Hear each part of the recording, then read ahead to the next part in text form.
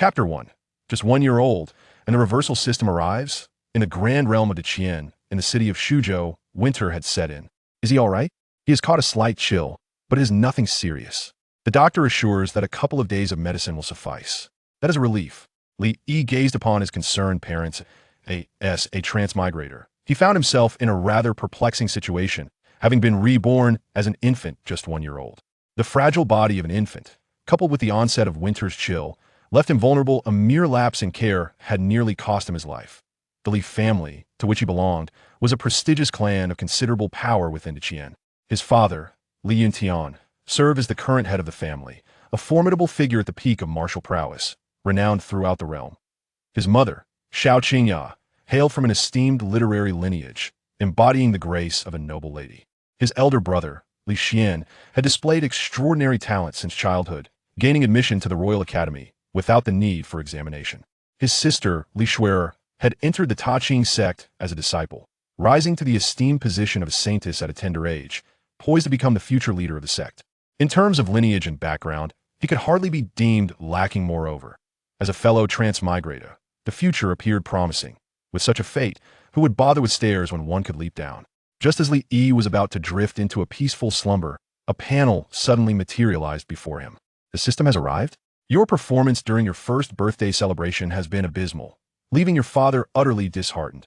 From the onset of your cultivation journey, your progress has been sluggish, earning you the title of a cultivation failure. Your standing within the Li family has plummeted, your father neglects you, and you are bullied by your siblings. At 8 years old, you aspired to achieve academic success, but illness hindered you, rendering you drowsy at the mere sight of books. At 10, the only person who cherished you, your mother, passed away, leaving you an orphan without parental love. Upon reaching 20, during your comingafage ceremony, your fiancé arrives to break off the engagement, causing you immense humiliation. In a fit of rage, you establish a 3-year pact with her. The system has detected that you meet the criteria for a reversal in life, activating the reversal life system. Li Yi, is this a recounting of my woeful early life? Is this a life simulation system? Are these events destined to transpire? The narrative seemed eerily familiar, reminiscent of a tale he had encountered in a novel. Contrary to his initial dreams, he was to be scorned from a young age, rejected in engagement, and bound by a 3-year contract, a quintessential template for a cultivation. Failure.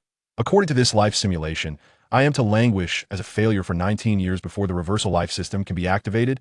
Li Yi did not come to this world to be a failure. He sought to thrive instead. This trajectory was unacceptable, and he resolutely commanded the system to resimulate his life.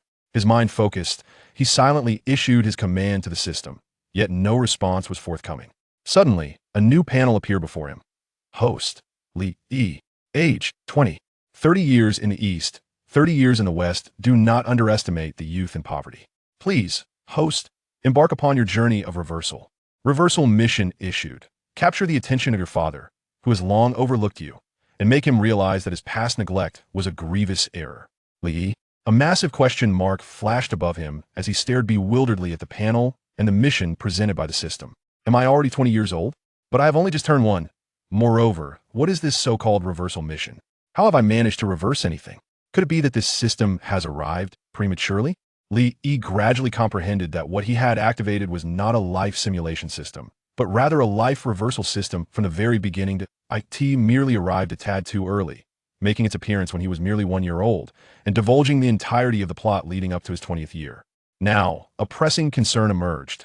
With the mission arriving too early, how was he to fulfill it? Fortunately, there was no time constraint imposed upon the task, otherwise it would have posed a real dilemma. Perhaps he could meander through the narrative until he reached the age of 20, completing the mission thereafter. One step at a time, he decided. Having a system was undoubtedly a boon, though it had come early. It was better than having none at all. Overall, the future held promise. Will Yi's illness affect the celebration of his first birthday? Every child in the Li family undergoes a celebration upon reaching 1 year of age, during which assessments are conducted to gauge their cultivation talent and physical constitution. Thus, the first birthday celebration is of immense significance for the children of the Li family. A commendable performance could lead to preferential resources and a bright future. Conversely, a poor performance would inevitably lead to a mundane existence. Perhaps. Li Yuntian suddenly conceived a plan. Xiao Qingya, anticipating his thoughts, immediately shook her head, saying, "No, Yi is still an infant. Your aura is far too overwhelming. He might not withstand it. Very well, Li Yuntian sighed, resigning to the notion. I gazed with his large eyes at his parents before him. Today marked the day of his first birthday, which would also see the celebration unfold. A few hours remained until the festivities commenced. A maid approached, presenting a bowl of medicine. Come, drink your medicine, Xiao Qinya said cautiously, administering the potion to Li Yi. Once ingested, his body felt considerably better, though the medicine was exceedingly bitter. After the medicine was taken, the effects began to take hold, and Li Yi felt a wave of drowsiness wash over him, his weary eyes struggling to stay open. Why hasn't his condition improved after taking the medicine? Li Yuntian furrowed his brow, watching Li Yi with a mixture of concern and affection. It's only the first dose, it cannot work that quickly. Xiao Qinya gently soothed Li Yi's back, coaxing him to sleep. Let me take a look at the child, Yuntian. Observing Li Yi nestled in Xiao Qinya's arms, quiet and obedient, could not resist the urge to tease him as the head of the Li family. He had several children, yet none were as well behaved as Li Yi, who resembled a porcelain doll. Surely, he would grow into a handsome young man. This naturally endeared him to Li Yuntian. Has just taken his medicine. I am in the midst of lulling him to sleep. Yuntian responded dismissively. Is so well behaved he won't cry. With a sense of resignation, Xiao Qinya placed Li Yi into Li Yunshan's embrace. Yuntian carefully cradled Li Yi, gently patting his back and rocking him. This is a fantastical realm where cultivation levels are categorized as follows: Martial Apprentice, Martial Master, Great Martial Master, Grandmaster, Martial King, Martial Emperor, Martial Sage, and Martial Deity. Li Yi, with his wide-open eyes, observed his father, who stood at the peak of Martial Emperor. It seemed that the script was somewhat awry. Is truly obedient and has grown so handsome. Surely he will be as dashing as I am in the future, Li Yuntian exclaimed with a hearty laugh, praising Li Yi while subtly elevating his own image. Xiao Qinya shot him a disapproving glance, unimpressed by his self-aggrandizement. Has taken his medicine and needs to rest. Please refrain from making too much noise, she cautioned. I understand I have more experience in caring for children than you do, Li Yuntian replied confidently, as the head of the Li family. Li Yuntian had not just Xiao Qinya as his only wife, he had 3 in total, with Xiao Qinya being the third. Naturally, there were more children than just Li Yi, but Li Yi was Xiao Qinji's firstborn. The more Li Yuntian gazed at the well-behaved Li Yi, the more he found himself enamored. Come here, let your father give you a kiss. He leaned in with his scruffy face. Li promptly raised his hand to block Li Yunshan's face, expressing his disdain. Seeing his son's rejection and the look of distaste on his face, Li Yuntian felt a wave of embarrassment wash over him. How could I be scorned by my own son? What a shameful humiliation. Congratulations to the host for completing the task, successfully capturing your father's attention, leading him to no longer neglect you, but rather shower you with affection. And you have rejected your father's goodwill, determined to rely on yourself. Reward obtained. Primal Sacred Body, LIE. A flurry of question marks flashed through his mind. What is happening? I completed my task. How did that happen?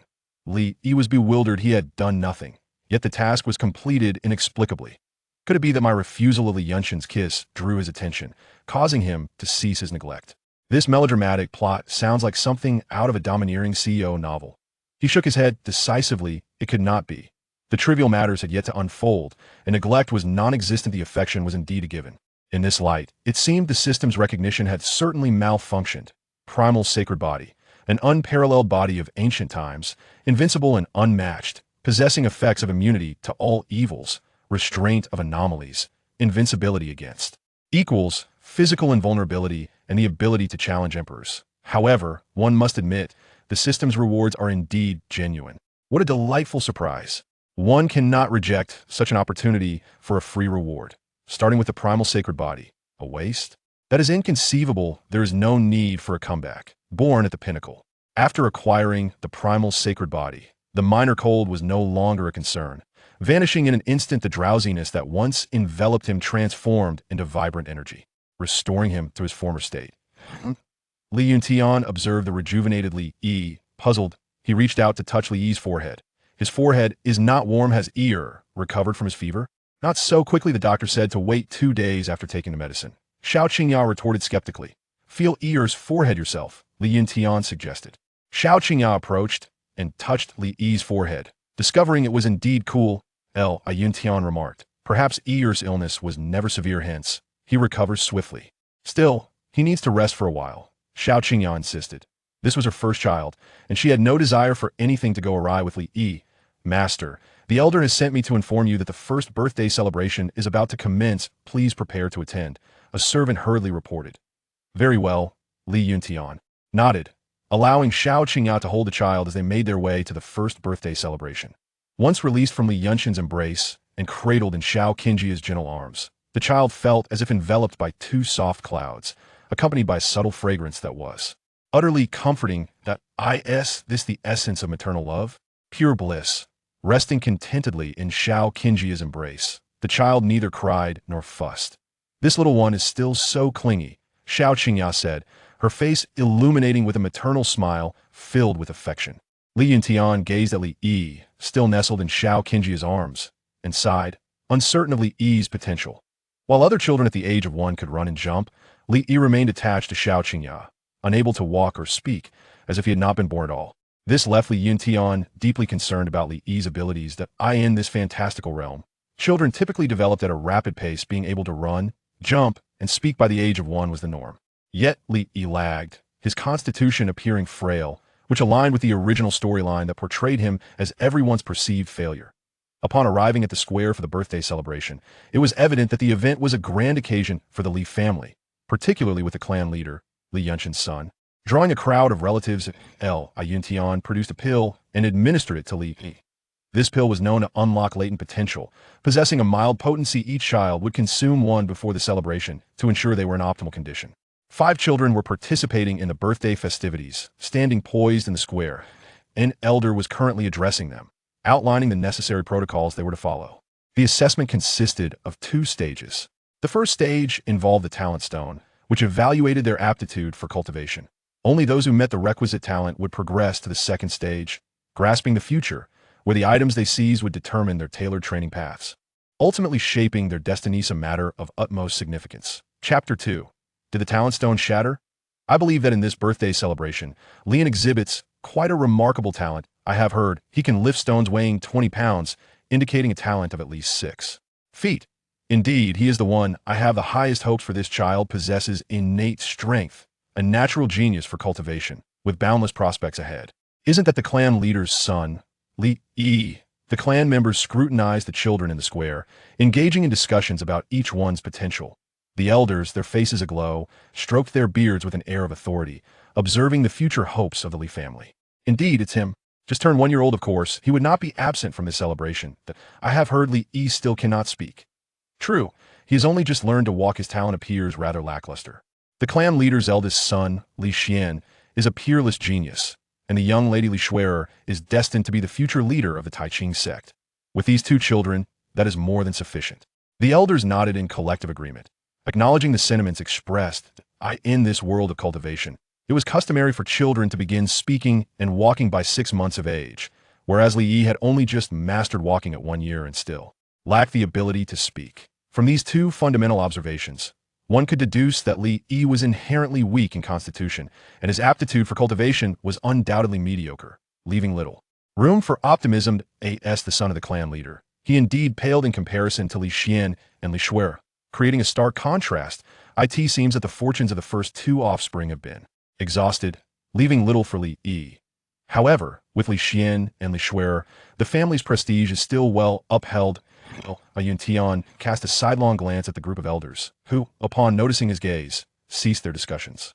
His expectations for Li Yi were not particularly high. The reality was evidently Yi's innate talents were indeed lacking in various aspects. Yet, even in the face of such truths, he wished to avoid overhearing discussions that might diminish his dignity.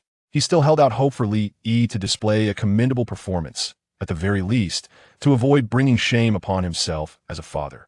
Xiao Qingya let out a silent sigh. As a delicate woman from a scholarly family with less than remarkable lineage, she pondered whether Li Yi's shortcomings were influenced by her own heritage. She did not wish for Li Yi's talents to be extraordinary or for him to achieve great heights as a mother. Her only desire was for him to live a safe and peaceful life. The first birthday celebration begins. The first challenge was the talent stone test. 5 children, according to their ages, took turns to assess their innate abilities. The first to step forward was Li Ontsai, a prodigy upon whom the elders had pinned their hopes. Li Ontsai walked steadily to the talent stone, extended his hand, and placed it upon the surface. In the next moment, the stone emanated a radiant glow. The brilliance of the talent stone reached a height of 9 feet. Children of average talent measured only 3 to 4 feet, while 5 feet was deemed acceptable and 6 feet indicated a commendable gift. 7 feet classified one as a genius, while 8 feet signified exceptional talent. Li Yuntian himself had achieved 8 feet. As for 9 feet, throughout the history of the Li family, no more than 10 individuals had attained such extraordinary talent. Lie's siblings, Li Xian and Li Shuer, both measured 9 feet, marking the first time in the family's history that 2 prodigies emerged simultaneously. This was heralded as the beginning of a new era of prosperity for the Li family, underscoring their elevated status. In stark contrast, Li Yi appeared utterly unremarkable, even inferior to the mundane. Before his birth, there had been hopes of him being another unparalleled genius. One could only say that the greater the hope, the greater the disappointment, for his constitution was average, with his potential all too apparent in its limitations. 5 feet and still rising. 6 feet, just as I predicted, at least 6 feet. It hasn't stopped. I estimate it will reach 7 feet. The elders of the clan watched with excitement, their faces aglow, stroking their beards in approval. The younger generation of the Li family exhibited promising talents, indicating a bright future for the family's development. 7 feet. All eyes among the Li family were fixed on Lian Tsai, as the glow on the talent stone surpassed 7 feet, clearly marking him as a rare talent for cultivation. This child, reaching 7 feet, indicates remarkable talent. Soon, our Li family will gain another expert. Haha. Indeed, clan leader, with Ankai's talent at 7 feet, we should open the treasure vault to select an appropriate cultivation method for him. The methods within the treasure vault were the upper-tier techniques of the Li family, accessible only to those who had made significant contributions or possessed exceptional talents. Yuntian forced a smile, one that was devoid of genuine warmth, and remarked, "It is only to be expected." He cast a glance at Lian Tsai, followed by another at the unsteady Li Yi, and let out a sigh. Well, without expectations, there could be no disappointments. With Li Xian and Li Shuer as his children, he felt a sense of contentment. As for Li Yi, he would strive to nurture him into a good child and maintain a calm demeanor. The radiance emanating from the talent stone ultimately settled at 7 feet, eliciting a chorus of admiration from the gathered crowd. They applauded Lian Tsai enthusiastically while simultaneously congratulating his parents, who had just moments ago begun to arrange celebratory feasts. Li Yi sat on the ground, idly observing the ceremony, uncertain of what his own measurement would yield. In the original narrative, Li Yi measured merely 1 foot, astonishing everyone and setting a new low. Now, however, possessing the ancient sacred body, he had defied fate. Would a mere talent stone assessment result in an extraordinary outcome? Noticing a gaze, I turned to look at my father, Li Yuntian, and perceived a sense of disappointment emanating from his eyes. As the remaining children ascended one after another, their performances paled in comparison to that of Lian. The highest achievement among them barely reached 5 feet. The atmosphere gradually grew more subdued, with a noticeable decline in accolades and an increase in casual chatter. When it came time for Li Yi to take the stage, the protagonist, as is customary, made his entrance last. All eyes turned towards him. The elders cast a glance at Li Yuntian's expression, mentally deliberating on the appropriate compliments to offer. For he was the son of the clan leader, and it would be remiss not to say anything, let alone utter any disparaging remarks directly.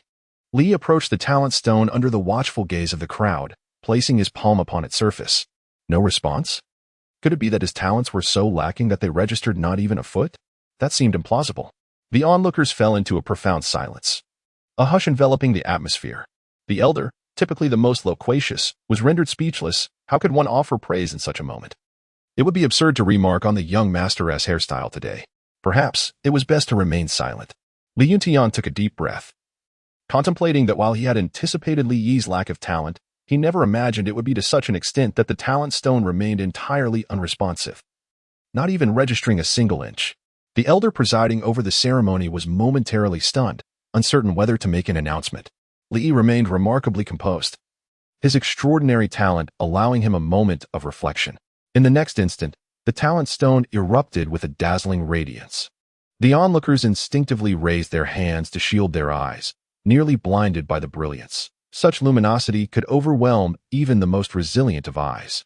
9 feet. My heavens. It is indeed 9 feet. Yet something felt amiss. Why was Master Li Yi's 9 feet different from the others? Having witnessed 9 feet before, They noted that Li Yi's version, unlike theirs, shone with an unparalleled intensity. So resplendent it was. Just as astonishment gripped the crowd, the light abruptly vanished. They gazed in bewilderment at the scene, questioning what had transpired. Was it merely an illusion? The stinging sensation in their eyes confirmed otherwise. What had just occurred? Why had the light vanished so suddenly? They stood in confusion, struggling to comprehend the situation. Crack! A crisp sound resonated through the air. Drawing everyone's attention to the talent stone, it was emanating from it. Crack! Again, that sound. Suddenly, the talent stone began to fracture. A web of fissures spreading across its surface like a spider's web. The crack swiftly engulfed the entire stone, culminating in its shattering, scattering debris across the ground. The crowd gasped in disbelief. The talent stone, shattered. What had happened? How could a perfectly intact talent stone simply break apart? They stared, astonished, at the fragments strewn about, then glanced at Li Yi, who stood nearby. An elder, previously stroking his beard, inadvertently yanked out several strands in his shock. Rising from his seat, utterly dumbfounded, his eyes nearly bulging from their sockets. Had the talent stone, which had endured for centuries, truly shattered so effortlessly? This is the first occurrence of such a situation in the history of the Li family. We were rendered speechless in astonishment, uncertain of how to respond. Exchanging glances with one another, Li Yuntian was equally taken aback, unable to comprehend the situation. Could it be that young Master Li Yi possessed extraordinary talent? Causing the talent stone to shatter? Is such a feat even possible? It was unheard of. That brilliance just now, it must have reached 9 feet, right? Li Yuntian rose to his feet, filled with excitement as he took 2 steps forward, his palms striking the railing with vigor, echoing twice. Could it be that Li Yi is truly a genius? Had he been underestimated all along? Was it merely that he had yet to awaken? Previously, it was believed that Li Yi possessed only average talent, yet his current display has genuinely astonished everyone, leaving them at a loss for words. The elder in charge of the ceremony approached to inspect the talent stone, which appeared to be intact. Could it be that Li Yi's talent was so formidable that it shattered the stone? To burst the talent stone, what level of talent would that require? The mere thought of such a prodigious gift is beyond imagination. If a 9-foot stature is already considered an exceptional genius, how does one even begin to classify this? A sudden smile graced Li Yuntian's face, a blend of astonishment and delight, accompanied by an overwhelming sense of pride. With his hands clasped behind his back, he proclaimed with an air of superiority, "Who dares to say that my son lacks talent? My son, Li Yuntian, could never be considered a failure. He is destined to be a genius." Initially, the crowd displayed awkward expressions, but soon they laughed and joined in, showering Li Yuntian with flattery. From the moment of his birth, Li Yi possessed an average constitution, and his growth was equally unremarkable, destined for a path of mediocrity. Little did anyone know that beneath this seemingly ordinary exterior lay an astonishing talent. Not only did others fail to recognize his potential, but even his father, Li Yuntian, believed Li Yi to be of merely average ability. Li Yuntian could hardly suppress the upward curl of his lips. It was an involuntary smile, reminiscent of the crooked-mouthed Dragon King. His offspring were nothing short of extraordinary geniuses, making it nearly impossible not to smile. Li Yuntian observed the elders on the field who were still in a state of bewilderment, and remarked, "Why the daze? Proceed." The elder, regaining his composure, instructed the attendants to tidy the arena in preparation for the second segment of the anniversary celebration. Chapter 3. These 2 children must have had a feud in their previous lives. Li Yi stood aside, awaiting the second round. He had not anticipated the shattering of the talent stone. With a mere flick of her hand, Xiaolu had already reached the limits of the talent stone. A total of 3 children progressed to the second round, and Li Yi was naturally among them. Li Yi cast a glance at Li Ansai beside him. An opportunity for revenge presented itself. In the face of the cousin who once humiliated you, the formidable Grand Marshal Master Li Ansai, you resolved to vindicate your honor. Thus, you are tasked to vanquish your adversary, the Grand Marshal Master Li Ansai. Li Yi gazed at the young child before him, whose apparent lack of intelligence was evident. You dare to claim he possesses the prowess of a Grand Marshal Master? And you expect me to defeat him? This task has surely lost its senses. Li found himself in a perplexing situation. He was uncertain whether Li and Kai, who had reached the realm of a Grand Marshal Master, could surpass him. However, he was quite confident that, at present, he could easily toy with Li and Kai using just one hand. Clenching his small fist, he thought to himself, a Grand Marshal Master, you say? Please, do call me the one who feasts upon children. Li suddenly felt a chilling sensation creeping down his back, as though a pair of malevolent eyes were fixated upon him, sending shivers down his spine. The second trial of the selection ceremony posed no tests. It was merely an instinctual choice of weaponry. Servants brought forth a rack adorned with an array of weapons, diverse and eclectic, alongside instruments such as brushes, ink, and abacuses. The selection ceremony was conducted concurrently for 3 individuals, each entering together to make their choices. Li pondered thoughtfully, realizing that the opportunity to complete his task had finally arrived. Allow me to gauge the true strength of Leon, the formidable grand martial artist. Leon gazed vacantly at Li, sensing an unsettling malice in his cousin's gaze. As a child, he could not comprehend the depth of this feeling and merely assumed his cousin was smiling at him. After a few words of caution from the responsible elder, the two were permitted to enter. The onlookers fell into a hushed silence, observing intently so as not to disrupt the 3 during their ceremony. Driven by curiosity, another child ventured inside, placing a hand on his mouth as he babbled in awe at the array of weapons before him, appearing somewhat bewildered. Compared to these formidable instruments, it seemed he would have preferred food. Had a platter of roasted chicken been present, he would likely have dashed towards it without hesitation. Li, with his small hand outstretched, was uncertain about which weapon to grasp. He glanced left and right, finding none to his liking. This scene left his parents in a state of anxious distress, nearly shouting their innermost thoughts. Li Yi's thoughts were not fixated on such trivial matters, but rather on Lian Kai. He gazed intently at Lian Kai, contemplating how to vanquish this formidable master of martial arts. What was Yi up to? Li Yuntian clenched his fists. Although he had held the position of family head for many years and had developed an unflappable demeanor, witnessing Li Yi's immobility stirred an undeniable anxiety within him. He longed to rush forward and assist Li Yi in making his selection, yet he found himself constrained. Due to Li Yi's performance in the initial round, all eyes in the audience were now fixated upon him. Do not be anxious. Yi simply made an unwise choice, Xiao Qingya remarked, sensing Li Yuntian's unease and offering words of comfort. I am not anxious at all, he retorted. Li Yuntian, with an air of nonchalance, waved his hand dismissively and confidently declared, I believe that with Yi's innate talent, she shall not disappoint me. Xiao Qingya smiled softly, choosing silence as she quietly observed Li Yi. Lian had just chosen his target when he took measured steps towards a long gun directly in front of him, extending his hand to grasp it. Upon witnessing Lian's determination, Li Yi too sprang into action, dashing straight towards him with his little legs racing. What could this mean for Yi? Li Yuntian could not comprehend what Li Yi was attempting to do with such an imposing demeanor. Could it be that he intends to carry back Lian Sai? Is he planning to wield your cousin as a weapon? Li Yi gazed intently at his cousin, who had previously humiliated him. Although the confrontation had yet to unfold, the audacity to insult him would undoubtedly lead to a lesson in cruelty. Possessing an ancient physique, Li Yi's physical prowess far surpassed that of his peers. He sprinted with remarkable speed and stability, swiftly closing the distance to catch up with Lian Sai.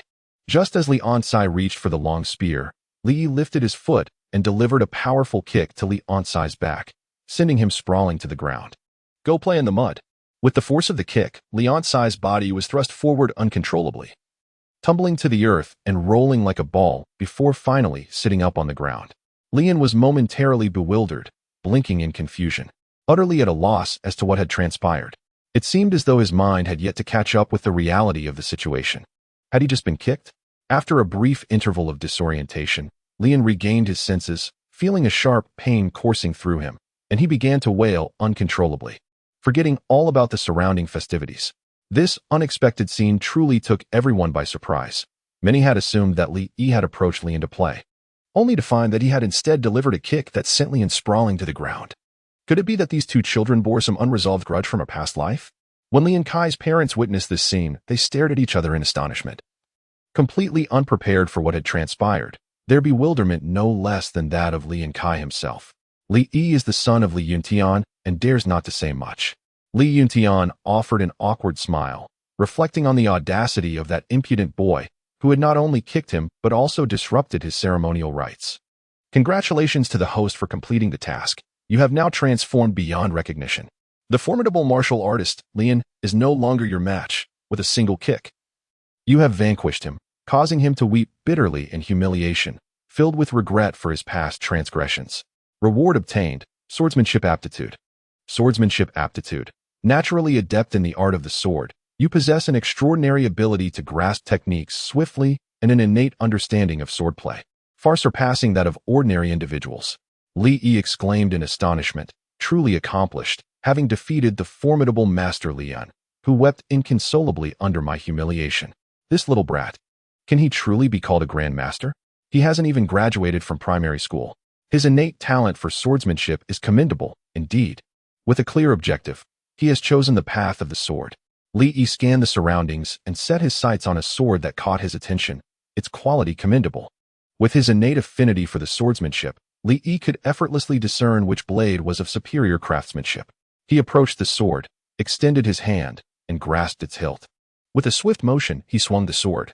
Finding it quite satisfactory, the inherent connection bestowed by his talent made him feel a profound familiarity with the weapon.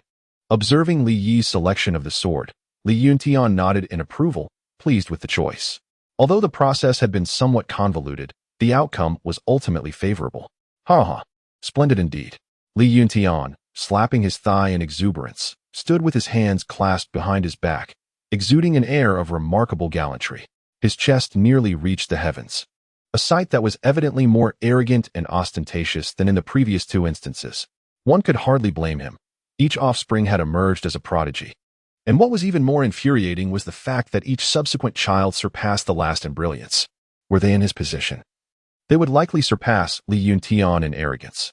Li Yuntian's affection for Li Yi is unmistakable. Li Yi was unlike the first two children. From the moment of his birth, his constitution was frail, and he nearly succumbed in the womb. Frequently falling ill, many believed he would amount to nothing.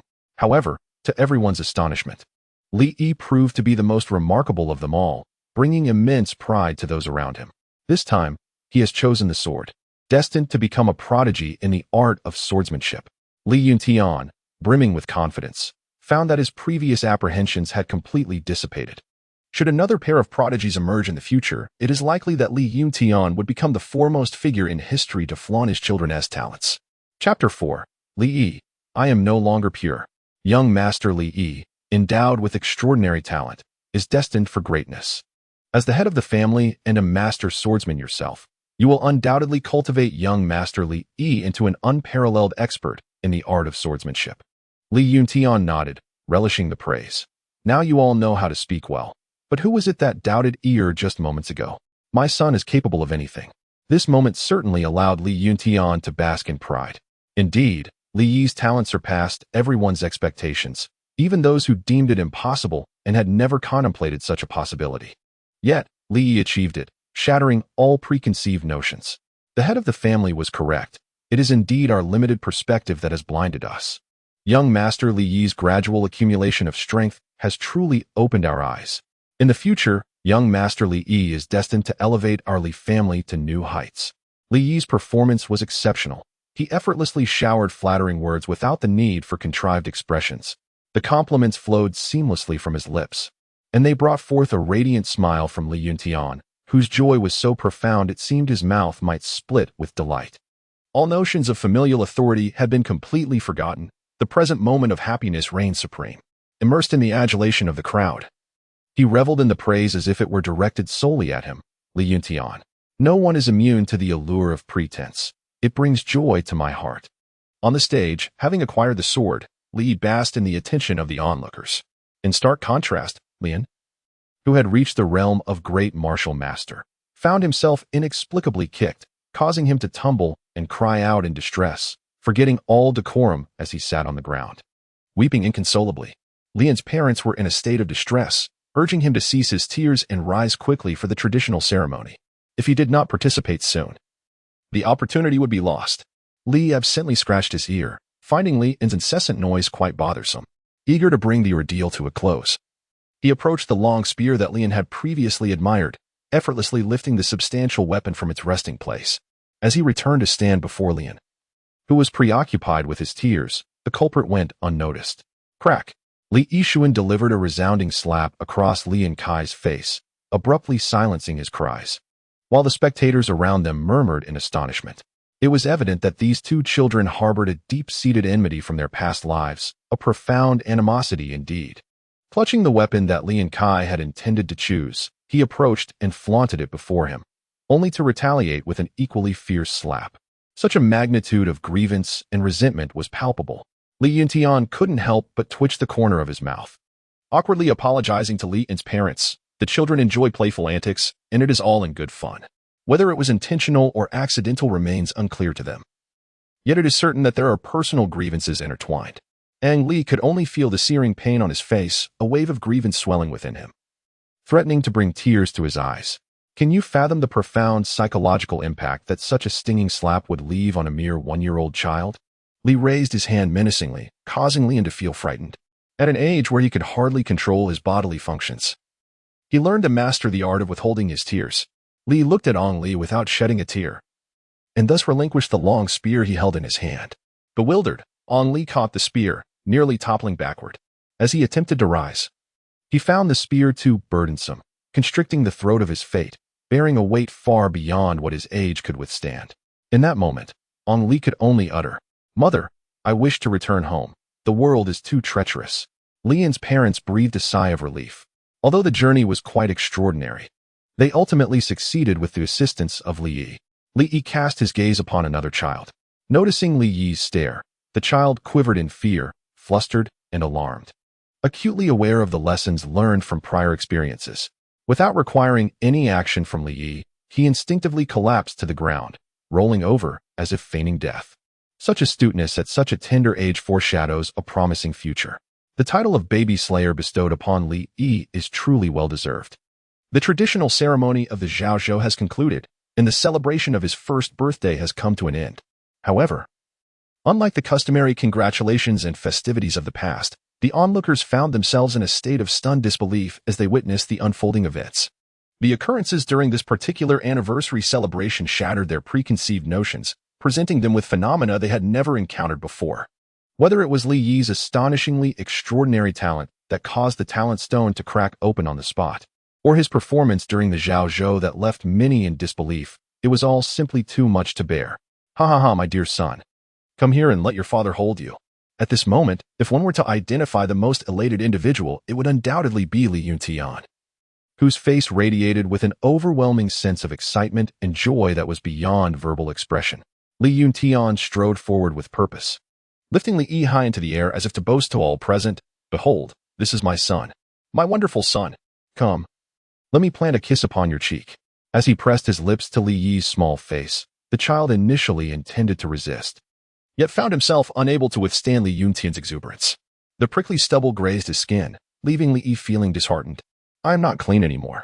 Though Li Yuntian had not harbored overly grand expectations for his son, no one could have anticipated that Li Yi would be the most astonishing of all. This excitement surpassed any previous moments, brimming with Li Yuntian's pride. After all, a father is exalted by the accomplishments of his child. In the audience, Xiao Qingyao let out a sigh of relief, genuinely pleased for her son, Li Yi. Since his birth, Li Yi had always been frail, frequently succumbing to illness. She was acutely aware of his delicate constitution, constantly worrying about his health. However, in this moment, her concerns seemed unfounded. Li Yi was thriving. Not only was he well, but he was also a prodigy. An elder responsible for the anniversary celebration approached Li Yutian. "Ahem, clan leader. You have yet to announce that both Master Li Yi and Lian possess talents exceeding 7 feet, the elder quietly reminded him. Li Yutian suddenly recalled, in his overwhelming excitement, that he had forgotten this matter. Suppressing his joy, he attempted to adopt the dignified demeanor befitting a family head. Yet his lips could not help but curl upwards in a smile. Li Yi and Li Yan had both demonstrated talents surpassing 7 feet. And tomorrow he would unveil the treasure vault for these 2 children, granting them the opportunity to seek their fortunes within. Today, the first birthday celebration concluded, and he expressed his gratitude to all who attended. During the celebration, Li Yi had stolen the spotlight, and Li Yuntian basked in the reflected glory, enjoying a moment of unparalleled prestige. A new challenge had been issued. After receiving rewards, your cultivation would advance rapidly, and you were to showcase your prowess, leaving your father in awe of your progress. Yet again, this ludicrous task had appeared. How could I possibly astonish my father? Should I not simply dazzle him? The system had arrived early. The specifics of the task were no longer significant. What mattered was the method of completion, achieving the desired outcome by any means necessary. Li Yi. With his mouth agape uttered incoherent sounds, unable to articulate his thoughts. Previously, due to his frail constitution and stunted physical development, he had been unable to speak. While others his age were running and jumping with abandon, Li Yi struggled to maintain his footing. Now transformed into the ancient sacred body, he has experienced a complete revitalization of his physique, witnessing rapid bodily development. In the gentle embrace of Xiao Qingya, who playfully poked his chubby cheeks with her fingers, a tender and benevolent maternal love radiated from her face. Nestled within Xiao Qingya's warm embrace, felt like being cradled in a haven of comfort, enticing Li Yi to surrender to tranquility, forsaking the urge to strive. Li Yi shifted his body, adopting a more comfortable position as he nestled into Xiao Qingya's embrace, reveling in the sheer bliss of the moment. It was his first realization of the profound happiness that came with being an infant. Chapter 5. Did Li Yuntian call Li Yi father? The reversal of the celestial order. What troubles you? It seems the young master is hungry and desires milk, a nearby maid suggested. Indeed, Xiao Qingya suddenly remembered that she had yet to feed Li Yi. She gently lifted her garment to nurse him. Li instinctively rejected, raising his hand to fend off the gesture. As a proud, ancient sacred body, did he truly require such nourishment?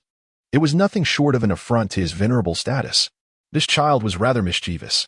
Xiao Qingya gently tapped Li Yi's nose and continued to offer him the milk. After a few moments, he exclaimed, "Ah, how delightful!" Li Yi, with unwavering determination, indulged in the milk as if it were an irresistible delight. Who was it that declared they would never take a sip? Certainly not I. Xiao Qingya observed Li Yi with a sense of nostalgia. While other children had been weaned by the age of 1, Li Yi savored the milk with great pleasure, showing no inclination to part with it. Li Yi, I initially had no desire to drink milk, yet, how delightful it is. I find myself slurping incessantly, as if I could never quench my thirst. Xiao Qingya was astonished by Li Yi's sudden increase in appetite. It seemed he was consuming nearly all the milk. Considering that Li Yi was in a period of growth, such a voracious appetite was entirely natural, and she paid it no mind. The little one certainly has a hearty appetite. Xiao Qingya playfully teased Li Yi, remarking that a good appetite is a blessing, indicating that he would be fortunate in the future. Li Yi was only half satiated, yet Xiao Qingya's milk supply was insufficient, leaving him to await the next feeding. "Madam, you have been holding him all day. Allow me to take over while you rest," the maid Wan Ning suggested. "Very well." Xiao Qingya consented, entrusting Li Yi to Wan Ning. After holding him for an extended period, her arms began to feel weary. In Wan Ning's embrace, Li Yi squirmed uncomfortably, acutely aware of the stark contrasts between individuals. Compared to the tender warmth of Xiao Qingya, Wan Ning's embrace felt somewhat desolate, akin to resting upon a wooden plank. He couldn't help but worry about the future of Wan Ning's potential children, fearing they might go hungry, given her meager sustenance. Observing Wan Ning's modest meal options, and considering she was merely 15 or 16, he resolved that once he could speak, he would urge her to improve her diet. Having traversed the path of infancy, Li Yi understood profoundly that no child should suffer. As this thought crossed his mind, he swallowed hard, feeling hunger pangs and yearning for milk. He glanced at Wan Ning's barren surroundings, his expression resigned. At that moment, a hearty voice echoed from outside, and though the person was not yet visible, one could tell it was his father, Li Yuntian. "Let me see my dear son," he boomed as he strode into the room. Since the birthday celebration the day prior, Li Yuntian had shown an extraordinary affection towards Li Yi, harboring great expectations for him. If not for his responsibilities as the head of the family, he would have preferred to remain by Li Yi's side all day, nurturing his growth. He scooped Li Yi up into his arms, examining his cherished son with increasing fondness. In this moment, Li Yi comprehended his mistake. It was better to let Wan Ning embrace him.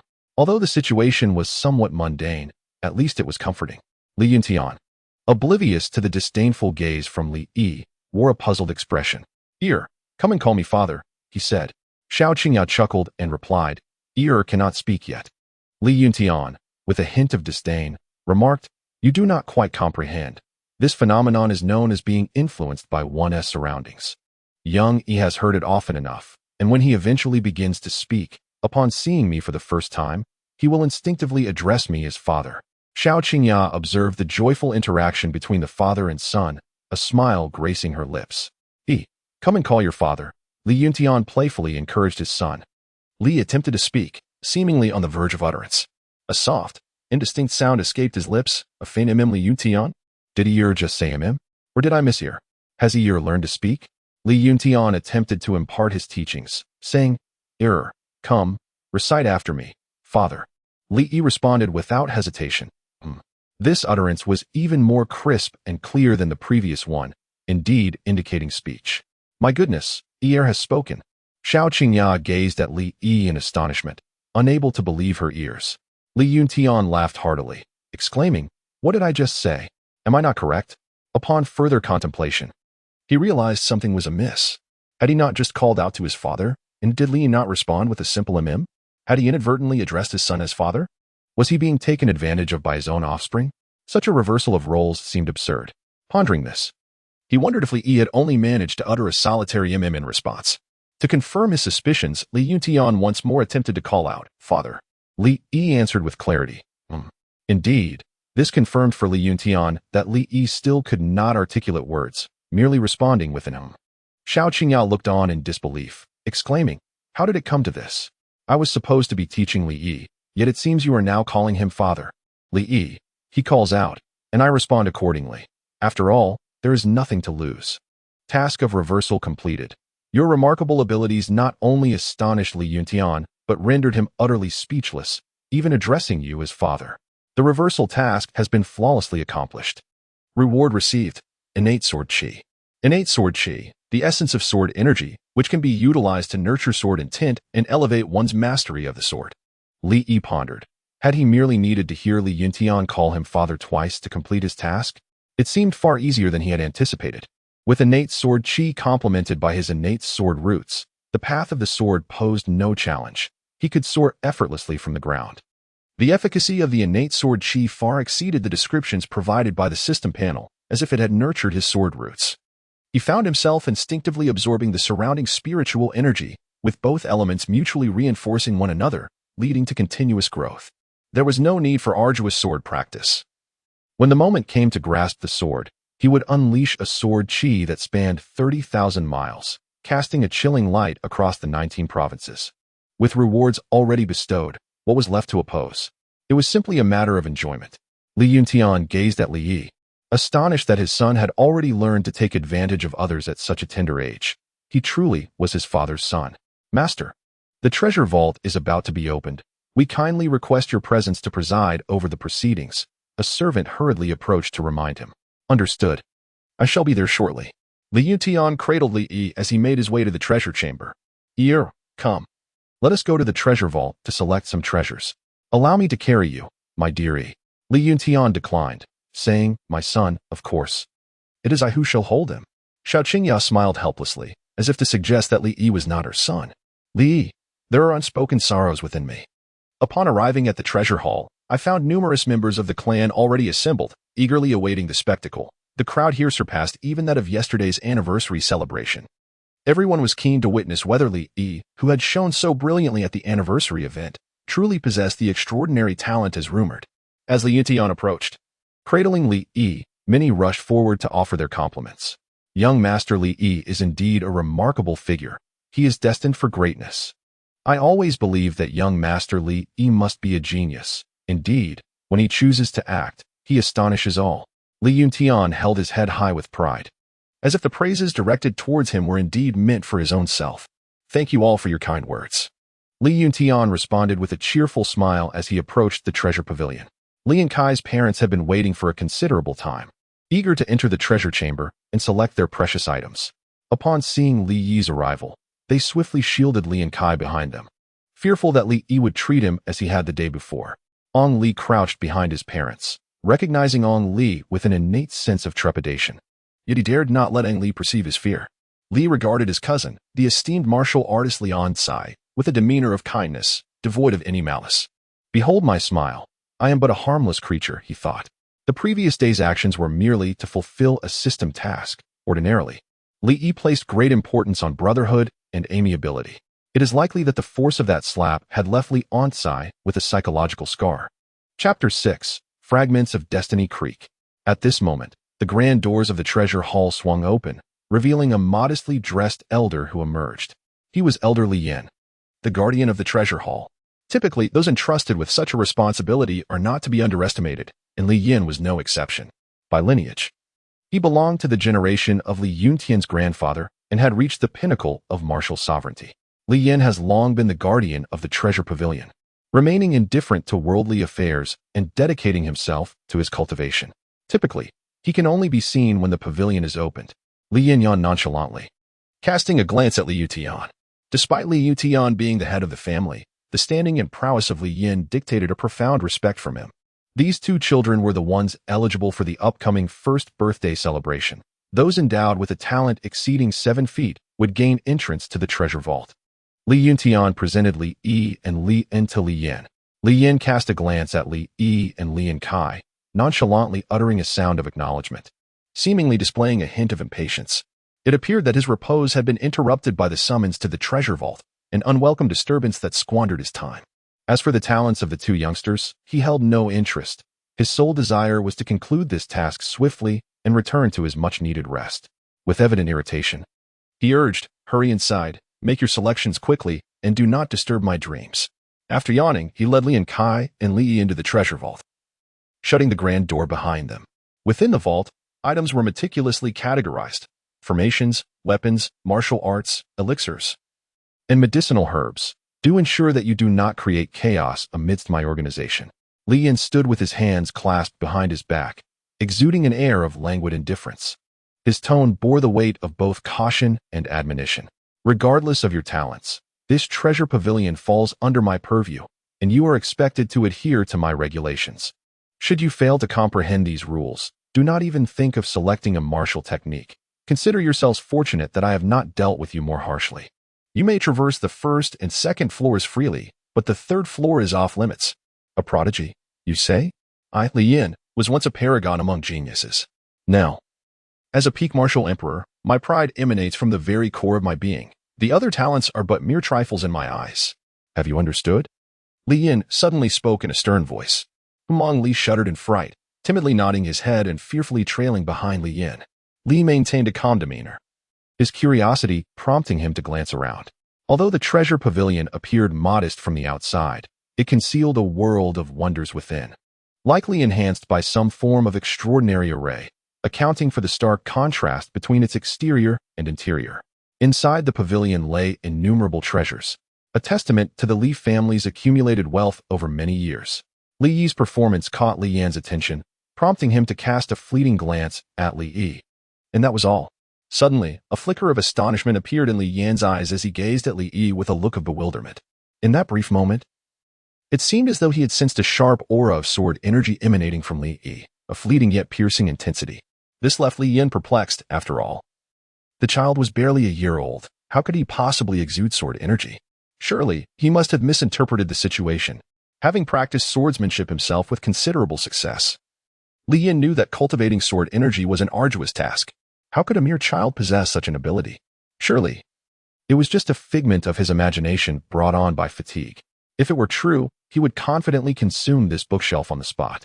In a moment, he instructed them to stand within the formation, stating that he would activate the inheritance array for them, through which they would acquire the martial arts techniques that best suited them.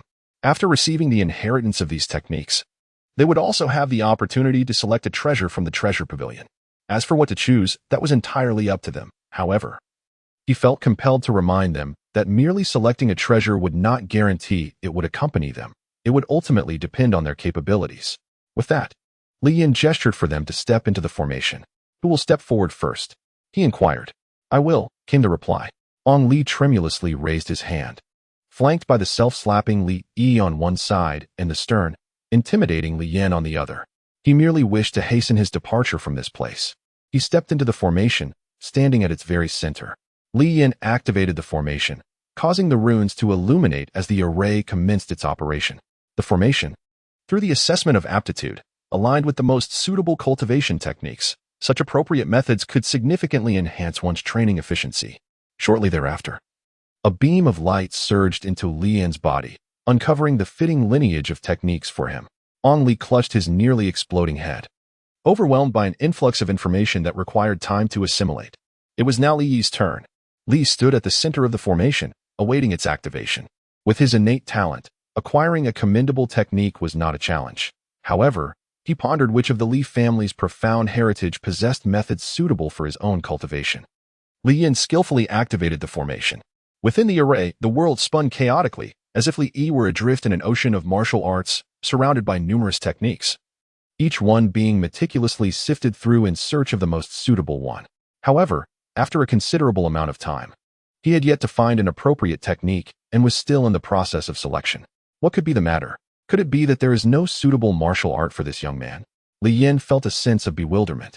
It was quite unusual that he had not yet discovered a fitting technique after such an extensive search. The profound legacy of the Li family's martial arts encompasses a vast array of practices, ensuring that each individual can discover a suitable discipline within, rendering the notion of inability to find one utterly unfounded. This was the first time Li Yin encountered such a situation with Li Yi, unwilling to yield to disbelief. He intensified his efforts, enhancing the efficacy of the formation selection. After a considerable passage of time, a beam of light infused into Li Yi's body, finally leading him to a suitable cultivation method. Li Yi sensed the emergence of a new entity within his mind, a martial art that seemed tailored for him.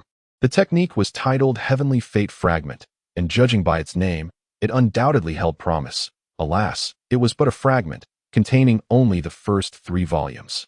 By conventional reasoning, such incomplete works were often remnants of the world's most esteemed martial arts. The martial art that was compatible with his innate talent could not possibly be inferior. Li Yin withdrew his hands, concluding the formation. He obtained a suitable cultivation technique to diligently practice, ensuring that he did not squander the inheritance. Subsequently, you may each select a treasure, provided that you are capable of carrying it away, and then come to me for registration. After Li Yin finished speaking, he stifled a yawn and wandered off to take a brief rest, leaving only Li Yi and Li Yin to select treasures. Li offered a benign smile to Li Kai, causing him to shudder. Valuing his life, he distanced himself from Li Yi, retreating to a corner to select a cultivation technique, unwilling to remain in Li Yi's company. Li Yi was in the treasure hall, searching for his coveted treasures. After perusing for quite some time, he found nothing suitable. Naturally, one would choose only the finest. Suddenly, a blood-curdling scream pierced the air. Li Yi turned to see it was Li Kai. Li had set his sights on a precious treasure. Yet alas, his qualifications fell short of the requisite standards. In his attempt to forcibly seize it, he was met with a backlash, akin to being struck by lightning. Li Yi let out a sigh of lamentation, lamenting the disheartening scene before him. He continued his search within the treasure pavilion, yet after an extensive period of searching, he found not a single item that piqued his interest. His gaze then shifted to the second floor.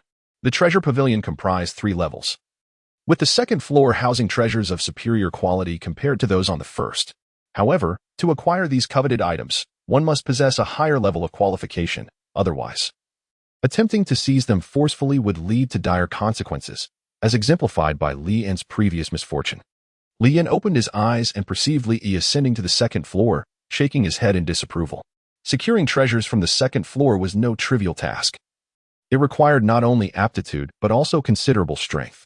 In the past, Li Yin had exerted tremendous effort to procure a single treasure from that very floor.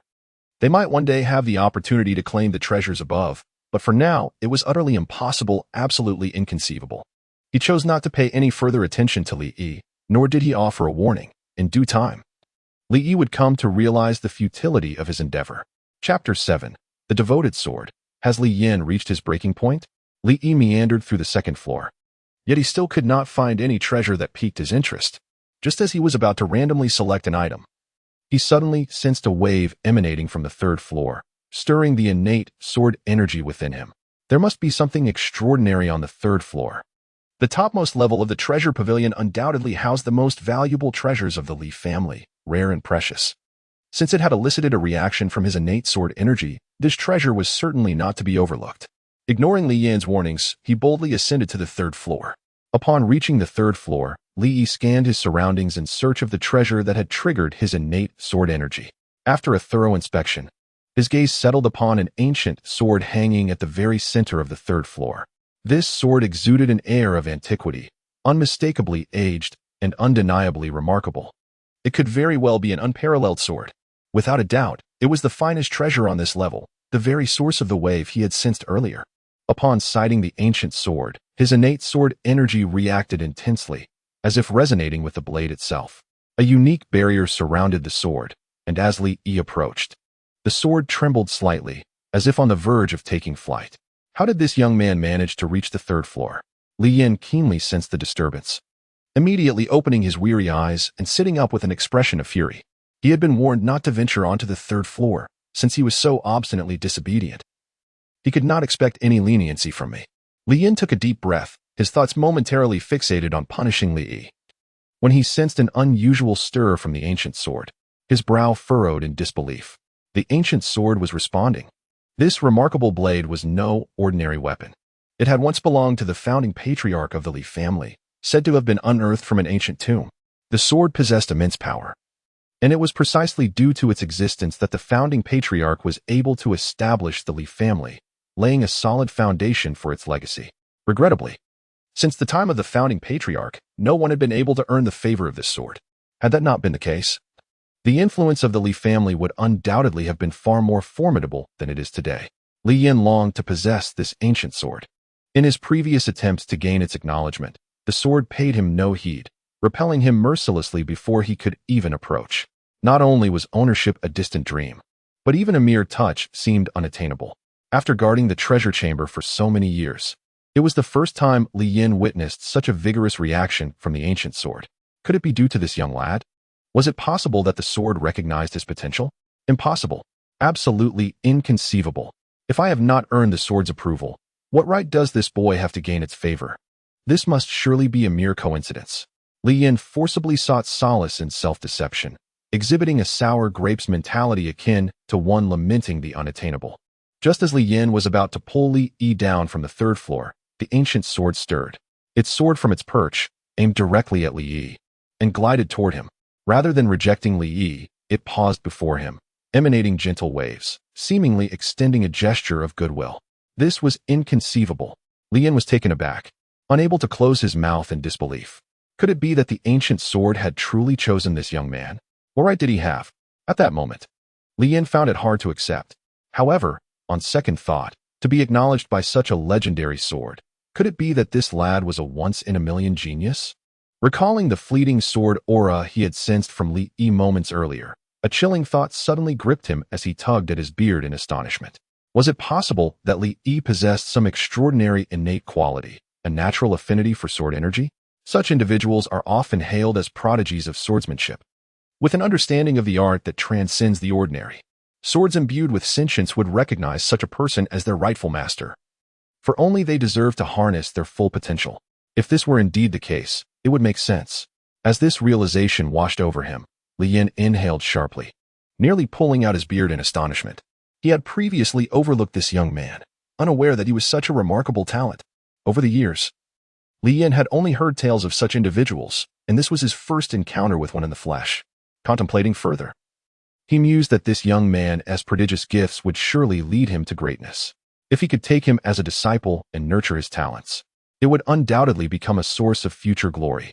The more he pondered, the more feasible it seemed, and his gaze upon Li Yi grew increasingly fervent, dispelling the nonchalance he had exhibited upon entering the treasure hall.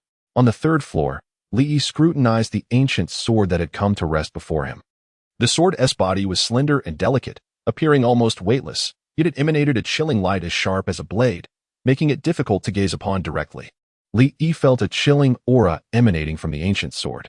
The intricate engravings upon its surface resembled snowflakes gently descending, akin to a vivid winter landscape, alive with detail. Beneath this serene facade lurked a fierce intent to kill, instilling fear in the hearts of those who beheld it. Within the essence of the sword, snow fell endlessly. Corpses piled high, rivers of blood flowed, illuminating a sky drenched in crimson. Even the drifting snowflakes were tainted, transformed into blossoms of blood. Thus, it became evident that this sword was imbued with a frigid nature, a weapon of death that had claimed many lives. Such a blade was not meant for the hands of the ordinary. Mishandling it could lead to one's own demise, spiraling into madness, becoming a mindless harbinger of death. However, before Li Yi, the ancient sword revealed no trace of its lethal intent. Instead, it exuded a gentle demeanor, actively seeking Li Yi's favor. Noticing Li Yi's stillness, the sword circled around him, dancing gracefully in the air, seemingly showcasing its prowess and eagerly enticing him to choose it. Had the sword possessed limbs? it would have undoubtedly knelt and clung to Li Yi's leg, imploring him to select it. What? Li Yin was no longer composed. This scene truly left him astounded. Was this truly the ancient sword that he had known?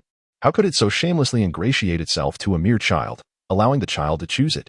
The current demeanor of the ancient sword evoked memories of his own earnest attempts to gain its approval. The wheel of fortune turns, and history often reveals striking similarities. The ancient sword, which he had once sought to please, now shamelessly sought the favor of a youthful novice, and a descendant at that. This predicament left him in a state of deep dismay. It was akin to seeing something he cherished dearly being ruthlessly trampled upon and casually wielded by another. And worse still, doing so willingly. Li Yin could hardly accept it. Is the disparity in talent among individuals truly so vast? Even if Li Yi's innate abilities are unparalleled throughout history, you were once a renowned ancient sword in your own right. Must you not exercise some restraint and allow me a modicum of dignity? Your actions only serve to render my past a mere jest. Yet, the ancient sword showed no signs of restraint, excessively displaying itself in a bid to please Li Yi, nearly becoming his sycophant. Li Yin exclaimed that this ancient sword must be a counterfeit, having been swapped by someone. How could such a pathetic imitation of a renowned sword ever be worthy of the title? It would be better not to have it at all. I do not envy it in the slightest, truly not. Li Yan's eyes turned red, the onset of his envy manifesting vividly. Li Yi waited for a moment, and the ancient sword indeed transformed into an eager admirer, rubbing against him and incessantly vying for his favor. The aloofness of the ancient sword? What was that? Chapter 8. Li Yi, whose sole desire is to drink milk. The most formidable treasure within the entire treasury was this ancient sword, which had come forward on its own. Naturally, Li Yi could not let such an opportunity slip away. The overly enthusiastic ancient sword proved to be a challenge for Li Yi, yet he reluctantly accepted it. Li Yi extended his hand, and the ancient sword soared into his grasp. Thus began the bond between Li Yi and the sword. This ancient blade possessed a sentient intelligence. Choosing its master, it was not an object that anyone could wield at will. Only the one whom it deemed worthy could establish a connection, unlocking its true potential. It had truly acknowledged its master. Li Yin gazed at Li Yi with incredulity, as the ancient sword truly acknowledged Li Yi as its master. A tumult of emotion surged within him, and he felt an urge to curse. In this moment, it felt as if he were witnessing the inaugural step of a future legendary powerhouse. The ancient sword's renewed allegiance was undoubtedly a boon for the Li family. With the sword's endorsement, they were destined to achieve new heights of glory. Suddenly, Li Yin sensed an unsettling shift. This was an act of submission to a master. Li Yin was taken aback, his jaw nearly dropping to the ground in an unprecedented display of shock. To submit to a master is distinct from merely acknowledging one. The latter grants one the right to wield, allowing you to utilize my power. In contrast, true submission to a master signifies complete devotion and unwavering loyalty to the wielder, while also enabling the sword's inherent strength to be returned to its master. Such submission is immutable and unresisting, maximizing the sword's potential power. Should the wielder meet their demise, the sword itself would suffer grievous harm, potentially leading to its consciousness dissipating, reduced to mere scrap metal. Without absolute recognition, a sentient weapon would never choose to submit to a master. Li Yin encountered for the first time a weapon willing to submit to its master, the ancient sword, which intended to bind itself to Li Yi. Today was indeed an eye-opening experience. Not only did he gain new insights, but his worldview also shattered. In other circumstances, it might be the case that the wielder earns the weapon's recognition before it chooses to submit, yet this ancient sword blatantly sought to establish such a relationship. The disparity was not insignificant. Li Yin pondered what extraordinary talent Li Yi possessed to elicit such devotion from the ancient sword. This youth was destined to become an unparalleled powerhouse. Seizing the opportunity while he was still young and impressionable, Li Yin resolved to take him as a disciple. Certain that he would one day herald the emergence of an extraordinary warrior, the thought alone filled him with exhilaration.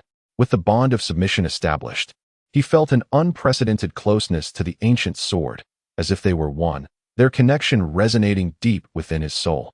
Upon accepting the sword's allegiance, Li sensed a notable enhancement in his physical prowess. Even without wielding the sword, he could channel its sword intent. This was the advantage of having a devoted weapon. The ancient sword remained loyal to Li Yi, alleviating any fears of betrayal.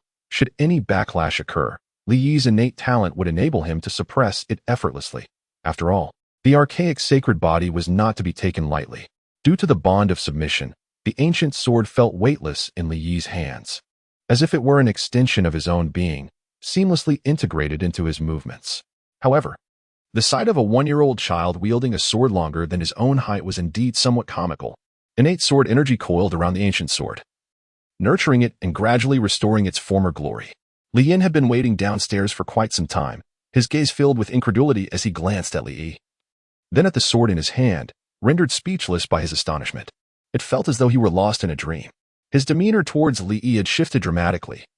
Gone was the indifferent, nonchalant expression he had previously worn, replaced now by a warm smile.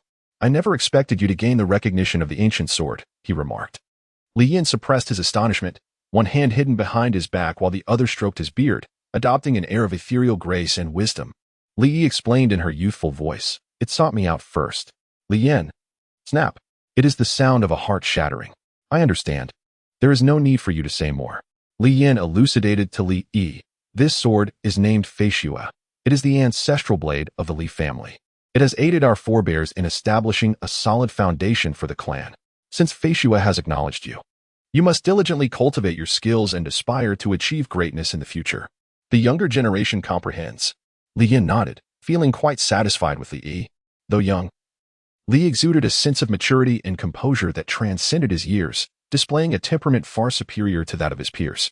Li Yin, with a gentle and guiding demeanor, said, "You must diligently cultivate your swordsmanship. Do not squander your innate talent, nor allow the brilliance of Feishua to be obscured. Thus, it is essential for you to have a formidable master in swordsmanship. Fortunately, I possess a modicum of understanding in this art." He subtly hinted to Li Yi, anticipating that Li Yi would choose him as his mentor. "Thank you for your guidance, esteemed elder. I shall certainly devote myself to earnest training upon my return." Li Yi replied, preparing to depart from the treasure pavilion. "Do I need your instruction? Furthermore, having multiple masters offering daily counsel during my training seems burdensome. It is far more appealing to rest in my mother's embrace, sipping milk. I have yet to fully indulge in such a carefree existence. To expect me to adhere to a 9-to-5 regimen is utterly impossible." Li Yin looked at Li Yi, utterly bewildered. Countless individuals within the clan yearned to become his disciple. Yet he had ignored them all, and now he was disregarded by a mere child. This was an affront of the highest order. Li Yin did not express anger. Instead, he followed closely behind Li Yi, continuing to coax him gently. "My swordsmanship is unparalleled within the entire Li family. With your innate talent, I alone am worthy to be your master. Should you choose to become my disciple, I assure you will rise to become a formidable swordsman, standing proudly above all others." He thought to himself that Li Yi would surely be tempted by such an opportunity, for what child could resist the allure of becoming a powerful swordsman? However, Li Yi replied, "No, I wish to go home and drink milk." Li Yi, with an innocent and naive expression, remarked, "What wrong is there in a child simply wanting to drink milk?" Li Yin was nearly overwhelmed with exasperation. How could Li Yi suggest something so absurd as drinking milk? The opportunity to become a formidable swordsman seemed to pale in comparison to such a trivial matter in Li Yi's eyes. What a ridiculous notion! His words almost rendered Li Yin speechless. At the age of 1, still relying on milk? Li Yin earnestly advised, "My dear boy, trust me. Drinking milk is but a fleeting illusion. Sooner or later, you will wean yourself. Only true strength remains." Li Yi earnestly stated, "Yet I still yearn for milk." Li Yin couldn't help but mutter to himself, feeling an overwhelming urge to smash Li Yi's baby bottle. How have Li Yi's parents managed? With such a large child still unweaned? Li Yi, with an adorable demeanor, said, "Senior, if there is nothing else, I shall return home to enjoy some milk." Having spoken, Li prepared to take his leave. Li Yin was on the verge of despair. For the first time, he had humbly lowered himself to seek someone to become his disciple, only to be met with a heartless refusal, an absurd excuse, no less. Revolving around a desire to return for milk, it was utterly ludicrous. Li Yin found himself wishing he could transform into a woman, to offer him a couple of sips of milk, thereby compelling him to willingly accept the role of his disciple. Clearly, this young man was not easily swayed. A different approach was necessary. He resolved to speak with the boy's parents, confident that they would understand. Eagerly, he took Li Yi outside, keen to engage in conversation with his parents. Suddenly, it seemed as though he had forgotten something important, yet he dismissed the thought. Nothing was more pressing than the matter of taking Li Yi as his apprentice. Meanwhile, In a corner of the first floor, the forgotten Li Yan remained. "Ong Li, where is everyone?" Li Yan led Li Yi out of the treasure pavilion. With a creak, the door swung open, revealing a throng of anxious onlookers. At last, they had emerged. Curiosity buzzed about the treasures selected and the techniques acquired. Given Master Li Yi's extraordinary talent, it was certain that he had obtained the most exceptional techniques of the Li family. Whispers filled the air, each person eager to glimpse what Li Yi had secured. Completely oblivious to the absence of Li Yan, who had been overlooked in the excitement. In Li Yi's grasp appeared to be an ancient sword. The moment the onlookers caught sight of the sword, the elder generation lost their composure, hastily rubbing their eyes to ensure they were not mistaken. Their gazes were fixated on the blade, wide-eyed in disbelief. This was the ancient sword of Fei Xue. My heavens, it is truly the ancient sword of Fei Xue. To witness it choose its master in one's lifetime is unfathomable, yet with Master Li Yi's caliber, it seemed entirely plausible. Hiss! With Fei Xue choosing its master once more, it felt as though the heavens had favored the Li family, promising to usher in a new era of glory. Following the initial shock, an unparalleled excitement surged forth. With tears nearly spilling forth in their fervor, their bodies trembling with anticipation. The atmosphere suggested they might even wish to kneel in reverence. Only they could grasp the true worth of the ancient sword of Fei Xue. If they were to learn that the sword had chosen Li Yi, their worldviews might very well shatter, just as Li Yan's had. As Li Yi's father, Li Yuntian, shared in the astonishment, he too found himself in disbelief. Li Yi unexpectedly obtained the Fei Xue. He stood there, momentarily stunned and bewildered. For countless years, Fei Xue had acknowledged no one apart from the first-generation patriarch. Even Li Yuntian had once attempted to command Fei Xue, yet it paid him no heed whatsoever. There had been hopes that either Li Xian or Li Shui would be able to wield Fei Xue, but it had shown no response to them as well. The fact that it was Li Yi who succeeded was truly unforeseen. In that moment, Li Yuntian smiled with satisfaction, proud of his son for earning the recognition of Fei Xue. He was destined for greatness. Husband, this sword is. Xiao Qingya, not being a member of the Li family, was unaware of Fei Xue's significance. Li Yuntian elucidated to Xiao Qingya the significance of Fei Xue to the Li family, and it was only then that she comprehended the extraordinary nature of Li Yi's actions. Mother. Li Yi had intended to leap into his mother's tender embrace, but unexpectedly, he was intercepted by Li Yuntian. My good son, let me hold you. Li Yi, this father is of no consequence. Is he truly your son? It was only then that Li Yan realized that Li Yi was indeed the offspring of Li Yuntian. Such a gifted child, naturally he is my son. Li Yuntian, brimming with pride, nearly looked down on others through his nostrils, exuding an air reminiscent of a proud dragon. You certainly have a talent for procreation. Li Yan could not help but voice his grievances. All three of his children were prodigies, particularly Li Yi, who even made the snowflakes bow in submission to his prowess. Could it be that he had erred in his choices? Perhaps he should have married and borne a couple more children, instead of devoting himself to relentless cultivation, which had now led him to find himself on the brink of the grave, still in the state of being unmarried. Li Yuntian smiled modestly a couple of times and said, I apologize for the trouble, esteemed senior. Having completed the selection of treasures and sensing no need to linger, Li Yuntian intended to carry Li Yi away. However, he was halted by Li Yan. Please, slow down. Might I inquire if there is anything else you wish to discuss? Esteemed senior? Li Yuntian asked. Li Yan coughed lightly and said, Well, I believe this child possesses remarkable talent and has gained Fei Xue's approval. We should not squander such a gift for the swordsmanship. Instead, let him become my disciple, and I shall guide him in his training. Li Yuntian was taken aback, as he had not anticipated that Li Yan wished to take Li Yi as his disciple. Li Yan is indeed one of the most formidable figures in the Li family, and many aspire to become his disciples. However, Li Yan, by nature proud, has never taken on apprentices, deeming them unworthy. It is quite rare for him to actively accept Li Yi as a student. Li Yuntian glanced at Li Yi, intending to seek his opinion. However, before he could utter a word, Li Yi decisively shook his head, displaying a countenance of disdain and refusal. What master? Merely a nuisance that interrupts my enjoyment of milk. Li Yan found himself at a loss for words, lamenting the fact that he, a distinguished powerhouse of the Li family, had countless individuals beseeching him to take them as disciples, yet he did not even cast a glance in their direction. To his dismay, he was now dismissed by a mere child whose teeth had yet to fully emerge. Senior, what do you think of Ear? Perhaps we should reconsider? Although Li Yuntian entertained this notion, Li resolutely shook his head in refusal. Li Yuntian decided to wait a little longer, believing that with time, Li would mature further. There was no need for haste. Very well. Li Yin sighed, resigning himself to the situation. At my age, is it truly easy for me to take on a disciple? Li let out a sigh of relief, finally able to enjoy his milk in peace. After acquiring the ancient holy body, his growth had been rapid. However, this came with an increased consumption of energy, necessitating nourishment to replenish his strength. Although he had just consumed milk, he found himself hungry once more. Senior, where is my son? As Lian's parents approached, they recalled their son.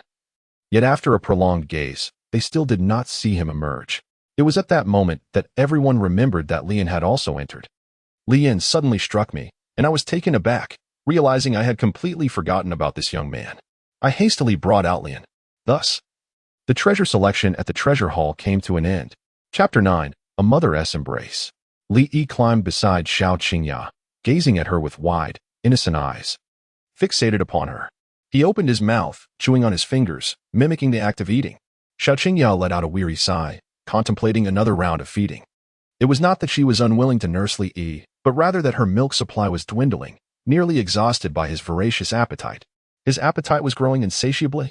With a furrowed brow and a frown etched across her face, Xiao Qingya helplessly cradled Li Yi and began to nurse him. As she watched him eagerly suckling in her arms, she felt a wave of exasperation wash over her, pondering when he would finally wean. While other children were weaned after just a few months, her little one, now a year old, still clung to nursing, his appetite expanding tremendously, resembling an endless abyss that could not be satiated. In an effort to increase her milk supply, she had even improved her diet, yet it remained insufficient. She truly wondered when this would come to an end. With a tender touch, she playfully poked Li Yi's chubby cheek, exclaiming, "You little rascal, you are wearing me out." Li Yike found no sense of struggle, only enjoyment, as he lay daily in his mother's soft embrace, sipping on her milk, reveling in the bliss of a carefree existence. The notion of striving for success? Let those who desire it pursue their ambitions. As for me, I merely wish to indulge in milk and languor. I have come to understand why the Emperor of Chaos so relishes beast milk. Drinking milk is indeed a form of delight. The sole discomfort lies in the inadequacy of the milk supply, leaving one unsatisfied. A strong protest. Xiao Qingya gently tapped Li Yi's forehead and complained, "Little one, while you frolic, I am the one enduring this toil." "Madam, perhaps we should find a wet nurse for the young master," Wan Ning suggested. Xiao Qingya deemed this proposal feasible.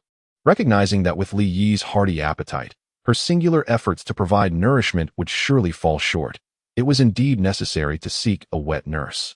Li nodded in agreement, expressing his fondness for wet nurses, particularly those who were larger, as they provided comfort and ample nourishment. "Has the young master comprehended our conversation?" Wan Ning inquired playfully, her eyes sparkling as she regarded Li Yi. A child as well-behaved and charming as Li Yi was irresistibly endearing, especially to young girls.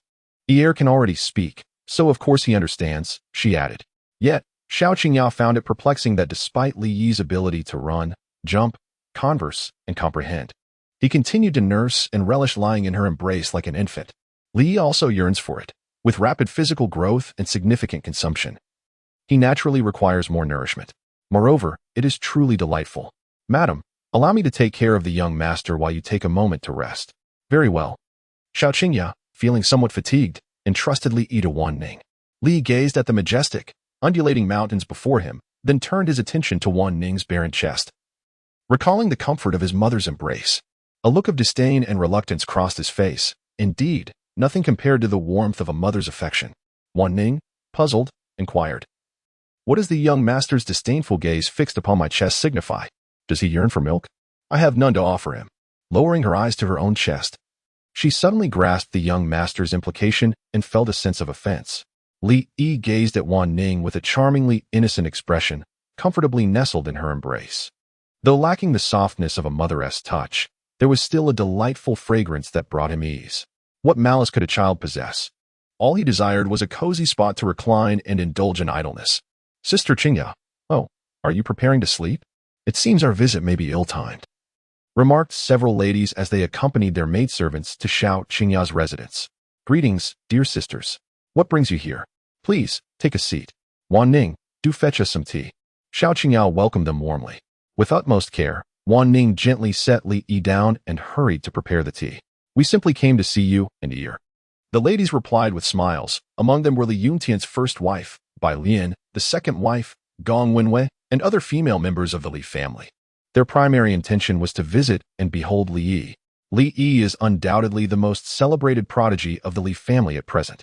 His unparalleled talent is only surpassed by his mastery of the flying snow sword, rendering his future unmistakably bright. Many aspire to forge connections with Li Yi, anticipating that as he matures, they may find themselves benefiting from his protection. Xiao Qingya is fully aware of their intentions. However, she remains silent about it. She gently lifts Li Yi and places him upon her knee, introducing him. This is your eldest aunt, and this is your second aunt, Li Yi. The names that evoke eternal pain are limited to uncles, aunts, grandfathers, and grandmothers. Anything more complex eludes me. As for the various aunts, Li Yi knows little. Yet they are all remarkably beautiful and exuberant, radiating an aura that promises a life devoid of hardship for the children. Gurgle. Li Yi swallowed hard, tantalized by the irresistible aroma wafting through the air, a scent so delectable that it stirred an insatiable hunger within him, nearly causing him to drool. He resolved to embark on a mission of retribution, no longer willing to endure the indignities inflicted by his cousin and aunt, who had once belittled him. With a determination born from years of accumulated humiliation, he vowed to repay their scorn 100-fold, seeking to alleviate the bitterness that had long haunted his heart. Li, am I being humiliated again? In the original storyline, it seems I am either being insulted or on the path to humiliation. And everyone is here to belittle me. I cast a glance at one of the aunts, Qi Shuyi, who is the wife of Li Yuntian's third brother. And in her arms, she cradles a child, my cousin, Li Mingze. Li must ponder deeply on how to return humiliation 100-fold. What means could a mere child possess to inflict such humiliation upon them? Little E is truly adorable. Let me embrace him. Aunt Billion extends her hand to tease Li Yi, growing fonder with each glance, for he is exceedingly charming. She opens her arms, yearning to hold Li Yi close. Li Yi, exhibiting remarkable understanding, approached Bai Lian with warmth. Andy, come here for a hug. You are so wonderful. Bai Lian embraced Li Yi, utterly enchanted by his adorable nature, wishing fervently to have a son like him, for it would indeed be delightful. In Li Yi, there was no trace of the so-called prodigious genius they spoke of. He was simply a charming little darling. Li Yishuan gently embraced Billian, his hand sinking into her warmth like a soft cloud, a sensation of pure comfort enveloping him. As a mere child, my only desire was to lounge in ease, devoid of any ill intentions. The other ladies gathered around, playfully teasing Li Yi, and soon the room resonated with laughter and joy. He is far more obedient than my son, one lady remarked, having turned her own child inside out, yet none could rival Li Yi's charm. Let me hold him. Being mothers themselves, they were overwhelmed with affection at the sight of such a delightful child, each vying to cradle him in their arms. They even planted kisses on his cheeks, leaving traces of their rouge upon his skin. Li Yixing felt utterly disillusioned, declaring himself unclean. He had become a mere plaything, tossed around among them, who were deliberating on the style and attire they should adorn him with. Among the suggestions was the absurd idea of dressing him in a skirt, raising questions of gender orientation that he could no longer tolerate. The terror of women was palpable. After several hours of their relentless antics, they showed no signs of fatigue, but rather seemed to revel in the chaos. If this continued, he feared he might indeed be driven to his demise by this group of women. Chapter 10. Reward. Maxed out insight. Li Yi's stomach emitted a low rumble, a clear indication of hunger. Having not had an adequate meal and subjected to their playful antics for an extended period, her appetite had only intensified. As she gazed at the ample figures of the several aunts, saliva involuntarily pooled in her mouth. Is Iyo truly hungry? One could easily discern that Li Yi was indeed in need of sustenance. Xiao Qingya lamented, do not even mention it. Iyo has quite the hearty appetite. My milk supply has proven insufficient, all consumed by Iyo. I was just contemplating finding a wet nurse for her, or else. I fear I shall not be able to satiate her. Such a voracious eater? To eat well is a blessing, indicative of Iyo's robust health, remarked another. Indeed. During this period of growth, she must consume more, for it signifies that Iyo is developing and requires ample nourishment. Xiao Qingyao wore a look of deep sorrow. She too wished to nourish Li Yi adequately, yet her milk supply was simply insufficient. Observing Xiao Qingyao's distress, the lack of milk was an unfortunate predicament. You must pay closer attention to your diet. No one should suffer, especially not the child, advised Bai Lian, drawing from her own experiences. Li Yi praised his aunt. stating that it was exceptionally well said. He has already taken notice. Xiao Qingya, burdened with unspoken grievances, is unaware of the extent of Li Yi's prodigious appetite. Li Yi opened his mouth, chewing and mimicking the act of eating. He gazed at several ants, hoping they would comprehend his subtle hints. However, it was hardly a hint. It was quite explicit. Please hand over ear to me. My child is just weaned, and I have ample milk, Qi Shui offered earnestly. Has Zaire been weaned? Xiao Qingyao inquired, her eyes fixed on Li Mingze in Qi Shui's embrace. Li Mingze, merely 8 months old, has already been weaned, while Li Yi, at the age of 1, is still dependent on nursing. The disparity is quite striking. Indeed, Qi Shui handed Li Mingze to the maid and expertly cradled Li Yi, skillfully feeding him. Li Yi, what bliss! Nestled comfortably in Qi Shui's gentle embrace, he relishes his milk with utmost contentment. To his surprise, his appetite proves astonishing. As he persistently sucks at the bottle, he resembles an insatiable abyss, never quite satisfied. Indeed, this child possesses a remarkable capacity for consumption, a fact that Qi Shui wholeheartedly acknowledges. Oh, Xiao Qingya sighs, feeling considerably lighter with someone to share the burden. It is evident that securing a wet nurse is of utmost urgency. Just as Li Yi eagerly enjoys his milk, he suddenly senses an unusual gaze directed towards him.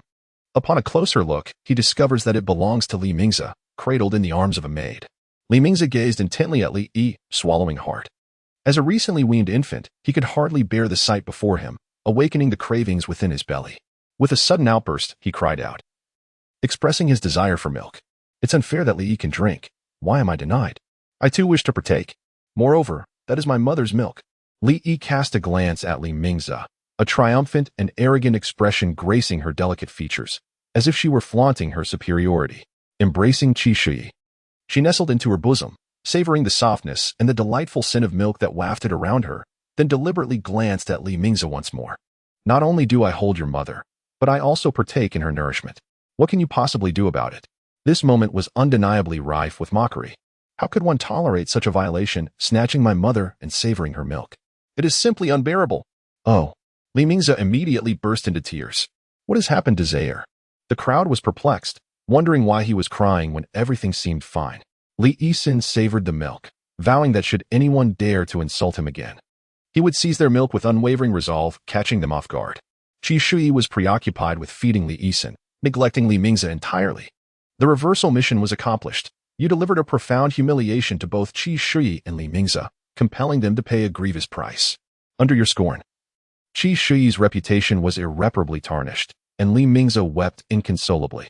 Reward obtained, maximum insight. Maximum insight. Your cognitive abilities have been remarkably enhanced, significantly reducing the time required for comprehension, while also allowing you to grasp entirely new concepts. Li Yi, what nonsense is this? How could Qi Shui lose her dignity under my humiliation? It's as if I have committed some impropriety against her. It was merely a drink of milk.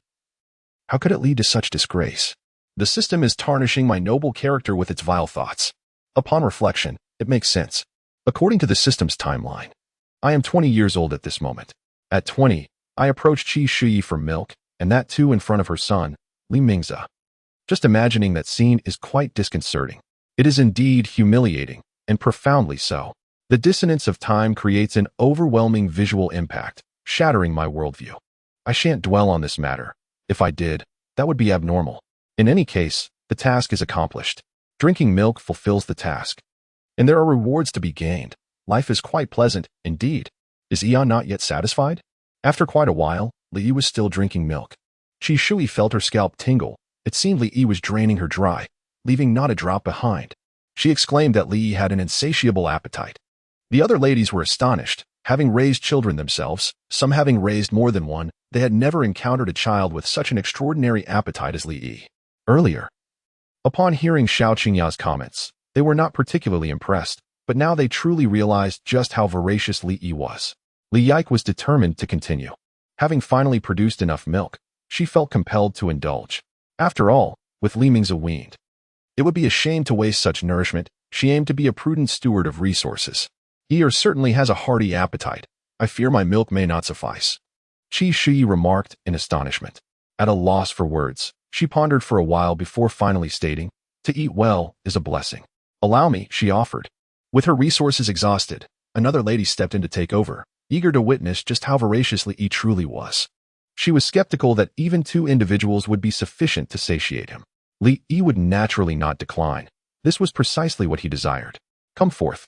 The more the merrier. He would embrace it all, transforming into an insatiable infant feeding machine. After approximately half an hour of being nurtured by the two ladies in succession, Li Yi finally relished his first hearty meal in many days. The sensation of being satiated was truly delightful. Having feasted and quenched his thirst, he comfortably nestled into Xiao Qingya's embrace, drifting into a deep slumber. At last, this little one had been sufficiently nourished. The ladies exhaled in relief. Li Yi's appetite was astonishing, unlike any child they had encountered. They now had a glimpse of the magnitude of his consumption. Qingya, you should consider hiring a wet nurse, one suggested. This was beyond what could be managed by merely improving the diet, without two wet nurses to alternate in feeding Li Yi. It would be quite the challenge to satisfy his voracious hunger. Indeed, tomorrow. No, Wan Ning, you must promptly seek out wet nurses, ensuring they possess ample milk. And aim to find at least two. Understood, my lady, Wan Ning responded, departing to find suitable wet nurses. Casting a glance at her own bosom, she felt somewhat disheartened. Otherwise, she would have quite liked to serve as the young master's wet nurse, caring for both the lady and the young master, as that was her duty. As the hour grew late, they decided not to impose further. Observing the dimming light outside, they prepared to take their leave. Xiao Qingya rose to bid farewell to the ladies. We are all family. What is there to worry about? I am delighted that you have come to visit me. In the ensuing days, Wan Ning procured two young and beautiful wet nurses, both possessing the abundant qualities one would expect from those in such a role. Li Yi has finally attained a life of true contentment, free from the worries of daily sustenance.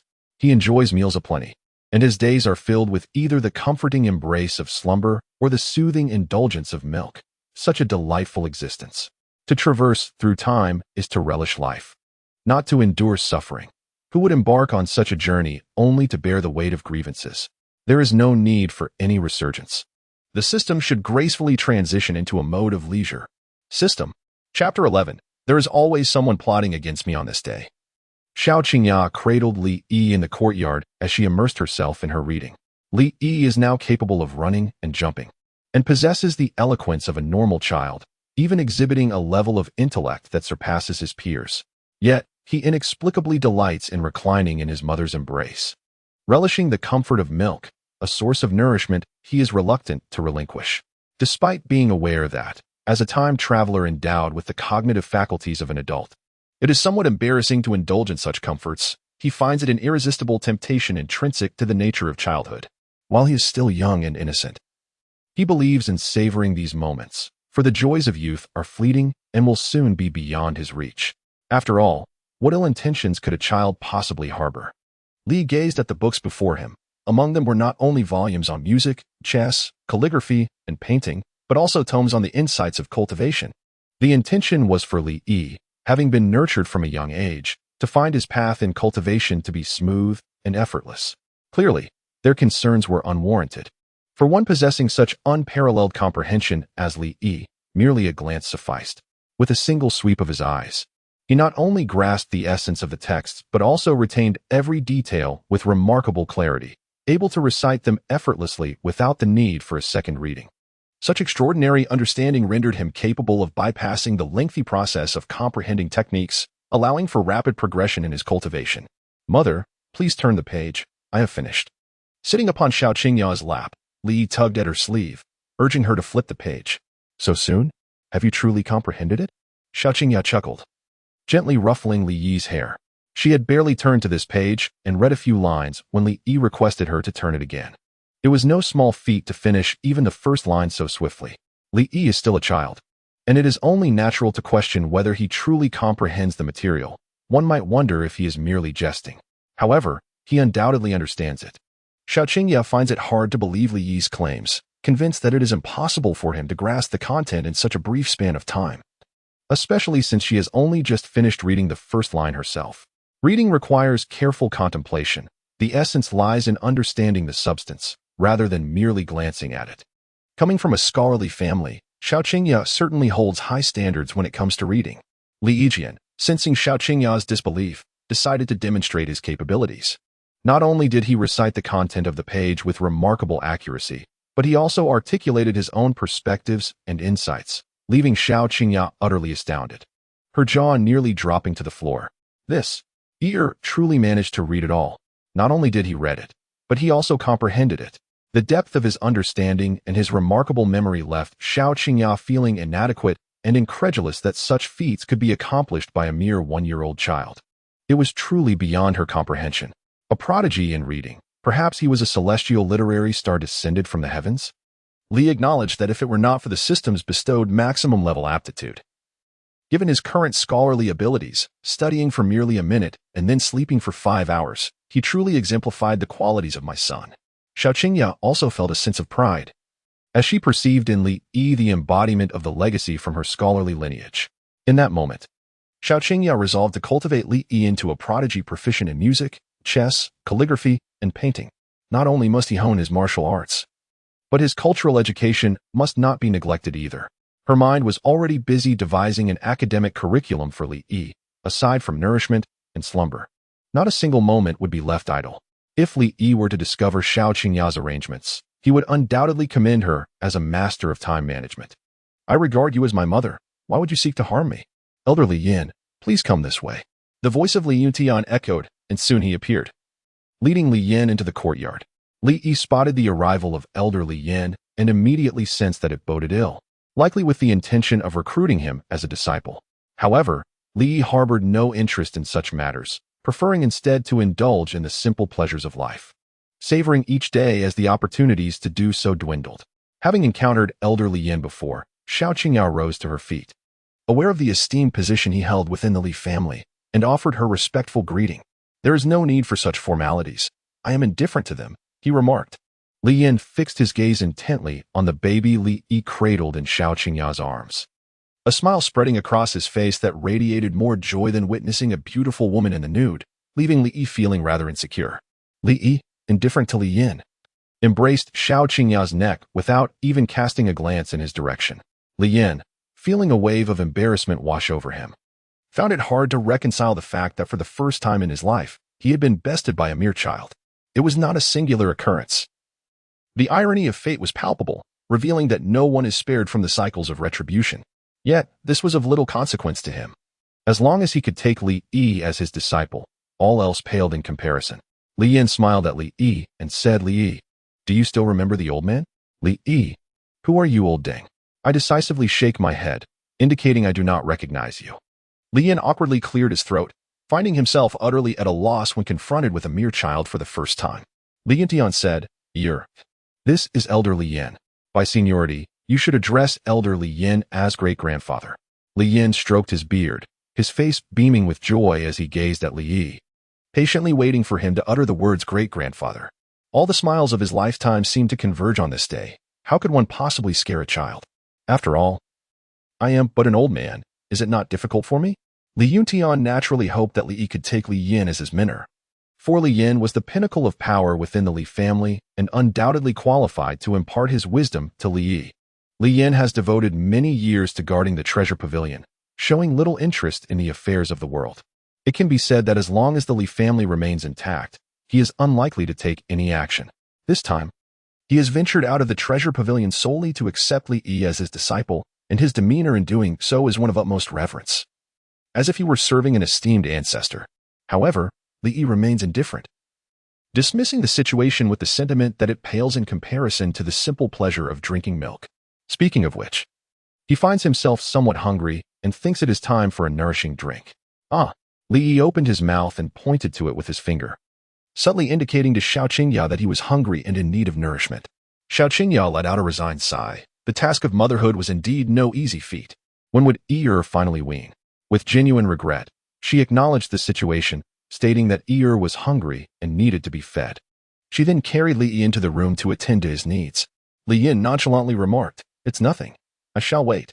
This time, he ventured out with unwavering confidence, determined to secure Li Yi as his apprentice. Wan Ning arrived at the entrance accompanied by 3 nurses, awaiting his presence. Li Yin stood frozen, bewildered by the unfolding scene. What on earth was happening? After a while, a wet nurse entered the room, followed by another after some time had passed. One by one, they came and went, each replacing the last. Witnessing this spectacle, Li Yan's jaw nearly dropped to the floor as he stammered, "What? What is going on here?" Li Yan was rendered speechless in astonishment. Even after living for centuries, he had never witnessed such a spectacle of feeding. 3 wet nurses stood in line at the entrance, taking turns to nourish Li Yi. Was this truly necessary? He recalled that during Li Yi's time at the treasure pavilion, he had expressed a fondness for milk. But this was utterly extraordinary. How insatiable could one's appetite for milk be? The sight was shocking beyond belief. Li Yin was utterly astounded. This was a true testament to being raised on milk. Licking his parched lips and inhaling a deep breath, he realized that geniuses indeed differ from the ordinary. While others might be described as gluttonous, Li Yi could only be likened to a milk barrel. Observing Li Yan's bewilderment, Li Yuntian awkwardly interjected, "Yi has developed a penchant for milk. Ever since the last birthday celebration, he has been this way. Previously, Io had a frail constitution. But it seems that the celebration activated his potential, and now he is growing rapidly. It is entirely normal for him to consume more as he develops." Li Yin was utterly perplexed, his mind swirling with questions. With 3 wet nurses and Xiao Qingya, there were 4 individuals attending to the feeding. Can this truly be considered normal, being told that it's merely about growing strong and eating well? At that moment, Xiao Qingya emerged, cradling a satiated Li Yi. "My dear, it seems that Iru is still not full. We may need to find 2 more wet nurses for future contingencies." "Very well." Li Yuntian could do nothing but comply. Li Yin inhaled sharply, astonished by the sheer voracity of the child. He had never encountered a baby with such an insatiable appetite for milk. It was likely that should he achieve greatness in the future, he would rightfully earn the title of Milk Emperor. What were we discussing just now? The group resumed their conversation on the previous topic. Li Yin expressed his desire to take Li Yi as his sole disciple, wishing to impart all his skills to him. He believed that no one in the Li family was more suited to be Li Yi's master than himself.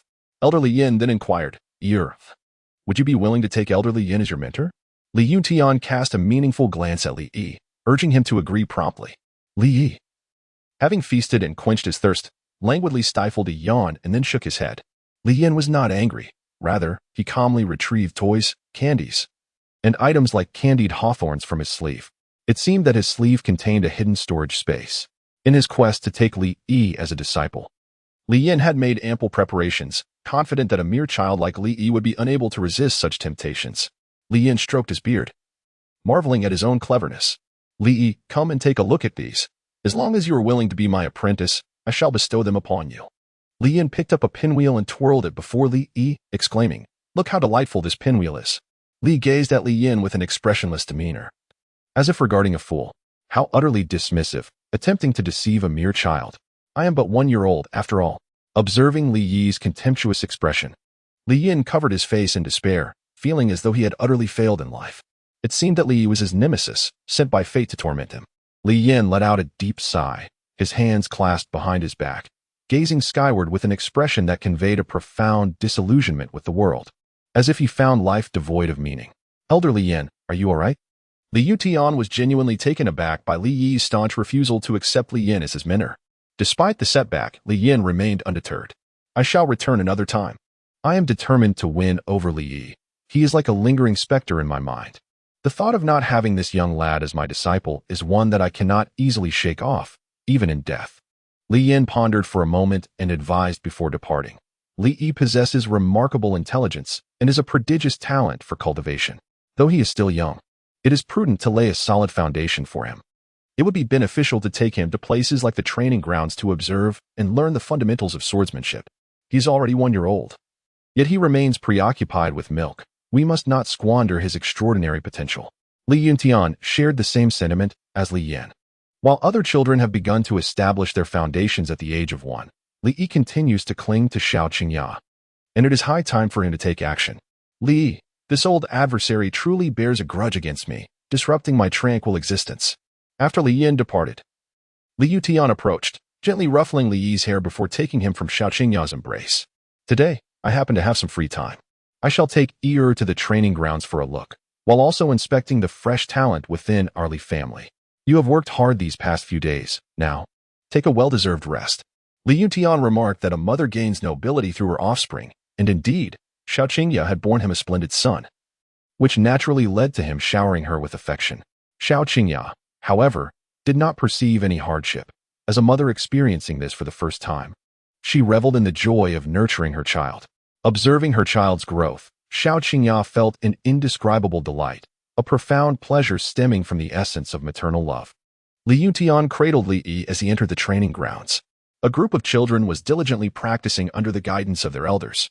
The instructors present were all seasoned professionals. While their personal strength might not be formidable, their expertise in teaching was undoubtedly commendable. Strength and the art of instruction are entirely distinct realms. Possessing great power does not inherently confer the ability to educate disciples. Master, upon noticing Li Yuntian's arrival, they respectfully bowed in deference. Observing the young Li Yi in Li Yuntian's arms, many recognized him from the celebration of his first birthday, where they had witnessed his remarkable presence. Young Master Li Yi has come as well. Is the head of the family bringing him here to learn the fundamentals of swordsmanship? Li Yuntian nodded gently, affirming, Indeed, I believe the time has come. Let us begin by imparting some fundamental knowledge to Yi, establishing a solid foundation. You are undoubtedly more suited to teach him than I. The head of the family reassured him. Rest assured, I will entrust this responsibility to you. Young Master Li Yi is exceptionally bright. He will surely grasp it with ease. Very well. Li Yuntian nodded and introduced to Li Yi, This is Uncle Ding, who will be responsible for teaching you the swordsmanship. You must diligently learn from Uncle Ding. Do you understand? Ding Hua, the martial arts instructor of the Li family, has been teaching for over a decade or two, nurturing numerous prodigies. Among the many martial arts teachers in the Li family, he stands out as the most skilled, and Li Yuntian feels entirely at ease in trusting Li Yi to him. Greetings, Uncle Ding. Li Yi greeted politely. Hello, young Master Li. Ding Hua smiled sincerely. I shall leave young Master Yi in your capable hands. I will go and explore elsewhere. Rest assured, Master of the house. I will devote myself wholeheartedly to instructing young Master Li Yi. Ding Hua assured Li Yuntian, patting his chest. Li Yi, a prodigy of such remarkable caliber, embodies the very essence of the ideal student that every teacher dreams of nurturing. They aspire to impart their knowledge to him, forever leaving a resounding mark on their careers. As Li matures, they too hope to bask in the glow of his accomplishments. Ding Hua crouched down, gazing at the seemingly harmless and endearingly innocent Li Yi, who radiated the charm of an obedient child. Come, let Uncle take you to select your weapon. All right. Ding Hua led Li Yi to a rack brimming with an array of weapons.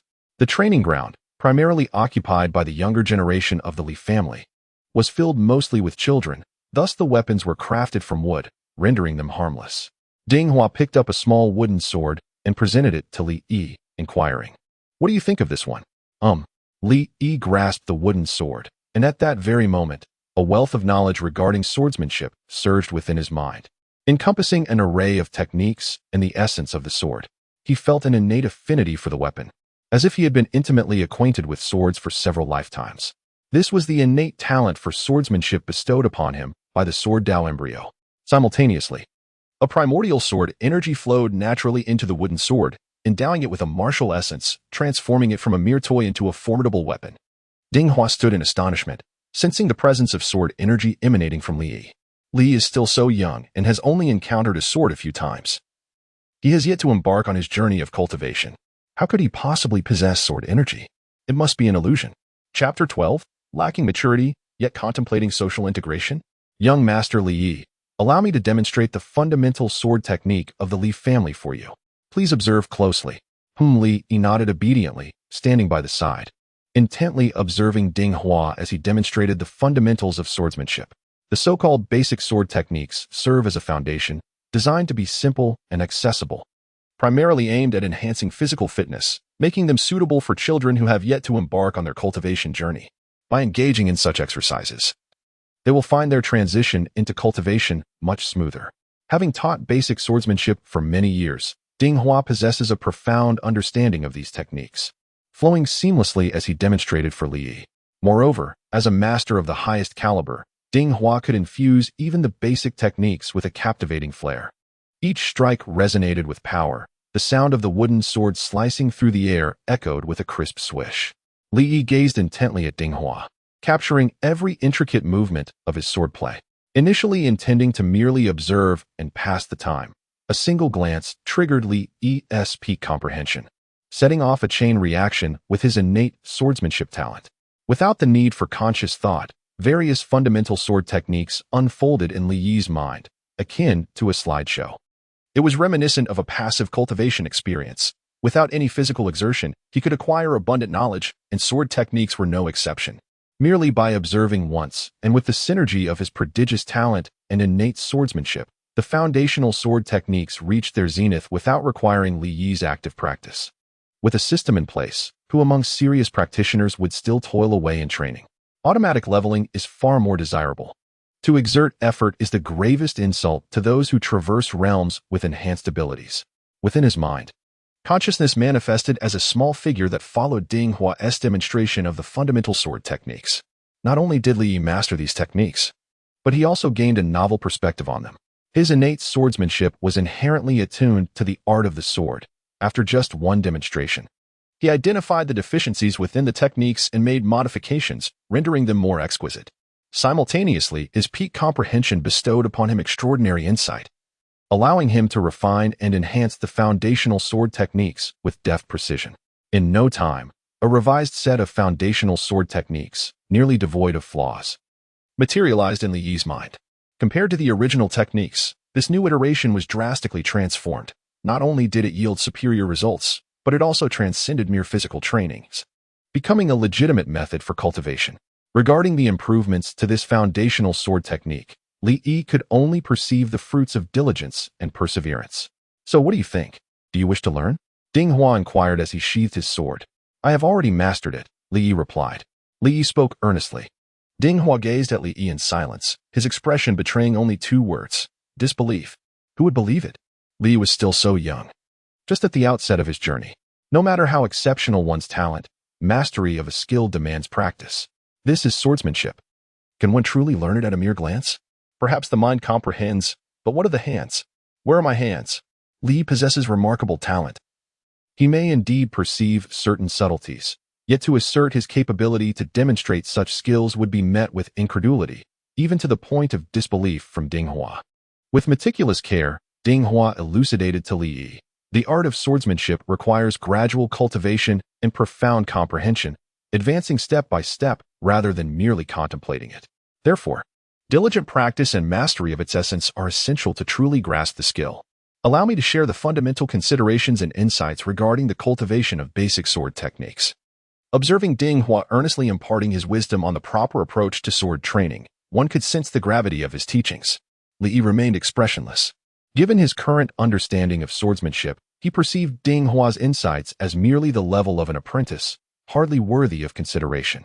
Were it not for Li Yi's inclination towards modesty and his desire to return to the comforting embrace of his mother, to peacefully drink milk and sleep, he would have readily demonstrated the essence of swordsmanship to Ding Hua, followed by the playful inquiry, "Would you like to learn?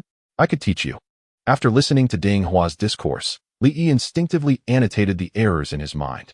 Although he made some modifications, they provided only marginal assistance in his cultivation of the sword path. Did you understand? Ding Hua asked patiently. If it were another child, Ding Hua would undoubtedly adopt a strict teaching approach, but with Li Yi, the situation was decidedly different. Li Yi nodded obediently. All right, you practice here for a while and explore on your own. I will check on the others and return shortly to see how you are progressing. Ding Hua observed Li Yi's compliant demeanor and nodded in satisfaction. With such innate talent and good behavior, finding a child like him was a rarity, almost akin to wishing he were his own son. Leaving Li Yi to practice alone, Ding Hua went to supervise the other children's training. Once Ding Hua had departed, Li yawned and carelessly tossed the wooden sword aside. Training? Impossible. That was beyond the realm of possibility for him in this lifetime. Besides, did he really need to train? Wasn't it merely a matter of giving it a glance? Sitting comfortably in a chair with his legs crossed, he felt utterly relaxed. A plate of peanuts and a glass of liquor would have made the moment even more delightful. Hey, look at that kid. He seems to be new here. Several little ones gathered together remarked. He is also a student of Mr. Ding. I've never seen him before. Which Uncle S child is he? Ding Hua was a distinguished teacher at the Li Family Academy, and any student fortunate enough to be under his tutelage was either exceptionally talented or well-connected. So it was evident that Li Yi was not an ordinary child. Whoever he is, how dare he act so arrogantly, completely disregarding our leader? Another chimed in. He ought to recognize whose territory he is in. The self-proclaimed leader among the children, adopting a manner befitting a miniature adult, raised a hand to silence them. Since he is a student of Teacher Ding, he will be our junior from now on. Let us go and inquire about his background. In the mind of this young leader, a new junior had just been added to his ranks. As one of Teacher Ding's prized pupils, he naturally assumed the role of leader among this group of children, revered and respected in their midst. As a newcomer, Li naturally felt compelled to extend his greetings and establish a rapport, asserting his position by gathering a few followers. A group of 3 or 5 children approached him, encircling him in curiosity. Li, are they attempting to bully me? Are they serious? A glance reveals that they are all children aged 3 or 4, taller than Li, each sporting a small wooden sword at their waist. In my world, children of that age are still playing in the mud. Yet this is a fantastical realm. I am called Li Zimo, the leader here. What is your name? Li Zimo crossed his arms, exuding an air of seriousness, resembling a miniature adult, embodying his role as the leader. Li, he declared, introducing himself. Although Li was a name well known among the elders of the Li family, it held little significance among this group of still immature children. They were fortunate to remember what they had for lunch, let alone anything else. I think I've heard my mother mention it, one child pondered, finding Li's name somewhat familiar. You are a student of Mr. Ding, and so am I. This means you are my junior. According to the rules here, you must acknowledge me as your leader. I will look after you, and if you have any questions, feel free to ask. I shall teach you. Li Zimo patted his chest, and it was evident that being addressed as boss by this group of children had instilled a sense of confidence in him. Li couldn't help but twitch the corner of his mouth. Goodness, so he wishes to have me as his little brother. This young rascal is quite amusing. He hasn't even matured yet and is already trying to emulate the gangsters of old. As a representative of the new generation and new ideals, Li felt it was his duty to guide them towards the right path. Chapter 13. Stay focused. Don't lose points. Li Zimo, brimming with confidence, had studied under Ding Hua for 2 to 3 years. With his innate talent and proficiency, guiding a novice like Li was well within his capabilities. It was inconceivable that a child like Li would have any reason to refuse his assistance. Li observed Li Zimo, lost in a reverie, and wondered what fantasies occupied his mind. Perhaps he was envisioning himself as the leader of this generation. Amongst this group of children, Li Zimo's prowess was indeed remarkable. At just over 3 years of age, yet still shy of 4, he had already achieved the rank of a 3-star martial apprentice. He could certainly be considered a prodigy. In front of the other children, Li Zimo had every right to boast, yet before Li, he paled in comparison. Are you serious? Li raised an eyebrow slightly. Of course, according to the rules, if you call me boss, I shall accept you as my little brother. Should anyone dare to bully you, you may invoke my name. And I can also teach you swordsmanship. My technique has garnered praise from Mr. Ding. Li Zimo patted his chest and boasted proudly, exuding an air of arrogance stemming from his talent. However, what Li perceived was merely a comical sight. He attempted to feign confidence, yet he fell short.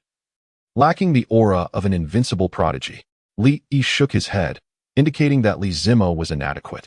What do you mean? Li Zimo inquired, perplexed by Li Yi's implication. Li stifled a yawn, descended from his chair, and stood before Li Zimo.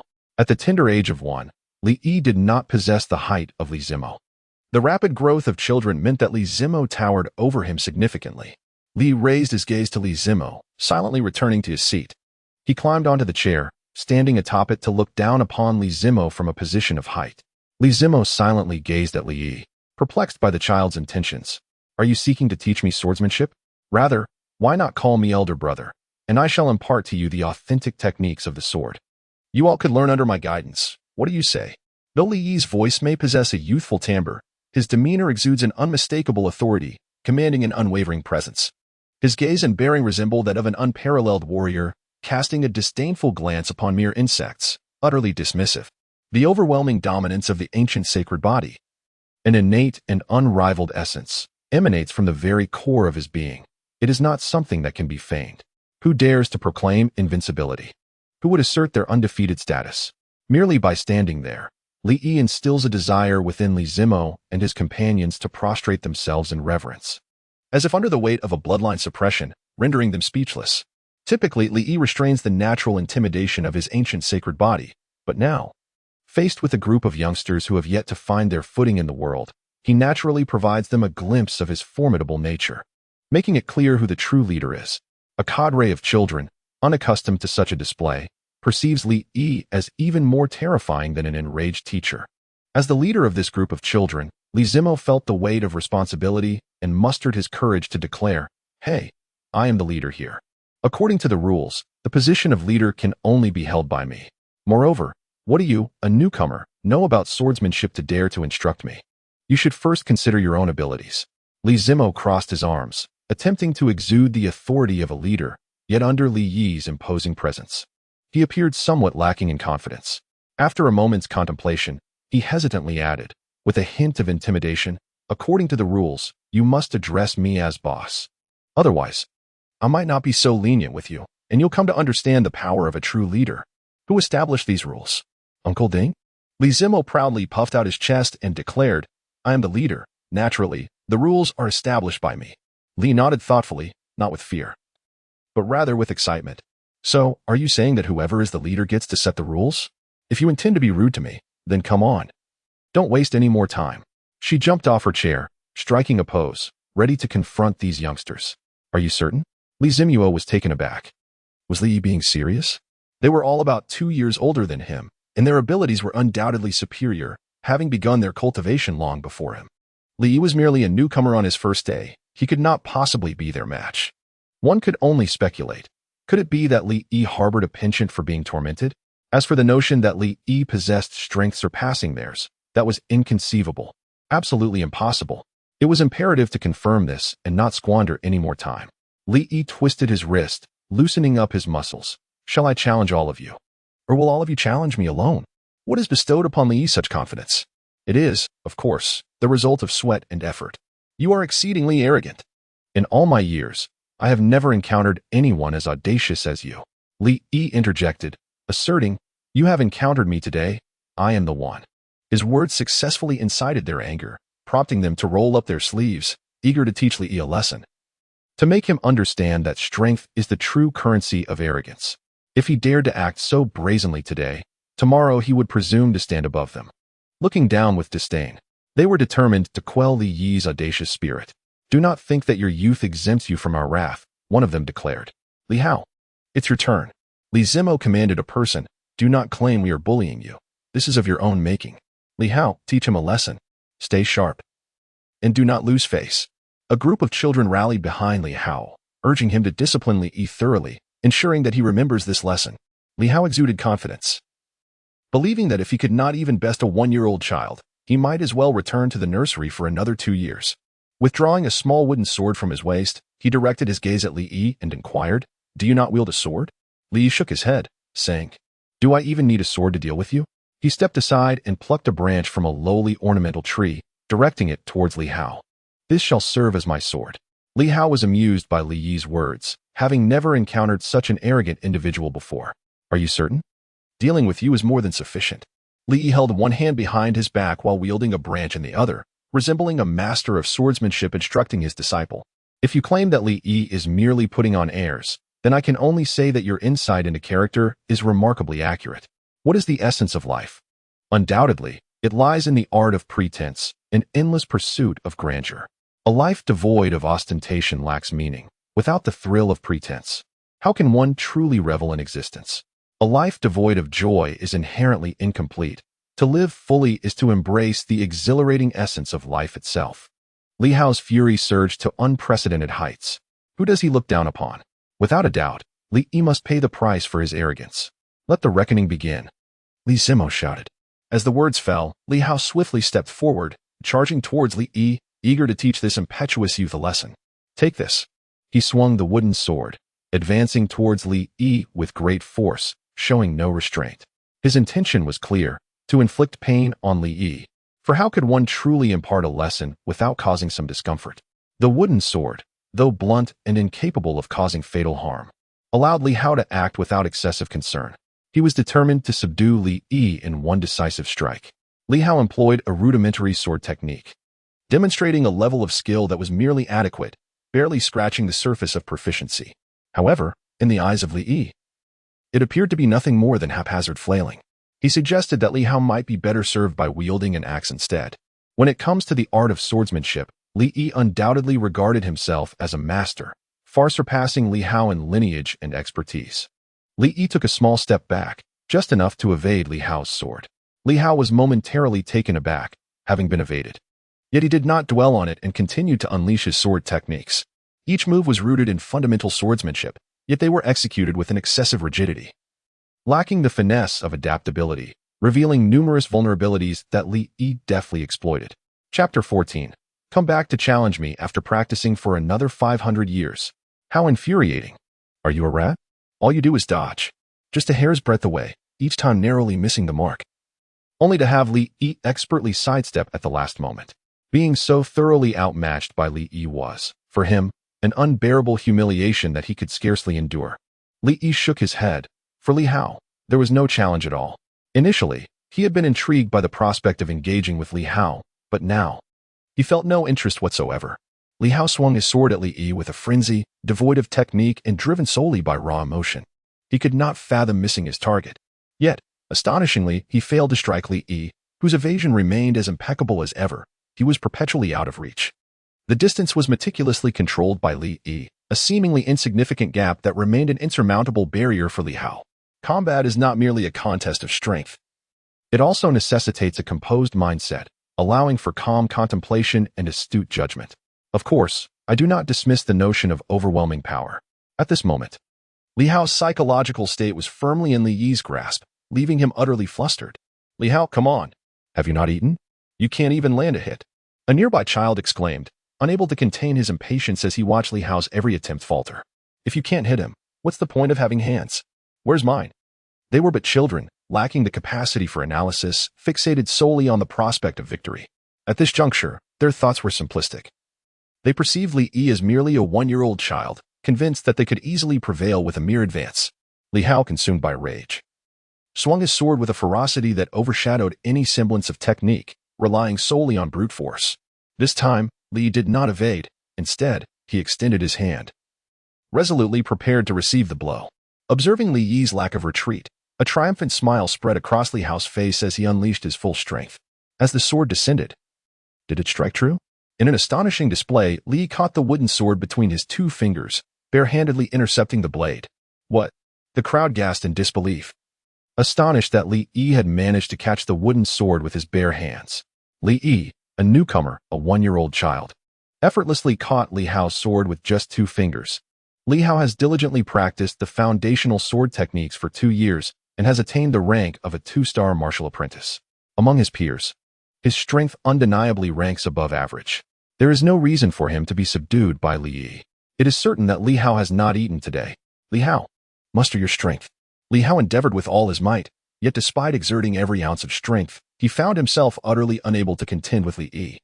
His strength was completely insufficient to overpower Li Yi, who firmly grasped the wooden sword. No matter how vigorously Li Hao struggled, he could not extricate the sword from Li Yi's relentless grip. Merely a pinch between 2 fingers represented the insurmountable limit for Li Hao. In that moment, the greatest astonishment belonged to him. This was his most formidable strike, and only he understood the extent of his exertion. How astonishing it was to witness Li Yi so effortlessly neutralize his attack, seemingly without any exertion, as if Li Hao's offensive held no significance whatsoever. How utterly weak. Li Yi shook his head in disappointment, uttering a scathing remark that pierced the heart, laden with mockery, utterly disregarding Li Hao as a mere human. Although Li Hao was older and had begun his cultivation before Li Yi, the nurturing he had received in recent days was not in vain. Li Hao merely feigned strength, while Li Yi truly possessed the might of genuine effort. How despicable! In a fit of hysteria, Li Hao roared, his heart ablaze with fury. His youthful visage contorted into a grotesque mask of rage. Li Hao exerted all his strength, pressing down with relentless determination, refusing to be disheartened. Yet, despite Li Hao's frantic efforts, Li Yi remained as steadfast as a mountain, unmoved. How could this be possible? Li Yi is merely a year old. Could it be possible that I would be defeated by him? Li Hao gritted his teeth, the veins on his forehead bulging, sweat cascading down his cheeks, completely drenched in perspiration. Yet, he remained resolute, attempting one final struggle. However, Li Yi had no intention of granting Li Hao any opportunity. With all his attention fixated on the wooden sword, Li Hao left himself utterly unguarded, revealing numerous vulnerabilities. Li Yi seized the opportunity, swinging the branch with precision, striking Li Hao squarely in the chest. In an instant, the branch tore through Li Hao's shirt, its slender twigs resembling razor-sharp blades, mercilessly shredding the delicate skin of his chest. Li Hao experienced a searing pain in his chest, as if countless steel needles were simultaneously piercing through his ribcage. The agony compelled him to draw a sharp breath, gritting his teeth, his features contorted in a grimace. Looking down, he noticed several wounds of varying depths across his chest, all inflicted by branches. These seemingly inconsequential twigs possessed formidable power in the hands of Li Yi. Li Yi was taken aback. He had already tempered his strength, yet he had not anticipated that he would still strike with such force. At the moment he swung the branch, the innate sword energy within him surged uncontrollably into the limb, transforming the otherwise useless branch into a formidable weapon, each twig akin to a razor-sharp blade. Li Hao gazed at the wound on his chest, blood seeping forth, and could no longer suppress the terror that surged within him. He opened his mouth and began to cry uncontrollably, wailing. After all, Li Hao was merely a 3-year-old child, unaccustomed to such sights, and was utterly frightened. Li Yi clasped his hands behind his back, striking a pose reminiscent of a sage, exuding an air of maturity. Having triumphed, I shall now indulge in some pretense. Perhaps you should spend another 500 years honing your skills before seeking me out again. By then, you might possess the qualifications to receive my first sword. Li Yiqing raised his head with an air of arrogance, embodying the sin of pride in a most vivid manner. The onlookers were left seething with anger, their teeth clenched in frustration at his ostentatious display. How pretentious can one be? Does he not realize how ridiculous he appears? It was particularly intolerable to them that Li Yi, despite being younger, flaunted his superiority in their presence. Li Hao, what has happened to you? They exclaimed in shock, noticing the blood gushing from Li Hao's chest, the wound incessantly oozing crimson. This sight startled everyone, leaving them frozen in disbelief, utterly at a loss for what to do. Li Hao was grievously injured by Li Yi's innate sword energy, his wounds far more severe than they appeared. What is going on here? What are you doing? At that moment, Ding Hua approached, having heard the sound of weeping from a distance, initially assuming that a brawl was taking place, and quickly admonished them. This group of youngsters frequently formed cliques and engaged in clandestine skirmishes. Despite their tender years, they displayed considerable arrogance upon acquiring a modicum of skill. It was surmised that upon seeing Li Yi, the newcomer, they sought to recruit him, which subsequently led to a conflict. If anything were to happen to Li Yi, it would indeed be a grave predicament. How could I have overlooked this matter? I should have forewarned these young men in advance. As I approached, just as I was about to speak, I was abruptly interrupted by Ding Hua. Li Zimo, how many times must I remind you? You are all cousins, and you must coexist harmoniously. Fighting is unacceptable, and bullying others is even more so. Why do you persist in ignoring my words? Li Zimo, upon arrival, he was immediately met with scorn. Li Zimo felt a profound sense of injustice, exclaiming, I have been wronged. Although this incident was indeed instigated by us, we did not resort to violence. Rather, we were the ones who were assaulted. Ding Hua, upon noticing that Li Yi was unharmed, let out a sigh of relief, grateful that Li Yi was safe. Otherwise, his career would have been irrevocably damaged. It was not Li Yi who wept. So who, then, was in tears? Chapter 15. The model student, Li Yi. Ding Hua turned to see Li Hao, who was sobbing uncontrollably, and fell into a contemplative silence. Why was it Li Hao who was crying? He had expected it to be Li Yi, yet it was indeed Li Hao. He pondered whether they had conspired to torment Li Hao instead of Li Yi. However, were they not supposed to be allies? Why, then, was there infighting? Ding Hua could never have imagined that Li Hao had been injured by Li Yi. The thought that such a gentle and seemingly harmless child could inflict harm, particularly upon Li Hao, was utterly unfathomable. Upon witnessing the severity of Li Hao's injuries, he was taken aback. Li Hao was gravely wounded. He quickly knelt down, retrieving a healing elixir to administer to Li Hao, staunching the bleeding. With the aid of the elixir, Li Hao's condition gradually improved, the blood at the wound site coagulating, ceasing its flow.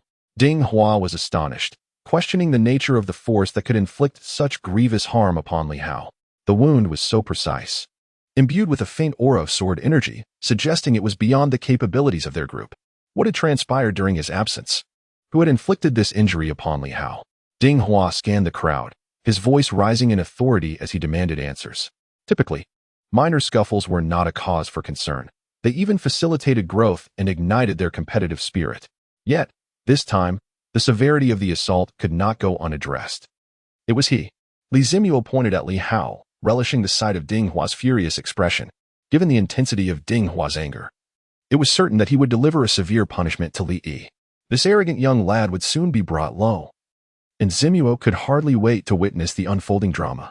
Initially, Ding Hua intended to unleash his wrath upon the assailant, but upon realizing it was Li Yi, his fury morphed into bewilderment. A question mark flashed above his head, brimming with confusion. What sort of jest was this? Are you telling me that the perpetrator is Li Yi? You mean to say that a mere 1-year-old, barely having learned to walk, could inflict severe injuries upon a 3-year-old? A 2-star martial apprentice who has trained in swordsmanship for 2 years? Furthermore, could such a feat possibly be executed by a child of that tender age? It was utterly preposterous for Ding Hua to believe such a tale. How could Li Zimuo concoct such an outrageous lie to deceive me? Surely. The words easily fooled were inscribed upon his face. Li Zimuo, I suspect you are the one behind this. Ding Hua regarded Li Zimuo with skepticism. He would rather attribute the misdeed to Zimuo than to Li Yi. This seemed like a ploy to frame Li Yi, taking advantage of his newcomer status. Yet the choice was remarkably foolish. Anyone with a modicum of sense would not assert that Li Yi was responsible. Immersed in the spectacle, Li Zimuo replied without a moment's hesitation, indeed, it was he. Suddenly realizing the implications, he quickly amended his statement. Mr. Ding, it wasn't me. It was Li Yi. Truly it was Li Yi. Li Zimuo could not comprehend why Ding Hua failed to believe his earnest words, for it was evident that it was Li Yi who was culpable. Ding Hua, shaking his head in disappointment, exclaimed, Li Zimuo, you have truly let me down. Not only are you foolish and incapable of choosing an appropriate scapegoat, but you also resort to deceit. When your lies are exposed, instead of owning up to the truth, you attempt to tarnish Li Yi's reputation. I am utterly disheartened by you. Li Zimuo felt an overwhelming sense of despair, his anguish unexpressed. Teacher, it was truly Li Yi. You can ask him if you don't believe me. Ding Hua glanced at the seemingly innocent and harmless Li Yi, the epitome of an exemplary student. Then, casting another look at Li Zimuo, he became even more convinced that it was indeed Li Zimuo who was responsible. Li Yi experienced the delightful sensation of being trusted by his teacher, which was truly wonderful. Teacher Ding, it was indeed my doing. Ding Hua. Even when Li Yi himself confessed, Ding Hua remained skeptical, questioning Li Yi with doubt. Is it really you? Speak honestly to the teacher. Was it your doing? Do not be afraid, for the teacher will support you. If you are being threatened, simply blink once. Li Yi. Teacher, it is indeed me. Li Yi, with a sincere expression, remarked that it was exhausting to speak the truth for the first time. How is this possible? How did you accomplish this? Ding Hua, perplexed and with a mind in disarray, could not fathom that this could be the work of Li Yi. How did Li Yi, a child, achieve this? I utilized this. Li Yi raised the branch in his hand for Ding Hua to examine. Ding Hua scrutinized the branch, recalling the wound on Li Hao from earlier. The marks left by the injury indeed bore a resemblance. Yet, how had Li Yi managed this? To inflict harm upon Li Hao, who wielded a sword and was his own student, was perplexing. Li had engaged in a spar with a mere branch, and to his astonishment, he had underestimated Li Hao's abilities, inadvertently inflicting a grave injury upon him. Li's tone seemed to convey a trivial matter, yet his words detonated in Ding Hua's mind like fireworks. What does it mean to say Li Hao is weak? What does it mean to say he lost control? What does it mean to be careless? Is this even a reasonable statement? Meanwhile, Li Hao felt an overwhelming sense of frustration. Must one not only commit the act but also wound the heart? Although Ding Hua had come to believe that Li Yi was indeed responsible, he still found it hard to comprehend and could only grasp the reality if he witnessed it with his own eyes. Li Zimuo, you should compete with Li Yi. Li Zimuo was initially an onlooker, anticipating the moment when Li Yi would face the repercussions of Ding Hua's wrath. To his surprise, not only did Ding Hua refrain from punishing Li Yi, but he also challenged him to a competition. Had it been Li Zimuo who erred, he would have undoubtedly faced severe consequences. Li Yi, what is my identity compared to yours? I am incomparable. My father is Li Yuntian, the head of the Li family. Now, please enjoy an exceptional essay titled My Esteemed Father, the Family Head. Li Zimuo reluctantly engaged in a competition with Li Yi. Li initially intended to use a branch, yet under Ding Hua's insistence, both opted for small wooden swords for their duel. With their pretentious props confiscated, the atmosphere became rather uncomfortable. I shall not let you prevail, Li Zimuo declared, gripping his wooden sword tightly. Li Hao was his brother, and since Li Yi had harmed Li Hao, he felt compelled to avenge him. With a confidence that surpassed Li Hao's abilities, he firmly believed that his fate would not mirror that of his brother. Li Yi remained silent in response to Li Zimuo's words. Li Zimuo let out a snort, choosing silence to feign mastery. Just wait, don't come crying for mercy later. As the two distanced themselves, the sparring commenced. Li Zimo brandished a small wooden sword and charged toward Li Yi. With both hands gripping the sword, he brought it down with great force. Compared to Li Hao, Li Zimo was swifter, more powerful, and his swordsmanship embodied a deeper essence. Li Yi grasped the sword with one hand and, with a swift motion, positioned the wooden blade before him, successfully parrying Li Zimo's downward strike. Li Zimo was taken aback, as he found himself effortlessly blocked by Li Yi with a single hand. Li Yi, disregarding the gravity of the situation, unleashed his full power in response to the slightest provocation. Yet, no matter how fiercely Li Zimo attacked, Li effortlessly deflected each blow, almost as if he were exerting no effort at all. Li's strength surpassed Li Zimo's imagination. He possessed such remarkable power. It's unbelievable. I cannot handle it. Li Zimo, undeterred by adversity, gritted his teeth and summoned every ounce of strength within him. When it comes to determination, how could Li Zimo possibly match the tenacity of Li Yi? Similarly, consumed by frustration amidst Li Yi's arrogance, he launched an all-out assault without a second thought. The temperament of a mere child still proved to be lacking. Although Li Yi too was but a child, he was certainly not a mere 3-year-old. Li Yi seized the moment, deftly sidestepping to evade Li Zimo's assault. With a swift stroke, Li Zimo swung his sword through the air, leaning forward. Li Yi merely gave him a gentle push, causing Li Zimo to fall to the ground. Ouch! His fall resembled that of a vicious dog lunging for its prey, leaving him with a mouthful of dust. The impact was painful for Li Zimo. Just as he managed to rise, a wooden sword was pressed against his neck. Turning around, he found Li sporting an innocuous smile. Defeated in such a manner by Li Yi filled Li Zimo with a profound sense of humiliation.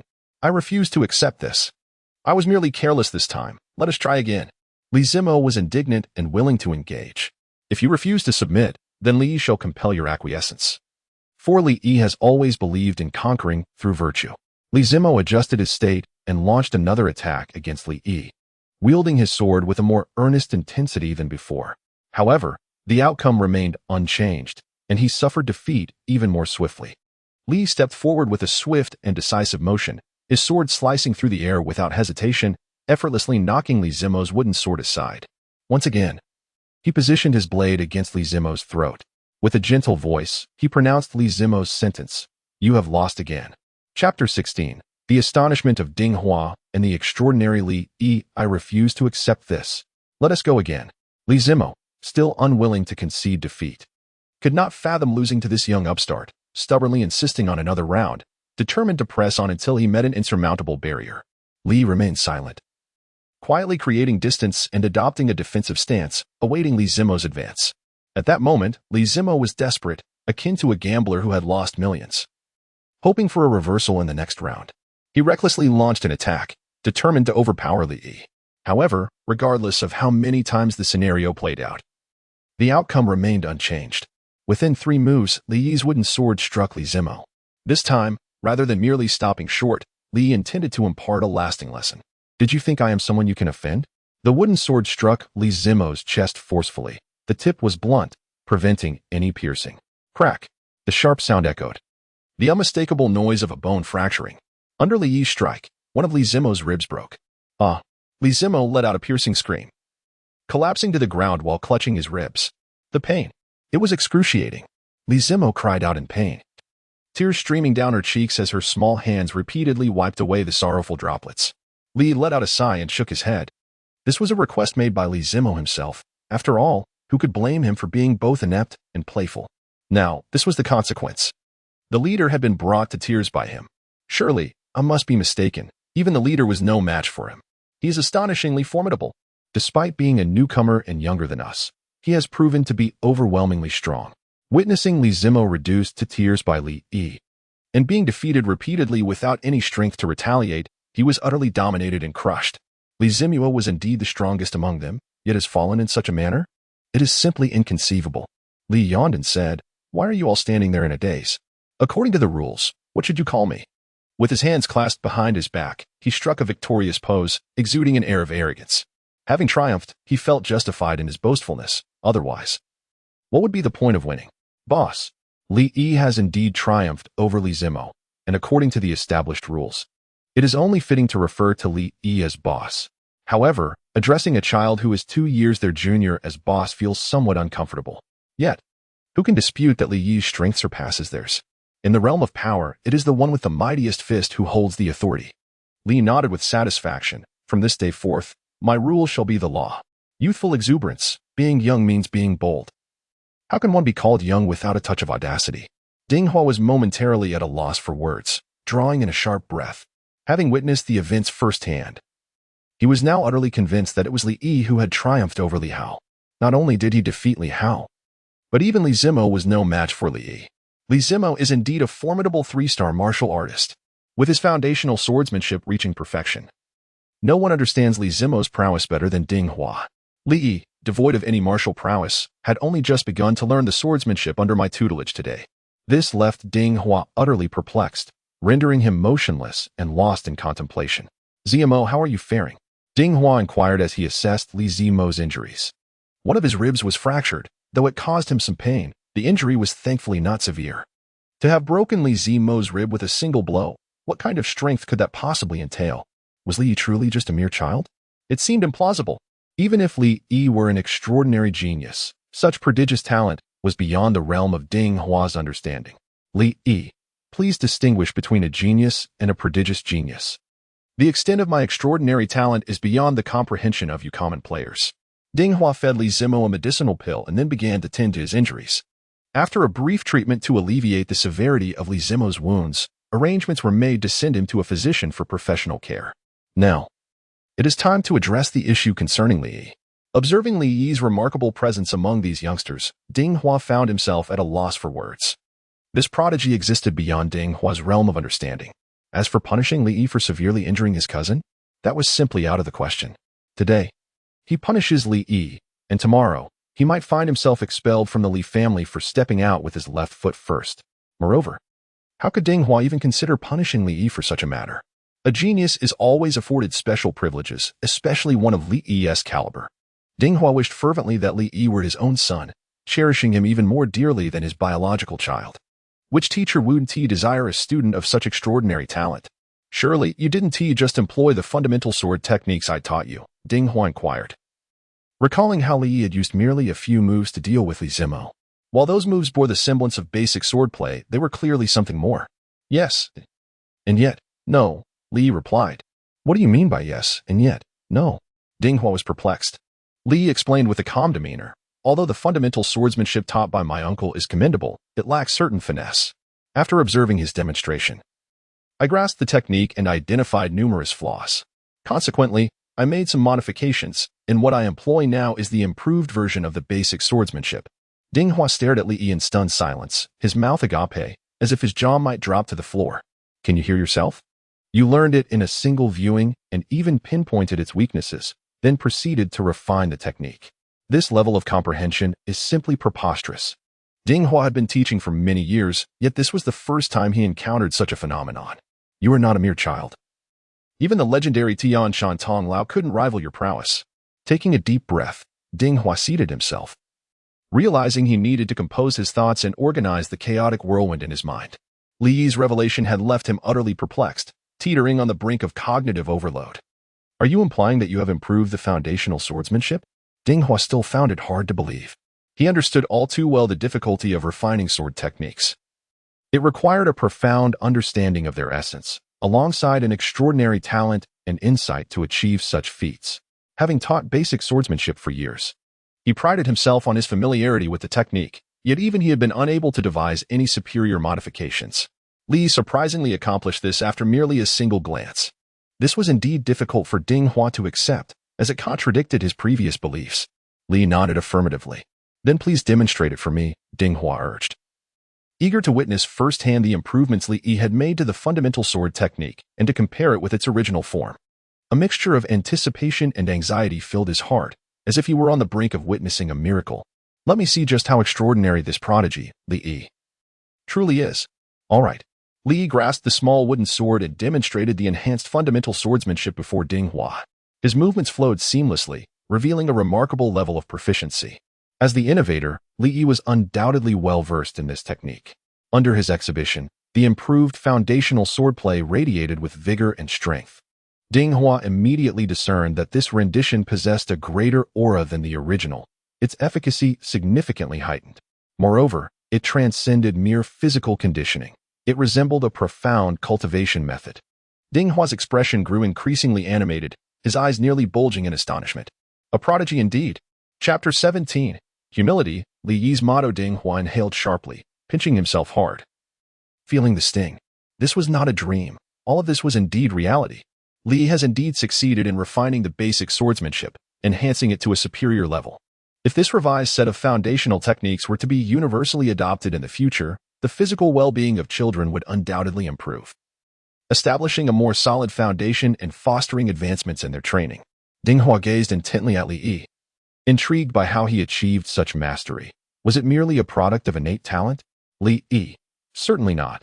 This is undoubtedly 99% perspiration and merely 1% talent. Before long, Li finished demonstrating the improved fundamental sword technique. Ding Hua's jaw dropped, wide enough to accommodate 2 eggs, rendered speechless by the astonishment. After a prolonged silence, he finally stammered, "Did you truly develop and comprehend this sword technique all by yourself?" The sword technique had undergone numerous modifications, with most aspects altered, rendering it far more exquisite and rectifying many shortcomings of the original form. In fact, some deficiencies that Ding Hua had failed to notice despite his extensive teaching became glaringly apparent only after witnessing Li Yi's enhancements. Indeed, without comparison, one cannot discern the extent of disparity. At times, the gap between individuals can be quite significant. Li made Ding Hua feel that all her previous teachings had been in vain. After all this time, she was outdone by a mere 1-year-old. Such a disappointment. The mere presence of Li Yi makes him feel as though his existence is nothing but a waste of air. What else could it be? Li retorted with a smile. Hiss. Ding Hua inhaled sharply, and with another breath, he felt as if he might transform into a pufferfish. You are truly a prodigious talent, Ding Hua exclaimed, striking the armrest and unable to contain his admiration. His gaze towards Li Yi was filled with exhilaration and enthusiasm. Yearning to cradle him in his hands, a smile that was difficult to suppress spread across his face, as if it might split his lips. Previously, he had only been aware of Li Yi's extraordinary talent, but he had never anticipated it to be this astonishing. Li Yi, conceal your naive demeanor. My extraordinary prowess extends far beyond this. It is all thanks to the exceptional guidance of my esteemed mentor. Li Yi is exceedingly modest when praised by Ding Hua. He shyly scratched his head. After all, humility is Li Yi's guiding principle, and he has always been one who prefers to remain unobtrusive. System, indeed.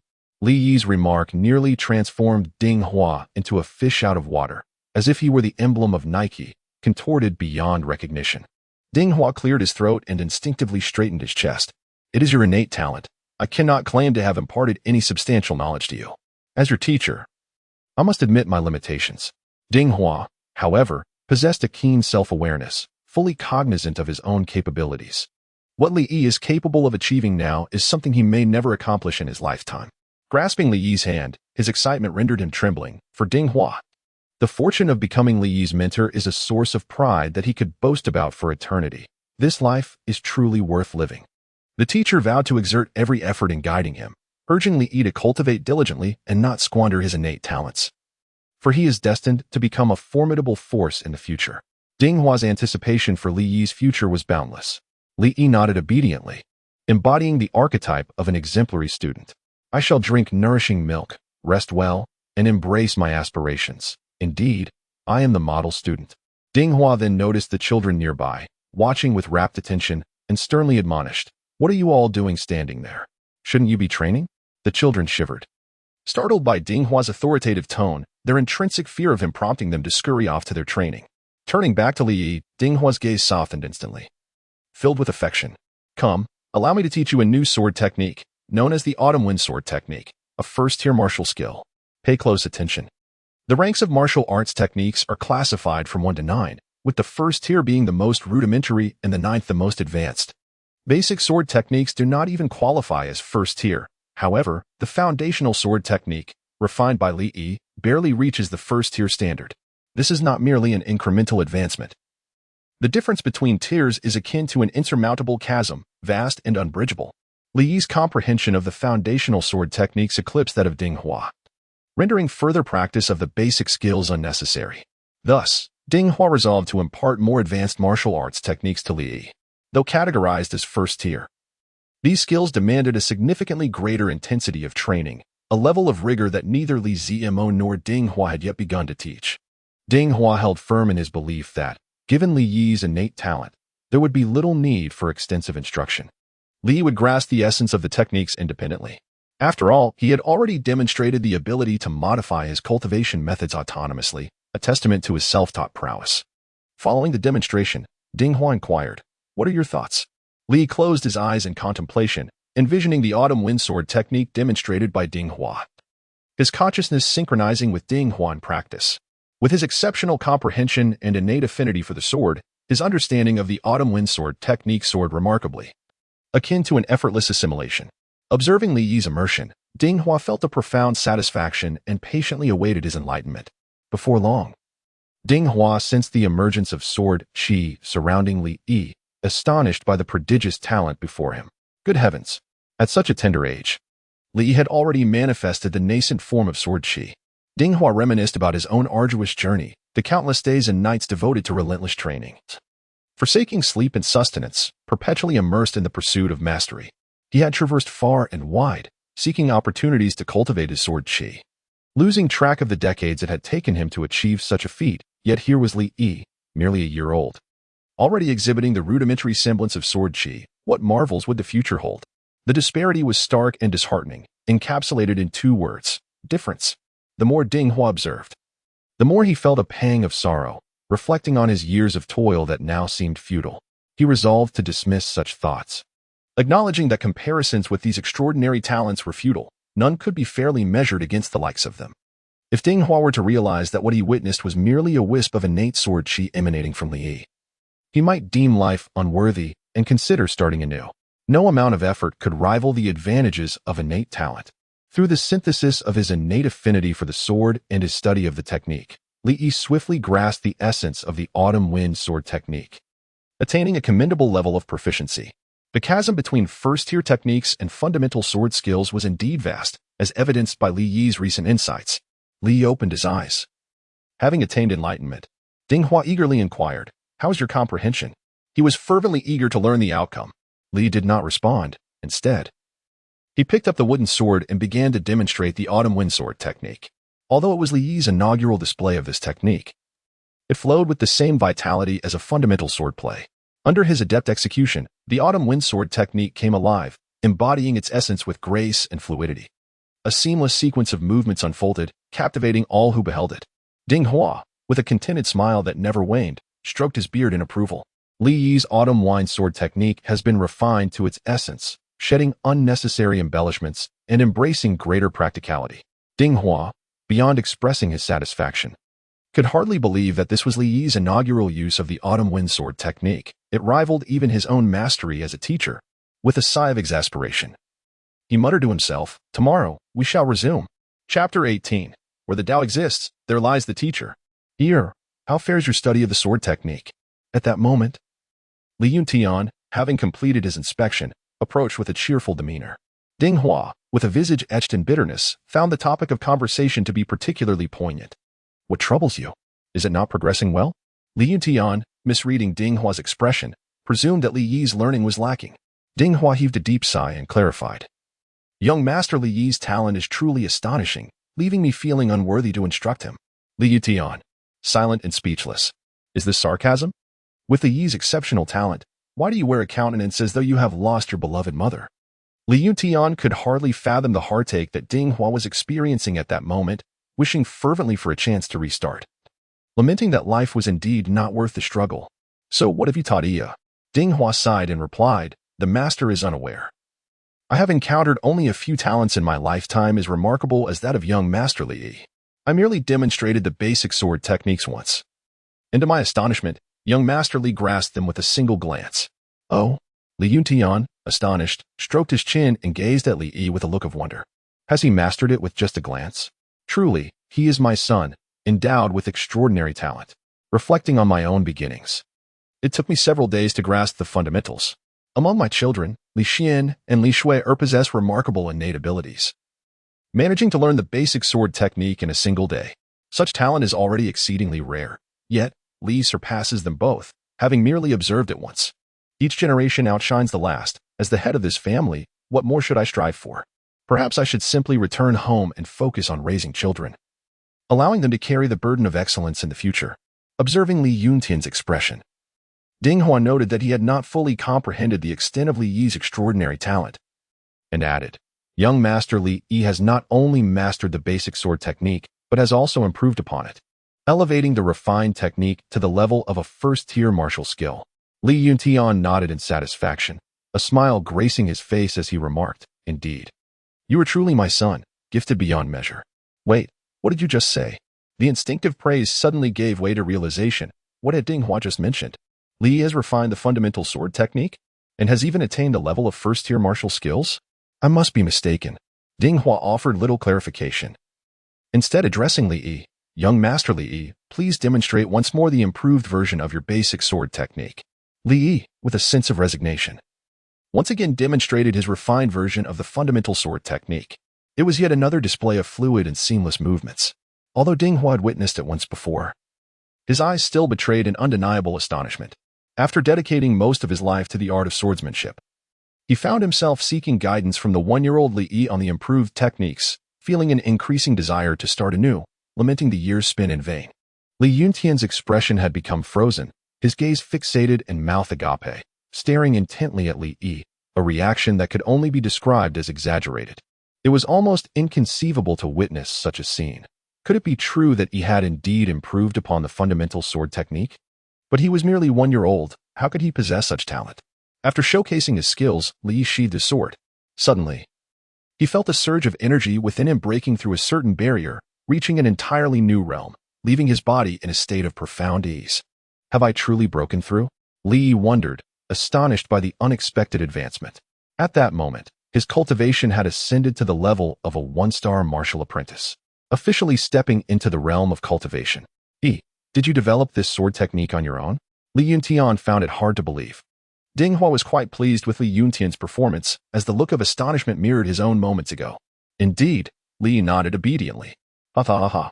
Li Yuntian laughed maniacally, his voice resonating throughout the training ground, capturing the attention of all present. Those unaware might have thought him mad. He pointed at Li Yi, his hand trembling uncontrollably from excitement. Truly, what a remarkable son I have. My child's talent is unparalleled. Li Yuntian boasted with unabashed pride, his face radiating satisfaction. With a son of such extraordinary gifts, what harm is there in being a bit arrogant? Had Li Yuntian possessed such talent himself, his smile would have been permanently affixed to the heavens.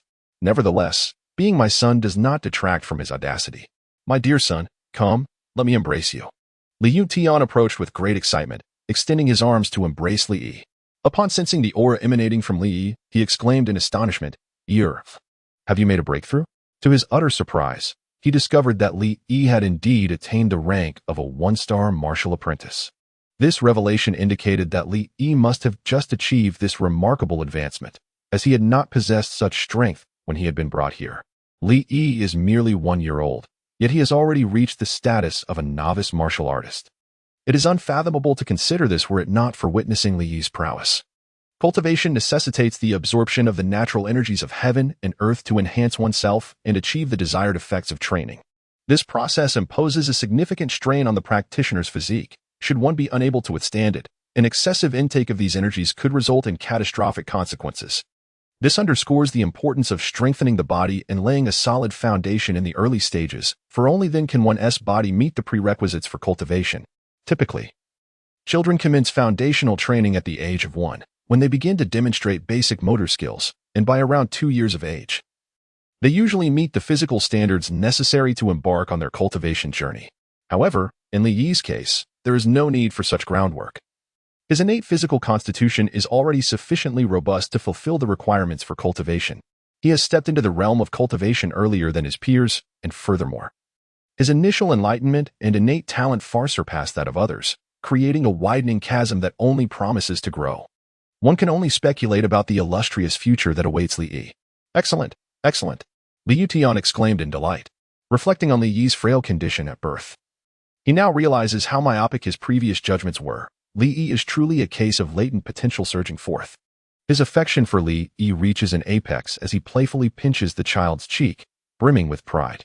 Mr. Ding, how does the revised foundational sword technique perform? It yields superior training effects. And if the children practice according to this enhanced foundational sword technique, their physical capabilities can be significantly improved, allowing them to reach the standards for cultivation more swiftly. Liu Tian nodded in satisfaction. The arrival of Li Yi was undoubtedly a blessing bestowed upon the Li family by the heavens. With this foundational swordsmanship, the younger generation of the Li family would undoubtedly elevate their strength, becoming the pillars of the family's future. Mr. Ding, how well do you grasp the improved foundational sword technique? At this, Ding Hua coughed, his expression betraying a hint of embarrassment. Young Master Li Yi's modifications render it far more exquisite than before. I must dedicate myself to diligent study and practice to truly comprehend its essence. How long do you estimate it will take? Ding Hua could not say for certain, acknowledging that not everyone possessed talents akin to Li Yi's. Perhaps 3 to 5 days. He ventured, though he hesitated to make any guarantees. Very well, I shall bring Yi to you daily. Ensure you learn thoroughly from him. Once you have mastered it and grasped its essence, you may then instruct the other children. Liu Tian was eager to implement the new foundational sword technique, which would undoubtedly benefit the entire Li family. Indeed, Ding Hua wore a bittersweet expression. He had always been the one to teach the children.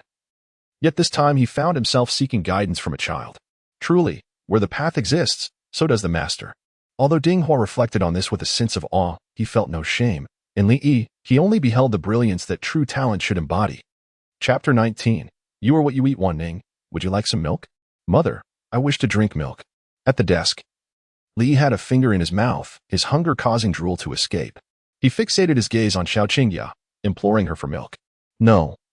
You must finish your writing first, Xiao Qingya replied with unwavering resolve.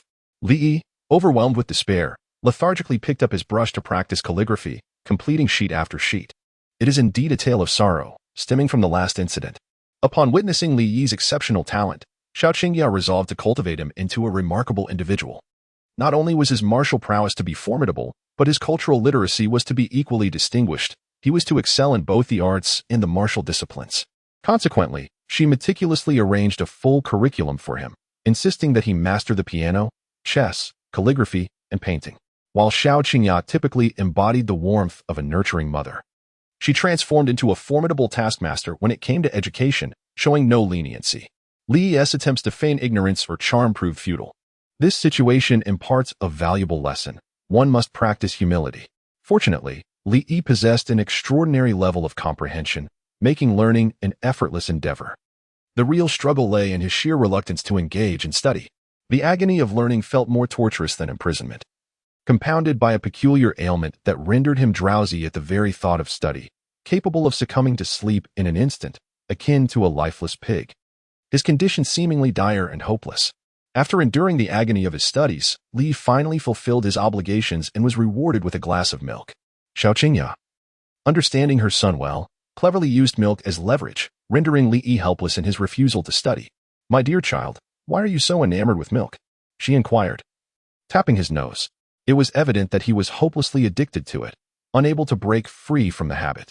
She pondered the future, wondering what would become of him if he wished to continue drinking milk as he grew older. At that moment, Wan Ning entered from outside, announcing, Madam, the master has sent me to take the young master to the training grounds. He cannot come himself. Very well. Young master, allow me to carry you, Wan Ning said, extending her arms to lift Li Yi. Moving slowly, a child would surely benefit from being carried, as it would hasten their progress. However, as she hoisted Li Yi, she felt a notable weight. He had grown heavier than before, making it increasingly strenuous to carry him. It would not be long before she could no longer lift him at all. Endowed with the ancient sacred body, Li had experienced remarkable growth over the past few days, surpassing the typical development expected at his age. Wan Ning, perhaps it would be better if you carried me on your back, he suggested, noticing her struggle. For him, being carried or carried on one's back felt the same, as there was no distinction between front and back. Very well, she agreed, lifting him onto her back with ease and hastening toward the training grounds. Meanwhile, Ding Hua continued to refine the foundational sword techniques. Though he had mastered the movements, he had yet to grasp their essence, rendering him insufficient to teach his students effectively. Therefore, during this period, Li took on the role of instructor, guiding the other children in their training. At the training grounds, Li stood before a group of children several years his senior, his hands clasped behind his back, exuding the demeanor of a seasoned master. With an air of authority, He began to instruct them, his words filled with fervor. What are you all dawdling for? Follow my guidance and practice diligently. After a few years of training, you will surely reach my current level. The crowd gazed at Li Yi with blank expressions, their lips twitching involuntarily. Li Dao, I am aware that many of you harbor discontent. You question what gives me the right to instruct you. You are perplexed that a mere child, not yet a year old, assumes the role of a teacher to those who are several years my senior. Yet, despite your dissatisfaction, what recourse do you have? I possess a strength that surpasses yours. I am indeed qualified for this position. Nearby, Wan Ning chuckled, finding no trace of arrogance in Li Yi's demeanor. Instead, she found him endearing. To hear such words from a mere child, still unblemished by the trials of age, struck her as amusing and delightful. The young master was simply too charming. In the eyes of the other children, however, his cuteness was irrelevant. They felt provoked, their patience wearing thin at what they deemed his audacity. Yet, despite their frustrations, they found themselves unable to retaliate, enduring the humiliation instead. Li glanced at Wan Ning and reprimanded, What are you laughing at? Do you not see that I am teaching? Be serious. Yes, sir, Wan Ning replied, her face adorned with a smile reminiscent of an affectionate aunt as she observed Li Yi instructing the students. Li Yi continued to converse with the group of children, inquiring, What is it? Do you find me rather arrogant, perhaps wishing to strike me? Several children could not help but nod in agreement.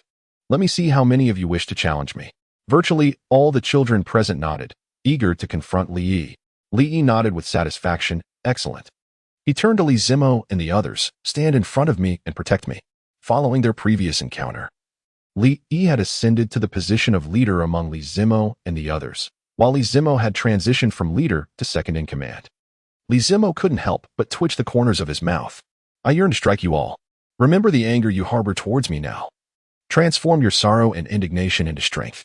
Train diligently, and once you possess adequate prowess, return to challenge me, silencing my words. Then, you may boast as I do. However, should you fail to defeat me, you must endure and continue to cultivate your strength. Li Yi stifled a yawn and gestured for them to commence practicing the enhanced version of the fundamental sword technique. Boss, beast's milk. Li Hao approached, carrying a bottle of animal milk, and handed it to Li Yi. Return to the team. Li Hao, having fulfilled his errand, rejoined the training. Li Yi picked up the bottle filled with animal milk and began to drink.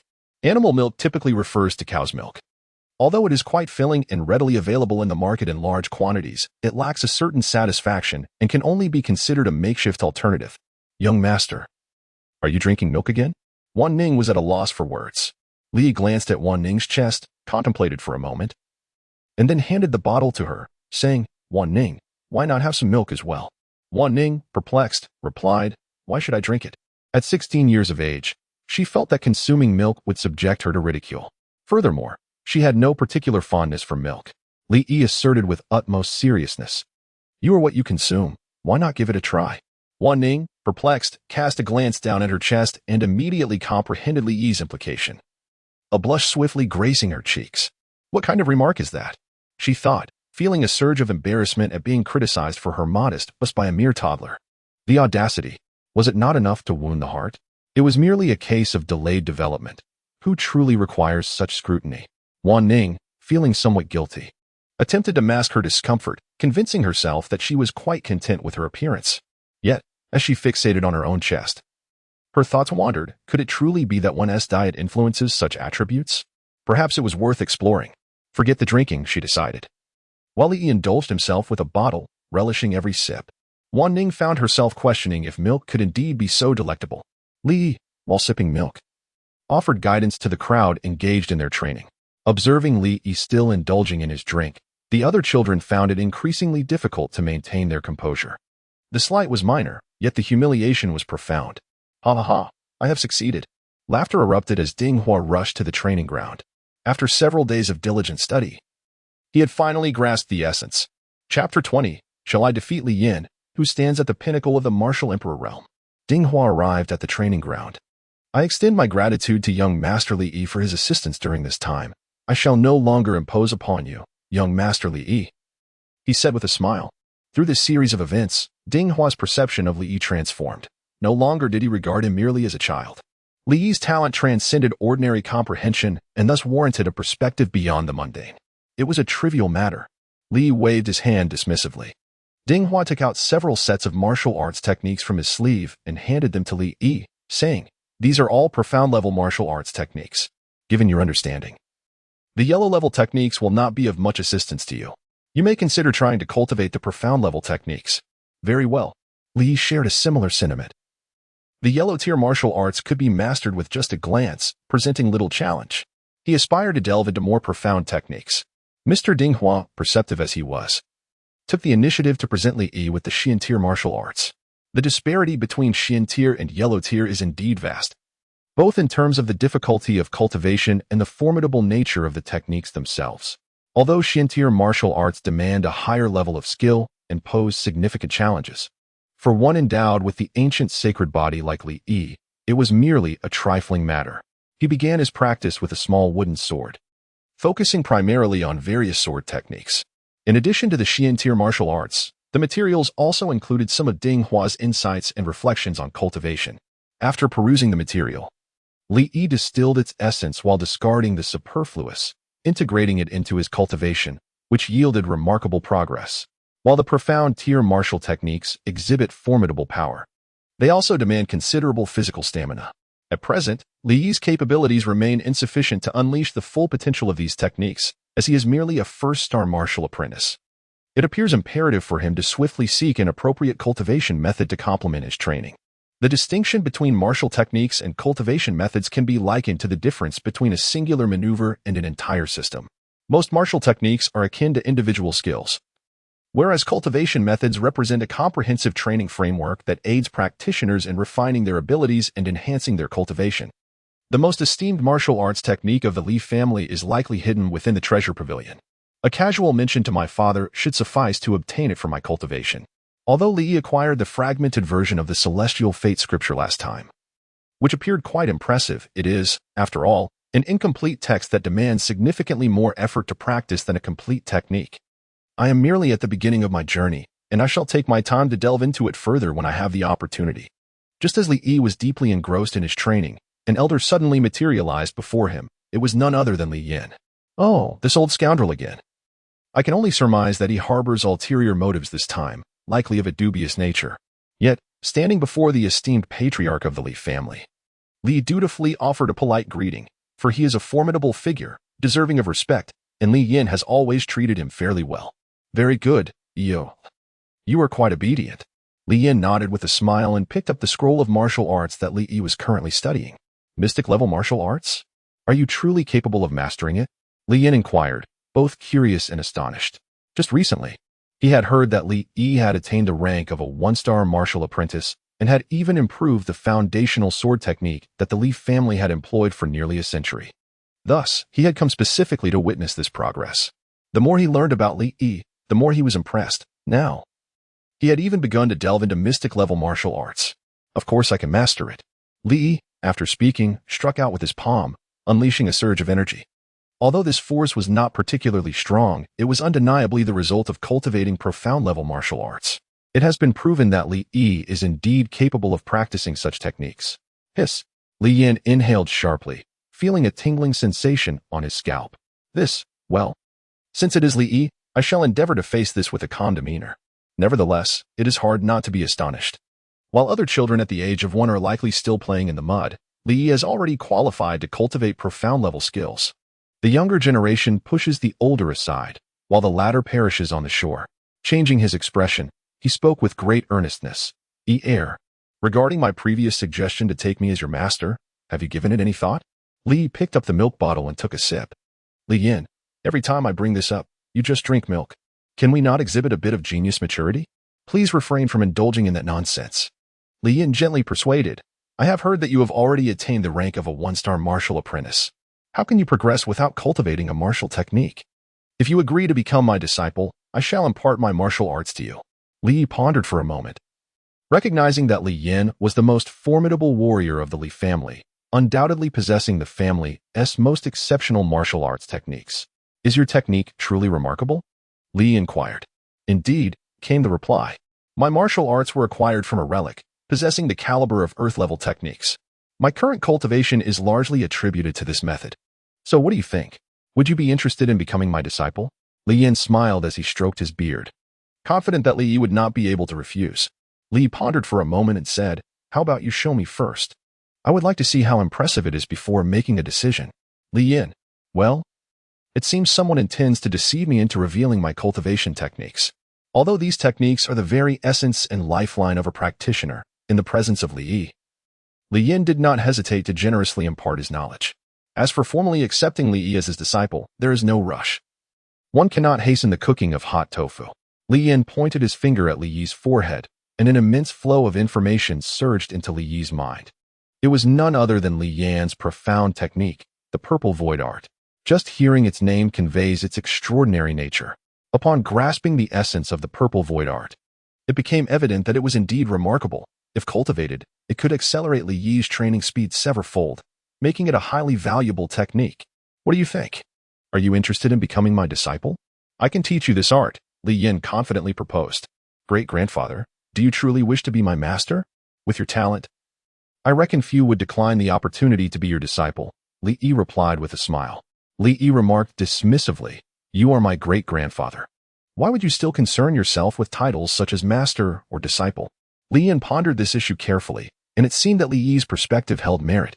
Indeed, Li Yin affectionately ruffled Li Yi's hair, finding the young lad quite to his liking.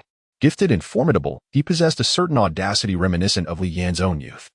Thus commenced the counterattack mission. Upon significantly enhancing your cultivation and emerging as the strongest prodigy of the new generation in the Li family, the venerable ancestor Li Yin, proud of his own talents, continued to regard you with disdain, believing your abilities could never compare to his. He even proposed to suppress his own cultivation, challenging you to a duel at a lower realm. Faced with such arrogance from Li Yin, you resolved to teach him a lesson in humility. Thus, you must defeat the ancestor, Li Yin. Li gazed at the task before him with a countenance full of perplexity. Surely, the system could not be jesting. Defeat Li Yin? This was no ordinary opponent. Li Yin was an authentic pinnacle warrior of the martial emperor realm. How was he to confront such a foe? Should he simply offer his head? Observing the beaming smile on Li Yan's face, Li felt a deep sense of bitterness. Damn it. You should not have appeared before me today. Li Yin, we were just having a pleasant conversation. What is the meaning behind that disdainful gaze? Li gazed at Li Yin with an innocent expression. Great-grandfather, may I touch your face? Chapter 21. Bathing with sisterly Shuer? Great-grandfather, I wish to caress your face.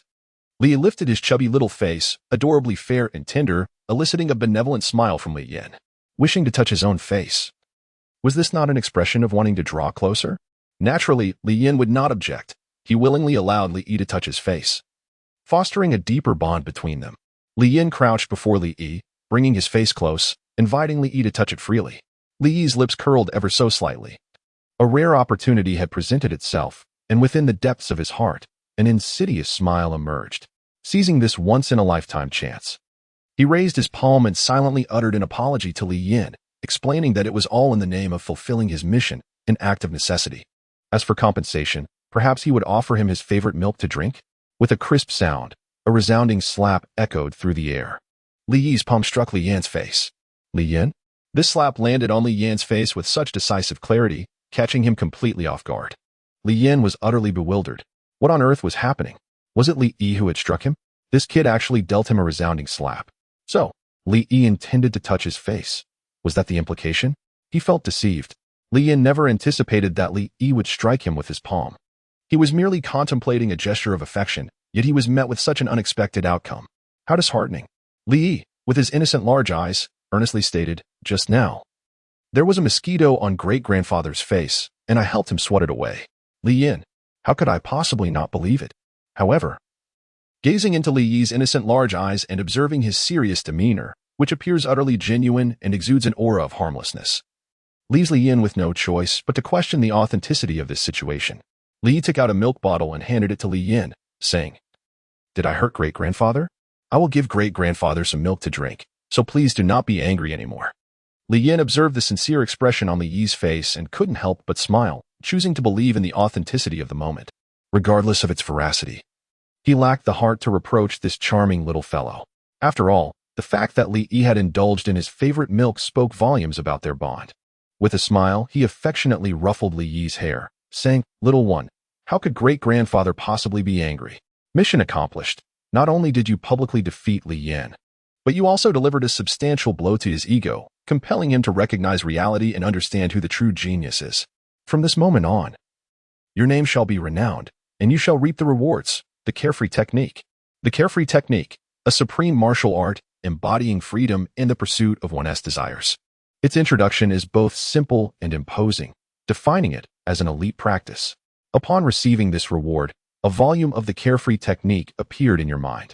This technique is extraordinary. With an unconventional approach to cultivation, it emphasizes not the rigidity of practice but the essence of freedom and spontaneity.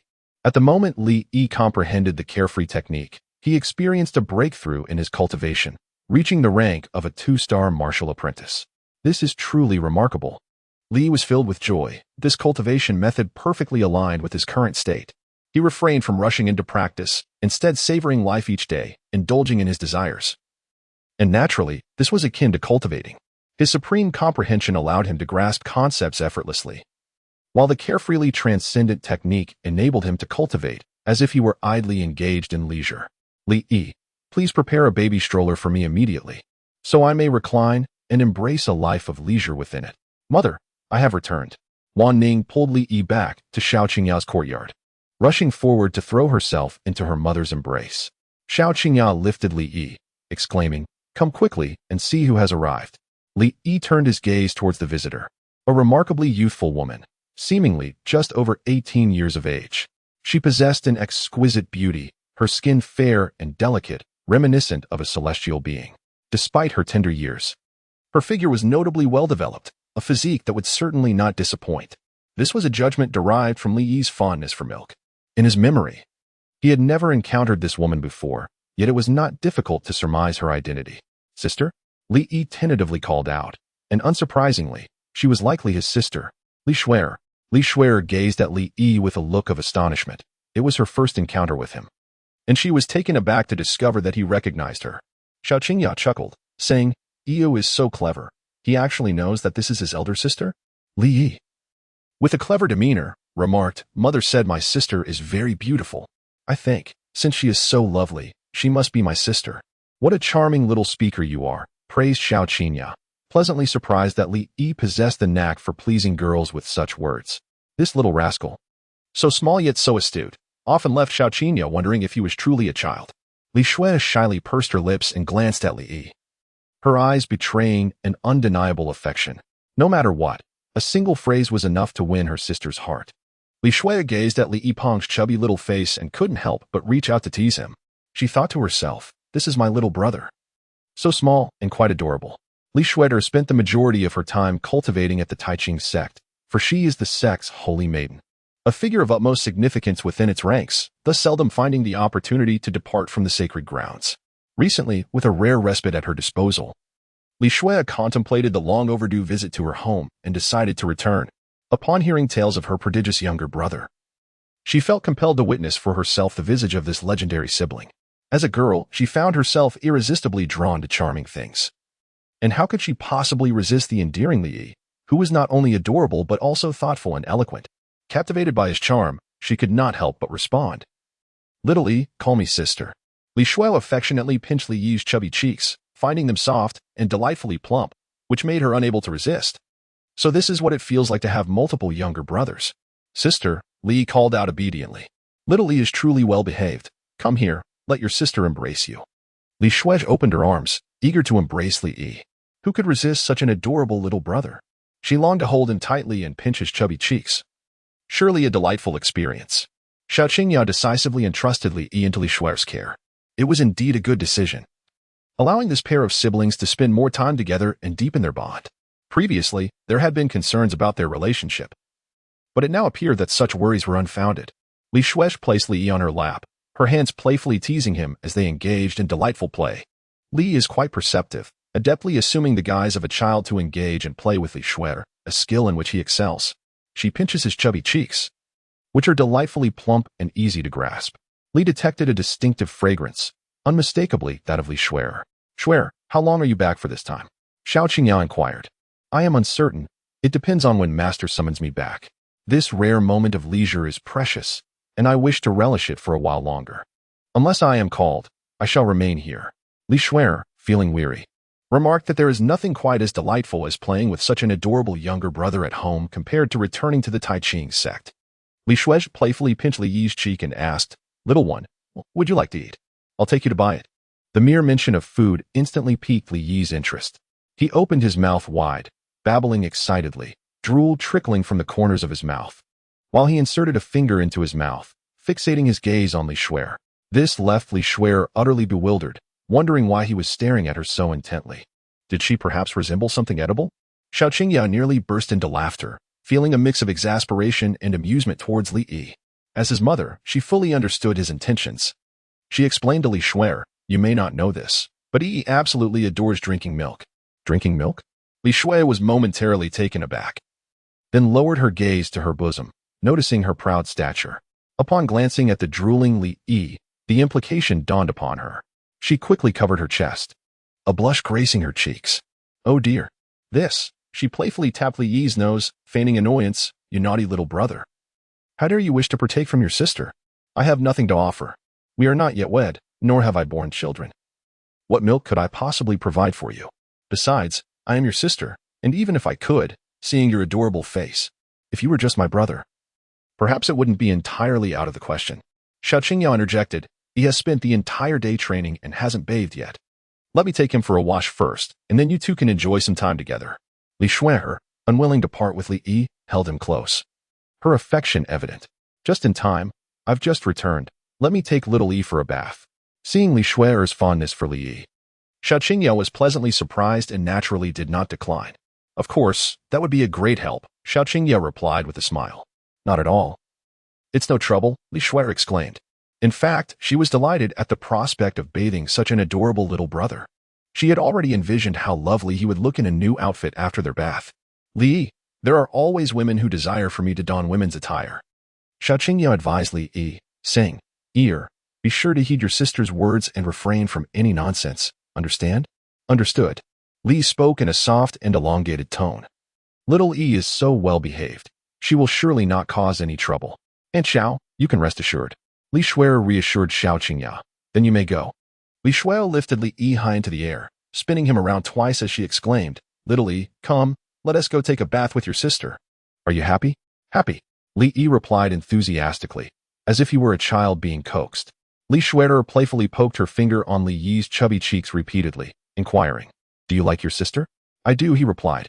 Li Shuai was thoroughly pleased with Li Yi's response and contentedly led him to the bath. Li Yi let out a deep sigh, contemplating the complexities of modern relationships. It seems that winning a woman's affection has become a formidable challenge. In the original narrative of Reversal, Li Shuai regarded Li Yi as a mere waste, holding him in disdain and refusing to acknowledge him as her brother. In fact, she felt a sense of embarrassment having a brother as inept as Li Yi. However, the current situation presents a stark contrast to the storyline. If one were to inquire about Li Yi's perspective, he could only respond, "As astute as I am. Are you still troubled by the notion that your sister resembles a Tyrannosaurus? Come, learn from me, and effortlessly transform her into a paragon of gentleness." Li Shuai possesses a beauty that is truly remarkable, surpassing even that of her mother and several aunts. She stands as the most stunning woman Li Yi has ever encountered. The mere thought of sharing a bath with such an exquisite sister, revealing themselves to one another, fills him with a sense of excitement. This bathing scene seems reminiscent of a particular action film he has seen before. One might wonder whether Li harbors any immature thoughts.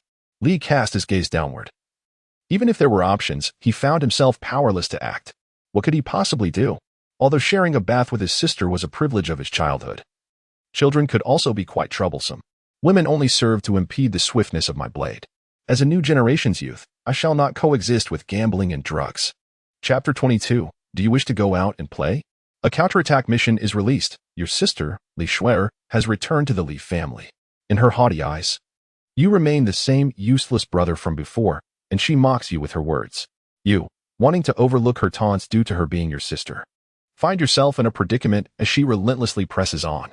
Teach Li Shuai a lesson, and make her confront the reality. Li exclaimed in astonishment. In the original narrative of a triumphant reversal, it seemed that everyone would inevitably mock him. Even the most formidable protagonist would feel compelled to pay respect.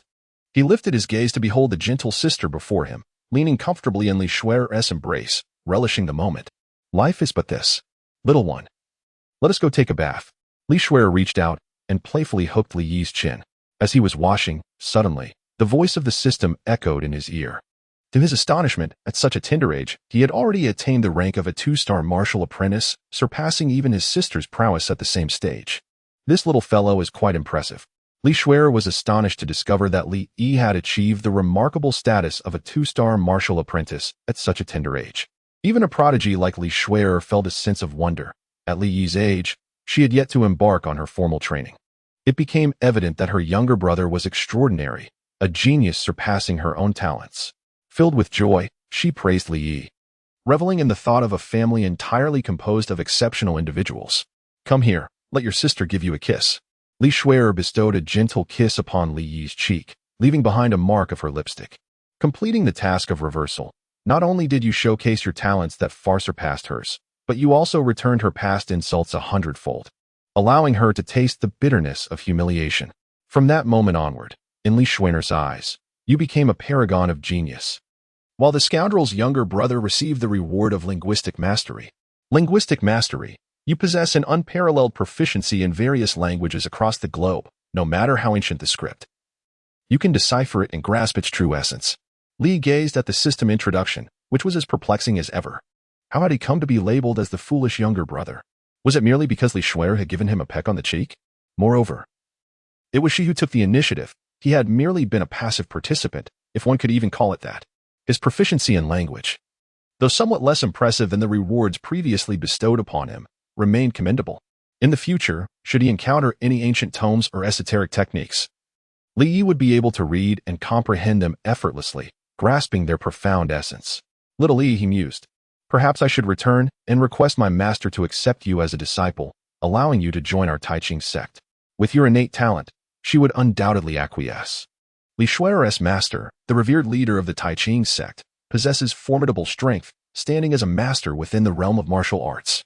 The sect is predominantly comprised of female disciples, with very few male students admitted. Among the few disciples of the Tai Ching sect's leader, all are women, and male students are not accepted. However, Li Shuer firmly believes that, given Li Yi's exceptional talent, her master will undoubtedly make an exception and take him as a disciple.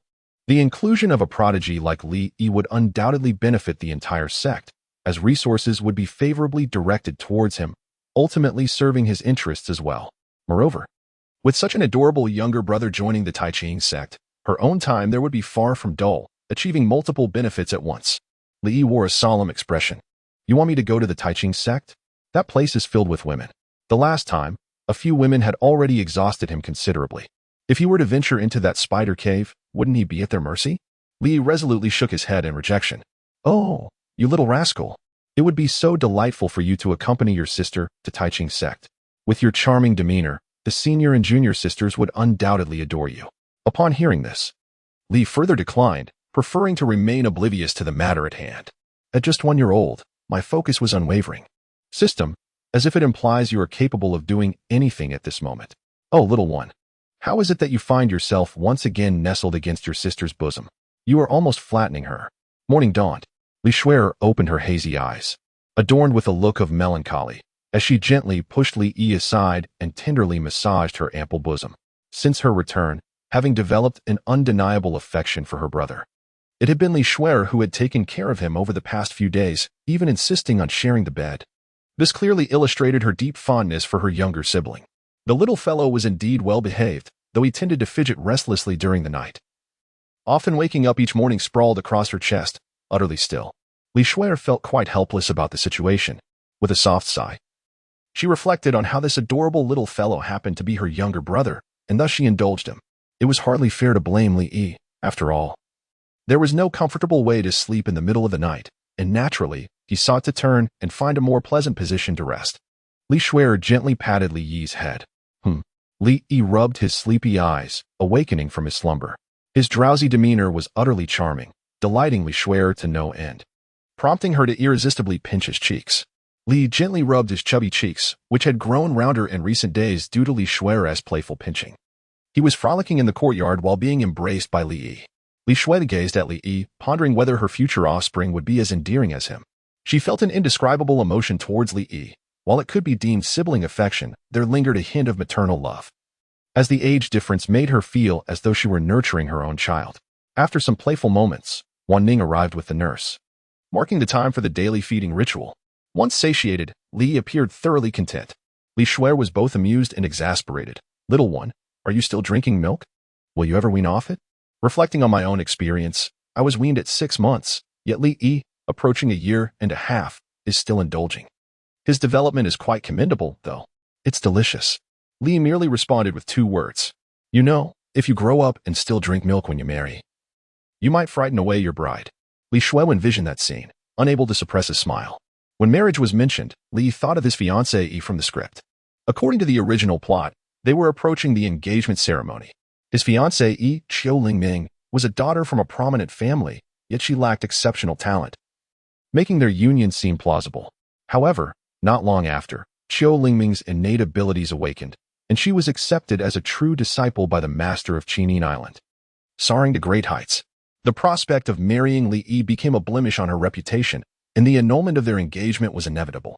As for their feelings, after the union, Qiu Lingming went to Qinin Island, and aside from their brief encounters related to the engagement, they had no further communication, let alone any emotional bond. "Little one, what are you thinking?" Li Shuai asked as she noticed Li lost in thought, shaking him gently. "It's nothing," he replied. "I was just contemplating that I want to find a bride who is as gentle as an elder sister, someone who wouldn't frighten me away and would treat me well." Li chuckled in a sweet and gentle manner. Upon hearing this, Li Shuai felt a surge of joy within her, her lips unconsciously curving into a smile. "Your sentiment is delightful. However, a sister like me, a girl of such caliber, is not easily found. Yet, no matter how exceptional a girl may be, little one, you are deserving of her." "Indeed." Li nodded. "Miss, your letter." A servant hurried over, holding an envelope.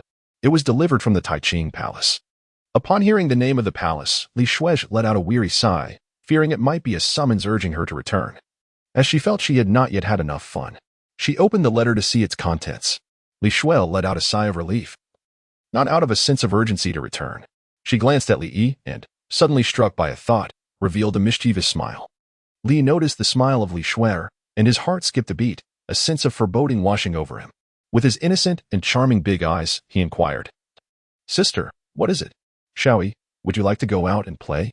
Li Shuai raised an eyebrow at him. At this moment, a thought crossed his mind. Could she possibly be planning to take me out for some nefarious purpose? Going out to play? Indeed. There will be many older brothers and sisters, as well as delicious food. What do you say?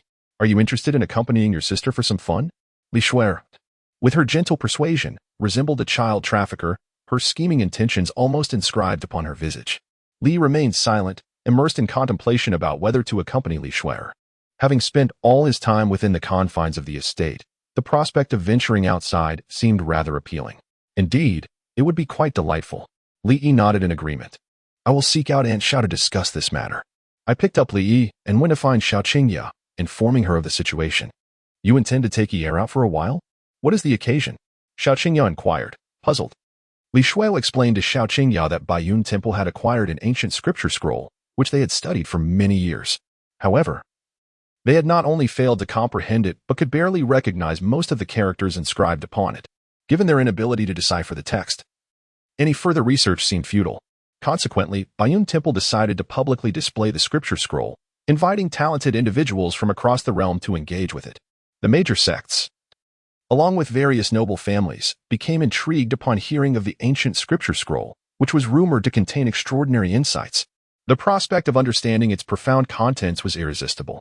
Adhering to the principle of not missing such an opportunity, many flocked to Baiyun Temple to witness the unveiling. This initiative undoubtedly garnered significant attention for Baiyun Temple. Although they were making the ancient scripture scroll public, they also gained considerable fame and prestige, orchestrating a grand event. The widespread acclaim would undoubtedly benefit Baiyun Temple's development. Exchanging an incomprehensible scripture scroll for such recognition was indeed a worthwhile endeavor. After a moment of contemplation, Xiao Qingya thought that since Li Shuai was accompanied by the Taiching sect, one of the foremost sects, there should be no safety concerns, and thus she nodded in agreement. "You may go, but do exercise caution.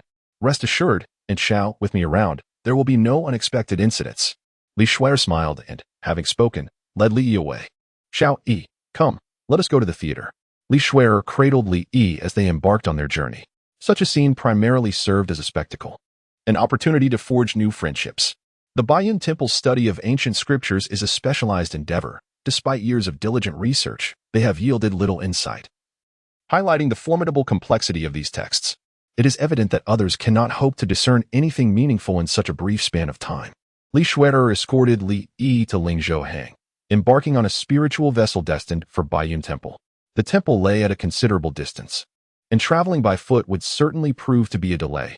Thus, the vessel offered a swifter and more convenient mode of transportation. Saintess, this way. Two female disciples of the Tai Ching sect greeted Li Shuer. What brings you here?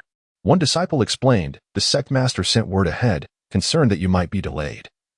So we were dispatched to escort you. It seems my master is still worried about my affairs, she replied. Li Shuer dismissed it with a scoff. The two female disciples exchanged glances, remaining silent as they recalled an incident from the Tianjiao conference. On that occasion, Li Shuer had left midway to uphold justice, only to arrive after the conference had concluded for several days. At time, she nearly drove the sect leader to the brink of fainting. Li Shuer, the saintess, devotes herself wholeheartedly to everything except her role as a saintess. Chapter 23. The Master of Tai Ching Sect, Xiao Hanyan Senior Sister. Who is this? The female disciple gazed at Li Shuer, cradling Li Yi in her arms, puzzled. Why is Senior Sister holding a child? Could it be that this is her illegitimate son? He is already so grown. But a saintess is forbidden from engaging in romantic relationships. She must maintain her purity. What are you thinking? This is my younger brother. Upon observing their expressions, Li Shuer immediately discerned their misinterpretation. Ah, the female disciple let out a sigh of relief, given the age disparity. The first thought that sprang to mind was that Li Shuer had an illegitimate child, rather than a younger brother. Let us proceed, so that master may have a look. I have always prided myself on my punctuality. The female disciple regarded Li Shuer with a skeptical gaze. Li Shuer cleared her throat awkwardly and said, Of course. Just disregard what I said if I am not punctual. Li, this sister gives me an impression of being rather unreliable. I hope she doesn't lead me astray, for this new account cannot withstand much turmoil. Li Shuer then added, This time I will take my younger brother to broaden his horizons, and I shall be punctual. As the holy maiden of the Tai Ching sect, Li Shuer often found herself weary as she was required to represent the sect at various grand gatherings and engage in competitions with other remarkable talents. Each day, she diligently practiced, and even a master of time management would weep upon viewing her schedule. The few days spent amusing Li Yi were the most leisurely she had experienced in years, unparalleled in their ease. Reflecting on it, Li Shuer would often sigh. Is it truly easy to be a holy maiden? It was likely that her master had also sent her to uphold the sect's reputation at the Baiyun Temple. Such occasions necessitated the presence of the holy maiden. Let us depart. She boarded the sect's exclusive spirit vessel, setting off at maximum speed towards Baiyun Temple. Li wandered about the spirit vessel, observing everything with the curiosity of a child. Xiaoyi, do not run around. Wait for your sister. Li Shuer followed closely behind Li. The two female disciples observed this scene and whispered to each other, I have never seen the saintess so joyful. She is entirely different from her usual self. Li Shuer usually upholds the image of a saintess, presenting herself as an ethereal and unapproachable figure, akin to a goddess of ice. However, now, a striking contrast emerges. Is this truly our saintess? It must be due to that child. I suspect he is an illegitimate son. I share the same sentiment. The two female disciples busied themselves concocting various gossip about Li Shuer. They vividly exemplified how the narrative begins with a mere image, and the rest is left to imagination, indulging in whatever entertains them, resembling the gossiping matrons of the village. Today, the saintess has an illegitimate son. Tomorrow, the saintess's illegitimate son will be walking. The day after, what? The saintess has triplets. What are you all talking about? Li Shuer glanced at her two female disciples, who hurriedly concealed their emotions, exclaiming, Oh, it's nothing. This child is truly adorable. Li Shuer proudly declared, Of course. Just look at whose brother he is. Upon hearing her words, the two female disciples exchanged knowing smiles and nodded in agreement. The holy maiden is about to arrive. One of the disciples reminded, Oh. Li Shuer let out a soft exclamation, her attention entirely fixated on Li Yi, playfully teasing him. Ahem, saintess, do mind your image. A female disciple coughed softly as a gentle reminder. Understood. Li Shuer replied with a feeble voice. As a saintess, she naturally had to embody an ethereal purity, exuding an air of aloofness and pride, akin to a celestial being untouched by the mundane world. Li Shui'er made a slight adjustment, instantly entering the right mindset. Her demeanor transforming into an icy coldness, reminiscent of a towering glacier, undoubtedly embodying the essence of an ice goddess.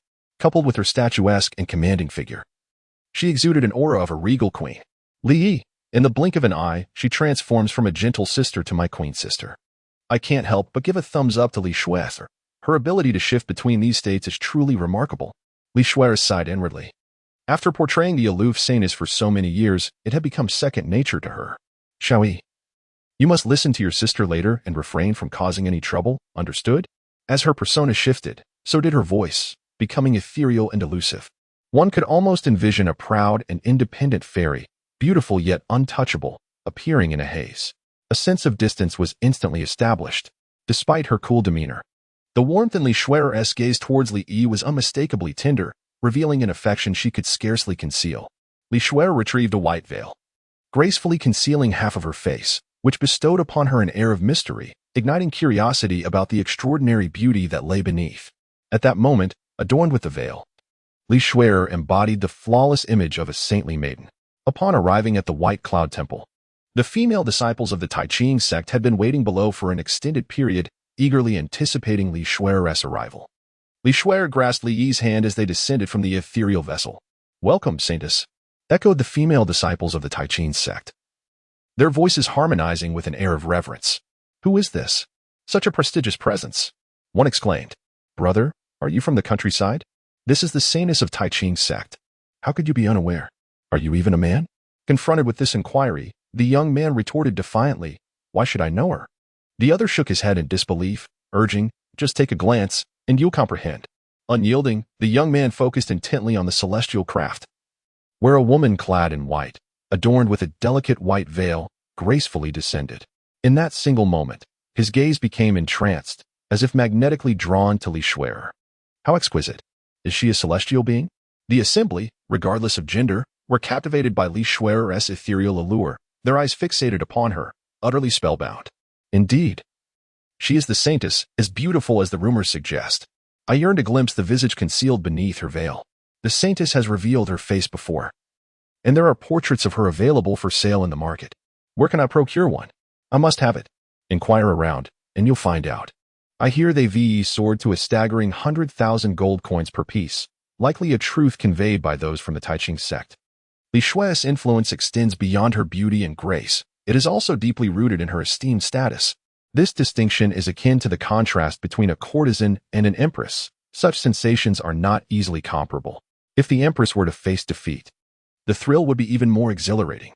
Suddenly, one notices a child holding Li Shui'er's hand, sparking an uproar. The sight of the saintess with a child is indeed monumental news, igniting fervent discussions and a flurry of speculation.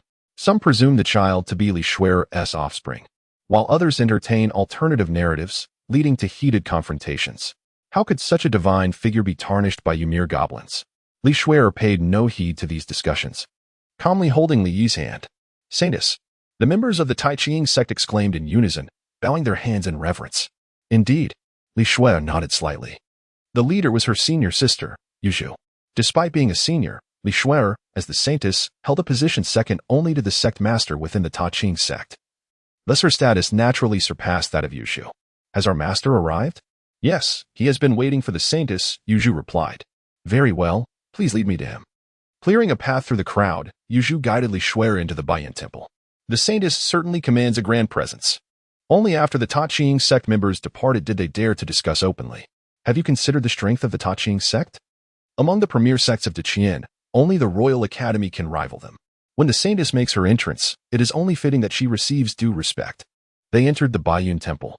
Wherever Li Shui'er goes, she undoubtedly becomes a striking focal point, one of the highlights of the entire gathering. Many prodigies from various sects yearn to engage in conversation with Li Shui'er, yet all are met with rejection. Li, led by Li Shui'er, naturally became the center of attention. Everyone wondered who this child was, questioning why he was favored by the saintess and why they were not chosen, even if it meant being led like a mere dog. Upon arriving at the territory designated for the Taiping sect at Baiyan Temple, Yuzhu finally spoke up to inquire, "Saintess, who is this child?" Li Shui'er replied coolly, "This is my younger brother, Li Yi, also known as Xiaoyi. This is my senior sister. You should address her as Sister Yuzhu." "Hello, Sister Yuzhu." Li Yi called out sweetly, "Hello, little brother." Upon seeing Li Yi's adorable demeanor, Yuzhu couldn't help but smile, feeling an impulse to ruffle Li Yi's hair. "I brought Xiao Yi to broaden his horizons. Please arrange for him to join us," Li Shueter said.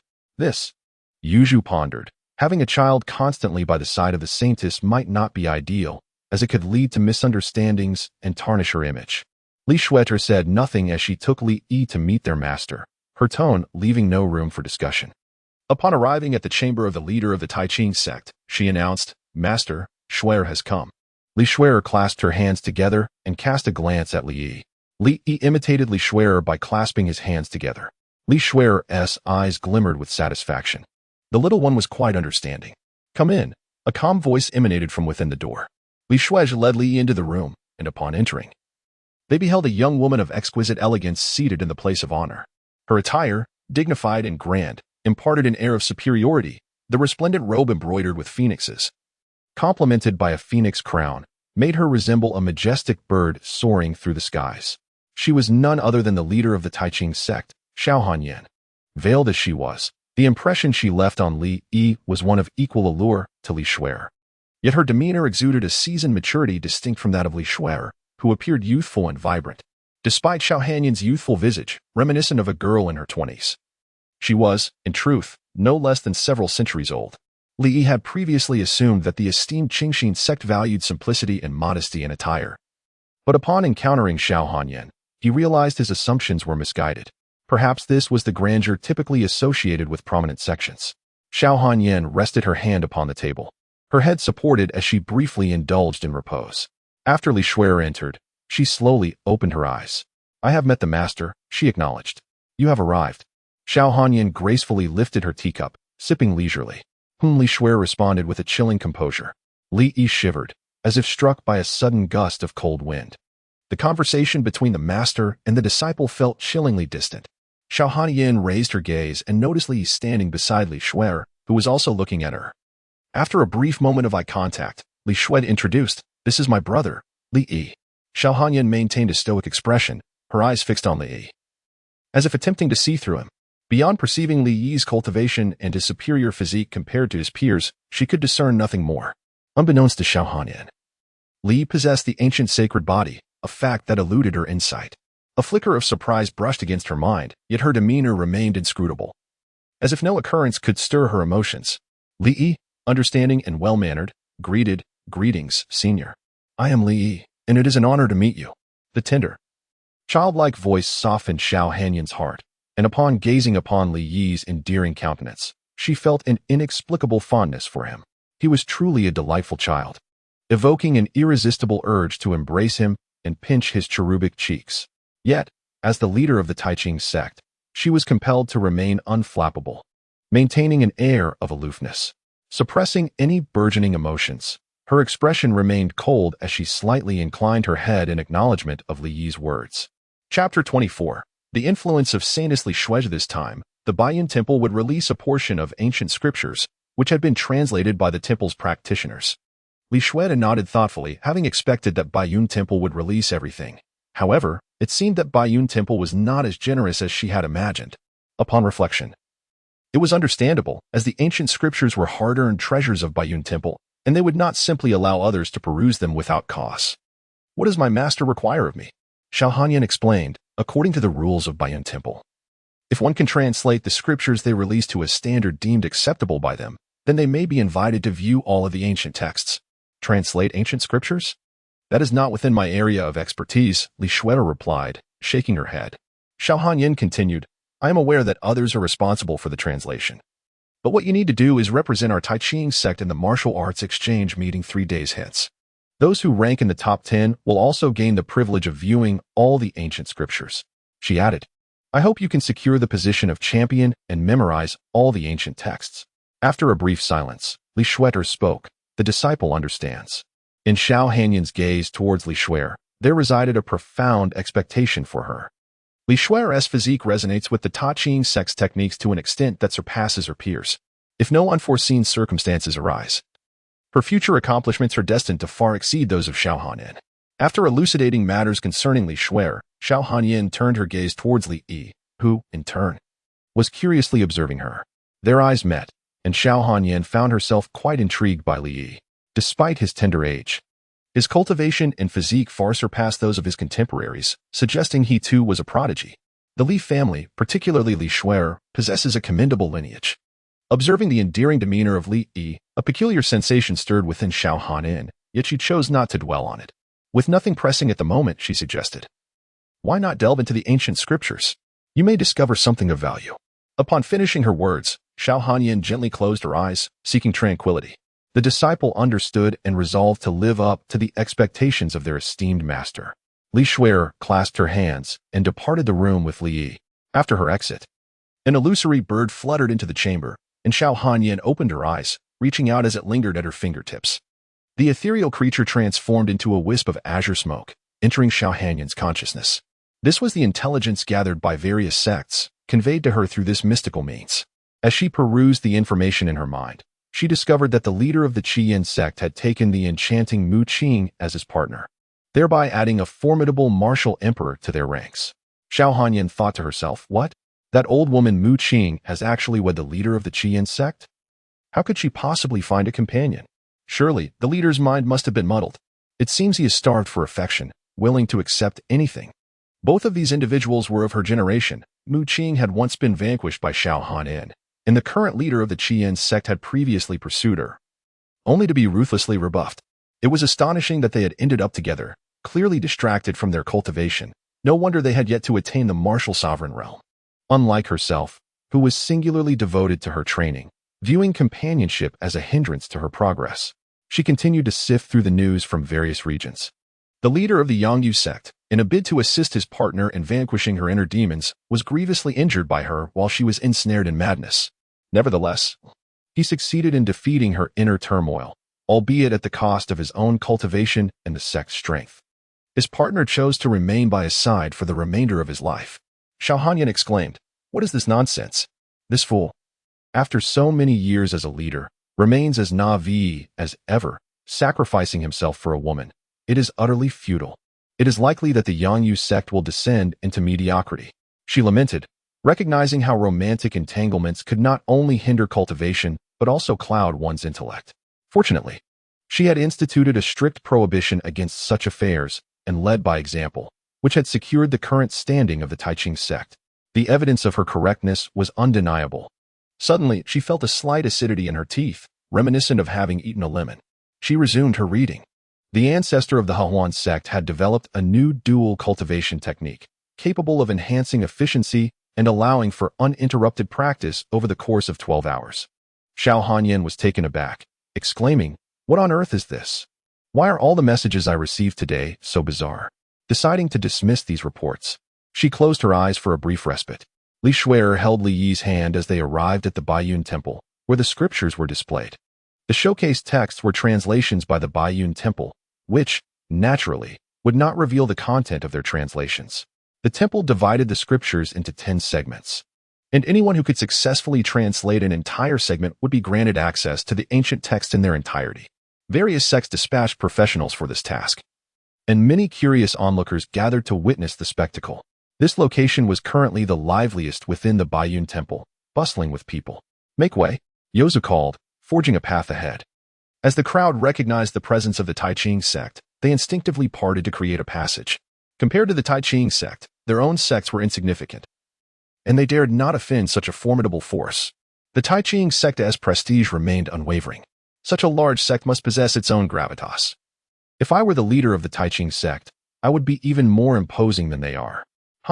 If you were the leader of the Taiqing sect, you'd probably be terrified lying in bed.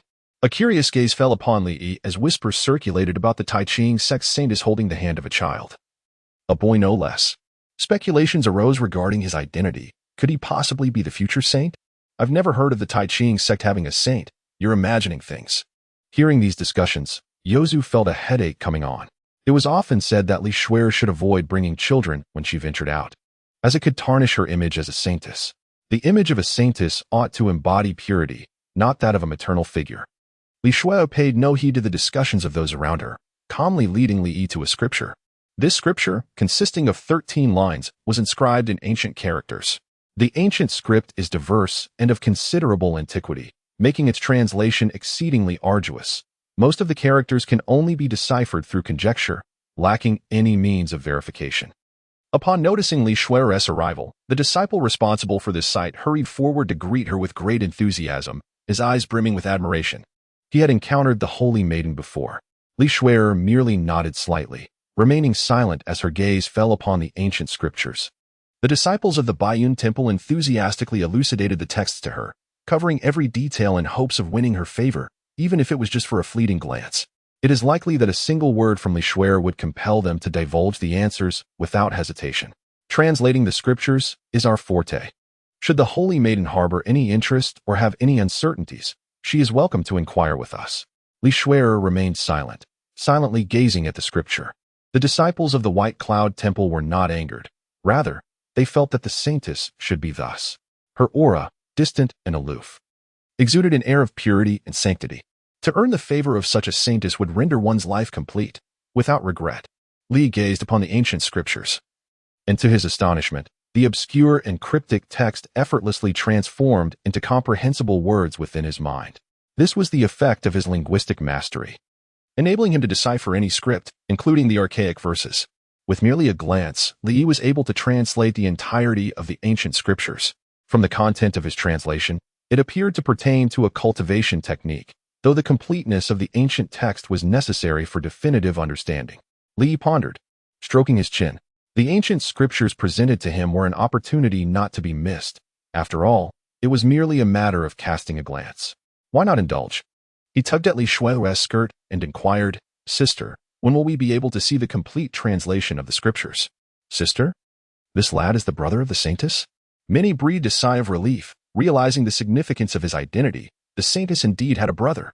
"I am uncertain." Li Shui shook her head and inquired with the disciples of Baiyun Guan. Upon hearing her voice, the disciples were utterly captivated, lost in delightful reveries. "Is the saintess speaking to me?" "No, the saintess must have an interest in me."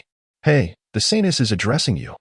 The disciple wiped the drool from the corner of his mouth and hurriedly replied, "In recent days, we have been studying the scriptures, and we will submit the translated text to you. After the martial arts exchange meeting, we will reveal the results for a collective review of all the scriptures."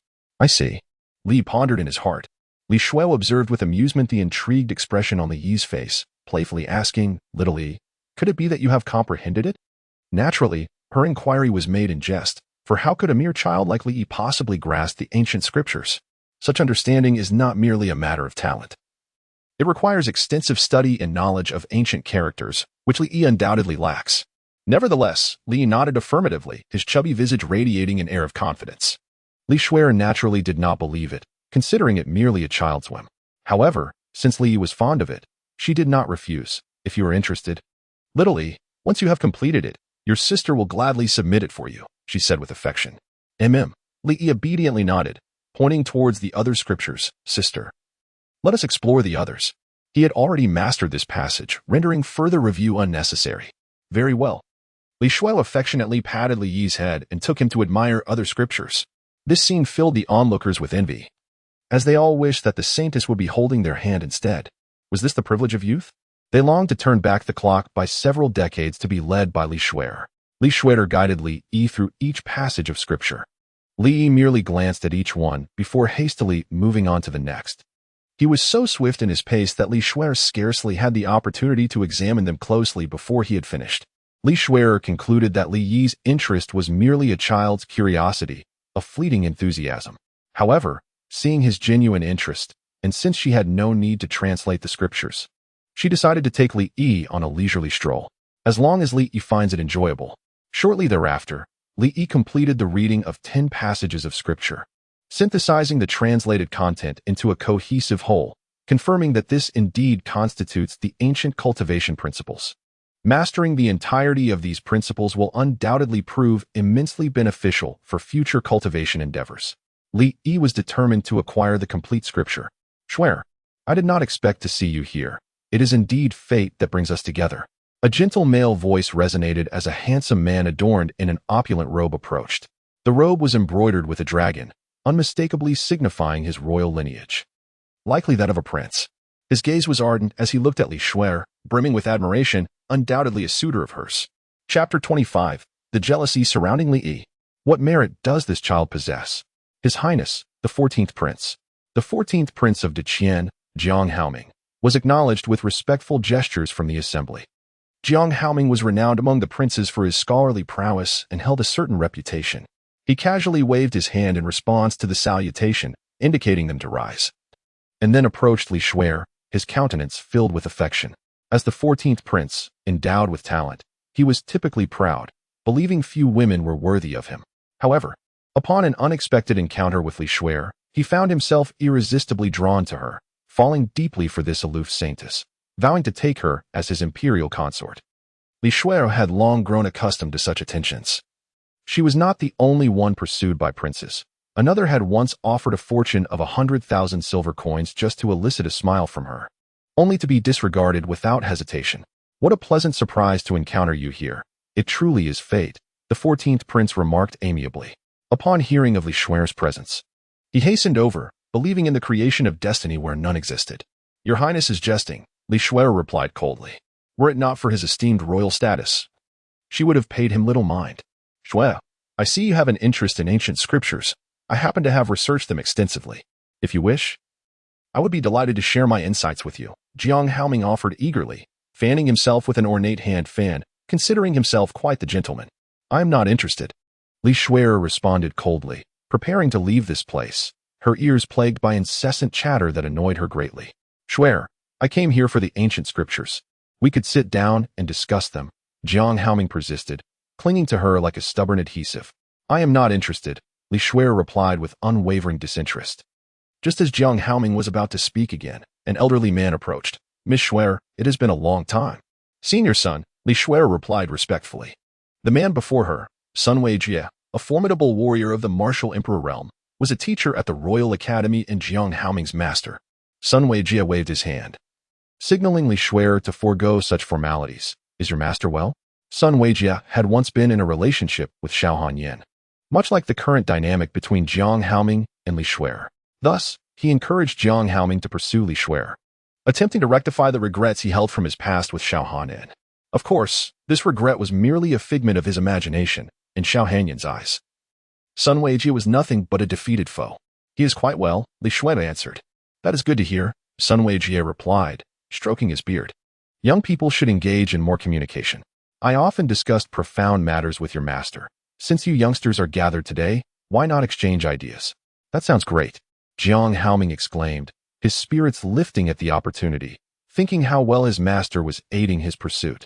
Li Shuer and Jiang Haoming had little to discuss, contemplating how to decline.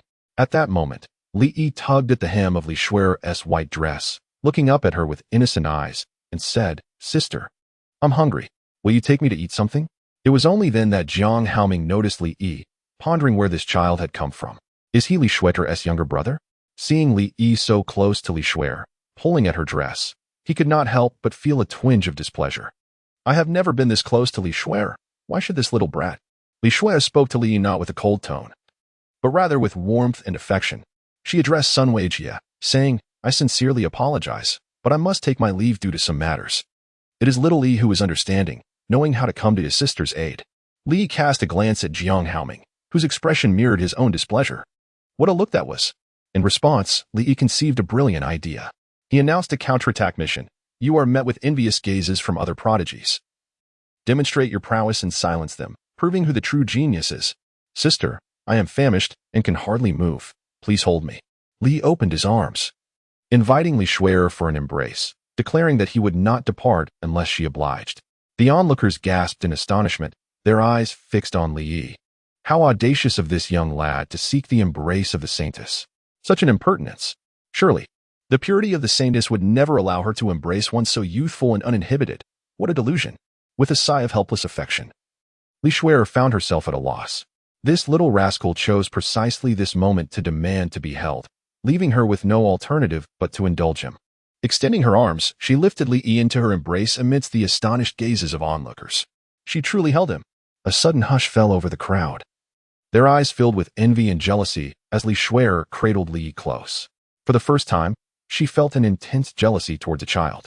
Jiang Haoming's eyes widened in disbelief, fixated on Li Yi, with jealousy distorting his features. Internally, he screamed, No? Come on, Sister will take you to enjoy some delicious food. Li Shuai spoke gently, and Li Yi obediently nodded, nuzzling against Li Shuai, then wrapped his arms around her neck, deliberately casting a glance at Jiang Haoming. Witnessing this scene, Jiang Haoming was nearly overwhelmed with exasperation. What was this little brat implying? Was he flaunting it before me? Staring in astonishment at Li Yi, he felt a tumult of envy and jealousy, envy for the fact that it was not him in that position, and jealousy for the audacity of Li Yi to enjoy such closeness. Li Yi, what right does he have? He is merely a child. What gives him the audacity? The girl he cannot approach, he can only dream of conversing with, yet he has the nerve to embrace her and even steal a glance in her direction. It is akin to witnessing one's prized BMW being ridden by another, only for that person to turn back and ask, "Am I riding fast enough?" It is utterly heart-wrenching. At this moment, Li Yi undeniably stands as the adversary of every man present. The suitors of Li Shuai are left in despair, their revered goddess diminished in her sanctity. Though he is but a younger brother, it is a bitter pill to swallow. The image of their goddess has been sullied by this impudent child. They cannot coexist with Li Yi. Sun Weijie had dismissively remarked, "He is merely a child. Why bother with such trivial matters?" With his hands clasped behind his back, he seemed to convey that to harbor jealousy over a mere child is to possess an exceedingly narrow mind, advocating instead for a more expansive heart, like his own. The disciple understood. Jiang Haoming responded through clenched teeth. Crack. The sound emanating from Jiang Haoming's mouth was that of his teeth grinding in frustration. Li Shuai's gentle tone towards Li stands in stark contrast to her usual icy demeanor with others, igniting a burning jealousy within Jiang Haoming. Completing the reversal task, due to your exceptional performance, you have become the object of envy for all talented individuals. Reward, unparalleled elegance. Unparalleled elegance, an innate charm radiating from within, exuding an irresistible allure characteristic of extraordinary talent. This captivating magnetism is difficult to resist, compelling others to submit to your charm, particularly those of the opposite sex, wielding an overwhelming influence that transcends all boundaries. Li Yi, it is understandable to appreciate the unique allure of the opposite sex, however. Transcending racial boundaries seems rather absurd, does it not? Let us hope that this charm does not lead to any unforeseen complications. Upon returning to the territory of the Taiching sect, one should be treated with delightful delicacies and fine beverages. Li Shuai gently tapped Li Yi's nose. "You little rascal. You have truly put me through a great deal of trouble." Li smiled and said, "Since my sister does not enjoy conversing with him, it is only natural for me to assist her." Li Shuai did not blame Li Yi. Rather, she felt a sense of joy. For having such a brother was truly enough. All her efforts in nurturing him were not in vain. He was indeed a wonderful younger brother. Saintess Yangzhu let out a long sigh, utterly exhausted, gazing at Li Shuai, unsure of what to say. After this incident, the carefully cultivated image of the saintess lay in ruins. She intended to speak a few words, but upon glancing at Li Yi, she suddenly realized how endearing he was, evoking an uncontrollable fondness. She even sensed a spark of genius within him, predicting that he would undoubtedly grow into a handsome and remarkable individual. Noticing Yangzhu's gaze, Li lifted his eyes to meet hers, their eyes locking for a brief moment. That fleeting exchange sent Yangzhu's heart into a flutter, and she instinctively averted her gaze, her cheeks blossoming with a blush as her mind wandered into fantasies. She imagined earning his affection and living blissfully together, leading an uninhibited life. As these thoughts swirled, the flush on her face deepened, her features growing warm as she covered her heated cheeks. Yangzhu snapped back to reality, scolding herself for such thoughts. He was still just a child. Disregarding these absurd notions, she pondered her own state of mind. The Qingzong was strictly against romantic entanglements, and as a disciple of the sect leader, she must be disciplined. For years, she had never harbored such feelings, and this was the first time towards a child, no less. It felt sinful, yet the mere recollection of that sensation was tantalizing, making her yearn to taste the forbidden fruit. Shaking her head, she resolved to focus on her cultivation. These thoughts were erroneous. She had intended to converse with Li Shuai, but upon seeing Li Yi, she completely forgot. In her eyes, a complex emotion flickered, a longing to embrace and kiss Li Yi's chubby little face. Li Shuai said to Yuzhu, "Senior sister, what do you think? My younger brother is quite adorable, isn't he?" The saintess replied, "Be cautious. I understand. There are no outsiders here. Yet you wear that stern expression all day long. I fear I might develop a facial paralysis." Li Shuai complained. Yuzhu cast a glance at the courtyard, relieved to find no one else around. As she often accompanied Li Shuai, she had to maintain a serious demeanor, which was quite exhausting. Sitting beside Li Shuer on a stone bench, she looked at Li Yi, unable to suppress a smile that crept across her face, revealing a maternal grin. Li Yi, who was happily indulging in snacks, sensed the weight of two gazes upon him, stirring an ominous premonition within. A young man must learn to protect himself in the outside world. How obedient. May I pinch you? Yu Zhu asked eagerly. Of course, he replied. Yu Zhu excitedly began to pinch Li Yi's arm, his skin soft and creamy, smooth to the touch, and delightfully bouncy, making it utterly irresistible. Li Yi, here we go again. Li Shuer exclaimed.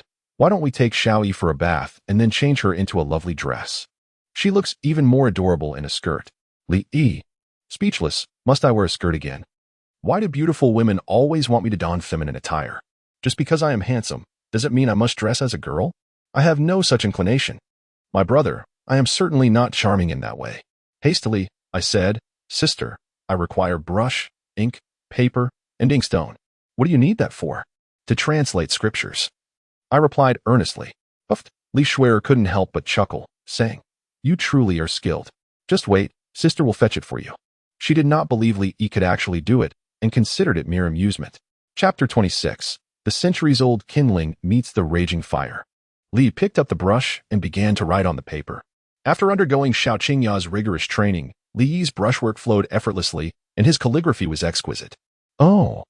Xiao Yi, your handwriting is remarkably beautiful. Li Shuer was astonished. Li Yi's handwriting surpassed her own. Could this truly be the handwriting of a child?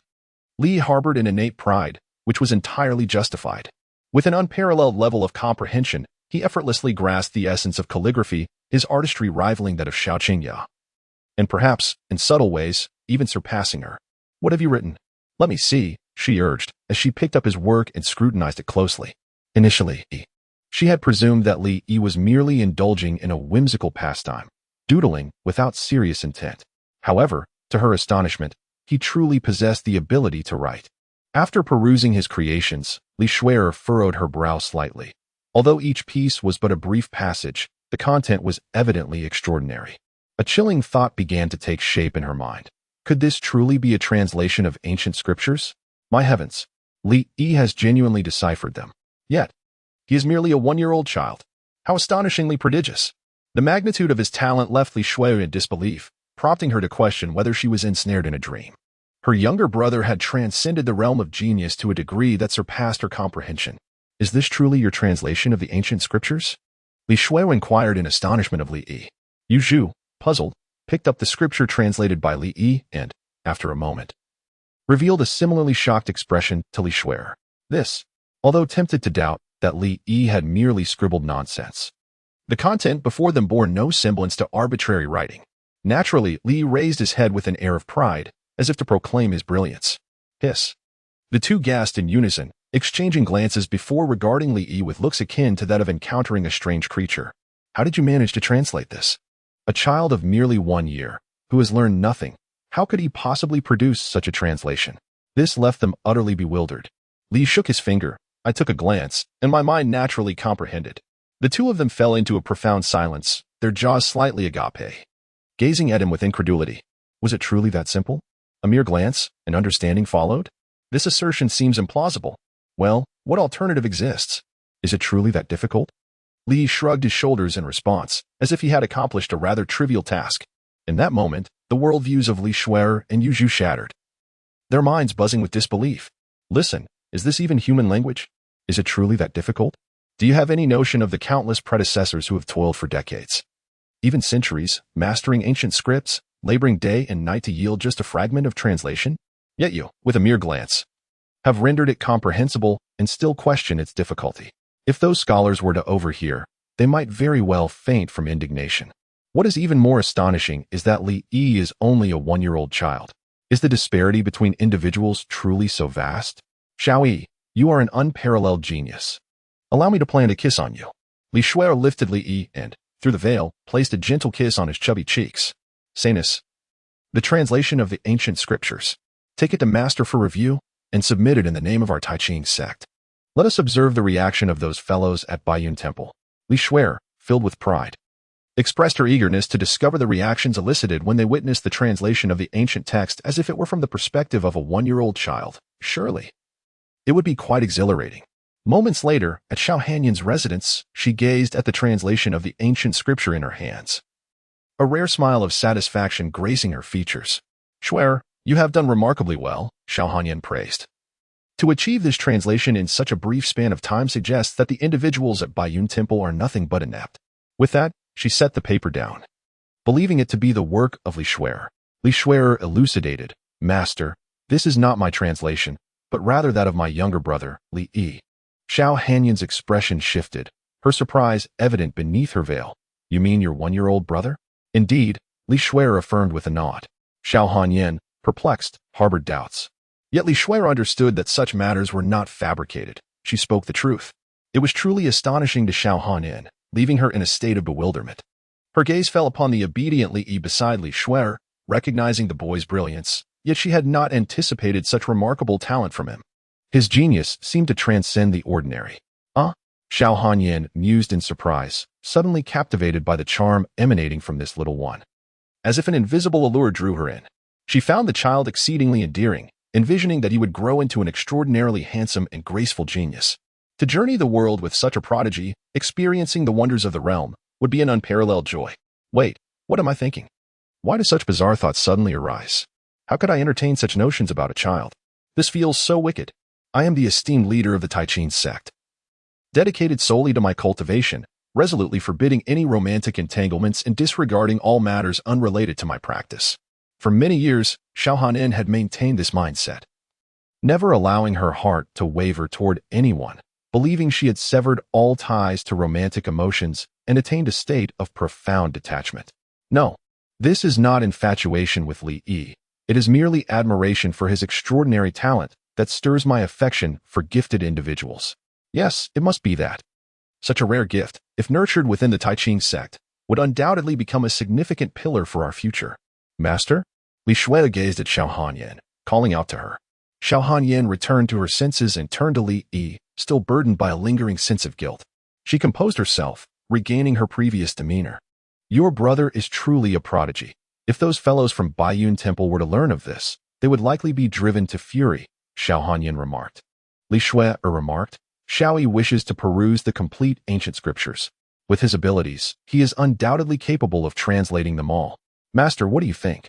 Xiao Hanyan understood Li Shuer's implication. Has your brother ever joined a sect? To which Li Shuer replied, No. You, Yuzhu. Please submit this translation to Baiyun Temple and state that it was translated by my disciple Li Yi of the Taichin sect. Yuzhu paused for a moment and inquired, Master, do you intend to accept Li Yi as a disciple? Since Li Yi has not joined any sect and is, after all, Shue's brother, it is appropriate to submit it under the name of Taichin sect. Understood, Master, Yuzhu responded promptly and set out to fulfill the task. Xiao Hanyan cast a glance at Li Yi. His talent was indeed compelling, igniting her desire to take him as her disciple and keep him close. However, considering that the Taichin sect has traditionally favored female disciples, with generations of masters having taken only female students, this unspoken rule caused her to hesitate. It was a hesitation, not a refusal, for Li Yi's remarkable talent truly stirred her heart, leading her to wish to cradle him and gently caress his cherubic face. Oh! Xiao Hanyan felt a wave of frustration as her thoughts veered off course, cursing the infuriating flutter of her heart, like a bundle of dry firewood, centuries old. Upon encountering a fierce flame after seeing Li Yi, her errant thoughts spiraled out of control. Xiao Hanyan rubbed her drowsy head, wondering if her centuries of calm demeanor had been misplaced. Remain composed. She silently recited her calming mantra, seeking to quiet her restless heart, attributing her turmoil to the news she had encountered earlier that day. A fleeting spark is easily extinguished, yet centuries of dry wood, when ignited by Li Yi's unparalleled allure, would not be so readily snuffed out, its effect far surpassing that of an ordinary woman's attraction to him. The only reason she could maintain her composure was that Li Yi was still too young. Young? Indeed, merely in age, what else could it be? Chapter 27. Two women compete. Li Yi feels indifferent. At Baiyun Temple, in a certain chamber, translations submitted by various sects were gathered for review by the core disciples of Baiyun Temple. As anticipated, their translations were entirely nonsensical, devoid of any logical coherence. How could they possibly rival decades of our efforts in such a short span? Look at this individual. His translation is so poor that I could have done better with my feet. Even copying a romance novel would yield superior results. Have they not seen the pile I have? Each one more excruciatingly painful to behold than the last. Reviewing the haphazard submissions from various sects was a true torment. It was only becoming more absurd, never less so. After several days, the patterns were becoming painfully clear. Old Shin, why are you silent? Have you been rendered speechless, Noticing Old Shin's unwavering gaze, his eyes unblinking, he appeared as if nailed to the spot, utterly motionless. Curious about what had captivated Old Shin so. One wondered if he had been struck mute. What translation has left you in such a state? Allow me to appreciate it as well. He approached to take a closer look. Little did he know that a mere glance would leave him astounded. Moments later, he and Old Chun wore identical expressions. Their profound gazes fixated on the translation, as if they had been rendered speechless by shock. It was evident that they had never encountered anything like this before. What could the translation possibly contain to elicit such a reaction from the two of them? He joined them in examining the document, and as expected, the three fell into a profound silence, their faces reflecting astonishment and contemplation. Quickly, summon the abbot. Soon after, Zhang Ziyuan, the abbot of Bayan Temple, rushed over in a state of urgency. What has happened? Look, you must see this translation. With a puzzled expression, Zhang Ziyuan picked it up to examine, and moments later, his brow furrowed deeply, his demeanor serious, his eyes scanning meticulously, scrutinizing every single detail. His hands trembled uncontrollably, betraying his excitement, and his lips were parched. He studied each page with utmost seriousness, flipping through them repeatedly, unknowingly reviewing the 10 sheet 7 or 8 times before finally retracting his gaze. How can this be possible? He exclaimed, overwhelmed with disbelief. Could it be that someone has leaked our translation? One disciple speculated. Zhang Ziyuan shook his head, declaring, this translation surpasses our own, in comparison. Our work is riddled with flaws and hardly worth mentioning. He had once believed his translation to be flawless, yet in this new translation, he recognized the gap in quality. This was an almost perfect rendition. Curiously, he inquired, which sect's disciple produced this translation? A disciple of Taiching sect, Li Yi, was the response. Zhang Ziyuan exhaled deeply. The Taiching sect has indeed been producing exceptional talents in recent years. I have not heard of such a prodigy before. Is this individual part of the illustrious ranks of the Taiching sect? I do not recall anyone by that name. It sounds like a male disciple. Perhaps he is not particularly prominent or prefers to remain low-key. However, someone with such capability is extraordinary. He might even be capable of translating ancient scriptures. Regrettably, he is not one of our Baiyun disciples. Zhang Ziyuan furrowed his brow, acknowledging that while it was indeed a good thing to be able to translate ancient scriptures, the troubling aspect was that it was not one of their own who achieved it. Would that not mean they were inadvertently granting others access to ancient wisdom? This would be a significant loss. Who could have anticipated the emergence of such a remarkable talent? After some contemplation, Zhang Ziyuan considered that it might not be entirely unfavorable. As possessors of the ancient scriptures, they could still reap some benefit. With this thought in mind, he wore a scheming smile. I shall pay a visit to the Taiching sect and get to know this prodigy. At the residence of the Taiching sect, Yu Zhu and Li Shuer were in the courtyard, entertaining Li Yi. Although it was said they were playing with him, in truth, it was Li Yi who was amusing the two of them. Poor Li Yi. It was indeed challenging to entertain adults in these times, but fortunately, he was well versed in the art of play acting as a child. As they played, Li Yi's cultivation broke through, achieving the rank of a 3-star martial apprentice. Li Yi. What else is there to say? Let us get started. Is the Samsung martial artist truly formidable? Isn't it merely a matter of having hands? 1,000 miles away, Li Zimo inexplicably sneezed, feeling as though his heart had been pierced by a knife. Ah. Xiao Yi, have you made a breakthrough? Li Shuer sensed the transformation in Li Yi. The commotion from his breakthrough was anything but subtle. To her astonishment, she discovered that Li Yi had already attained the rank of a 3rd-tier martial apprentice. What? Yongzhu was taken aback. They had been frolicking together. So how could he have achieved such a breakthrough? Can one truly advance while at play? This defied all logic. Li Yi, the formidable prowess of the carefree technique is beyond your comprehension. Once again, the worldviews of the two shattered. Li Yi was clearly indulging in play, not cultivating. Yet he inexplicably achieved a breakthrough, which defies all logic. Xiao Yi, you truly leave your sister perplexed. Li Shuer found herself at a loss for words. Her heart a tumult of emotions, her expression marred by bitterness. All along, she had prided herself on being a genius, and indeed, the fact supported her claim. As she had displayed her extraordinary talent from a young age, being designated as the saintess. Yet, when compared to Li Yi, The gift she once held in such high esteem seemed trivial and utterly incomparable. Li Yi is truly a prodigy, as if the heavens themselves have chosen to nourish him. He makes it clear to Li Shuer, a genius in her own right, that even among the gifted, there exists an insurmountable chasm. Fortunately, this remarkable talent is her beloved younger brother. After the initial shock, a smile graces her lips, filled with joy at Li Yi's exceptional gifts. Li Yi, I too wish to remain inconspicuous, yet who can deny that I am a player endowed with extraordinary skills? To be low-key would be an affront to the system. Little Li, you must diligently cultivate your abilities. For now, your sister shall safeguard you, but in the future, it will be your turn to protect her. Do you understand? Li Yi, what you said is quite something. Should I purchase 3 more houses and place the mortgages in my name? Let us not create another account. When I grow up, I shall protect my sister. Whoever dares to bully her, I will confront them. Li playfully raised his chubby little fist, putting on a fierce expression.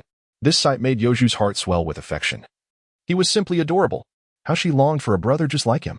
Yet, bringing him home only to tie him to a pillar and whip him would never yield such sweetness. Saint, please let me hold him. My brother. I haven't held him enough, Li Shuer said, clutching Li Yi tightly in her arms, fearful that someone might take him away, determined to safeguard her dear brother. Li found his head nestled against Li Shuer's soft and fragrant bosom, evoking the poetic phrase, the sea embraces all rivers, greatness lies in inclusiveness. Although it paled in comparison to the nurturing embrace of a wet nurse, Li Shuer was still youthful, and the future held promise. The enchanting softness of her embrace left Li Yi gasping for breath, urging him to call for an ambulance. Let me hold you, please. No, don't snatch him away. He is my brother. I just wish to hold him for a moment, truly just a moment. This is clearly an act of brigandage. Return little Yi to me. Do not kiss my brother. The 2 women quarreled fiercely in the courtyard, with swords drawn, as Li Yi found himself painfully wedged between them, nearly torn asunder. His body bore the marks of their playful affections, adorned with the sweet scents of rouge and powder, particularly evident on his face, which was dotted with crimson lip prints and saliva. Li felt disenchanted, lamenting the overwhelming presence of unruly women in this day and age. Sometimes, being excessively popular could indeed be a curse. Chapter 28. The terrifying nature of women, even the ancient sacred body cannot withstand. 3 days later, a martial arts exchange event brought together individuals from various sections. The venue was the grand training ground of Baiyun Temple, which had been specially expanded to accommodate the influx of disciples eager to witness this momentous occasion. Yet, Baiyun Temple underestimated the allure of the ancient scriptures. Despite the enlargement of the venue, it was still overflowing with attendees. With dozens of sects represented, thousands gathered, consisting primarily of talented disciples, some of whom had to stand by as mere spectators.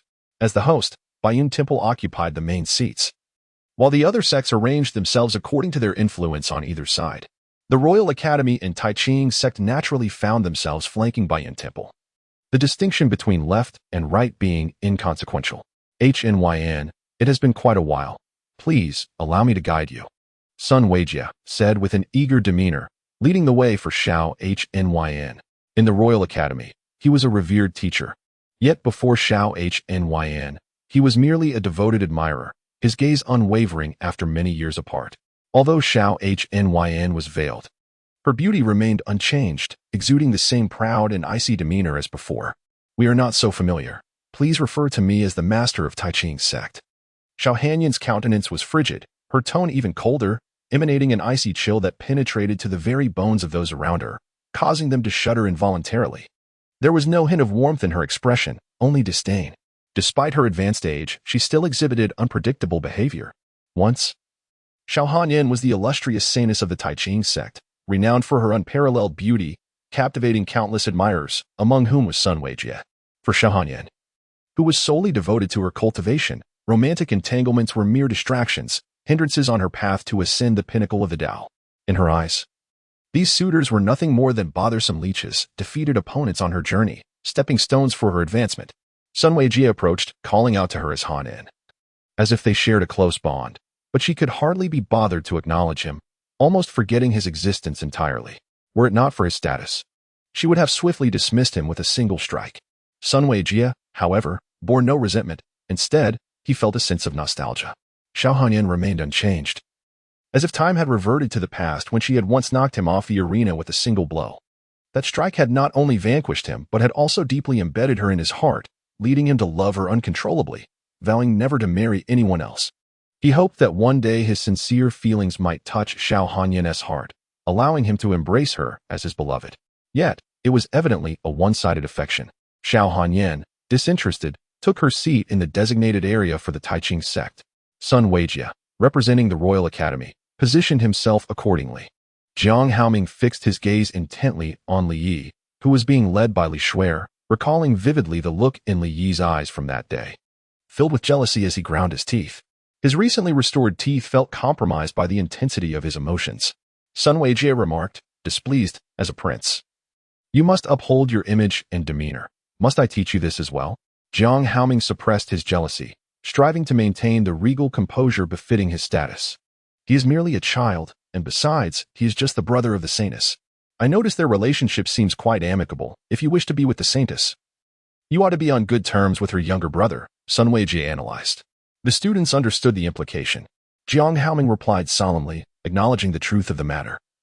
Yet unable to quell his jealousy. After pursuing Li Shuer for so long, he had never even come close enough to her to touch her hand, let alone stand within a meter of her. Sun Weijie watched Xiao Hanan, while Jiang Haoming's gaze remained fixed on Li Shuer, both teacher and student exhibiting striking similarities. Zhang Ziyuan quietly inquired of a nearby disciple, Have you learned who Li Yi is? During my last visit with Xiao Hanan, we reached a preliminary agreement. Should Li Yi indeed succeed in translating the entire text, both sects would share the secrets contained within. In this regard, the Baiyan Temple would have to pay a certain price, which, when compared to the ancient scriptures, is hardly significant. I had intended to meet the prodigious Li Yi, but Xiao Hanyan declined, stating that he would naturally make an appearance at the Martial Arts Exchange Conference. Zhang Ziyuan, unable to contain his curiosity, was eager to discover the identity of this extraordinary talent, as he was of considerable importance to the Baiyan Temple. I had inquired and found that there were no disciples named Li Yi within the Taiqing sect. However, the brother of the saintess is indeed a child named Li Yi. A child? Zhang Ziyuan remarked, glancing at Li Yi, who was being led by Li Shuer. Are you suggesting that this young lad is the one who translated the scriptures? I found it hard to believe, as the Taiqing sect had provided the documentation as such. I suspected that they were merely using the child as a decoy. The only issue with this theory is that employing a child as a cover seems rather dismissive of the Baiyan Temple's stature. Zhang Ziyuan stroked his beard, nodding in agreement, and began to ponder Xiao Hanyan's motives, wondering if she harbored ulterior intentions to appropriate the ancient scriptures for herself, with no intention of sharing. With no clear understanding of Xiao Hanyan's plans, we could only proceed cautiously, step by step. Li Shuer held Li Yi's hand as they took their seats beside Xiao Hanyan. Li appeared utterly fatigued and disenchanted with life, sporting a pair of panda-like eyes that made it difficult to fathom the trials he had endured. 3 days. Can you comprehend how I have navigated through them? The female disciples of Taiqing sect seemed as though they had never encountered a man before. They were like starved creatures, eagerly clinging to Li Yi, playfully biting and tugging at him. Li found herself overwhelmed, tasked with entertaining a multitude of female disciples. In their fervor, they resorted to queuing in an almost frenzied manner, ensuring that each one had her turn with him. Several instances of scuffles occurred, leaving Li Yi bewildered by the numerous touches he endured, his sense of privacy and security utterly stripped away. The ferocity of women in such moments was astounding, leading Li Yi to a profound realization. Form is emptiness, and emptiness is form. The following day, he contemplated retreating to monastic life, seeking solace away from women. The intensity of their desire was such that even his ancient sacred body could hardly withstand it, leaving him with the telltale signs of exhaustion. Fortunately, the day's martial arts exchange event allowed the Taiqing sect to maintain its dignified and aloof image, preventing any public displays of frivolity. Any such thoughts had to be suppressed. After a rare period of tranquility over the past few days, Li gradually regained his composure, bolstered by the strength of his ancient sacred body. Once his mental state was restored, he sat upright, adorably positioned beside Li Shuer. Li Shuer initially desired to embrace Li Yi, but considering the potential repercussions, she ultimately refrained. You Jew, let me hold him. I long to kiss him. This cursed martial arts exchange event is preventing me from playing with the child. Li has come to understand the concept of childhood privilege, as everyone seems to take advantage of his youth, treating him as if he were a mere child. Just wait until I grow up. Let us see who dares to call me young again. Humph. Chapter 29. Beautiful Senior, May I Embrace You? The martial arts exchange event commenced officially under the auspices of Zhang Ziyuan. Talented individuals from various factions took turns elucidating their understanding of martial arts, showcasing their skills in spirited contests. The essence of this gathering lay in the exchange of ideas, with demonstrations of diverse techniques that were executed with precision, leaning towards the performance of martial arts skills. Each person's interpretation of martial arts was unique, igniting fervent debates akin to a spirited debate competition. As discussions intensified, it became evident that one's grasp of martial arts is a true test of innate talent, which is also crucial for cultivation. It could be said that this was a contest of innate abilities. Numerous prodigies from prominent sects took to the stage, introducing the martial techniques of their respective schools, articulating their advantages, and engaging in competitions with the martial arts of other factions. Li Shui gazed at the dutifully seated Li Yi beside her, a gentle smile gracing her lips beneath her veil. She understood that little Yi was behaving so well to support her, the elder sister, and to avoid causing any trouble. How considerate he was. As the martial arts exchange event reached a fever pitch, the minor participants had completed their displays, and now it was time for the main event, where true prodigies would take the stage. Xiao Hanyan cast a glance at Li Shui, signaling her to prepare. When it's your sister's turn to perform, you must remain as well-behaved as you are now, she advised softly. Yes, I will be good, you can rest assured, sister, Li Yi replied. Li nodded obediently. Rest assured, holy maiden, I shall take good care of Xiao Yi. Yu Zhu stepped forward and declared. Li Shui regarded Yu Zhu with utmost vigilance. This fellow was overly enthusiastic toward Xiao Yi, and she feared he might whisk Xiao Yi away. Turning to the side, she addressed Xiao Hanyan. I kindly ask you, master, to keep an eye on Xiao Yi. Reflecting on the past few days, she felt uneasy leaving him in the care of those senior sisters and younger disciples. It was far better to entrust him to her master. Xiao Hanyan initially intended to decline, thinking it beneath the dignity of the esteemed leader of Taiqing sect to look after a child. However, upon catching sight of Li Yi's large, expressive eyes and adorably plump face, her icy heart began to thaw. She mused to herself, this little creature is utterly charming. Cursed feelings surged within her. Was it possible that this little one was intoxicating in nature? The veil she wore effectively concealed her, and with a cool nod, she remained silent. As the martial arts exchange conference reached a fever pitch, the audience's attention gravitated towards Li Shui, Jiang Haoming, and others. These were the pinnacle of genius, undoubtedly the focal point of the event. Among them was the saintess of Taiqing sect, her face veiled, yet I would wager she was breathtakingly beautiful. And then there was the leader of Taiqing sect, surely not inferior to the saintess. Could it be that only unmatched beauties could lead the sect? Was there even a need to wager on such a certainty? After all, she had revealed her face before. One could only wonder if there would be an opportunity to bask in her grace this time. What a fanciful thought. Dreams encompass everything, including, keep your hands to yourself. Who was that child? A boy. Li Yi, a young boy among the many female disciples of the Taiqing sect, stands out remarkably. It is said that he is the younger brother of the saintess, presumably a prodigy in his own right. I find myself thinking that this child possesses a striking handsomeness. Am I hallucinating to find such beauty in a mere boy? With the saintess's enchanting appearance, how could her brother be anything less? But why am I preoccupied with the saintess's brother? The exchanges on the stage are fervent, and the discussions below are equally intense. Various scandals and rumors spread like a plague throughout the venue, each tale morphing with each retelling, transforming into a multitude of versions that barely resemble the original. As the opportune moment approached, Li Shui gracefully rose and ascended to the stage, her toes delicately tapping as she floated into the arena, akin to an ethereal fairy descending from the heavens amidst the gazes of the crowd. The atmosphere fell into a profound silence, the murmurs abruptly ceasing, a testament to the reverence bestowed upon Li Shui. Upon witnessing her entrance, Jiang Haoming could no longer contain himself and promptly made his way onto the stage as well. Li harbored little interest in these gatherings. For one possessing such an unparalleled level of insight, these exchanges resembled nothing more than mere child's play. When it came to martial arts mastery, they could hardly compare to the results he could glean from a mere glance in his state of supreme understanding. Stifling a yawn out of boredom, he suddenly became aware of a gaze that harbored ill intentions. Turning to investigate, he found himself confronted by a cohort of female disciples, who, upon the departure of Li Shui, were now fixated on him with eyes that seemed intent on devouring him whole. This piercing stare startled the still youthful Li Yi, prompting him to nervously inch closer to Xiao Hanyan, for she alone seemed capable of intimidating this ravenous assembly of disciples. I am but a child, ill-equipped to navigate such tumultuous waters. Xiao Hanyan looked on in confusion at the female disciples, her eyebrows arching slightly. Upon noticing her gaze, the disciples were taken aback, shivering as they quickly adjusted their postures, some sitting up straight, others standing tall. The earnest discussion of martial arts commenced, filled with a flurry of animated gestures, their performances rivaling that of seasoned actors. Li Yisong let out a sigh of relief. It was indeed the formidable presence of Xiao Hanyan that instilled a profound sense of security within him. Xiao Hanyan found herself perplexed by the group of female disciples, wondering what they were so captivated by regarding a mere child. Was this child truly so charming? Casting a glance at Li Yi, she averted her gaze, thinking to herself, "Let us pretend I never uttered that."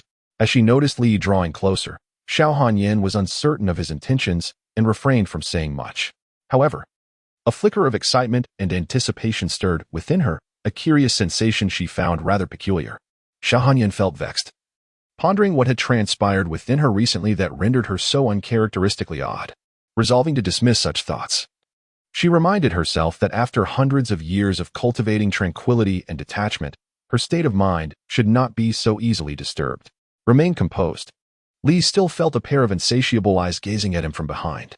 Closer proximity to Xiao Hanyan did little to alleviate the predicament.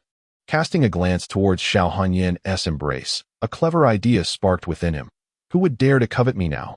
The crux of the matter lay in Xiao Hanyan's position as the leader of the Taiching sect. Her exceptional composure rendered her impervious to his unparalleled charm. Throughout this time, had Xiao Hanyan displayed any semblance of vulnerability akin to those girls? The answer was a resounding no. In fact, she exhibited no reaction whatsoever, remaining as aloof and proud as when they first met.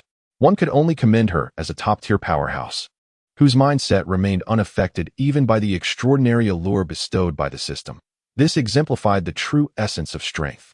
In the embrace of such a formidable figure, Li Yi felt utterly secure, even as the frenzied female disciples surrounded him, treating him like a prized walnut. He felt as if he might be enveloped in warmth. With an innocent tone, he showcased his childlike charm. "Senior, you are so beautiful. Will my sister be as beautiful as you in the future?"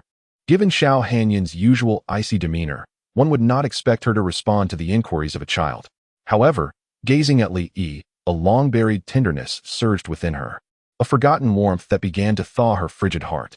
"Yes," Xiao Hanyan replied softly, a single word that belied the profound transformation occurring within her. Yet, no matter how much she changed, this was still the essence of Xiao Hanyan. "Can I hug you, beautiful senior?" Li Yi's request caught her off guard. She had never anticipated such a proposition.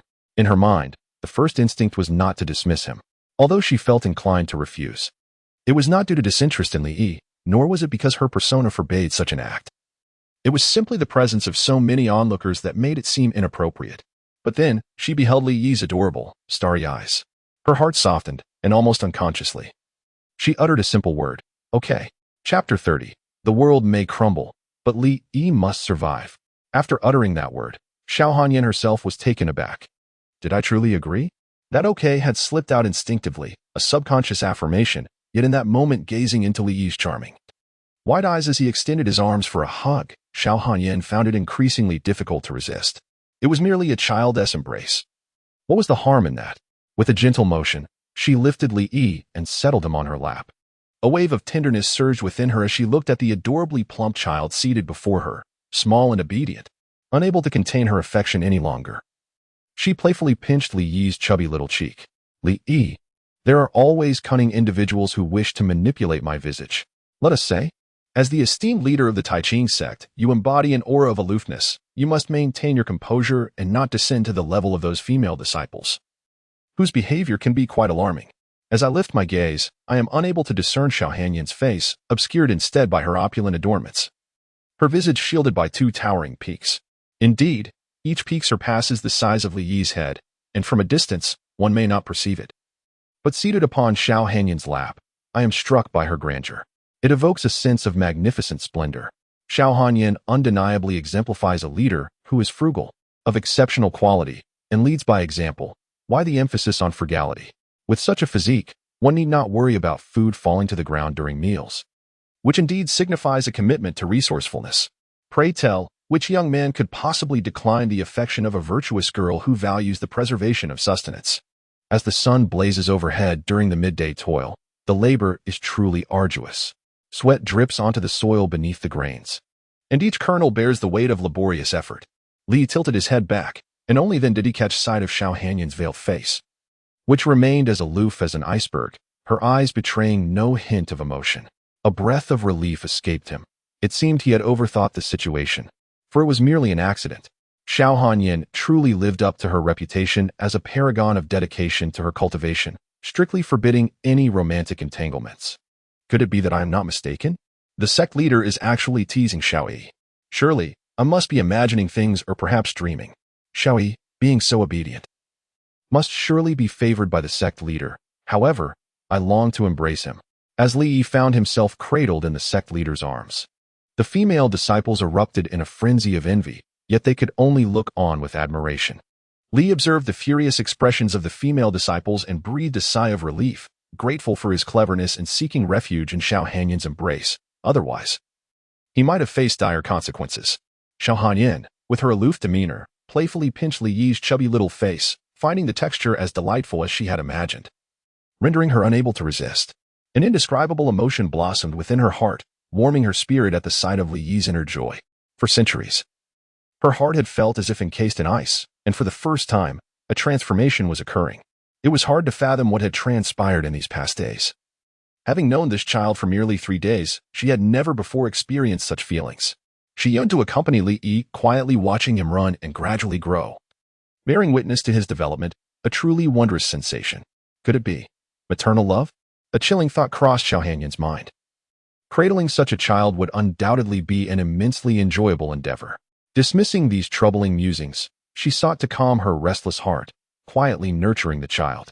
She adjusted Li Yi so he could lean against her, resting her hand on the armrest, propping her head lazily, as she peacefully observed the exchange meeting. Meanwhile, on the other side, at the Royal Academy stronghold, Sun Weijie erupted with indignation. How dare that little brat? He nearly shouted, his eyes bulging as he glared at Li Yi nestled in Xiao Hanyan's arms. Rising to his feet, he slammed his hands on the railing, visibly agitated. In that moment, he could not maintain his composure. All notions of being a role model and royal decorum flew out of his mind. All he could think was, how could Li Yi sit in Xiao Hanyan's embrace? She was Xiao Hanyan, his long-desired goddess, whom he would be content merely to glimpse from afar, even in dreams. And now, this little brat had the audacity to sit in her arms. In his heart, Xiao Hanyan was sacred and untouchable. No one deserved to come near her, not even himself, let alone make contact with her, especially not a man, nor even a child. Such a version of Xiao Hanyan was perfection itself. Yet, this child, Li Yi, had shattered that illusion, tarnishing his vision of the flawless goddess. No. Sun Weijie's heart screamed in protest as he gazed skyward, howling in despair, filled with resentment. How could he have been bested by a mere child? How could that be justified? At that moment, familiar music seemed to echo in his mind. Snowflakes danced gracefully, the north wind howled softly. Noticing the commotion at the Royal Academy, many puzzled gazes turned in that direction, questioning what had transpired. Was Sun Weijie's composure unraveling? On the field, Jiang Haoming turned to glance at Sun Weijie, pondering what was troubling his teacher. In that moment, he sensed a parallel between Sun Weijie's current state of mind and his own experience from a few days prior. Could it be? As he cast a sidelong look towards the audience of the Taiching sect, his understanding crystallized upon witnessing Li Yi seated upon Xiao Hanyan's lap, nestled against her embrace. It dawned on Jiang Haoming that Sun Weijie was enduring a similar plight, instantly fostering a sense of empathy and resonance with him.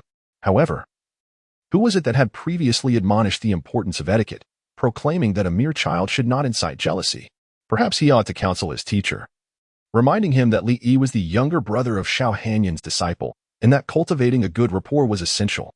He had initially believed his teacher possessed a grander temperament, yet it appeared to be rather akin to his own. Nonetheless, Li Yi's audacity was indeed irksome. He recalled the way Li Yi had deliberately cast a boastful glance in his direction on that day. It baffled him to comprehend the allure that Li Yi possessed, while he could understand why Li Shuer might be enamored, given their familial bond. Xiao Hanyan's infatuation seemed utterly incongruous with her character. Had the goddesses collectively succumbed to folly? What was the origin of this insufferable little brat? At that moment, Li Yi had unwittingly become the object of envy among all the men present. A single stab from each would suffice to reduce him to mere pulp. In the hearts of all the men in the audience, this one-year-old child had become a common adversary. The world could crumble, but Li must perish. Noticing the malevolent gazes directed his way, Li instinctively clung tighter to Xiao Hanyan, seeking refuge in her warmth. Bewildered by their hostile stares, he wondered what ill intentions a mere child could harbor. Xiao Hanyan pondered, could this child be cold? I must ensure he does not catch a chill. With utmost care, she enveloped Li, imparting a sense of warmth and a faint, soothing fragrance. While maintaining an outward composure, her heart brimmed with tenderness, revealing a unique maternal love for Li. Witnessing Xiao Hanyan's actions, a stir erupted among the onlookers, particularly within Sun Weijie, whose eyes reddened. One might have thought he was afflicted by an eye ailment. I can never coexist with this child. Chapter 31. 1-year-old and still unweaned at the exchange conference. With the participation of prodigies such as Li Shuer, the atmosphere reached a crescendo. Speaking at this moment was a genius of the sword, the young master of the Yu Mountain Sword sect, Yu Yangchen. Although the Yu Mountain Sword sect may not rival the Tai Ching sect in the Great Qin dynasty, it remains a first-rate sect with profound heritage. Yu Yangchen is regarded as the beacon of hope for the current generation of the Yu Mountain Sword sect, having inherited the true essence of the Yu Mountain Sword technique. He gained fame at an early age. In addition to mastering the Yu Mountain Sword technique, he has also created his own sword style, aspiring to carve his own path in the realm of swordsmanship. Though still in his youth, with a long journey ahead, his current achievements place him among the elite of his generation, with few talents able to be compared to him. At this exchange conference, the only one capable of threatening Li Shuer's position at the forefront is none other than Yu Yangchen. He eagerly anticipates the opportunity to spar with Li Shuer, as the appreciation between geniuses can only flourish through their interactions, allowing for potential breakthroughs. Saintus, it has been a long time. I have long awaited the chance to duel with you, and today I finally have the opportunity, Yu Yangchen said, bowing in greeting. I too look forward to the chance to spar with the young master of you, Li Shuer replied. Li Shuer replied softly, Master Yu Xiaozong, I have heard that you have integrated the Yu Mountain Sword technique to create an entirely new style of swordsmanship. Perhaps you could showcase it at this martial arts exchange, allowing everyone to appreciate your skill. Jiang Haoming suggested as he closed his folding fan. Yu Yangchen responded, Indeed. I too wish to invite everyone present to offer their insights and critiques. Standing in the center of the martial arts arena, Yu Yangchen was given space by the crowd, who eagerly anticipated his demonstration of swordplay. The lively discussions among the audience gradually subsided, giving way to a hushed reverence as they turned their attention to Yu Yangchen, eager to witness the original sword technique of this prodigious talent. The creation of a unique sword style demands an exceptionally profound understanding of the art, and such geniuses are exceedingly rare. Moreover, at just over 20 years of age, even with the foundation of the Yu Mountain Sword technique, his innovation is indeed remarkable. Heralding a promising future. Drawing his long sword, Yu Yangchen began to exhibit his technique. The onlookers fixated on him, observing every movement with keen interest. Many displayed expressions of astonishment. Indeed, the intricacy of his technique was remarkable, affirming Yu Yangchen's reputation as a swordsmanship prodigy. With such innate talent in the art of the sword, it seems that the Yu Mountain sect has a bright future ahead. While the echoes of the Yu Mountain Sword technique could be faintly discerned, achieving such mastery is already a rare accomplishment. The elders of the Yu Mountain sect chuckled contentedly, stroking their beards with pride, thoroughly pleased with Yu Yangchen's performance. This was not merely a display by Yu Yangchen, it was a representation of the entire Yu Mountain sect. And everyone felt a renewed sense of honor. After completing his swordplay, Yu Yangchen sheathed his sword and bowed to the audience. I would appreciate your guidance. Although he spoke of seeking advice, a proud expression adorned his face, confident that none among his peers could unravel his technique, at least not within this gathering. This confidence stemmed from his status as a swordsmanship genius. While he hesitated to declare his superiority in overall strength among his contemporaries in the realm of swordsmanship, he possessed unwavering self-assurance. Raising his head with pride, he scanned the assembly of talented individuals, inviting their insights. Li Shuer was not well versed in the art of swordsmanship, as she did not wield a sword herself. She contemplated how to counter the sword techniques of Yu Yangchen, although her strength surpassed that of Yu Yangchen. The martial arts exchange was not merely a contest of raw power, but rather a demonstration of the essence of martial arts, requiring one to counter each move with precision. Faced with unfamiliar swordplay, Li Shuer was cautious and refrained from acting impulsively. Jiang Haoming also remained on the sidelines. Both were individuals of considerable stature, and a defeat would bring them shame. It was prudent to wait for others to test the waters. I shall engage with you.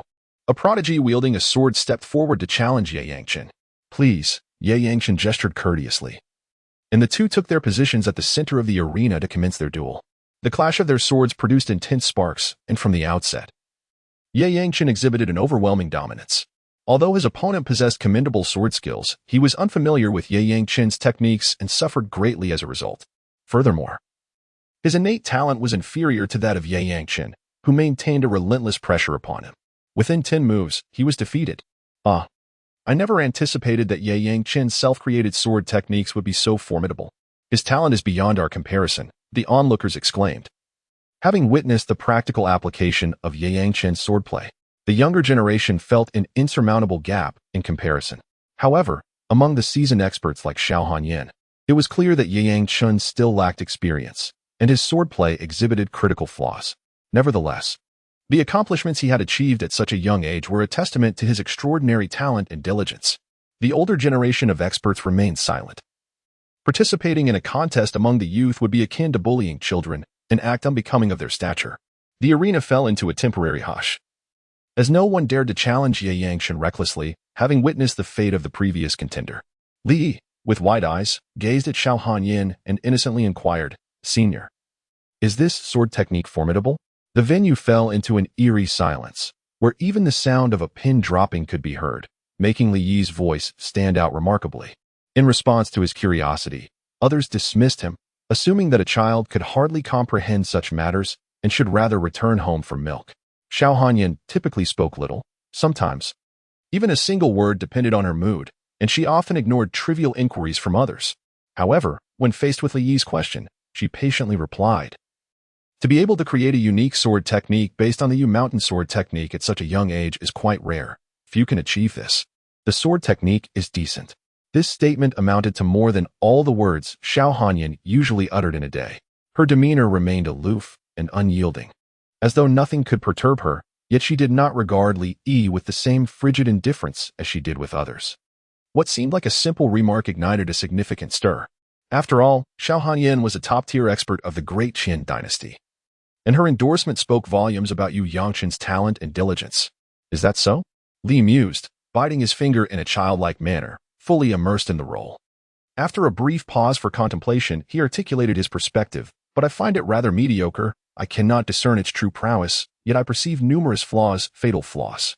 Li's astonishing words drew the attention of those present, who cast skeptical and even mocking glances in his direction. A mere child, understanding the intricacies of swordsmanship? What a jest! If this young lad possessed any knowledge of swordplay, I would consume this sword on the spot. Such was my confidence. Yu Yangchen raised an eyebrow slightly, his displeasure evident as he regarded Li Yi. The swordsmanship he had painstakingly developed through countless hours of toil was rendered worthless by Li Yi's dismissive words, leaving him quite irked. Despite his inner turmoil, Yu Yangchen maintained his decorum and inquired of Li Yi. "Oh, so you are well-versed in swordsmanship? May I ask how old you are, young sir? Have your teeth fully grown?" Li let out a snort, puffed out his chest, and in a childish tone declared, "Do you really think I am a 3-year-old who knows nothing? I am but 1 year old and still nursing. Naturally, my teeth are not fully grown." Chortles erupted from the crowd, unable to contain their amusement. It was truly a sight to behold, a child so unabashedly asserting such claims, leaving the adults feeling rather self-conscious, almost as if they believed Li Yi to be a child prodigy. This little fellow, not only lacking in fully developed teeth, was still dependent on nursing at such an age. What should have been a source of embarrassment, he proclaimed with such audacity. Youthful innocence and naivete. One could hardly blame him. I remarked, "What could a little tyke like you possibly know about swordplay? Perhaps it would be best for you to return home and nestle with your mother. Indeed, matters of adulthood are best left untouched by children. Li Yi, this is what you have said yourselves, so do not blame me for being heartless." He turned to look at Xiao Hanyan. Xiao Hanyan? Confused. She did not comprehend Li Yi's intentions. "Senior, I am hungry and wish to drink milk." Xiao Hanyan? What does that mean? Are you asking me for milk? Xiao Hanyan's mind was momentarily blank, a question mark hovering above her head. Li Yi's erratic thoughts left Xiao Hanyan utterly bewildered. How could he possibly come to her seeking milk? Did she resemble someone who could provide such nourishment? Although her chest was indeed ample, she had never been a mother and thus had no milk to offer Li Yi. Moreover, such a request was rather abrupt.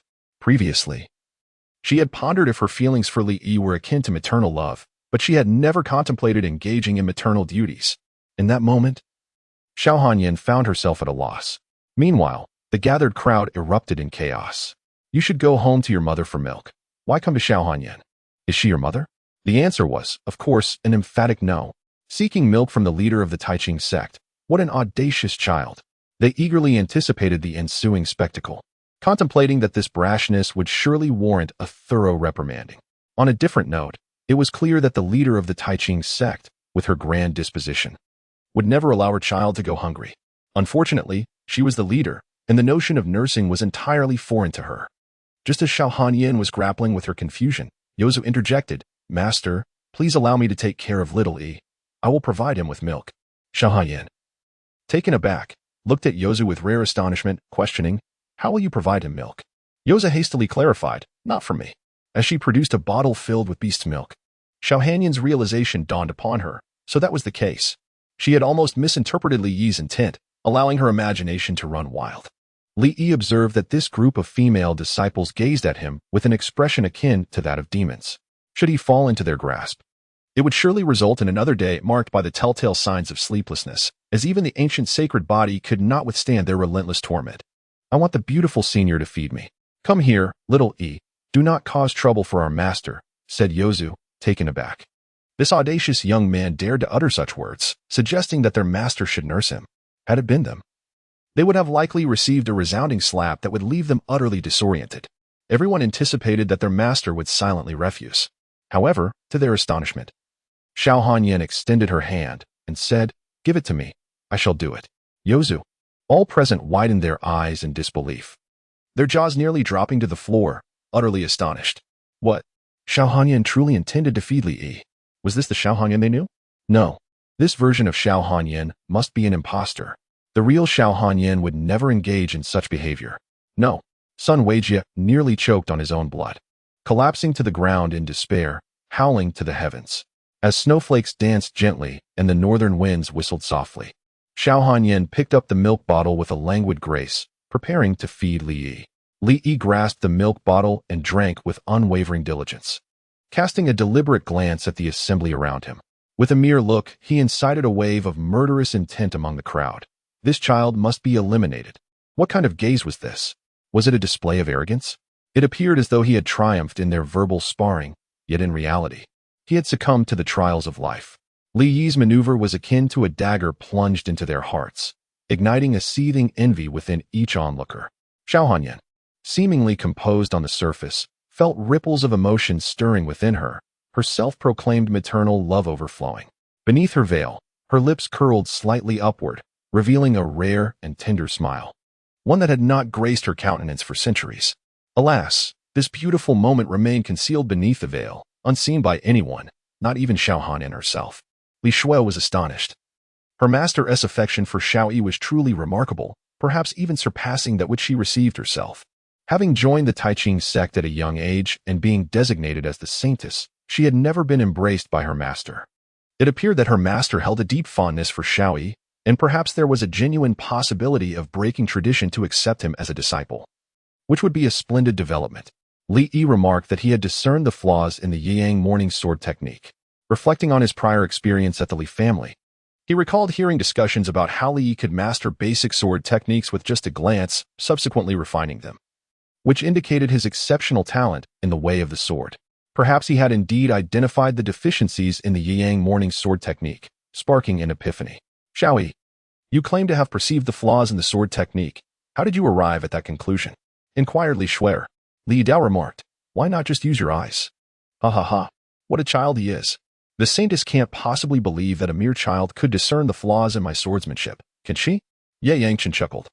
Li Shui addressed the crowd. What you may not be aware of is that Xiao Yi is my younger brother, possessing talent that rivals my own.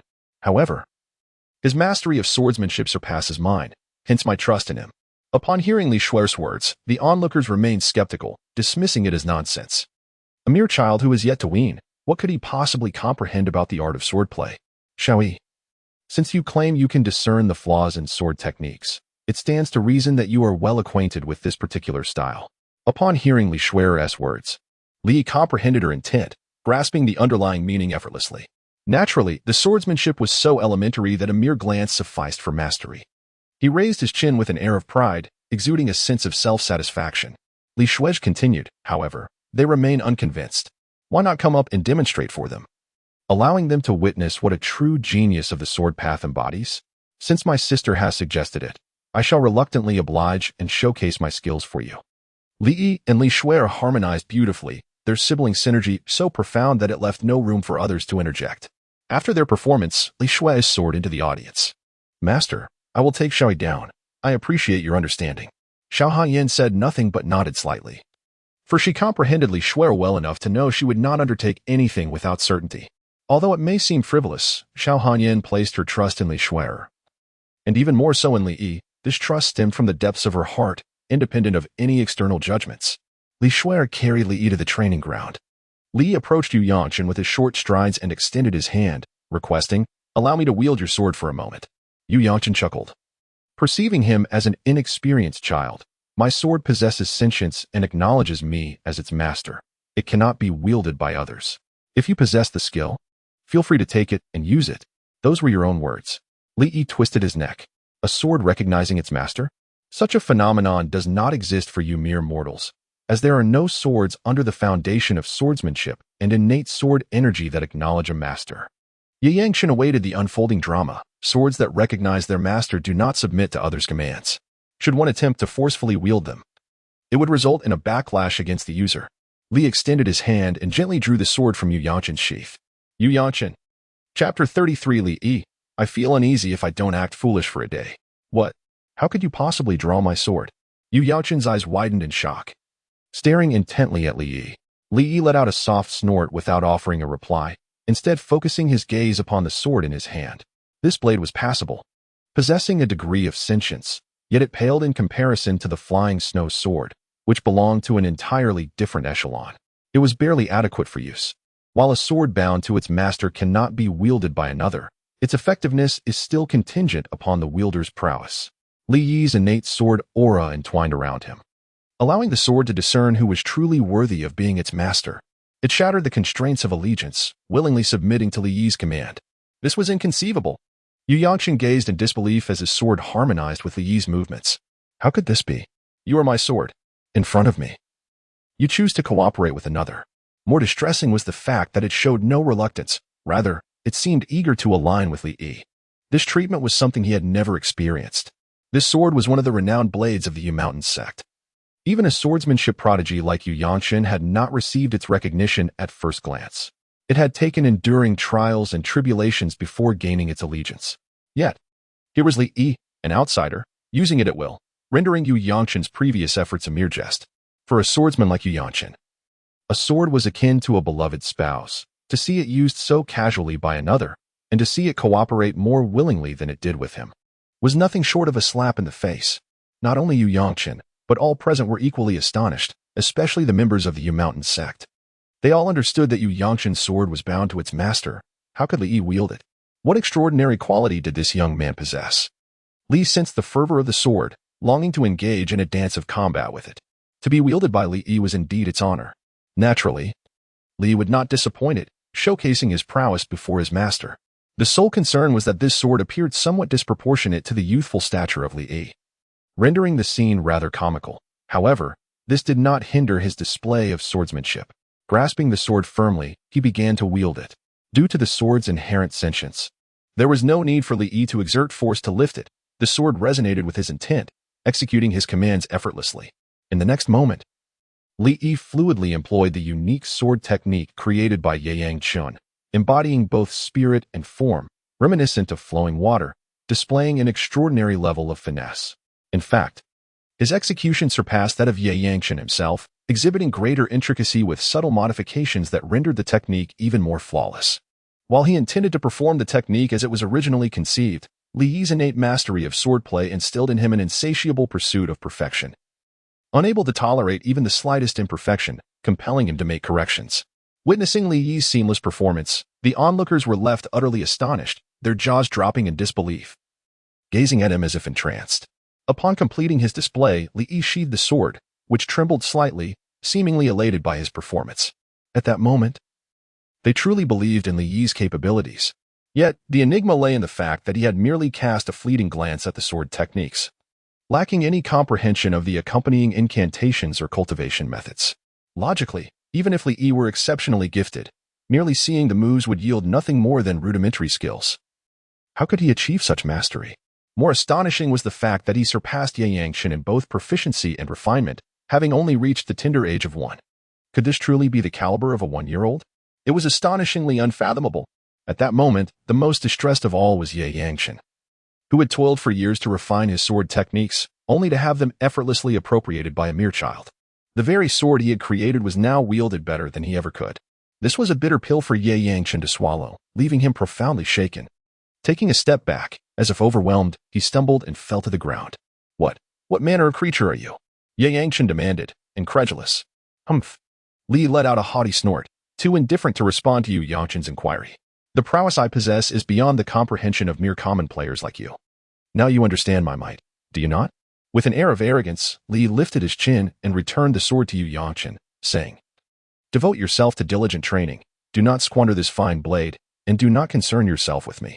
In the realm of swordsmanship, you shall never keep pace with my steps. With his hands clasped behind his back, he exuded the demeanor of a sage. The onlookers, initially astonished, now regarded this young man as pretentious and insufferable, thinking to themselves how skillfully he played the part of a braggart. Li Yi, if one possesses a system yet refrains from showing off, then what purpose does that system serve? The act of flaunting brings me joy. A day without it leaves me feeling uneasy. The essence of life lies in the endless pursuit of ostentation. A life devoid of such display is incomplete and utterly devoid of pleasure. Li Shuai observed Li Yi with his hands clasped behind his back, exuding an air of youthful confidence that amused her greatly. My younger brother is truly delightful. However, the saintess's laughter went unnoticed at that moment, as all attention was focused on Li Yi. Xiao Hanyan's demeanor shifted, shedding her usual languor. It was no wonder Li Shuai harbored such confidence. Li Yi's extraordinary talent was so astonishing that it even caught Xiao Hanyan by surprise, something she could hardly have anticipated. What Li Yi has accomplished is something even the formidable Xiao Hanyan, at the peak of the martial sovereign realm, cannot achieve. This young prodigy is destined to surpass all in the future. Such an extraordinary child, indeed. There exists a disparity even among geniuses. I have come to understand. In stark contrast to their previous intent to eliminate Li Yi at this moment, they realize that this little brat is the true genius. A talent of such unprecedented caliber deserves to be cherished by anyone. If Li Yi were a disciple of their sect, they would gladly have the sect's most beautiful maiden attend to him, even allowing him to playfully ride upon her head. Should Li Yi aspire to be the sect leader, they would not hesitate to relinquish their positions immediately. Ta Ching sect is undeniably a grand sect, blessed with exceptional fortune. First, there was Li Shuai, and now, there is Li Yi. How can other sects possibly survive in such a shadow? Li Yi, with his short legs, scampered over to Li Shuai and exclaimed, Sister, am I impressive? Li Shuai smiled as she gently ruffled Li Yi's hair, praising him tenderly. Little Yi is the most extraordinary. She then embraced Li Yi and addressed Yu Yangchen. Now, do you believe my brother is a genius in the swordsmanship? Her words were not only directed at Yu Yangchen, but resonated with everyone present, silencing those who had previously doubted Li Yi. Li Yi is not merely a genius in swordsmanship. He is an extraordinary prodigy. Nay, more than a prodigy. I believe it. Ye Yangchen, dejected, picked up his sword, and upon touching it, sensed its disdain, as if it were saying, Observe how others wield me and learn from them. In that moment, Ye Yangchen's spirit shattered, and Li Yi became the demon haunting his heart. Li Shuai inquired, Is there still anyone who engages in the exchange of martial arts? As he made his entrance, who would dare to show their face? Without a doubt, he emerged as the leader of this martial arts exchange. Zhang Ziyuan, regaining his composure, reflected on the task of translating the ancient scriptures, realizing it could indeed be attributed to this young prodigy. He declared, I hereby announce that the leader of this martial arts exchange is Li Yi of the Tai Ching sect. This conclusion was indisputable. Chapter 34, The Complete Ancient Scriptures Know. I do not wish to assume the role of leader, Li Yi responded, shaking his head in refusal, showing no interest in the title. I did not participate in the martial arts exchange. It was my sister who urged me to take the stage. I am nowhere near as formidable as she is. Thus the position of leader should rightfully belong to her. Zhang Ziyuan coughed awkwardly. While other talents were eager to attain this title, Li Yi, this remarkable child, appeared to disdain it. Is this what genius looks like? For someone of Li Yi's caliber, the title of leader was merely an inconsequential label. The new leader of the exchange, therefore, was Li Shuai of the Tai Ching sect.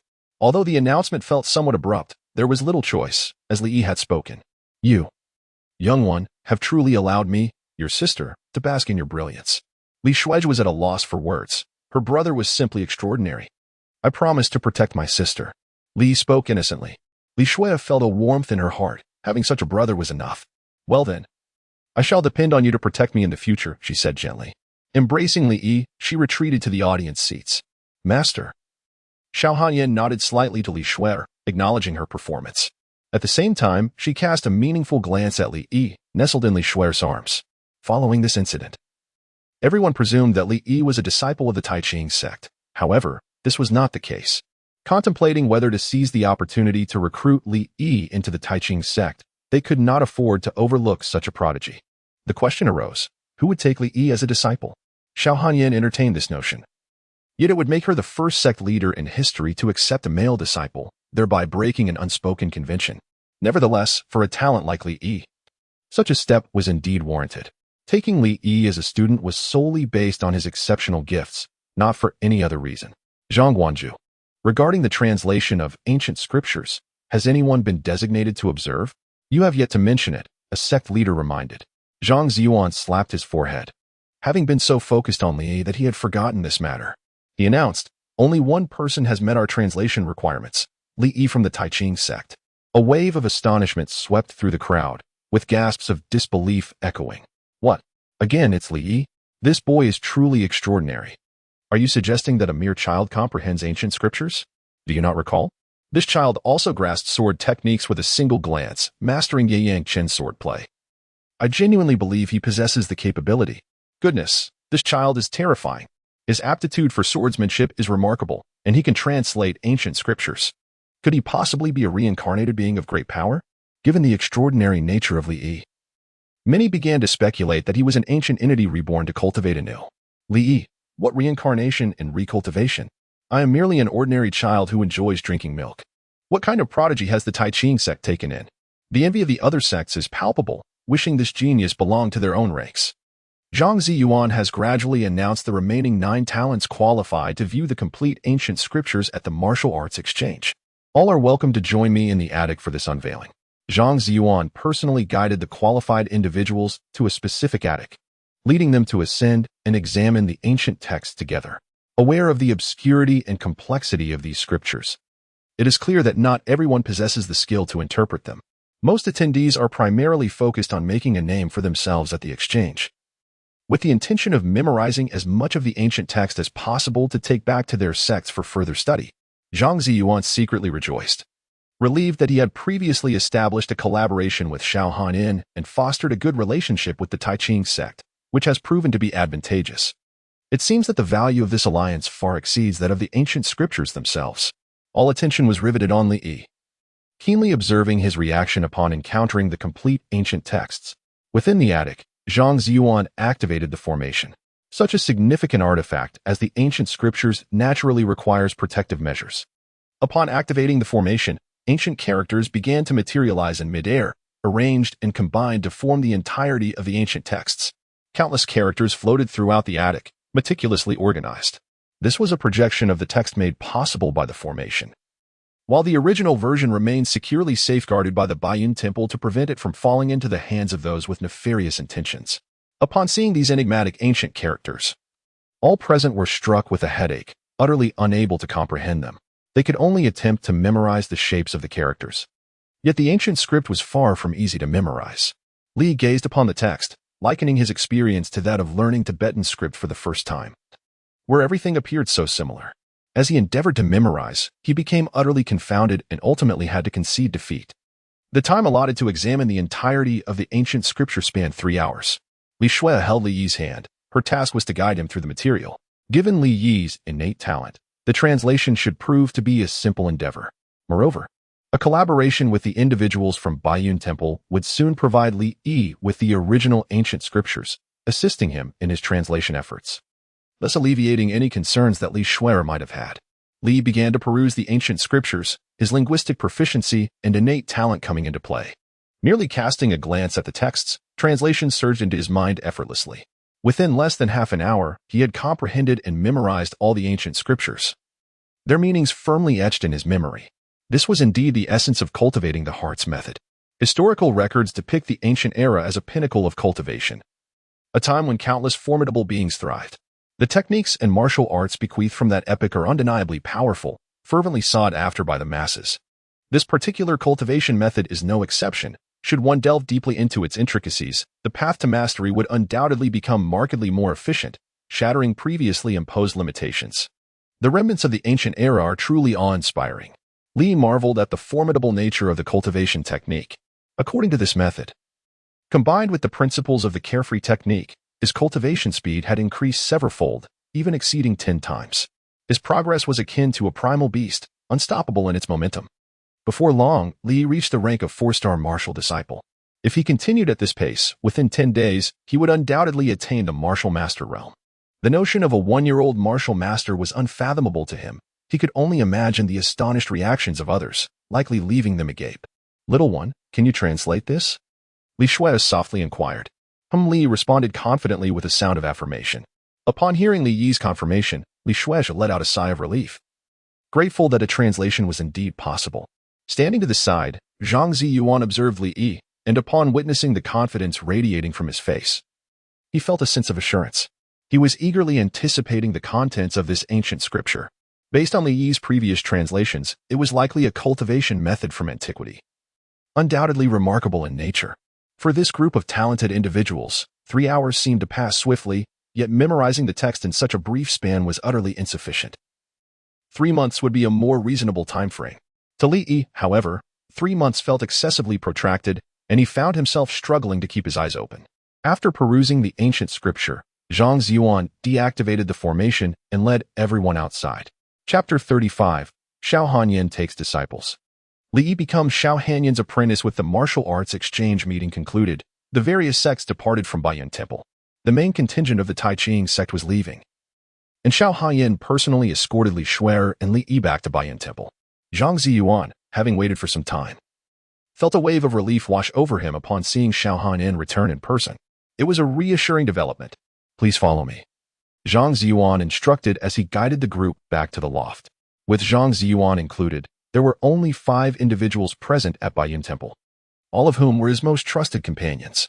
Given the precious nature of the ancient scripture, it was best that as few people as possible were privy to its existence. Zhang Ziyuan produced the original scroll of the scripture, unfurling it and presenting it to Li Yi for examination. "I wonder if you can translate it, and how long it might take." Everyone's gaze was fixed on Li Yi. It was hard to believe that a mere child possessed such extraordinary capabilities.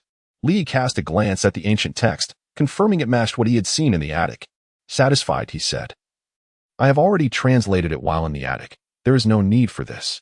The crowd looked at Li Yi in astonishment. What did you just say?" He reiterated with a hint of impatience. "I have translated it. Bring me the brush, ink, paper, and inkstone." Zhang Ziyuan hurriedly fetched the meticulously prepared writing materials, all of the finest quality, worthy of the ancient scriptures. Li grasped the brush, dipped it in ink, and commenced inscribing the translation. The gaze of the crowd was intently fixed upon the tip of Li Yi's brush, observing each character he penned with rapt attention. Their eyes sparkled with anticipation, eager to behold the entirety of the content. Li not only possesses the skill of translation but also exhibits remarkable calligraphy, leading one to ponder if this is truly the work of a mere 1-year-old. Surely, he must be a reincarnated sage undergoing a profound reawakening. Upon completing 1 volume, he seamlessly transitions to the next. As he peruses the contents of this volume, an expression of astonishment emerges, for indeed, Li Yi has successfully rendered the text. They have spent decades in research, producing only 10 segments, and even those lack the precision found in Li Yi's translations. Li devoted merely 3 short hours and astonishingly translated the complete ancient scriptures. Decades of toil seemed trivial in comparison to his prowess. Could this truly illustrate the chasm between genius and the ordinary? No, Li Yi is not merely a genius. He is a prodigy. After painstakingly dedicating several hours, he finally completed the entire translation, stretching his weary joints, his hand nearly exhausted from the effort. Li Shui held Li Yi's hand with tenderness, gently massaging it, empathizing with the hardships this little one had endured. Zhang Ziyuan trembled as he cradled the ancient scriptures translated by Li Yi, as if he were holding a sacred text, fearful of tarnishing it with a careless touch.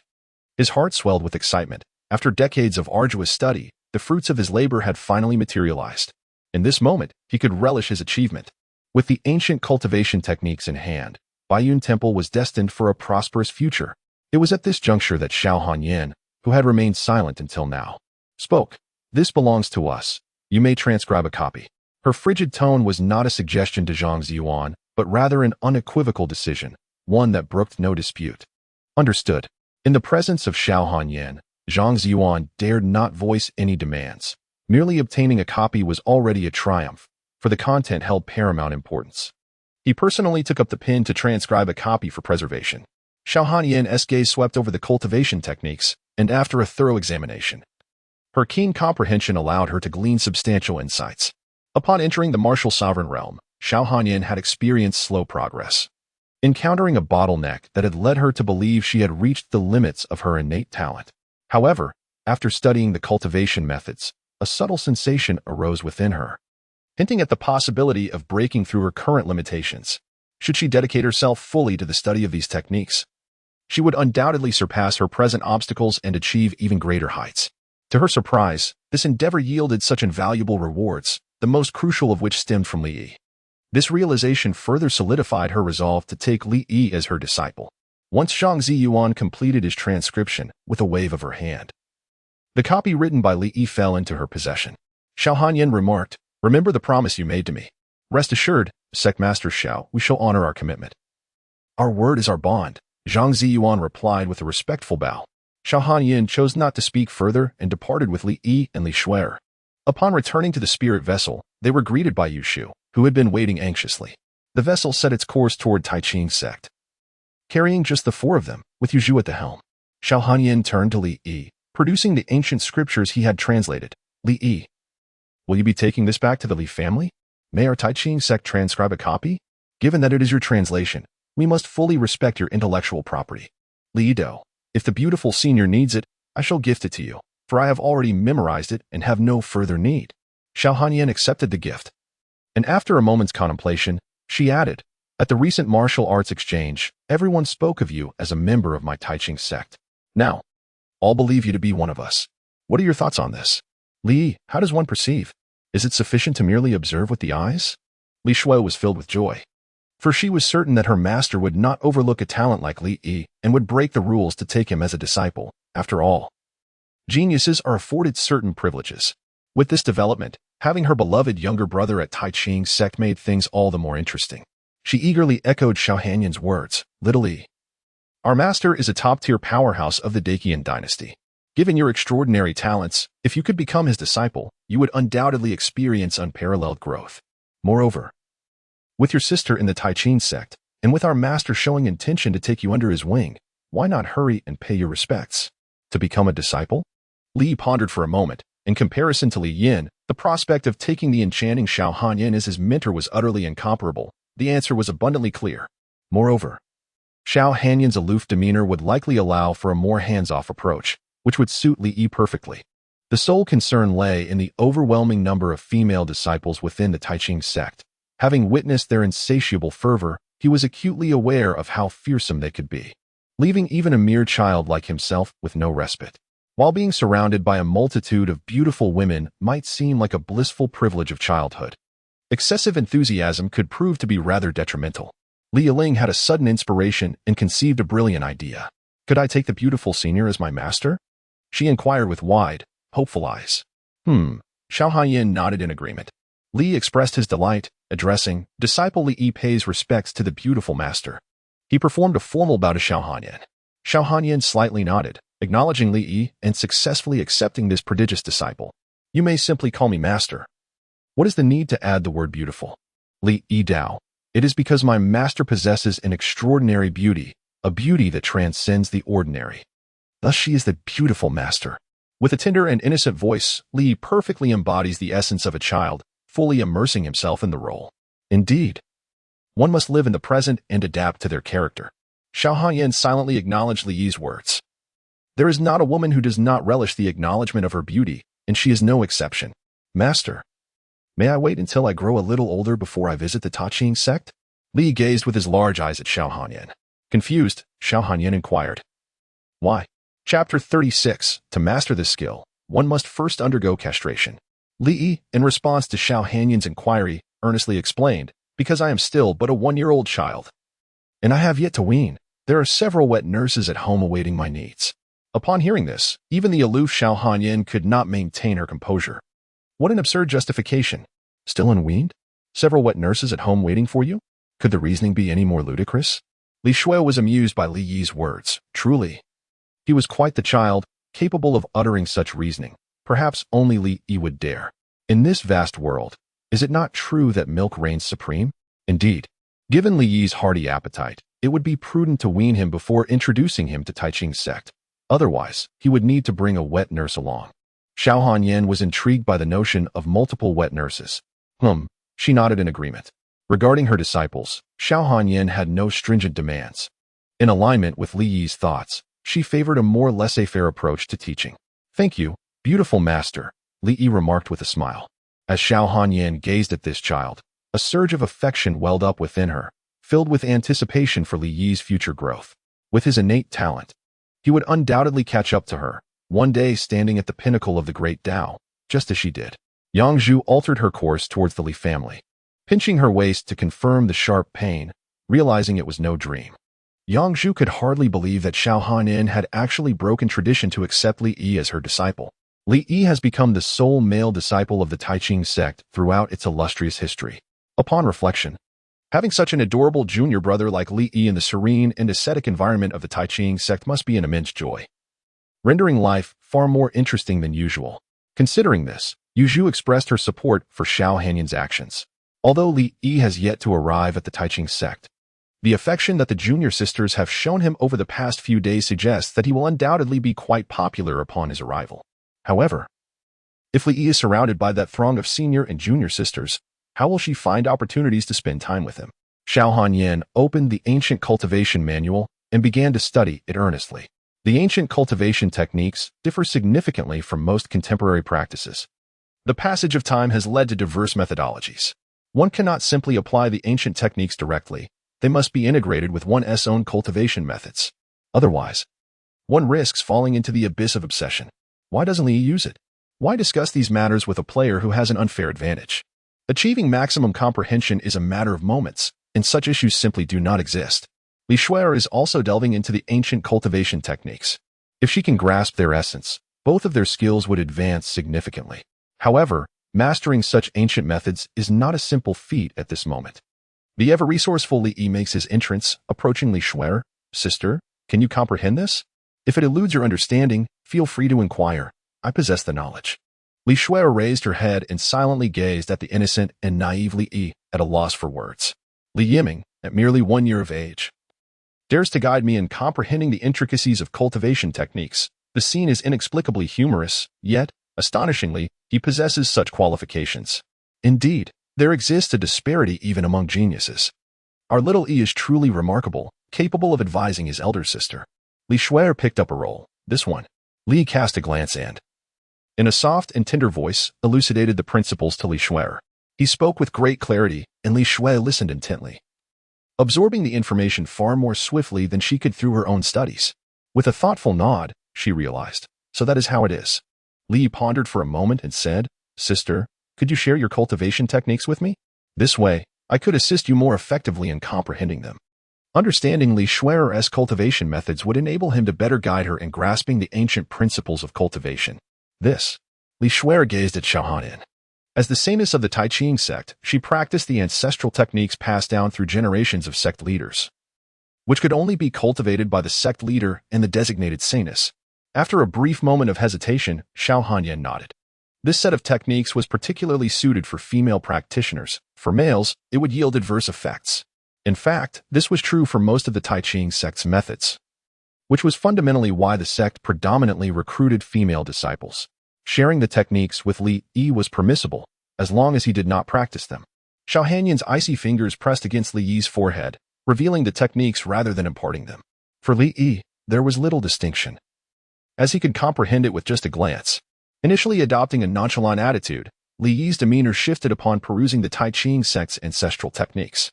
His expression tightened as he grasped the 8 critical words. To practice this technique, one must first undergo castration. This method was exclusively suited for women. Should a man attempt to cultivate it without a uterus, he would inevitably descend into madness, transforming into a grotesque being, neither male nor female. For a man, this technique was perilously dangerous. Fortunately, only the sect leader and the saintess were permitted to practice this method. Otherwise, allowing Li Yi to do so would strip him of the joys of manhood. The technique, known as the Tai Ching formula, was foundational to the establishment of the Tai Ching sect. Li Yi understood why the sect was characterized by a predominance of yin over yang. It was nearly impossible to avoid such an imbalance. The Tai Ching formula, while commendable, had a high ceiling for advancement. After a cursory review, Li Yi had no intention of delving deeper, as he did not wish to forfeit the pleasures of masculinity. With the advantage of his exceptional comprehension, Li Yi skillfully integrated the Tai Ching formula with ancient cultivation principles, discovering the optimal method to meld the two into one. Xiaoyi, how was it? Li Shui inquired eagerly as she noticed Li Yi open his eyes. I understand now. Li Yi commenced elucidating the ancient cultivation technique to Li Shui, guiding her on how to comprehend it in order to enhance the efficacy of the Tai Ching formula through the aid of this cultivation method. Upon absorbing Li Yi's explanations, Li Shui found herself with a newfound perspective on the Tai Ching formula. To her astonishment, there existed such an approach to its practice. Having devoted over a decade to mastering the Tai Ching formula, she realized that her understanding paled in comparison to that of Li Yi, who had only recently encountered it. This revelation left her feeling as though her years of diligent study had been in vain. Indeed, the adage comparison breeds contempt rang true. Following Li Yi's discourse, Li Shui held firm belief that her future cultivation would undoubtedly progress more smoothly. Truly, my prodigious younger brother, Xiao Hanyin, ostensibly engrossed in the cultivation manual in her hands, had her ears attentively perked up, fully engaged in Li Yi's explanation. She regarded him with newfound admiration. This child exhibited an astonishing depth of understanding of the Tai Ching formula, nearly rivaling her own. If given a little more time, he would surely surpass her. The child's capacity for comprehension is indeed formidable. Li Yi, noticing the eavesdropping Xiao Hanyan, playfully remarked, Beautiful master, if you wish to listen, do come closer, and I shall share with you. Xiao Hanyan fell silent, reluctant to speak. Any ordinary woman would have been in turmoil by now, caught in the act of eavesdropping. How embarrassing. The esteemed leader of the Tai Ching sect, a top-tier powerhouse of the Dacian dynasty, had been clandestinely listening to a mere 1-year-old expound on martial arts. What a disgrace. Chapter 37. Having a voluptuous figure does not equate to providing nourishment. While Xiao Hanyin maintained an outwardly calm demeanor, her heart was already steeped in embarrassment. However, Li Yi's comprehension was indeed extraordinary, far surpassing her own, with unique insights into the martial arts that made him a worthy teacher. Absorbing Li Yi's interpretations would undoubtedly elevate her understanding of martial arts, allowing her to break through her current limitations with ease. Xiao Hanyin couldn't help but wonder, was this truly a 1-year-old child? Surely, he wasn't the reincarnation of the Tianshan elder. Aside from his innate talent, Li truly resembles a child in every other aspect, as if he has yet to wean at the tender age of 1. Observing Xiao Hanyin's silence, Li mistakenly assumed she was disinterested and continued to elucidate for Li Shui. To his surprise, Xiao Hanyin shifted her position, drawing closer to listen intently. She maintained a facade of solemnity, appearing deeply engrossed in the cultivation method in her hands. Li Shui nearly burst into laughter, having never realized her master possessed such qualities before. Could it be attributed to Li Yi? Indeed. In the face of Li Yi's extraordinary talent, who could remain composed? At the very least, her master appeared outwardly unperturbed. The time spent diligently studying passed swiftly. And before they knew it, they had arrived in Shuzhou. Master, we have arrived, Yuzhu announced as she brought the spiritual vessel to a halt. Li Shui rose to her feet, taking Li Yi by the hand as she led Xiao Hanyin towards the Li residence. Upon learning of Xiao Hanyin's arrival, the members of the Li family eagerly gathered to extend their warm welcomes, each face adorned with enthusiastic smiles. Some were curious to behold Xiao Hanyin's beauty, wondering if it matched the rumors they had heard, while others approached her with the intent to ingratiate themselves. Li Shui is the holy maiden of the Tai Ching sect, and the relationship between the Li family and the Tai Ching sect is akin to that of in-laws, hence one cannot help but extend a warm welcome. Moreover, Xiao Hanyin is a formidable master of martial arts, highly esteemed and courted throughout the Dacian dynasty. It is indeed a surprise that the head of the Tai Ching sect has personally graced my humble abode. I beg your pardon for not being able to welcome you from afar, and I kindly ask for Sect Master Zhao's understanding, Li Yutian said with a respectful gesture. There is no need for such formalities, the head of the Li family. My visit is also to witness what manner of place can produce so many prodigies. Sect Master Xiao replied with a smile. Please, do come in. He led Xiao Hanyin to the living room and offered the finest tea to entertain her. Many members of the Li family gathered to catch a glimpse of the formidable figure, Xiao Hanyin. Li Yutian cleared his throat awkwardly, instructing the irrelevant individuals to disperse. They appeared as though they had never encountered such grandeur, which could tarnish their reputation and lead Xiao Zongzhu to perceive the Li family as unsophisticated. As it was Xiao Hanyin's inaugural visit to the Li family, it was imperative to leave a favorable impression and not bring shame upon Li Shuer. Li Yuntian and Xiao Hanyin took their seats. The matriarch, Bilian, smiled and said, "It is truly an honor to have the esteemed sect leader, Xiao, grace our humble abode. Should there be any shortcomings in our hospitality, I hope you will forgive us. The relationship between your esteemed Li family and our Taiqing sect does not necessitate such formalities." Xiao Hanyin replied in a calm tone, "You speak wisely, but I must ask for your indulgence, as Shuer may have caused you some trouble. Should you require anything, please do not hesitate to inform us." Bilian maintained her smile throughout the exchange. In matters of small talk, it was evident that Xiao Hanyin was not particularly adept, compounded by her naturally reticent demeanor, leaving Bilian to carry the conversation. Were it not for their dialogue, the atmosphere would have been palpably awkward. Sect leader Xiao, it is a pleasure to see you well. A familiar voice resonated, prompting Li Yi to glance towards its source, Li Yin. Xiao Hanyin turned to Li Yin and stood, saying, "Senior Li, it has been quite some time. Indeed, it has been 2 or 3 centuries, if memory serves. I can hardly accept being called a senior. As time flies so swiftly, you have ascended to the position of sect leader of Taiqing," Li Yin remarked, his face a portrait of nostalgia. Although Li Yin was considerably older than Xiao Hanyin, she had now reached the realm of martial sovereign, while he found himself stagnating at the pinnacle of martial emperor, seemingly destined to remain there for the remainder of his days. Their previous encounters had been limited, merely acquaintances at best. Reflecting on the past and comparing it to the present, the passage of time was indeed a merciless blade, manifesting vividly in Li Yin, yet appearing to have left Xiao Hanyin untouched. A senior remains a senior. I still vividly recall your legendary battle against the prodigies of the Dian dynasty, where you faced 3 adversaries alone, he said, a hint of admiration in his voice. Li Yin waved his hand and remarked, "I am old and of little use. Unable to compare with you young ones, especially not with you." Returning to the main topic, Li Yin inquired, "Might I ask, what brings you here, Master Xiao?" Xiao Hanyin replied, "Shuer is my direct disciple, and I should have visited the Li family long ago. Furthermore, I wish to see what kind of extraordinary place can give rise to such a multitude of talents." Li Yutian and the others smiled knowingly, fully aware that Xiao Hanyin was referring not solely to Li Shuer, but rather to both Li Shuer and Li Yi. It was evident that Xiao Hanyin had also discerned Li Yi's remarkable talent. Li Yutian humbly remarked, "Master Xiao, you jest? How could my son possibly compare to your distinguished demeanor?" Xiao Hanyin shook her head, candidly stating, "My talents do not match those of Li Yi." Li Yin rubbed his brow, reflecting on the years that had passed. It seemed that Xiao Hanyin's style had remained utterly unchanged. At times, her forthrightness rendered one speechless. A touch of subtlety would certainly make conversation more engaging. Furthermore, I harbored another intention for my journey. I wished to take Li Yi as my disciple. What? Li Yuntian, having just sipped his tea, abruptly expelled it in astonishment, his gaze fixed incredulously upon Xiao Hanyin.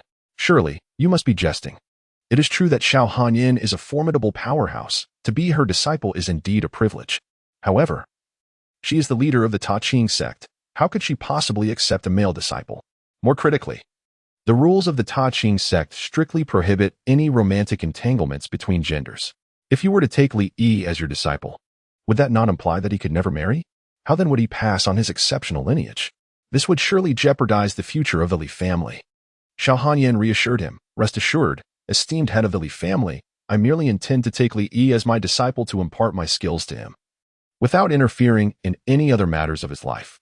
Li Yuntian let out a sigh of relief. "So that is how it is. With the exceptional prowess of Xiao Hanyin to nurture him, Li Yi is bound to experience remarkable growth." Li Yutian found no reason to decline. He promptly made his decision. "Excellent." Li Yin chuckled. "I suppose we must inquire about Yi Er's intentions. She has always been a child of strong opinions, and would not easily acquiesce. Reflecting on his own attempts to entice Li Yi, which had failed to secure him as a disciple, Xiao Hanyan maintained a stern demeanor and spoke without hesitation. Li had already agreed upon his arrival. What? This time it was Li Yin who splattered tea everywhere. Unwilling to accept, he questioned why Xiao Hanyan's approval mattered while his own did not. Was it merely because she was beautiful and female? Recalling Li Yi's reasons for rejecting him, he thought of milk. Suddenly, a realization dawned upon Li Yin as he glanced at Xiao Hanyan's bosom. Could it be? But no, that couldn't possibly be the case. Li Yi, this child, despite the imposing presence of Xiao Hanyan, may not necessarily provide you with sustenance. This child should exercise some prudence. Chapter 38. Organizing a wife selection conference for Li Yi? After visiting the Li family, Xiao Hanyan departed, accompanied by Li Shuer. Although Li Shuer was reluctant to return, she had no choice. Now that she had grasped the ancient cultivation techniques, coupled with Li Yi's elucidation, she needed to seize the moment and diligently pursue her training. Li Shuer reluctantly bid farewell to her family and accompanied Xiao Hanyan back to the Taiching sect. As for Li Yi, due to his tender age and the nature of his suggestion, he would remain at the Li family for the time being, awaiting an opportune moment to join the Taiching sect. Little Yi, your sister has departed. Remember to think of her. Li Shuer playfully teased Li Yi, cherishing the moments before their return to the Taiching sect. Knowing it would be a long time before she could see him again and feel the softness of his chubby little face. For Li Yi, it was a form of relief, although his sister was stunningly beautiful and treated him with kindness.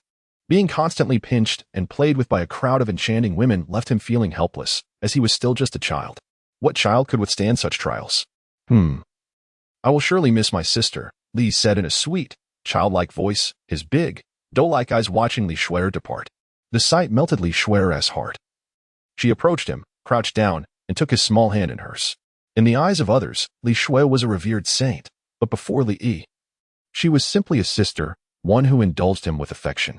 Now, give your sister a kiss. Previously, it was always your sister kissing you. This time, you must kiss her. If you don't, I won't take you out to play next time, she said, gently cupping his cheeks and playfully demanding a kiss. Li Yi. Silence. Sister, you are a saint. Could you please exercise a bit of restraint? How can a saint ask a young man for a kiss? Indeed. Proximity breeds familiarity. In public, Li Shuer presents herself as an aloof and frigid saint, revered by many, an object of admiration that one can only gaze upon from afar, lest one dare to profane her sanctity. Yet, before Li Yi, she becomes a tender sister, devoid of arrogance and coldness, radiating nothing but gentle affection, even indulging in playful whims like a child. Speaking of which, who is truly the child here? Should I perhaps offer you a drink? The saint and the sister are one and the same, yet the contrast is strikingly profound. Li Yi, with a sense of helplessness akin to that of soothing a child, placed a gentle kiss upon Li Shuer's cheek. He inwardly lamented, is it easy to be a child? This generation of adults is truly challenging to manage. Li Shuer contentedly donned her veil, greeted Li Yi, and stepped aboard the spirit vessel, following Xiao Hanyan back to the Taiching sect. On the vessel, Xiao Hanyan quietly observed Li Yi. No one could fathom what thoughts lay hidden beneath her serene exterior. After a considerable time, Xiao Hanyan turned back, and the untroubled leader of the Taiching sect re-emerged. Li Yin patted Li Yi on the shoulder and remarked, you rascal, instead of becoming my disciple, you have chosen to be a disciple of Master Xiao. Li gazed at Li Yin with an expression of innocent curiosity. After all, you are my great-grandfather, he remarked. Have you been diligent in your training these past few days, young man? Li Yin inquired with a sense of duty. For Li Yi represented the future of the Li family. It was imperative to rigorously oversee Li Yi's cultivation. Li Yi, with a triumphant expression on his youthful face, declared, I have already attained the rank of a 5-star martial apprentice. Standing tall and puffing out his chest, he held his head high, almost as if he were peering down at others through his nostrils. This proud demeanor, juxtaposed with Li Yi's childlike physique, appeared somewhat comical. However, the expressions of Li Yin and the others were devoid of amusement. Instead, they wore looks of astonishment, as if their jaws had dropped to the ground. 5-star martial apprentice. Has Li Yi achieved the rank of 5-star martial disciple? What an astonishing pace of cultivation. I recall that when Li Yi departed, he was merely a 2-star martial disciple, and now he has remarkably ascended to 5-star. This speed is nothing short of extraordinary. It is commonly said that cultivation becomes increasingly arduous in the later stages, so why does it seem that Li Yi's training has become progressively easier? It has only been a matter of days. Li Yin incredulously assessed Li Yi's cultivation level, and to his astonishment, Li Yi had truly attained the rank of a 5-star martial apprentice. Hiss. He inhaled sharply in disbelief. In the Li family, the talented Li Zimo of this generation has only achieved the rank of a 3-star martial apprentice at the tender age of 3. Li Yin, as the strongest of the Li family, vaguely recalls that he reached the rank of a 5-star martial apprentice at the tender age of nearly 4. Truly, comparing oneself to others can evoke a sense of despair. He cannot even begin to measure up to the likes of Li Yi. Is this what you call a mere year? In Li Yi, the onlookers glimpsed the future of the Li family, and after their initial astonishment, excitement ensued. My dear son, come here and let your father bestow a kiss upon you. Li Yuntian, filled with excitement, rushed forward to embrace Li Yi, intent on planting a kiss. Li exclaimed, What? You again? This simply won't do. A beautiful woman would suffice, but with Li Yuntian's unkempt beard, it's quite abrasive against my skin. He decisively raised his hand to block Li Yuntian's advance, filled with disdain. Li Yuntian was not the least bit angry, as a smile lingered on his face. Ha. Io is sure to become the youngest martial artist of the Li family, and indeed the youngest grand martial artist. Li Yuntian exclaimed with enthusiasm. Bai Lian chuckled and replied, Now Io is already a 5-star martial apprentice. His progress is remarkably swift, but it is essential to solidify his foundation. Indeed, my dear, he concurred. By the way, please take stock of the elixirs and resources in the manor, and ensure that everything necessary is provided to Io. Li Yuntian smiled amiably. Bai Lian continued, When it comes to cultivation, one must not be hasty. Master Xiao has already taken Li Yi as his disciple. In the future, under Master Zhao's guidance, he will undoubtedly become a formidable force. I propose that we arrange a marriage for Yi. What do you think? Li Yi's mind was momentarily engulfed by a colossal question mark. Engage in a matrimonial arrangement at such a tender age? I am but 1 year old. How can this be deemed hasty? Perhaps I should consider producing a grandchild for you right now, so you may occupy yourselves with that and leave me in peace. He cast a glance at his younger brother, feeling the weight of responsibility akin to a small horse pulling a large cart, wishing for greater strength. If only the system could offer enhancements in the future. System, to what extent should the enhancements be made? Should one play the violin with a certain appendage? Li, speaking of which, why is it a betrothal again? Initially, in the storyline of his rise to power, he had already been engaged to Qiu Lingming, only to be heartlessly jilted, which triggered the reverse attack system. Now, with the activation of the system occurring prematurely, given Li Yi's current state, this engagement will undoubtedly not culminate in a cancellation, and he will dutifully mature and proceed to marriage. Li Yuntian pondered this matter thoughtfully. In the future, Li Yi would ascend to the Tai Ching sect, where he must devote himself entirely to cultivation, free from distractions. Furthermore, the principles of the Tai Ching sect emphasize asceticism, forbidding any romantic entanglements. Bailan's words resonate with wisdom. It is indeed essential to arrange a marriage for Li Yi at this juncture. Once he matures, the marriage should be promptly formalized, ensuring the continuation of his lineage and the inheritance of his remarkable traits. If the aim is to expand the family, perhaps it would be prudent to also consider bestowing upon Li Yi a few concubines or personal maidservants. Li Yuntian pondered more deeply, a smile gracing his lips as he nodded thoughtfully. Observing this expression on Li Yuntian's face, Li Yi sensed impending trouble. This old fellow surely harbored some nefarious scheme to ensnare me. As anticipated, Li Yuntian declared, Not only shall we become engaged, but I also intend to host a wife selection conference for Io, inviting esteemed families and sects to attend. In addition to selecting a primary wife, I shall also arrange for concubines for Io. Chapter 39, The Wife Selection Conference, Reactions from Various Sects. After hearing Li Yuntian's remarks, Li, I knew it. The old man's schemes are undoubtedly absurd. Just listen to what he proposed. A wife selection event, a public audition for wives and concubines. Is this something a rational person could conceive? While this notion may resonate with men, I implore you to consider.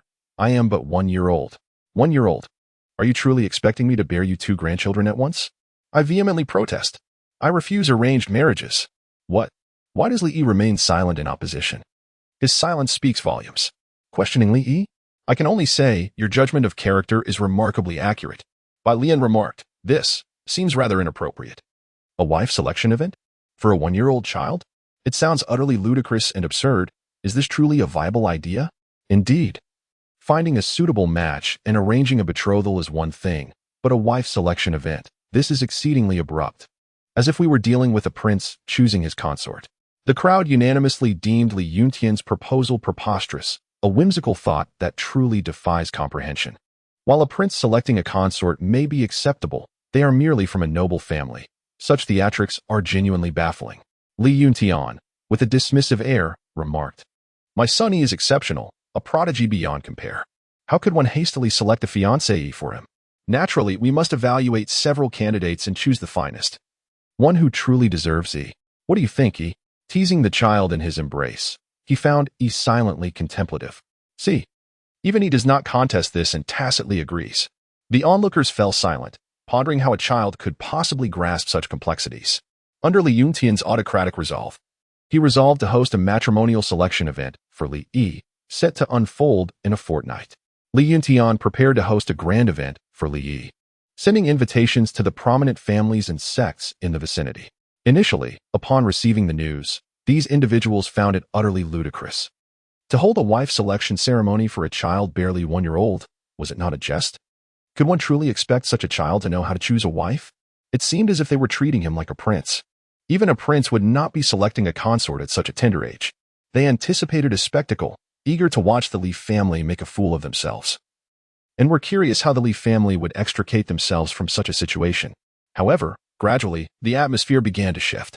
At the Yuanshan sect, the sect leader, Yu Zhihong, was currently comforting Yu Yangshan. Following the martial arts exchange conference, Yu Yangshan's resolve had been shattered, leaving him in a state of despair for the past few days. As the future of the Yuanshan sect, seeing Yu Yangshan in such a state deeply concerned Yu Zhihong. If Yu Yangshan were to lose his spirit, who would uphold the reputation of the Yuanshan sect? My son, it is but a single failure, and that Li Yi is indeed a prodigy, incomparable to ordinary individuals. Why must you compare yourself to him? That would only lead to your own suffering. Take it easy, focus on your own growth, and be true to your efforts. Live without regret, Yu Zhihong reassured. Yu Yangshan replied bitterly, "Father, I understand. I am fine, and I will dedicate myself to my training." Indeed, Li Yi was a genius. A rarity that might not appear for millennia, born in an era that would overshadow all other talents. To compete with Li Yi would be to invite one's own misery.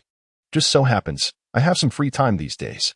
Let us go fishing together and relax, Yu Zhihong suggested with a smile at his son. Do not lose heart. You have always been the pride of your father. Yu Yangshan, feeling a spark of confidence, nodded vigorously. At that moment, a disciple rushed over to report, sect leader. The Li family of Shuzhou is hosting a wife selection ceremony for their second young master. I see that other sects are also preparing. Should we? What? A wife selection ceremony. I implore you, can you refrain from reporting every trivial matter to me? I am the sect leader. Do not burden me with such nonsense. A wife selection ceremony? What audacity! Even I, the esteemed sect leader of Yuanshan, have not announced such an event, Yu Zhihong scoffed. Come, my son, let us go fishing. Nothing is more important than spending time with you. Yu Yangshan contemplated for a moment and remarked, the Shuzhou Li family? That seems to be Li Yi's family. Yu Zhihong, deep in thought, responded, are you referring to the Li Yi who mastered your sword technique at a glance during the martial arts exchange conference? Yes, Yu Yangshan confirmed.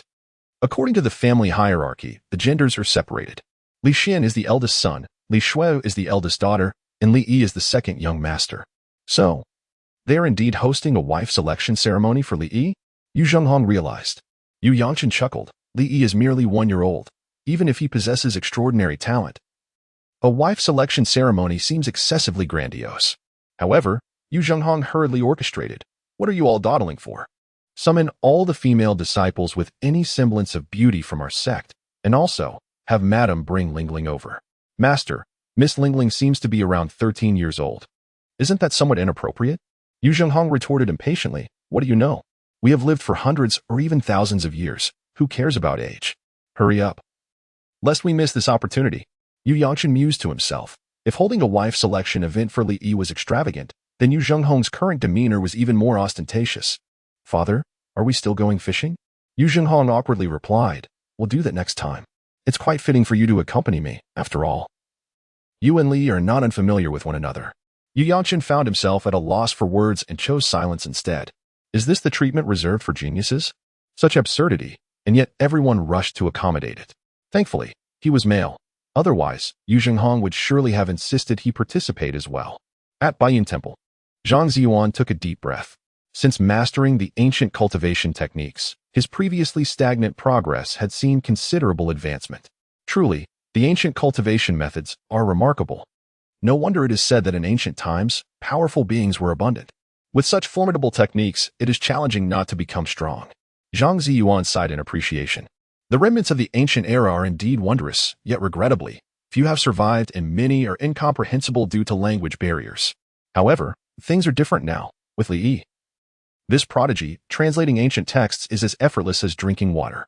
Master, I have gathered news regarding the Li family. A disciple rushed in, looking weary from travel. After Li Yi and the others had departed, Zhang Ziyuan had dispatched someone to Suzhou to gather intelligence about Li Yi. Speak. I have learned that the Li family intends to hold a wife selection event for Li Yi and has sent invitations to numerous families and sects, the disciple reported. What? A wife selection event? Why did I not receive an invitation? Zhang Ziyuan inquired, perplexed. The disciple hesitated for a moment before explaining. Master, we are several thousand miles away from Suzhou. Regaining his composure, Zhang Ziyuan exclaimed anxiously, Li Yi is merely a year old. And they are already organizing a wife selection event for him. What are you still doing? Go fetch my daughter. Yes. The disciple was about to withdraw when suddenly realizing. Master, where did you get a daughter? Zhang Ziyuan was taken aback, coughed, and momentarily lost his composure, inadvertently revealing his secret. I have a daughter with the widow of Wang from the mountain. Master, you. The disciple was taken aback, his jaw nearly hitting the ground. The widow of Wang from the mountain. I heard her husband passed away nearly 10 years ago. How could she have a child? So, it turns out she is yours, truly hidden from view.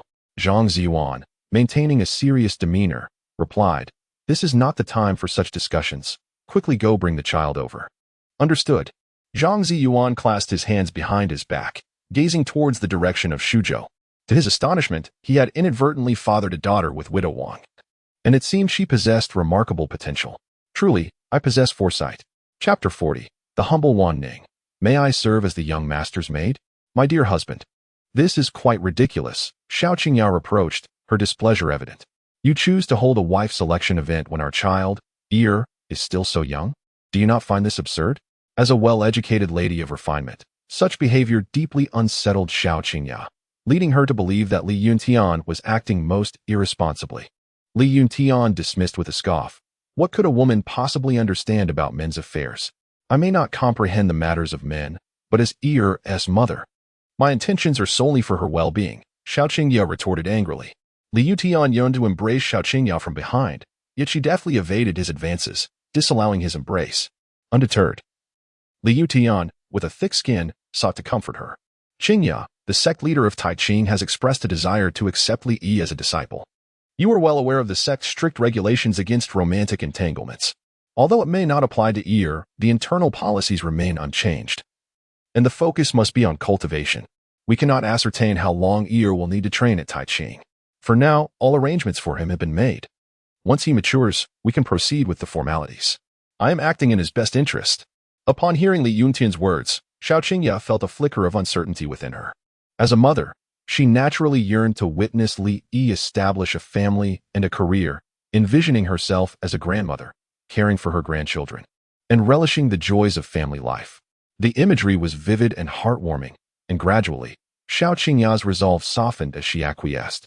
It is permissible, but we must communicate clearly and not act impulsively. Er's fiancé, he must be chosen with great care. Li Yuntian declared, indeed, Er is the future of the Li family. It is essential that his fiancé is worthy of him, and that they are well matched in social standing. Xiao Qingyao responded, furthermore, selecting just one fiancé would suffice. Your demands seem rather excessive. Would it not be better to wait until Er has his own desires in this matter? What if it burdens the child in the future? Li Yuntian replied, you fail to understand. The more women there are, the more children can be born. Do you not wish to embrace several grandchildren? After contemplating for a moment, Xiao Qingyao relented. Very well. Li Yuntian gently caressed Xiao Qingyao's abdomen and whispered in her ear, what if we were to have another child? Xiao Qingyao swatted Li Yuntian's hand away and cast him a disapproving glance. She had no intention of having another child. One Li Yi was more than sufficient. And she was also concerned about Li Yi's feelings. Li Yuntian, however, scooped up Xiao Qingyao and dashed into the room, completely disregarding Li Yi. who sat nearby indulging in fruit. Li Yi, displaying remarkable understanding, gently lifted Li Yi and took him to her room to play. Young master, please do not wander off or disturb the master and madam. Allow me to entertain you instead, she said. Wanting affectionately patted Li Yi's head, finding him increasingly adorable. Indeed. Li Yi nodded obediently. You are such a good boy, Wan Ning remarked, her gentle smile directed at Li Yi. As a maidservant to Xiao Qingya, Li Yi had grown up under her watchful eye, and having witnessed his development, she harbored an indescribable affection for him. Li Yi recalled that in the original plot of his rise to power, Wan Ning was one of the few individuals, alongside Xiao Qingya, who had shown him kindness, consistently caring for his daily needs, even after Xiao Qingya's demise. Then, the counterattack system was triggered, and true to its nature, it would undoubtedly reward her. Our young master is soon to be engaged. Wan Ning gazed at Li Yi with a mixture of nostalgia and disappointment.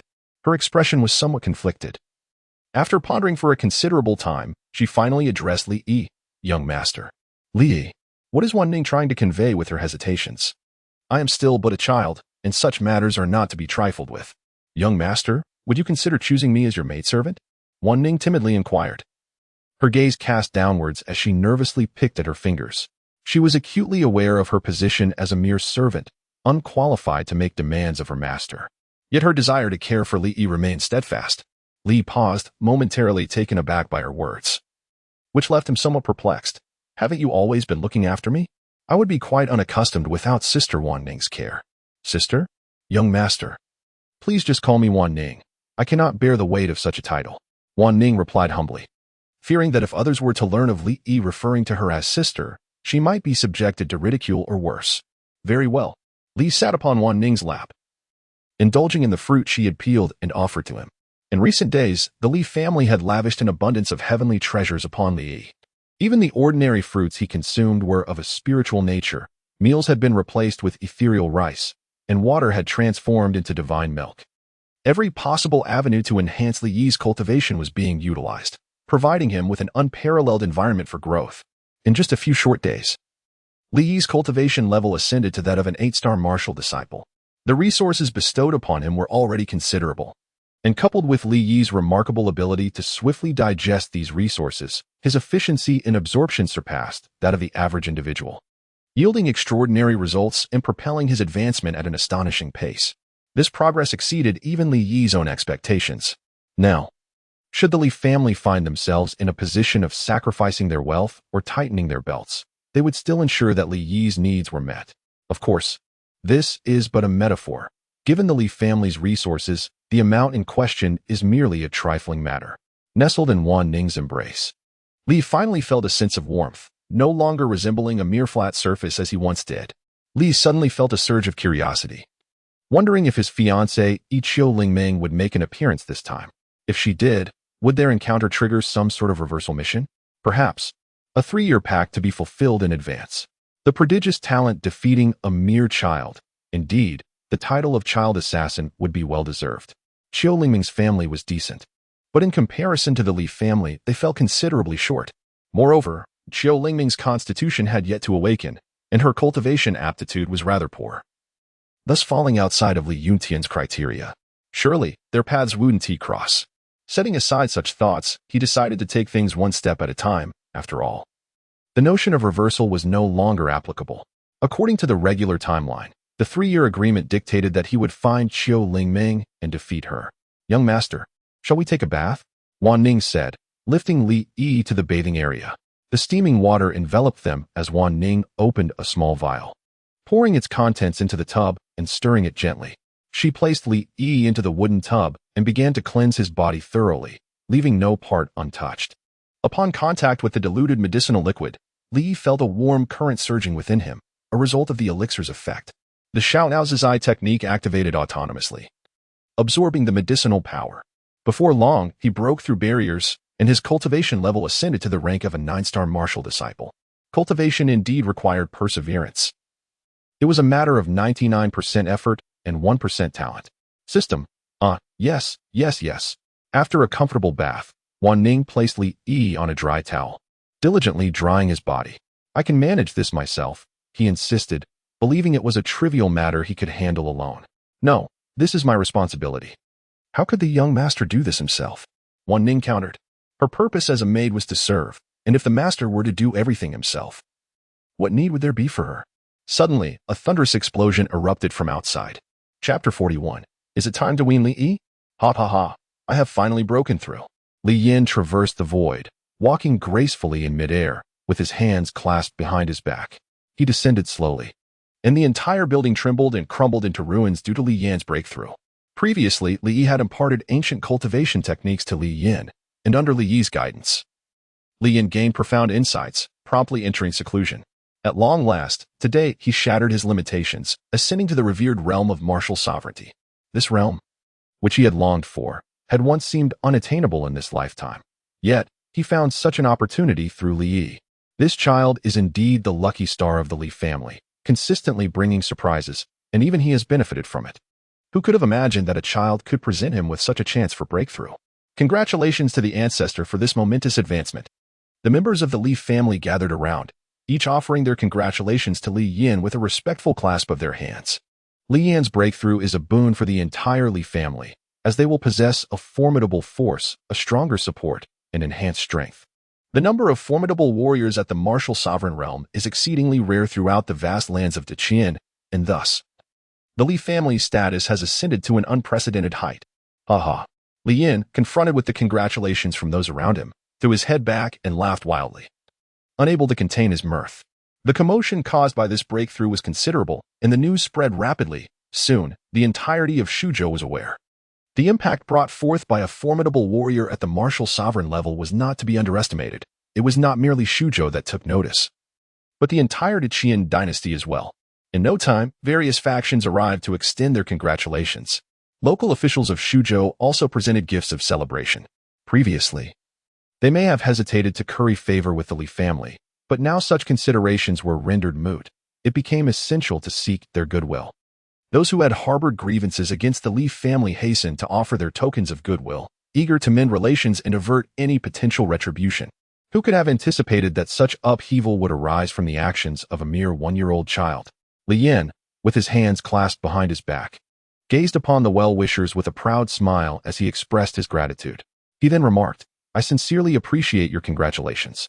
7 days hence, I invite all of you to attend the selection ceremony for my esteemed grandson's future bride. Li Yin has ascended to the martial sovereign realm, and the first thing he publicized was Li Yi's bride selection event, which speaks volumes. He dismissed those who came bearing gifts. The arrival of presents sufficed, while the presence of guests mattered little to him. Without hesitation, he sought out Li Yi, realizing he had yet to express his gratitude to the young lad. Ear, what are you up to? He inquired, only to find Li Yi reclining on the bed, unclothed, while Wan Ning diligently bathed the chubby boy. The reason for this ongoing washing was due to the commotion earlier, which startled Wan Ning and caused Li Yi to tumble onto the floor, necessitating another bath. Ancestor. Wan Ning promptly bowed with utmost respect towards Li Yin. Li Yin disregarded Wan Ning and approached the bedside to converse with Li Yi. After bowing respectfully, Wan Ning went to fetch joyous garments for Li Yi. My dear child, thanks to the cultivation techniques you provided, I have now attained the formidable rank of martial sovereign. Li Yin remarked with a smile, stroking his beard. Grandfather, you are truly remarkable. Li enthusiastically praised, indulging Li Yan's vanity. You, my little one, will undoubtedly surpass me in the future. Li Yin expressed his confidence in Li Yi's potential. He had a premonition that Li Yi would emerge as the strongest in the history of the Li family, guiding them to unprecedented heights. Indeed, Li nodded obediently. Li Yin scrutinized the bare figure of Li Yi, stroking his beard. You little rascal, soon you shall be choosing a bride. TSK. Li Yi, what does this mean? Do you look down upon me? What is wrong with this little fellow? Haven't you heard the phrase small but mighty? The more I think about it, the angrier I become. Damn it. System, I want to play the violin. No, I want to strengthen myself. Wan Ning holds a new outfit. Ready to dress Li Yi. Li Yin glanced at Wan Ning, recognizing her as the maid accompanying Xiao Qingya. Are you the one who usually takes care of Yi? He inquired. Yes, Wan Ning nodded earnestly, resembling a chick pecking at grains. She appeared rather delicate and charming. Ensure that Yi is well cared for, and in addition, prepare a set of handsome attire for him over the next few days. He should look dashing for the upcoming wife selection event. Do you understand? Understood. Wan Ning replied with a respectful nod. Li Yin then addressed Li Yi, saying, My great-grandfather has made a proclamation this time, inviting all those fellows to come forth. Should I achieve a breakthrough, let us see who would dare to disregard your stature. Li Yi, to be honest. Although it is a matter of selecting a wife for himself, Li Yi finds it rather absurd. One can only imagine how bizarre the scene must have been. With a 1-year-old child perched atop a platform, gazing down at rows upon rows of beautiful women, an undeniably comical sight. He merely hopes that his father does not make an utter spectacle of it, for while his father may lack shame, Li still has some semblance of dignity. After exchanging a few words with Li Yi, Li Yin returned to solidify his repairs. As evening approached, Wan Ning intended to escort Li Yi back to Xiao Qingya's residence. However, unexpectedly, Xiao Qingya and Li Yuntian reached a consensus that Li Yi should wean off, as it would be inappropriate to still be drinking milk at such a critical juncture of selecting a wife. The imagery of a fiancé feeding Li Yi milk would be exceedingly peculiar. This was a matter of choosing a betrothed, not a wet nurse. In response, Li Yi was infuriated, exclaiming, "This old man has wronged me." Reluctantly, he could only rely on Wan Ning to help him settle down for the night. Li Yi felt a deep sense of suspicion. Could it be that this old dang had deliberately sent me away? The actions of this old dang were indeed questionable. Raising his gaze to the hand that was held by Wan Ning, Li Yi discerned a mixture of anticipation, anxiety, shyness, and a hint of excitement upon her face. As a person of unparalleled charm, captivating countless young maidens, he found it exceedingly challenging to navigate the complexities of being a man, constantly under the scrutiny of women. One must learn to protect oneself in the outside world. System, mind your words. You are but a young child, a boy of merely 1 year, not a man. Li entered Wan Ning's room. Although it was somewhat modest, it was quite pleasant, embodying the quintessential style of a young girl's private chamber. As the personal maid to Xiao Qingya, Wan Ning enjoyed privileges far superior to those of other servants. "Young master, do you wish to take a bath?" Wan Ning inquired with a hint of nervousness, as it was her first time attending to the young master's slumber. Previously, she would merely cradle him in her arms to lull him to sleep. "I've already bathed twice today. Another bath? You'll shed a layer of skin." "Oh." Wan Ning responded softly, and then added, "Then I shall go and take a bath. It is essential to be thoroughly clean when attending to the young master's rest." Li stifled a yawn and climbed into bed, succumbing to slumber. After her bath, Wan Ning emerged, her hair carefully pinned up to avoid getting wet. Resembling a delicate white lotus freshly blossomed. Noticing that Li Yi was already asleep, she cautiously climbed onto the bed, anxious not to disturb him. However, Li Yi was not truly asleep. He could discern every subtle movement Wan Ning made. Gently, she embraced him. Fearful that he might tumble out of bed in the middle of the night, finding solace only in holding him close as she drifted into sleep. It was then that she realized how comfortable it was to rest beside Li Yi, soft, warm, and utterly endearing. Li Yi opened his eyes, momentarily stunned. Was Wan Ning Sleeping Bear? Who on earth taught her to sleep in such a manner? Nevertheless, it was rather warm, enveloping him in a gentle embrace, accompanied by a faint, almost imperceptible fragrance. Though it could not compare to the comforting scents of his mother and wet nurses, it possessed a unique charm of its own. Gradually, Li succumbed to slumber once more in this tender haven. Chapter 42. My son Li Yi possesses the bearing of an emperor. Morning. Li awoke from his slumber with a yawn, rubbing his bleary eyes. He intended to rise from his bed, only to discover that Wan Ning held him tightly in her embrace, rendering him immobile. Such was her fear of him rolling off the bed in the dead of night. Casting his gaze outside, he noted that dawn had yet to break. As a cultivator, he required little sleep, and at certain levels of mastery, slumber became unnecessary. With nothing pressing to attend to, Li decided to indulge in further rest. The absence of struggle. The liberation from the constraints of a 9-to-5 existence. These were the aspirations he had longed for, now finally realized. As the art of carefree cultivation quietly circulated within him, his prowess steadily advanced, promising a bright future. Just as Li Yi prepared to drift back into slumber, Wan Ning stirred. She nestled closer to him, murmuring softly in her dreams, "Young master has grown, he, so big, the maid must. Young master, please don't leave." With that, Wan Ning tightened her hold on Li Yi, curling her body around him, compressing him within her embrace. Li Yi exclaimed in astonishment. What on earth did Wan Ning dream about? This is quite alarming. After a considerable pause, the first light of dawn began to filter in from outside, and Wan Ning, still in a daze, slowly opened her eyes. Having served as a maid for numerous years, her biological clock was ingrained deep within her, compelling her to rise at the appointed hour. Stretching languidly, She reflected on how blissfully she had slept the previous night. As she sat up, she suddenly realized she was devoid of clothing and hurriedly donned her garments.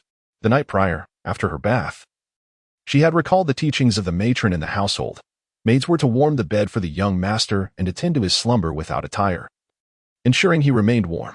The young master had awakened, and Wan Ning noticed Li Yi gazing at her with his wide, curious eyes. Li Yi wore an expression of utter despondency, finding it difficult to fathom the events of the night. If Wan Ning were to continue looking after him, she truly needed to amend her habit of sleep-talking and fidgeting. Would it not be better to simply sleep soundly? Wan Ning assisted Li Yi in donning his attire and accompanied him to Xiao Qingya's quarters. Xiao Qingya had just awakened and was in the midst of her morning routine. Io has arrived, she announced. With open arms, Xiao Qingya welcomed him, and Li nestled into her embrace, finding solace in the warmth of his mother's hug. My dear child, still so attached to your mother, this simply will not do, Xiao Qingya gently admonished. Li Yi remained oblivious to the situation. Once Xiao Qingya had adorned herself, she picked up Li Yi and made her way to the living room. Mother, where are we going? Li inquired with curiosity. As a lady of a scholarly family and the third wife of the Li household, Xiao Qingya seldom ventured out into the public eye. The fact that they were heading to the living room today surely indicated a matter of great significance. It is all because of your father, she explained. He is hosting that peculiar selection event for brides, and numerous esteemed families have brought their daughters and female disciples. They are currently convening with your father in the living room, and I thought it best to bring you along to observe. Li, so this is the reason. Hasn't it just begun? Why are they so eager to see? Xiao Qingya was equally surprised. It was astonishing that so many people would rush over for such an absurd matter. Who would have thought our ear would be so popular? With a smile, Xiao Qingya playfully poked Li Yi. Since the last martial arts exchange, Li Yi's reputation had spread like wildfire. There was a 1-year-old child, extraordinarily gifted and unprecedented, who could master sword techniques that others struggled to comprehend with a mere glance. While other children were still playing in the mud at that age, he had already achieved remarkable cultivation, exhibited exceptional swordsmanship, translated ancient scriptures, and even wielded a sword that recognized its master. These remarkable feats, combined with the eyewitness accounts of various sects at the martial arts exchange, led to the rapid dissemination of tales about Li Yi, the legendary 1-year-old prodigy. Those who had seen Li Yi were utterly convinced, while those who had not expressed skepticism, for the story was undeniably outrageous and absurd. Such extraordinary feats seemed implausible for a mere child, prompting many to visit, eager to discern the truth. Upon entering the living room, Li Yutian was engaged in lively conversation with guests. Qingya, dear sister, you've arrived. Please, take a seat, Bai Lian greeted, her gaze drifting to the Li Yi and Xiao Qingya's arms, playfully teasing him. Do you not recognize your aunt? Auntie, Li Yi chirped in a sweet voice. What a good boy. Come and greet your uncles and aunts. Bai Lian introduced Li Yi to the guests. Seeing so many people, Li Yi furrowed his brow, took a deep breath, and called out uncle and aunt repeatedly. The guests watched Li Yi with curiosity, eager to see if he truly resembled the rumors. At first glance, he appeared endearing, but upon closer inspection, there was an indescribable handsomeness about him. Though still a child, it was evident that Li Yi would grow into a handsome young man and a genius. It was the undeniable charm of Li Yi. The guests began to shower him with compliments. Young Master Li Yi is indeed a remarkable talent. Though so young, his poise puts us to shame. Indeed, young Master Li Yi possesses an extraordinary demeanor. He will undoubtedly be strikingly handsome as he matures. One glance at young Master Li Yi reveals his exceptional talent. He is destined to become an unparalleled powerhouse. Hearing their praises, Li Yi felt indifferent, even slightly nauseated. Why did they all act like sycophants? A bunch of fawning admirers showering him with compliments was rather off-putting. Yet, it was somewhat pleasant to hear. They spoke well. And although there were hints of flattery, he encouraged them to continue, appreciating their candor.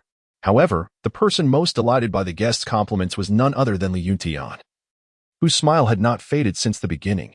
His lips were nearly splitting from grinning so widely. Stroking his beard, he boasted. My son Li Yi possesses the bearing of an emperor, ha ha ha. Li Yi, the demeanor of an emperor? Such words should not be uttered lightly. Li Yutian extended his hand, and Xiao Qingya gently placed Li Yi into Li Yuntin's embrace. Although Li Yi was reluctant, he willingly embraced his father to satisfy the old man's vanity, who lifted him up in a hearty hug. The scruffy man planted a kiss on Li Yi's cheek. At that moment, 2 groups entered from outside. The master of Baiyun Temple had come to pay a visit. The leader of the Yuanshan sect had come to pay a visit. Zhang Ziyuan and Yu Zhahong walked in side by side, their shoulders jostling against each other. While they wore smiles on their faces, they were secretly vying for dominance, each eager to push the other aside. They had encountered one another while disembarking from the Lingzhou, and it was clear what had brought them together. A shared purpose had inevitably led to conflict. Yu Zhenghong gritted his teeth and exclaimed, "You old fool. What business do you have meddling in such matters? Is this something you should involve yourself in?" Zhang Ziyuan retorted defiantly, "Why shouldn't I? I happen to have a daughter, charming and lovely, a perfect match for Li Yi. I've calculated it. Their destinies align. As for you, how old is your daughter? Is she here to nurse Li Yi?" Yu Zhenghong countered, "What is inappropriate about that? Who cares about age? It's about compatibility and talent. My daughter is well-educated and capable of caring for Li Yi, making her an ideal candidate. And when did you suddenly acquire a daughter? Just yesterday, I presume." Chapter 43. Dowry? What a foreign concept. Have you even seen Li Yi? Coming here to meddle, what concern is it of yours if I have a daughter? If you're so bold, go home and have another child with your wife. Zhang Ziyuan pushed back forcefully, nearly sending Yu Zhenghong tumbling into a ditch. "Oh, so you have a daughter? You thief of your own kin, unworthy of being a father. If Li Yi were to have a father-in-law like you, it would be a disgrace. Spare us your embarrassment." Yu Zhenghong retorted, pushing back. "Hey, what do you know? I am wise enough to foresee this moment. You haven't even met Li Yi, and how old is your daughter? Li Yi is merely 1 year old. Don't you find your actions utterly absurd?" Yu Zhenghong laughed derisively. "Absurd? Can anything be more absurd than you? Sneaking in a daughter of your own? Impressive. Your master must be rolling in his grave. Reluctant to pass the title of sect leader to you. You should check if your master's coffin lid is still secure." The two continued their banter as they made their way to the living room. Behind them, Yu Yanshan wore a perplexed expression, rubbing his temples in frustration. "Why don't you two just get married already?" He glanced at his sister, Yu Lingling, who had been meticulously dressed up and was a beauty in her own right. At that moment, she looked utterly bewildered and at a loss for what to do. Having been abruptly pulled from her secluded training to participate in a wife selection conference for a mere 1-year-old child, who wouldn't be flabbergasted? Moreover, she was already 13 years old. Participating in a selection event for a 1-year-old was simply ridiculous, wasn't it? Yu Zhenghong, after much coaxing and persuasion, finally managed to convince Yu Lingling to come and take a glance. As the daughter of the patriarch of the Yu Mountain sect, Yu Lingling understood that one day she would inevitably be wed for the benefit of the sect. However, she never envisioned that it would come to this. A mere child of 1 year. In her heart, her betrothed must be a paragon of heroism and unmatched talent, as is the fantasy of nearly every girl. The Yu Mountain sect is, after all, a prestigious sect. It should not resort to such sycophantic measures. Even in the case of a prince selecting a consort, it could not possibly stoop this low. I am Yu Zhenghong, the sect leader of Yu Mountain, here to pay my respects to the head of the Li family. I am Zhang Ziyuan, the master of Baiyun Temple, here to extend my greetings to the head of the Li family." The two spoke almost in unison. Li Yuntian was momentarily taken aback, then smiled awkwardly and welcomed esteemed guests from afar. "Please take a seat. Let us swiftly serve you some tea." He then turned and quietly inquired of Bailan beside him, "Did we extend an invitation to them?" Bailan, equally perplexed, replied, "No, we haven't. Given the distance and our unfamiliarity, it seems unlikely that we would have invited them. They must have come upon hearing the news." Li Yuntian chuckled as he stroked his beard, a smile curving imperceptibly at the corners of his mouth. "It seems my dear E possesses quite the charm, reminiscent of my own youthful allure." Bai Lian shot him a bemused glance, retorting, "In comparison to Li Yi back in your day, you were leagues behind. And what charm can a mere 1-year-old possess?" She glanced at Li Yi, who indeed exuded a certain appeal, even stirring feelings within her. Hastily shaking her head, she dismissed the thought as sinful. Yu Lingling observed Zhang Ziyuan's illegitimate daughter, a mere 5 or 6 years old, who appeared quite obedient and was certainly a beauty in the making. She pondered, could a 1-year-old truly possess such captivating allure? As she looked at Li Yi in Li Yuntian's arms, their eyes met, and an overwhelming thought surged within her. So adorable. I longed to embrace her. This child undeniably possessed an extraordinary charm, melting Yu Lingling's heart. Yu Yanshan noticed Yu Lingling's unwavering gaze fixed on Li Yi. Her cheeks flushed with a tinge of embarrassment, and he mused, has my sister so swiftly immersed herself in this situation? Upon seeing Li Yi again, Yu Yanshan felt a wave of nostalgia. The seemingly harmless Li Yi bore no resemblance to the arrogant figure he had encountered at the martial arts exchange. May I inquire as to the purpose of your visit? Li Yuntian feigned ignorance. Upon learning that the Li family was organizing a wife selection event for Master Li Yi, he promptly brought his daughter, whose age was quite suitable. Yu Zhenghong beckoned Yu Lingling forward, urging her to greet Li Yutian respectfully. Stepping forth, Yu Lingling slightly bent her knee in a gesture of deference. I have the honor of meeting the head of the Li family and the esteemed lady. Please, rise. Li Yutian gently raised his hand to assist Yu Lingling, gazing upon her delicate features that radiated both beauty and intelligence, clearly a remarkably considerate child. Yu Zhenghong continued. Lord Li, you may not be aware, but our Yu Mountain sect swordsmanship was effortlessly mastered by your son with just a glance. Thus, he shares a profound affinity with our sect. Oh, Zhang Ziyuan scoffed. That is merely a testament to the mediocrity of your Yu Mountain sword techniques. Pray, demonstrate your skills to me, Yu Zhenghong retorted, but Zhang Ziyuan dismissed him, stating, what you may not realize, Lord Li, is that young Master Li Yi possesses an innate understanding of ancient scriptures, making him exceedingly well suited for our White Cloud Temple. His talents must not be squandered. You truly have a gift for self-aggrandizement, Yu Zhenghong replied with a chuckle, as neither party was willing to concede. Li Yuntian remained silent, gazing at Li Yi in his arms, seemingly captivated by a charm that far exceeded his expectations as a father. Two prestigious sects were vying to present their daughters to him. At that moment, a robust voice resonated, belonging to Li Yin. What are you discussing? Allow me to join in.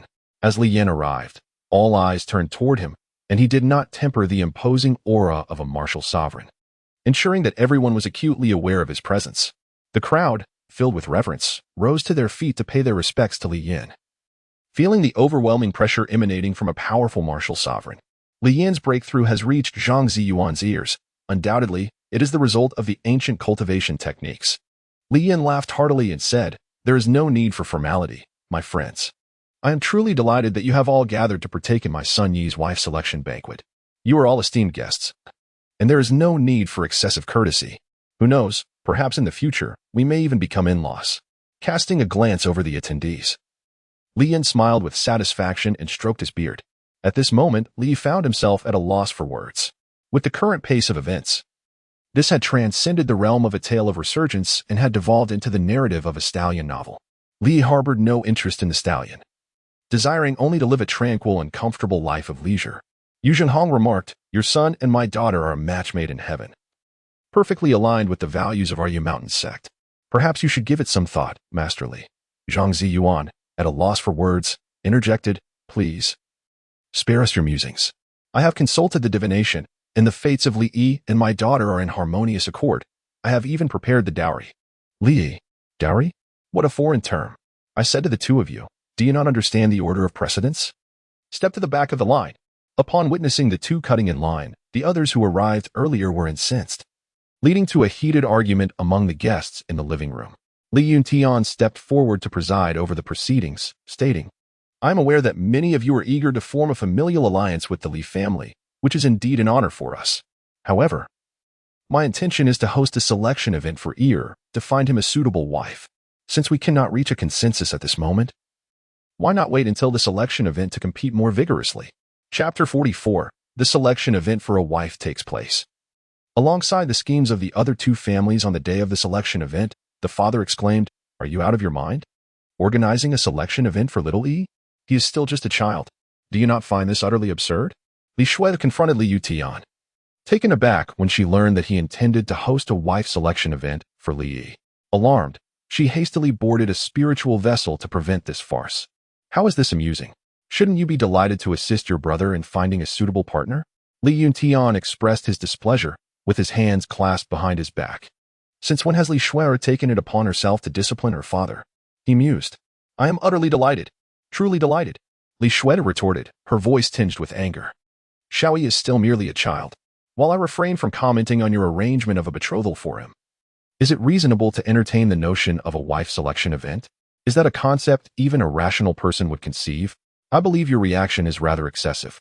Furthermore, I am your father. How should you address me? Li Yuntian replied, perplexed by Li Shui's vehement response. He continued, what does a young girl like you comprehend? Focus on your cultivation at Taiching sect and leave these matters aside. Besides, once Ear joins Taiching sect and dedicates himself to his training, he will scarcely have time to ponder such things. I am merely preparing for your brother's future. Li Shui forced a smile, her laughter devoid of genuine warmth. Father, Could it be that you originally intended to host a wife selection event for yourself, but when that plan faltered, you turned your attention towards Xiaoyi instead? What slander? How could a daughter so audaciously defame her own father? Li Yuntian cleared his throat, placing his hands behind his back, and declared with righteous indignation, I am a respectable man, so refrain from speaking nonsense. What could a girl like you possibly understand? Indeed, she retorted.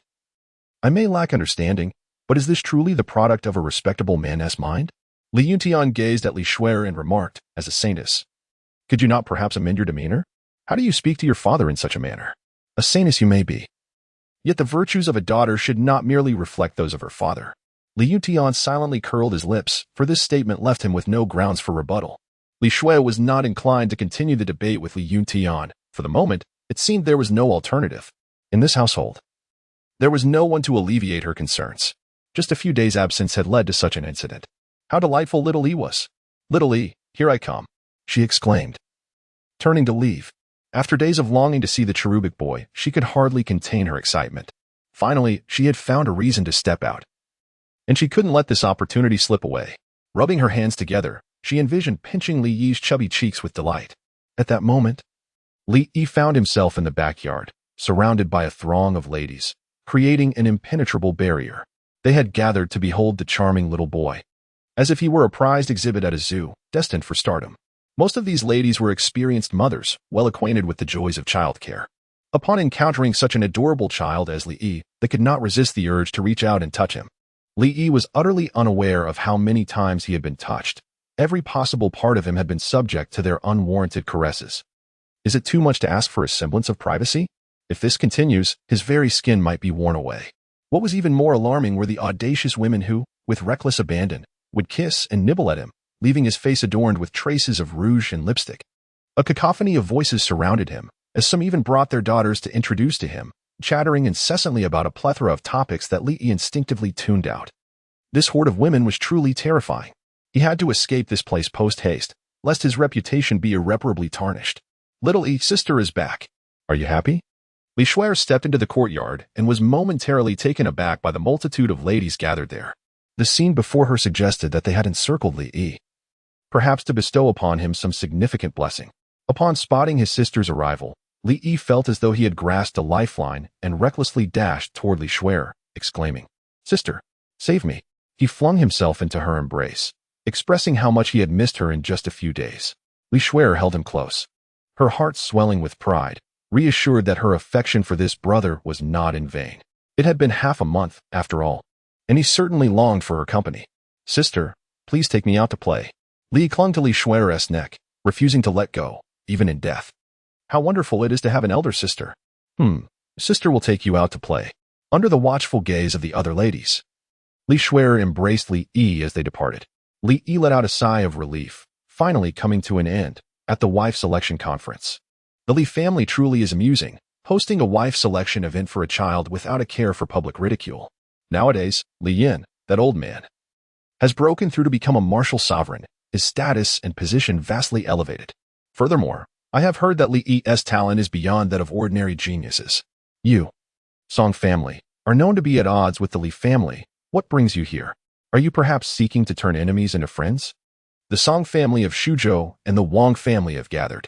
All three families are esteemed clans of Shuzhou, regarded as its three major families, typically keeping to their own territories and not interfering with one another.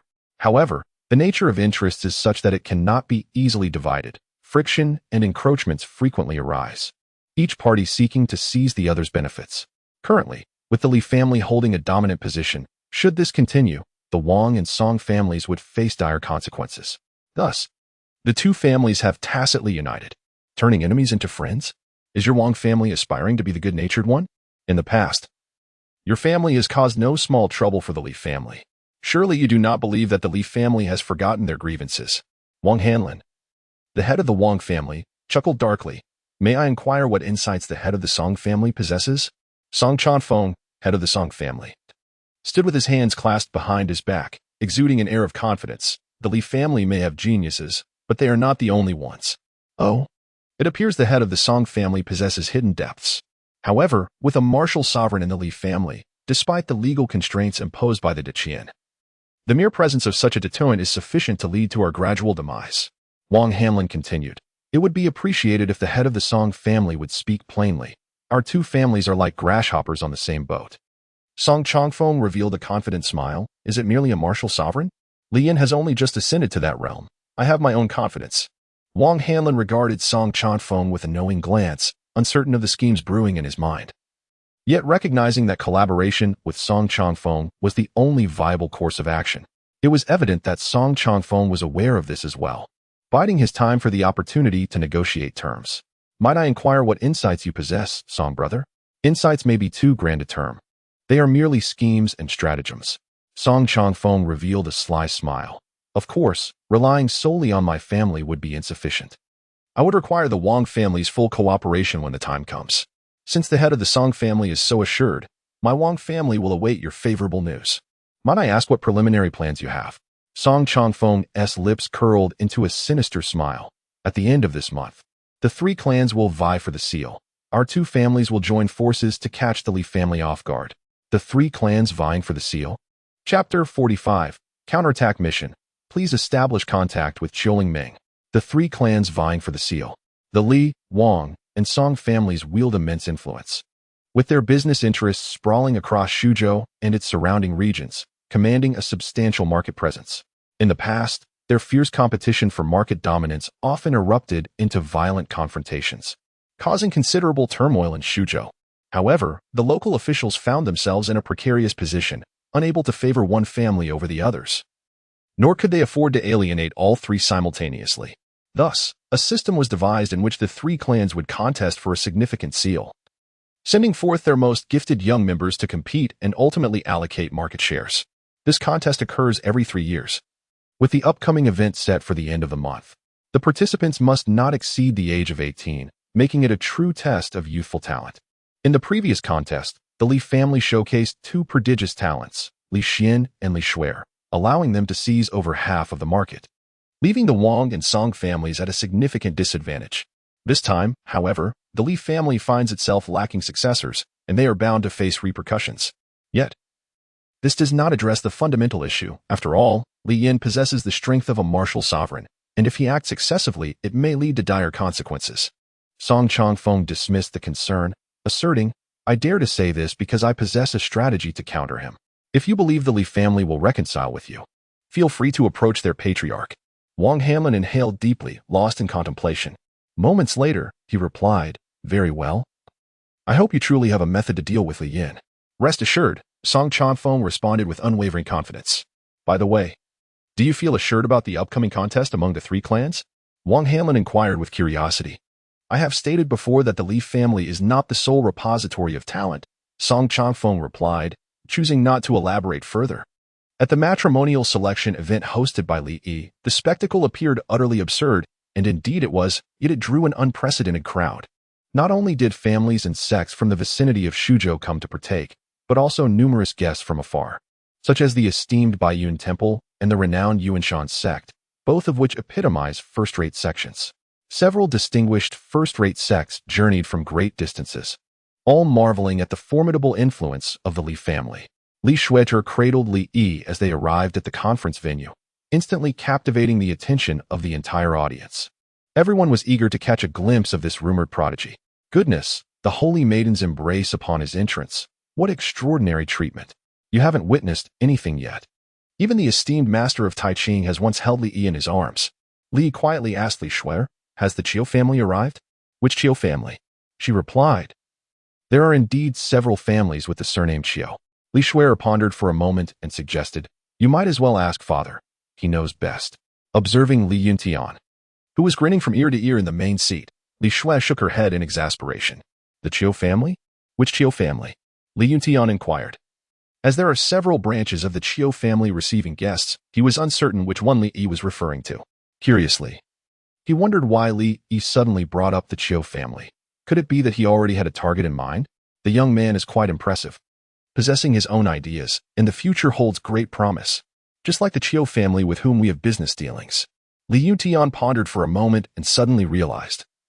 Oh, it has come to me. I must have forgotten. The family referred to by Li Yi, the Qiu family, can be considered a moderately ranked clan in Shuzhou. Their business dealings are minimal and familiarity is lacking.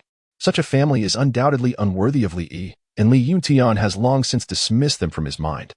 Do you have a goal, young man? You haven't even weaned yet, and you already know how to seek a wife? Li Yuntian jested. Li Yi inquired about the Qiu family, purely out of curiosity regarding what might transpire upon encountering Qiu Lingming. Father, what are you saying? Li Shuai responded, rendered speechless. Why haven't you returned to Taiqing's sect? What are you doing meddling here? Li Yuntian scoffed. Fearing that you may act recklessly in choosing a bride for Xiao Yi. I must certainly pass judgment as his elder sister, Li Shuai asserted resolutely. Li Yuntian smiled and said, were you not opposed to it? You all acted hastily without prior discussion. What recourse do I have? Li Yuntian and Bai Lian are responsible for presiding over the wife selection conference, alongside the second Lady Gong Wenyue and Xiao Qingya, to assist Li Yi in finding a suitable match. Li Yi could never have imagined that one day a matter akin to selecting a consort would fall upon him. As I slurp my instant noodles, I feel an overwhelming sense of distaste as the protagonist. I find my feelings rather indifferent, merely average. Essentially, Li Yuntian and his 3 wives hold the reins, prioritizing appearance and character, followed by various talents and the ability to care for others. In this regard, they are all professionals, possessing their own authority. As for Li Yi, he is relegated to the role of a mere mascot, cradled in the arms of Li Shuai, both serving as the facade of the Li family. As Li Yi cast his gaze upon the candidates, he observed a spectrum that spanned from newborn infants to women in their 30s, embodying a myriad of styles. I am but a child. How can one subject a child to such a trial? The younger ones compete for milk, while the older ones seem to be burdened by an overwhelming responsibility. The atmosphere of this selection for a wife grows increasingly absurd and lively. It is difficult to fathom that this is an event meant for a mere 1-year-old. Here, what are your thoughts on the young Lady Lingling? Li Yuntian quietly sought Li Yi's opinion, among whom he held a particular fondness for Yu Lingling. With her pleasing appearance, gentle demeanor, and upbringing befitting a lady of refinement, she was a paragon of virtue. Their families were well matched, and her age was also quite suitable. She seemed to be the unequivocal choice. Li Yi. To straightforwardly refuse would be rather unkind, and to agree would be even worse. Thus, Li chose to remain silent, biting his finger while gazing at Xiao Qingya. Xiao Qingya, sensing his intentions, wondered if he wished for milk again, despite having just been fed. Could this little rascal be seeking an excuse to evade the situation? Shuai, I believe he is rather fatigued. Perhaps you should take him downstairs for a while, Xiao Qingya suggested. All right, Li Shuai replied, disinterested. Upon arriving in the backyard, they found themselves amidst a gathering of women, all relatives from various family clans visiting the Li household. The number of attendees at Li Yi's wife selection event far exceeded expectations, creating an unprecedented spectacle. Many of the ladies were engaged in lively conversations and playful activities in the backyard, avoiding the bustling front yard. What an adorable little one. Come here. Let Annie hold you, one remarked. This must be Li Yi. He is truly charming. If only my son were as delightful, I would never tire of carrying him. He is surely destined to become a handsome young man. Li Yi. Damn, I almost forgot about this matter. After a visit to the backyard, Li suffered quite a bit. If this continues, he might truly be worn down. Besides this group of ladies, there are numerous women preparing for the wife selection event in the backyard, while the front yard is overflowing with people, forcing them to queue in the back. Ling Ming, make sure you and your cousin perform well later. I do not expect you to be chosen, but at least leave a good impression for the Li family. It concerns the future of the Qiu family. Do you understand? Understood, mother. Ling Ming, Qiu family. Li Yi's ears perked up. His curiosity piqued as he glanced in that direction. A reverse mission was announced. Venture forth to hone your skills after causing trouble, reinvent yourself, assume a new name. And unexpectedly encounter Qiu Lingming, who finds herself in a predicament, faced with the dilemma of an engagement cancellation. An insidious thought began to fester within you, to make Qiu Lingming regret her decision for a lifetime. Thus, you resolve to adopt a different identity, aiming to win her affection. When the 3-year promise arrives, you plan to unveil your true self, allowing Qiu Lingming to experience the agonizing heartbreak. Establish a connection with Qiu Lingming, fostering her fondness for you. Chapter 46. The 3 Great Illusions of Life. He is interested in me. Li Yi gazed at the system's announcement of the reversal mission, rendered speechless. One must wonder, could the system's description be any more outrageous? What does it mean that a wicked thought has emerged within my heart? To assume a different identity, and make Qiu Lingming fall in love with me, only to reveal the truth when the 3-year pact comes to fruition? Upon reflection, this notion appears to stem from the psychological turmoil following a broken engagement. As a paragon of virtue, how could I possibly harbor such twisted thoughts? The system is utterly slandering my character. System, please confront the distorted emotions stemming from your broken engagement. Li sighed, expressing his disdain for the system, suggesting it be buried and forgotten. His gaze drifted toward Qiu Lingming, a girl of the same age, petite in stature due to Li Yi's early development as an ancient sacred body. She appeared quite endearing, hinting at her future as a graceful beauty, a prediction that would indeed come to fruition. Among the crowd, Qiu Lingming and her cousin did not stand out remarkably, perhaps due to their tender age. At just a year and a half old, in Li Yi's previous world, one would hardly hold memories, possibly still drooling in infancy. Yet in this realm, not only was she capable of recalling events, but she also possessed a budding understanding of her surroundings. Currently, Qiu Lingming's physique remained dormant, ordinary and devoid of talent, until she encountered the esteemed master of the Qin Saint Island, who discerned her unique potential at first glance. Consequently, he took her as a disciple, dedicating invaluable resources to awaken her innate abilities, leading to her extraordinary emergence and astonishing talent. Li contemplated whether he should approach his fiancée and offer a greeting. Given the current circumstances, accomplishing this reversal task seemed quite effortless. According to the original narrative, Li Yi and Qiu Lingming were paired together, both deemed inept, becoming mere pawns in a familial alliance. However, at present, the disparity was striking as he observed Qiu Lingming positioned at the end of the candidates for the marriage selection. As for his feelings, for Li Yi, who had not yet experienced the plot twists of the reversal script, it resembled that of an onlooker, merely witnessing a tale unfold. Devoid of emotion, with a playful tilt of his head, he glanced at Li Shuer and winked. "Sister, I shall go," and extend a greeting. Li Shuer was taken aback by Li Yi's sudden action, uncertain of his intentions. Given her understanding of him, she suspected there was an ulterior motive. Observing the group, she pondered whether Li Yi had indeed found someone of interest. She nodded in agreement. Li Yi approached Qiu Lingming with his short, brisk strides, while Li Shuer followed closely behind, eager to observe the unfolding scene. Qiu Lingming anxiously clenched her fingers. Despite her tender age and lack of understanding of the gravity of the situation, she recognized its significance for the Qiu family, as it pertained to their destiny. The Qiu family had always relied on the Li family, whose words dictated their fate. Given the Qiu family's standing, their aspirations to align with the Li family were somewhat unrealistic, yet they hoped to make a favorable impression, ensuring a smoother path for future interactions. Curiosity piqued, Qiu Lingming wondered what the rumored young Master Li Yi looked like. She had been inundated with tales about his extraordinary talents, with many proclaiming him to be a prodigy destined for greatness. Although he was of her age, she regarded herself as a mere underachiever. While Li Yi had already gained renown, achieving fame at a young age, and poised to become a formidable figure, such a person seemed far beyond her reach.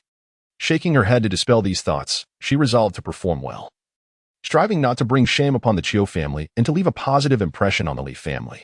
As she gazed ahead, she noticed a long queue, filled with eager individuals vying for the position of Li Yi's fiancée. In addition to her cousin, several other sisters from the clan had also arrived, leaving her to ponder how long it would take before her turn came. Young Master Li Yi, a respectful greeting broke the tension, drawing everyone's attention. Qiu Lingming turned her head in curiosity. A boy, slightly taller than her, approached. He donned exquisite attire and stood erect, his cherubic, plump face exuding an endearing charm.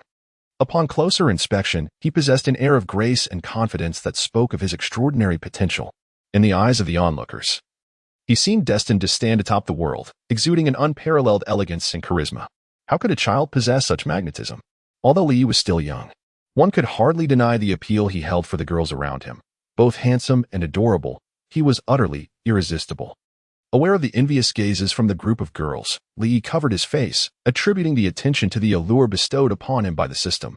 Presently, he felt comfortable, yet he remained anxious about the phrase that his charm transcended all races, hoping it would not lead to any unforeseen complications. Otherwise, it would be akin to a legendary tale with a missing character. With just a glance, Qiu Lingming found herself entranced in that moment. Li resembled the protagonist from her beloved novels, possessing an irresistible charm that captivated her heart.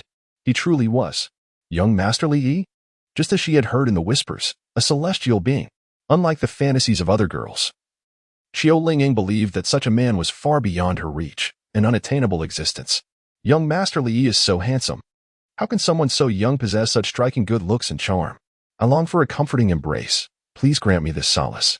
Among this gathering, there are numerous girls in their teens, and even some in their early 20s. Without exception, they find themselves utterly captivated by Li Yi's unparalleled charm. Li shook his head. One could discern the strong from the influence of unparalleled charm. Just observe this group of girls, then glance at Xiao Hanyan. The disparity is evident. Even Qi Lingying, whose potential remains dormant, appears composed in comparison. In the future, one could undoubtedly utilize this extraordinary charm as a means to ascertain the prowess of others. Unparalleled charm, a true identifier of strength. Young Master Li Yi is approaching. He is looking at me. Nonsense. Young Master Li Yi is clearly gazing at me. He must have an interest. You all are merely daydreaming. Young Master Li Yi's attention is directed towards me. Li Yi has yet to arrive. And this group of girls nearly came to blows. The three great illusions of life. He is watching me. He is interested in me. He likes me. Li Yi covered his face, caught in a blend of laughter and tears, exclaiming, I'm only 1 year old. It can't be this extreme. Witnessing this scene, Li Shuai was equally astonished. Her younger brother possessed an undeniable charm. Reflecting on the antics of her peers, she noted that their behavior seemed relatively normal in comparison. As Li Yi approached, they hurriedly composed themselves. Some retouched their makeup, while others struck poses, all donning gentle smiles in an attempt to capture his attention. Under the gaze of the crowd, Li Yi approached Qiu Lingying and inquired, What is your name? Qiu Lingying, taken aback, stammered, Me? As she lifted her head. Her voice quivered with disbelief as she gazed at Li Yi, struggling to comprehend the scene unfolding before her. Young Master Li Yi has come to seek me? How unworthy. It resembles a scene from a romantic novel, where a handsome prince suddenly approaches a humble girl from the streets, inquiring about her name. Such unexpected happiness arrives too abruptly. Oh, Li Yi spoke with a certain casualness. Responding to young Master Li Yi, I am called Qiu Lingming. With her head bowed, Qiu Lingming replied with utmost caution. Fearful of any potential breach of decorum, a faint blush appearing on her cherubic face. The other girls cast envious glances at Qiu Lingming, each wishing fervently that they were the one being addressed by Li Yi. Overwhelmed and flustered by the unexpected attention, Qiu Lingming stood rooted to the spot. Unsure of how to proceed, Li gazed indifferently at the present figure of Qiu Lingming, who indeed possessed an exquisite appearance, as if sculpted from fine jade. Although still young, it was evident that she was a well-educated and sensible girl. Had Qiu Lingming's potential not awakened and had there been no turning point, she would undoubtedly have become a virtuous wife and devoted mother. Under Li Yi's scrutiny, Qiu Lingming felt a twinge of nervousness, instinctively shrinking her neck. Meanwhile, Madame Qiu was both excited and anxious, pondering whether Li Yi had taken a liking to her daughter, a fortunate prospect she had never dared to dream of. Observing Li Yi's demeanor, which resembled that of a little adult, Li Shuai couldn't help but chuckle, finding it somewhat delightful. Could it be that Young Yi truly had feelings for this young girl? Though she was charming and adorable, a beauty in her own right. Her talents were average and her background unremarkable, rendering her unsuitable for Li Yi. Many daughters of affluent families possessed beauty. They would be more fitting matches for him. Qiu Lingming, the Qiu family? Li Shuai suddenly recalled that Li Yi had previously inquired about the Qiu family, realizing that he had been plotting all along. If Young Yi genuinely harbored affection, it would not be impossible. After all, with Li Yi's talents, such matters would merely be embellishments in due time. The little fellow. Has he seen enough? He has made the young girl shy. Li Shuai said with a smile. Li, speechless, remarked, Sister, regarding matters of children, adults should refrain from intervening. Indeed, chuckled Li Shuai, her laughter ringing like silver bells as she observed the scene with a maternal smile. Since you seem rather agreeable, I choose you to be my fiancé. Li Yi's words seemed casual, a seemingly arbitrary decision that did not seek opinions but rather imposed a conclusion. I? Qiu Lingming was momentarily stunned, raising her head to gaze at Li Yi, incredulously pointing to herself in an attempt to confirm with him. The surprise struck her so suddenly that her mind could scarcely process it, leaving her hesitant to accept this reality. Yes, it is you, Li affirmed with a nod. The rationale behind selecting Qiu Lingming as his fiancée lay in two primary factors. Firstly, it was a task set forth by the system, aimed at forging a connection with her. Secondly, binding Qiu Lingming to his side would undoubtedly trigger numerous counterattack missions, allowing him to reap substantial benefits from her. Li observed that Qiu Lingming was still in a daze and pretended to express displeasure, inquiring, "What, are you unwilling?" Qiu Lingming, regaining her composure, eagerly shook her head and hurriedly responded, "Of course I am willing." Indeed, Lingming was more than willing. How could she not feel honored to become your fiancée, Master Li? Lady Qiu immediately approached, grasping Qiu Lingming's hand in agreement, her face beaming with a radiant smile that seemed ready to split her lips with joy. Initially, they had merely come to the Li family to create a favorable impression, and the notion of selection was something they had never dared to dream of. Yet, it had unexpectedly come to fruition, leaving them in a state of astonishment. For the entire Qiu family, this represented an extraordinary opportunity, one that could potentially alter their fate and elevate them to heights previously unattainable, transforming them into a prominent family. Li Yi, the most gifted individual in the illustrious lineage of the Li family, possesses a celestial demeanor and boundless potential, destined to become a preeminent powerhouse in the future. Moreover, the Li family is currently fortified by the presence of a formidable martial arts master. The alliance with Li Yi presents an extraordinary opportunity for the Qiu family, as they gain a tremendous pillar of support. In mere moments, Madame Qiu envisions an abundance of wealth and power beckoning her, as if she has reached the pinnacle of life. "Yes, it shall be you," Li declares, finalizing his choice of fiancée, Qiu Lingming. "Thank you, young Master Li," exclaims Madame Qiu, grasping Qiu Lingming's hand in gratitude towards Li Yi. Though Qiu Lingming's talents are modest, and she has often been overlooked, the original intention was merely to educate her, nurturing her into an elegant and cultured lady of refinement, and then considering suitable matrimonial prospects. Little did they anticipate that Li Yi would take notice of her, bestowing such unparalleled fortune upon the Qiu family. It seems that the existence of Qiu Lingming has not been in vain after all. "Come with me," he beckons. Li extended his hand, guiding Qiu Lingming towards the front hall to seek out his father, assuring him that there was no need for further fuss, as he had already made his choice. It was undoubtedly better for him to decide on his own. Otherwise, with Li Yuntian's erratic mindset, one could only imagine a scenario with both a fiancée and a concubine. Watching Li Yi depart with Qiu Lingming, a sharp crack echoed through the air. The hearts of the other candidates shattered into fragments. Why was that person not chosen to be with him? Lady Li, standing nearby, chattered incessantly, "Rest assured, young Master Li, our Lingming is the most sensible. She will surely take good care of you and bear you several healthy, plump children." "Li Yi, before you speak, could you please consider my current age? Am I just a chubby little boy?" Madame Qiu incessantly reminded Qiu Lingming to be polite and sensible, as if she wished to accompany her. Qiu Lingming nodded in earnest, like a chick pecking at rice, committing each of her mother's admonitions to memory. For these were the principles she would adhere to in the future. Why has he come? Who is this? In the front hall, Li Yutian, who was enjoying himself, noticed Li Yi's arrival. He intended to let Li Yi witness his father's gaze, but upon seeing Li Yi holding a little girl, he paused in surprise. "What is happening?" Madame Qiu promptly interjected. "This is my daughter, Qiu Lingming." "Oh." Li Yuntian furrowed his brow, deep in thought. "Qiu Lingming? From the Qi family?" Just now, he inquired about the Qi family. Could it be? Realizing the implication, Li Yuntian's expression shifted to one of astonishment. What is this?" Li Yidao declared. "I have made my decision. Qiu Lingming shall be my fiancée. You need not select a bride for me." As these words echoed through the hall, an enveloping silence descended, so profound that one could hear a pin drop. All gazes fixated upon Li Yi and Qiu Lingming. After a brief pause, murmurs arose among the crowd. "From where has this Qi family emerged? I have never heard of them. Which esteemed clan do they belong to?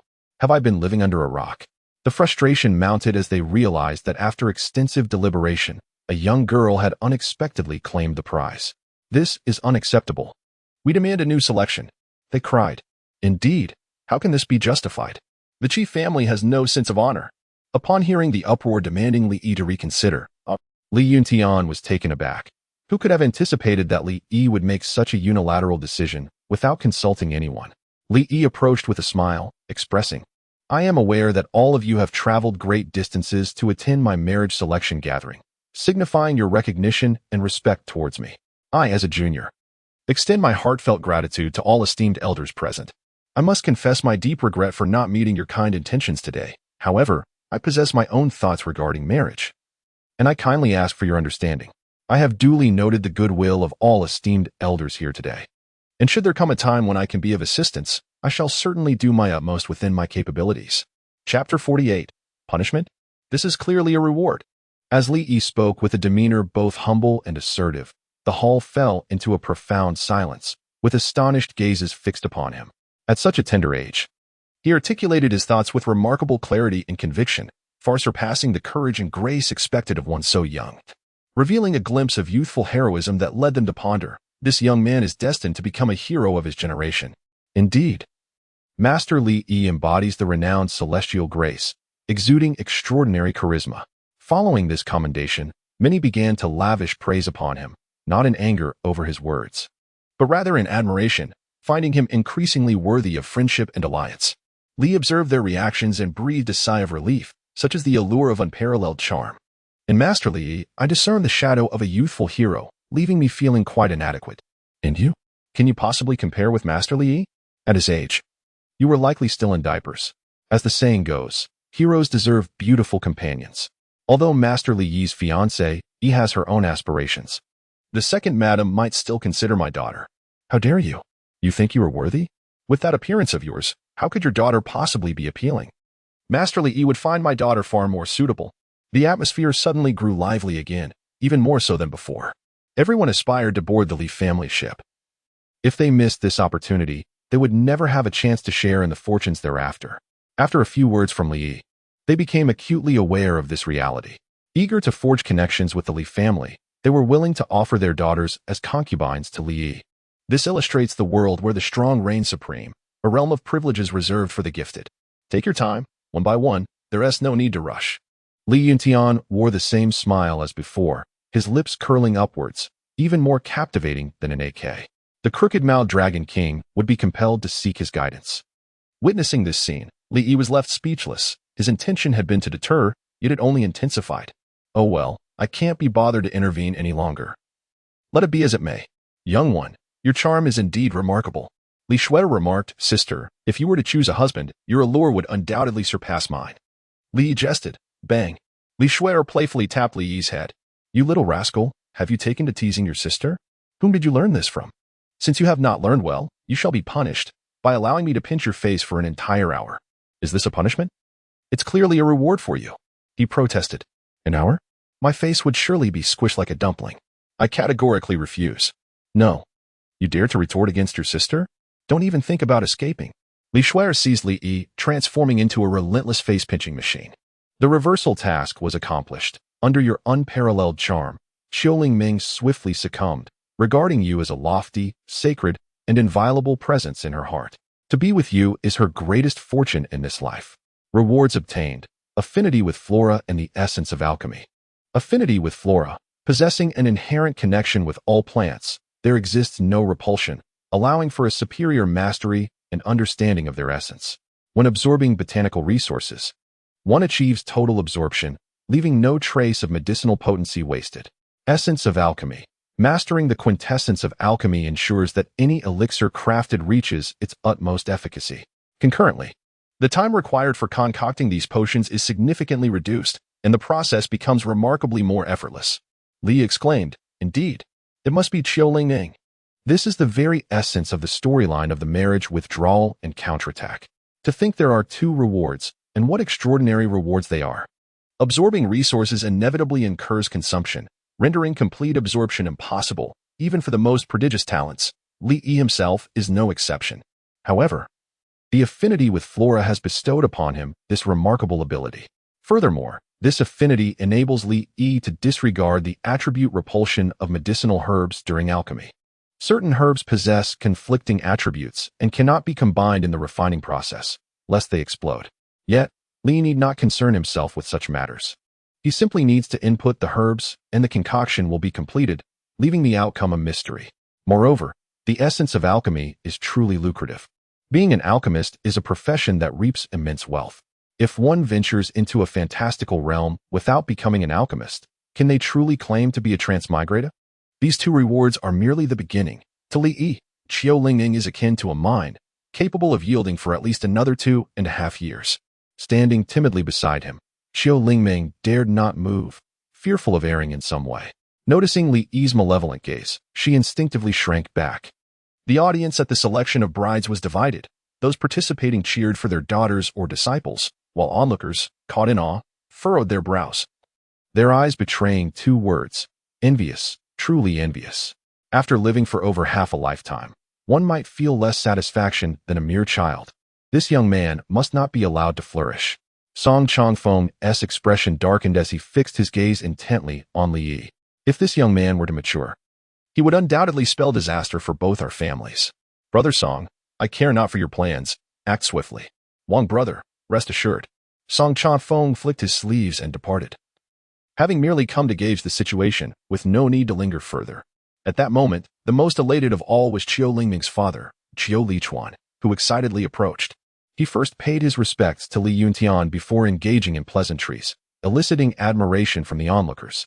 The Qiu family had indeed stumbled upon a tremendous fortune, having intercepted this opportunity ahead of others. Yu Zhenghong sighed in contemplation. Some had sought to intercept but failed. Zhang Ziyuan sipped his tea leisurely. Aren't you in the same boat? Yu Zhenghong remarked, looking at Zhang Ziyuan with curiosity. Noticing Zhang's calm demeanor, his mind raced, piecing together the implications. Tentatively, he inquired, I've heard that Li Yi can translate ancient scriptures, and your aura seems considerably stronger than before. Li Yin's breakthrough? Could it be linked to those ancient texts? Did Li Yi translate them? A chilling thought struck Yu Zhenghong as he connected the dots. It all made sense. The implications were terrifying. Li Yi's value was undoubtedly on the rise. He continued, You seem unfazed. I surmise you have already forged some sort of agreement or relationship with them. Haven Tiyu? Zhang Ziyuan mused that Yu Zhenghong was quite perceptive, able to discern the underlying truths from subtle hints. Smiling, he replied, As for our relationship with Li Yi, do not speculate. I will not divulge it. Yu Zhenghong chuckled softly, observing the expression on Zhang Ziyuan's face, confident that he had deduced the truth with considerable accuracy. In this matter, he had already lost the initiative. Should Li Yi indeed translate the entirety of the ancient scriptures, it would enable Li Yin to achieve the rank of martial sovereign. The Li family and the Baiyun temple are flourishing. And if the Yu Mountain sect cannot partake in this prosperity, it would surely be left behind, prompting a moment of reflection. What future do you envision for Li Yi? Yu Zhenghong inquired suddenly. It is difficult to predict. Li Yi possesses an unparalleled talent, a rarity seldom seen in history. I fear no one can ascertain the heights he may reach, Zhang Ziyuan replied, shaking his head. Yu Zhenghong added, Moreover, we must ensure he discovers that path. Oh, what do you mean? Zhang Ziyuan chuckled. The Yu Mountain sect is willing to safeguard Li Yi's growth. We are all in the same boat. Perhaps you could share some of that ancient scripture of yours? Yu Zhenghong boldly suggested. No. Leave. Chapter 49, Li Yi. If you don't call me Brother Yi. The engagement is off. Ling Ming, you are truly a good daughter to your father. You have not brought me shame.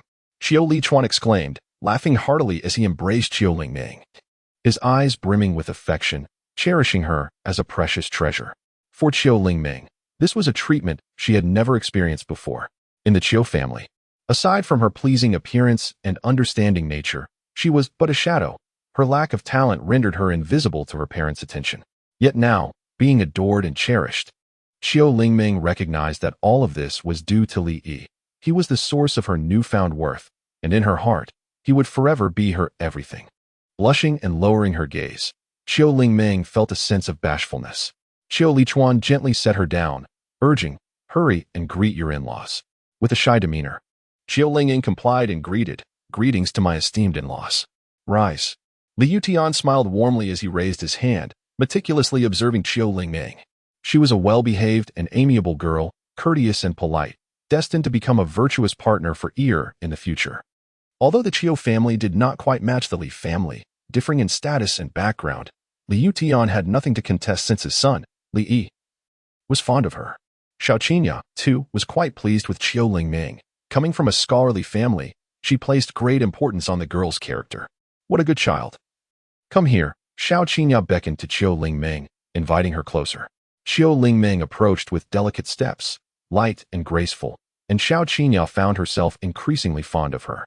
Rest assured, Madam Xiao, I have been teaching Lingming since she could remember. She is well versed in literature and etiquette, and she excels in the arts of music, chess, calligraphy, and painting. Especially in music. Though she is still young, she has already mastered several pieces, Mrs. Qiu remarked. Oh. Xiao Qinya expressed her surprise as she examined Qiu Lingming's fingers, confirming the truth of the statement. Ir, come here. Li approached.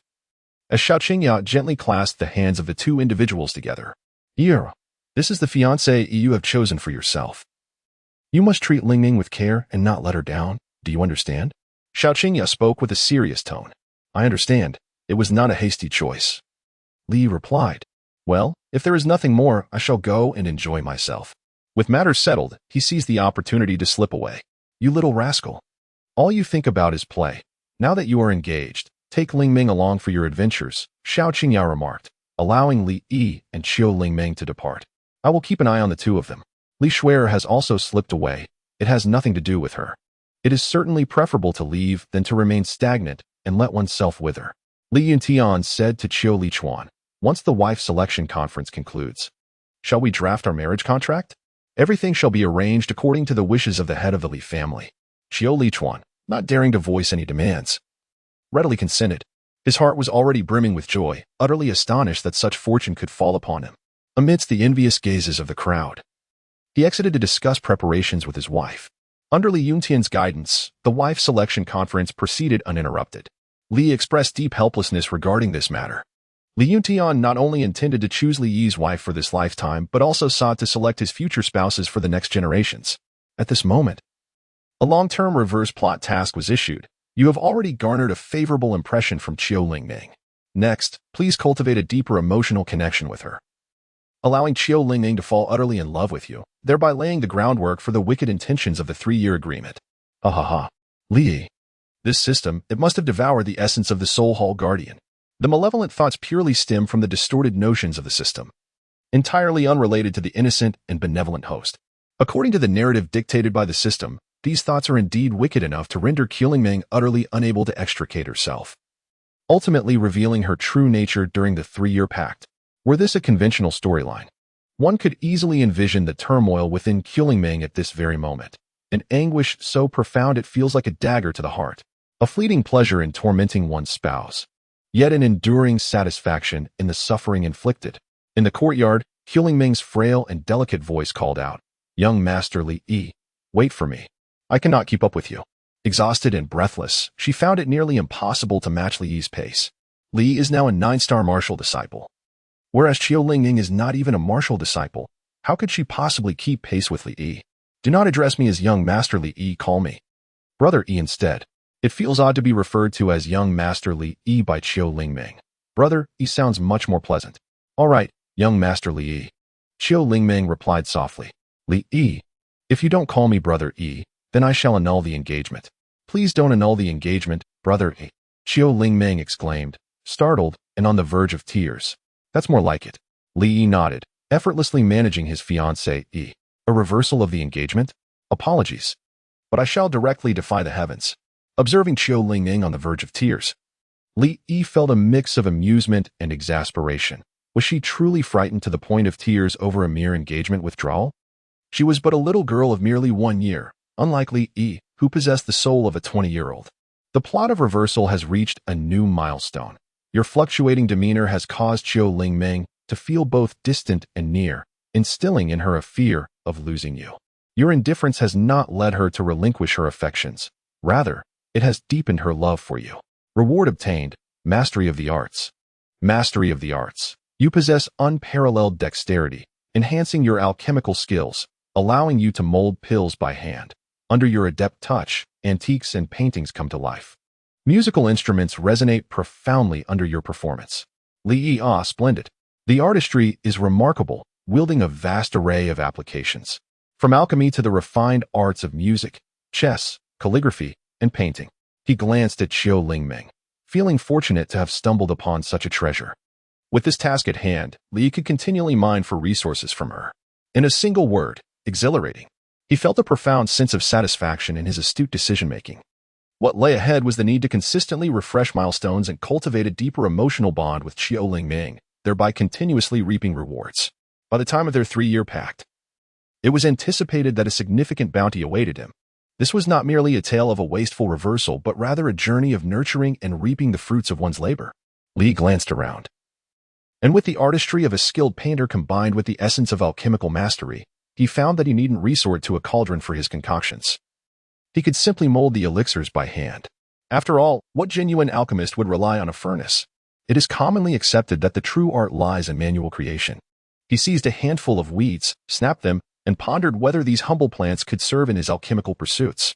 The notion of using weeds for alchemy would likely provoke uproarious laughter from other practitioners. After all, who could conceive that such common flora could yield potion? To the untrained eye, weeds indeed hold no value in the alchemical arts. Yet Li Yi was no ordinary player of a mere game. He was an adept, possessing an innate affinity with nature. His understanding of the very essence of plants transcended their physical forms, allowing even the most unremarkable weeds to transform into potent potions in his capable hands. With a handful of weeds, he began to knead them, experimenting to see if he could shape them into a pill. Admittedly, the appearance of a hand-formed elixir would not rival that of one produced in a traditional furnace. Li Yi, what are you doing? Asked Xiaoling Ming, her voice laced with caution. Li Yi, at a loss for words, inquired, are you Lin Daiyu? Who is Lin Daiyu? Xiaoling Ming asked, bewildered. It's nothing. At that moment, Li Shuej approached, curiously kneeling down. Xiaoyi, what are you up to? Are you playing with grass? Li has indeed surpassed the age of youthful frivolity.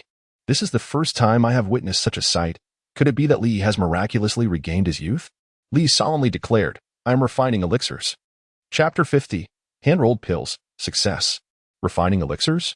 A question mark flickered above Li Shui's head as she observed Li Yi, who was, surprisingly, engaged in alchemy. It was evidently just the manipulation of grass. She found herself at a loss for words, recalling that Li Yi had once outgrown such childishness. Gently ruffling Li Yi's hair, she patiently explained, Little Yi, alchemy requires a proper alchemical furnace, and this is merely grass. It is impossible to concoct potions with it. If you are truly interested in learning the art of alchemy, I can arrange for an alchemist to instruct you. Noticing Li Yi's enthusiasm for potion making, she was confident that, given his innate talent, he could undoubtedly become an exceptional alchemist. The profession of an alchemist is quite prosperous and significantly beneficial to the family. I could also engage in alchemy this way. Li diligently focused on refining the elixir by hand. Li Shuai was rendered speechless by a single remark. She wondered where this little fellow had come across such an idea. If one could concoct elixirs by merely rubbing herbs together, what purpose would a cauldron serve? Should those alchemists witness this, they would likely be driven to fits of laughter. Xiao Yi, even if you forego the alchemical furnace, you cannot possibly use mere weeds to brew potions, Li Shuai remarked. Weeds can indeed be utilized for alchemy, Li Yi replied, his demeanor utterly serious. As if substantiating a fact, Li Shuai found herself in a state of amused disbelief. She had not anticipated that this extraordinary genius, usually a clever young lad, could exhibit such naivety today. How could mere weeds possibly be used in alchemy? They possessed no medicinal properties, and being devoid of spiritual essence, they could not yield elixirs. Furthermore, the notion of crafting them by hand was utterly absurd. If Li Yi were to succeed, she would promptly consume all those herbs herself. Given Li Yi's interest in alchemy, it would be prudent to suggest imparting some fundamental knowledge of potion making to him, to assess his innate talent in this art. One could reasonably expect that with his remarkable aptitude, he would not disappoint. As Li Yi's elder sister, Li Shuai remained unaware of the full extent of his gifts. From martial cultivation to the sword arts, ancient scriptures, and even the fine arts of music, chess, calligraphy, and painting, there seemed to be no limits to what Li Yi could achieve. Little Yi, please cease playing with the grass. Let your sister pinch your chubby little cheeks. Li Shuai rubbed her hands together, a fervent anticipation coursing through her veins. It is accomplished, Li suddenly exclaimed, a wave of excitement washing over his face. He opened his hands to reveal a rough, ball-like clump of weeds, crafted by his own hands. Though somewhat coarse in texture, it was indeed a legitimate elixir. Remarkably, the weeds had transformed into a potion, showcasing an impressive talent.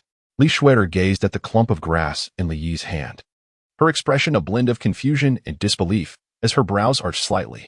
What is the matter? Isn't it just a ball? With a gentle smile, she shook her head, surprised that her prodigious younger brother could exhibit such childishness. How endearing! Wait a moment. Li Shuai fixed her gaze upon the bundle of grass held by Li Yi, her brow furrowing in concentration as she examined it closely, seemingly realizing that this bundle was far from ordinary. Xiaoyi, would you be so kind as to show this to your sister? Li Shuai said with a gentle smile, extending her hand. Li Yi placed the elixir in Li Shuai's hands. Li Shuai picked up the pill and examined it closely, only to be astonished by the realization that this peculiar herb bundle was far from ordinary. It was not merely a mass of weeds. A terrifying thought crossed her mind. Could this truly be a pill? Due to its rough appearance, Li Shuer found it difficult to discern its true nature and decided to consult the alchemist in the mansion. "Shall we? Let us proceed to the alchemy room and have your pill identified," she said as she lifted Li Yi in her arms, preparing to take him along. Turning to Qiu Lingming, she instructed, "Please wait here and refrain from wandering about. Wan Ning, kindly attend to her." Li Shuer hastily made her way to the alchemy room. And in the blink of an eye, she vanished, eager to discern whether the substance was indeed a potion. Qiu Lingming gazed at her departing figure, wishing to follow. Yet at that moment, she could only remain in place. "Greetings, Sister Wan Ning." Qiu Lingming addressed Wan Ning with a bow. Wan Ning hurriedly assisted her up. Flustered as she replied, "Miss, please don't. I am but a maid, not your sister. You may simply call me Wan Ning." "Oh," Qiu Lingming nodded awkwardly, feeling a wave of embarrassment for having addressed her incorrectly. Sensing Qiu Lingming's tension, Wan Ning reassured her, "You are new to our Li family. It's only natural to be unfamiliar. I am the young master's maid, responsible for his daily care. I have watched him grow up, and I shall share with you some important points to note during your time at the Li household." "Very well." Qiu Lingming nodded slightly, attentively listening and committing every word, particularly those pertaining to Li Yi to memory. In the alchemy room, she wondered how Li Yi's wife selection event was unfolding. She had heard that many beautiful women from various sects and families had arrived, and she longed to see it for herself. How enviable for young Master Li Yi to be selecting a wife at such a tender age. When might we hold a similar event ourselves? Dream on, and dreams. Anything is possible. Have you considered young Master Li Yi's extraordinary talent compared to your own? Do you think you are worthy? Just focus on your alchemy." Came a furious voice. "What are you all doing? Hurry and refine those potions. Have you met this month's quota? If not, I expect you to leave next month." "Yes," they replied, startled into action, hastening to refine their potions. The irate individual was named Duanyi, the overseer of the alchemy room and one of the esteemed members of the Li family, a fifth-tier alchemist of the highest caliber. It was due to Duanyi's presence that the Li family dominated approximately half of the potion market, accruing substantial wealth. Duanyi was known for his fiery temper. Anyone daring to slack off under his watch would face dire consequences. His fierce demeanor ensured the alchemy room was managed with remarkable order, producing high-quality potions in plentiful supply. A group of alchemists lamented their circumstances, pondering the vast disparities in life. Some individuals held wife selection events at merely a year old, enjoying the pleasures of life, while they, ranging from 20 to several hundred years old, toiled tirelessly in the alchemy room. Indeed, the greatest divide among people lay in the circumstances of their birth. However, they overlooked a crucial point: Li Yi's 99% effort and merely 1% talent. "Is Manager Duan present?" Li Shuer entered the alchemy room, surveying her surroundings. Her melodious and crisp voice resonated within the chamber, the crackling of flames failing to muffle it, immediately capturing the attention of the alchemists. Ears perked up. From the sound alone, they could tell a beauty had arrived. Being alchemists, they spent day and night immersed in their work, often finding their existence monotonous, with little beyond alchemy to occupy their thoughts. The saintess. Is that not the saintess? What brings her to the alchemy room? Upon hearing the mention of the saintess, a crowd of onlookers gathered, eager to behold the unparalleled beauty of Li Shuer. "What are you all doing? Get back to alchemy. Beware, I shall deduct your wages." Duanyi, with his notorious temper, admonished, causing the crowd to shrink back, obediently returning to their tasks of potion crafting. "Humph," Duanyi huffed, his irritation evident. However, as he approached Li Shuer, his fierce demeanor transformed into a beaming smile, nearly radiating the essence of a devoted admirer. The other alchemists, witnessing this striking contrast, questioned the integrity of Duanyi's character. "May I inquire, Miss Shuer, what brings you to the alchemy chamber? Is there anything I can assist you with?" Chapter 51. The Astonishing Art of Handcrafted Elixirs, a Revelation for Alchemists. Li Shuer produced a pill meticulously crafted by Li Yi. "I would like to request Mr. Duan to examine this item and ascertain whether it is indeed a pill." "Rest assured, Miss Shuer, I shall take a close look," Mr. Duan replied with a smile, stroking his beard as he accepted the rough-looking pill from Li Shuer. However, upon seeing the crude herbaceous lump, the smile on Duanyi's face faded somewhat, replaced by a look of bewilderment. "A pill? This is clearly nothing more than a handful of weeds mashed together. How could it possibly be a pill?" To Duanyi, this object seemed scarcely worth a glance, yet being a gift from Li Shuer, he felt compelled to scrutinize it further. He could not fathom why she would present him with such a thing. Was she perhaps jesting at his expense?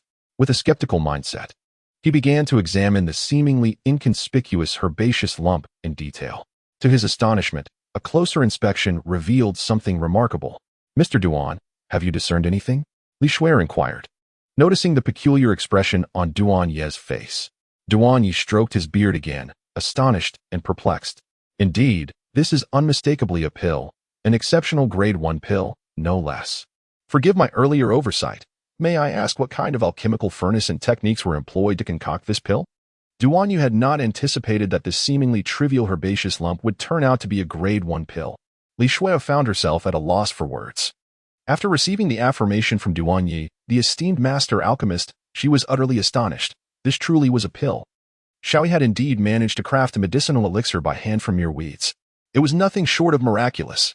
Duan Yi expressed his astonishment, remarking, "The technique employed in creating this pill is rather peculiar.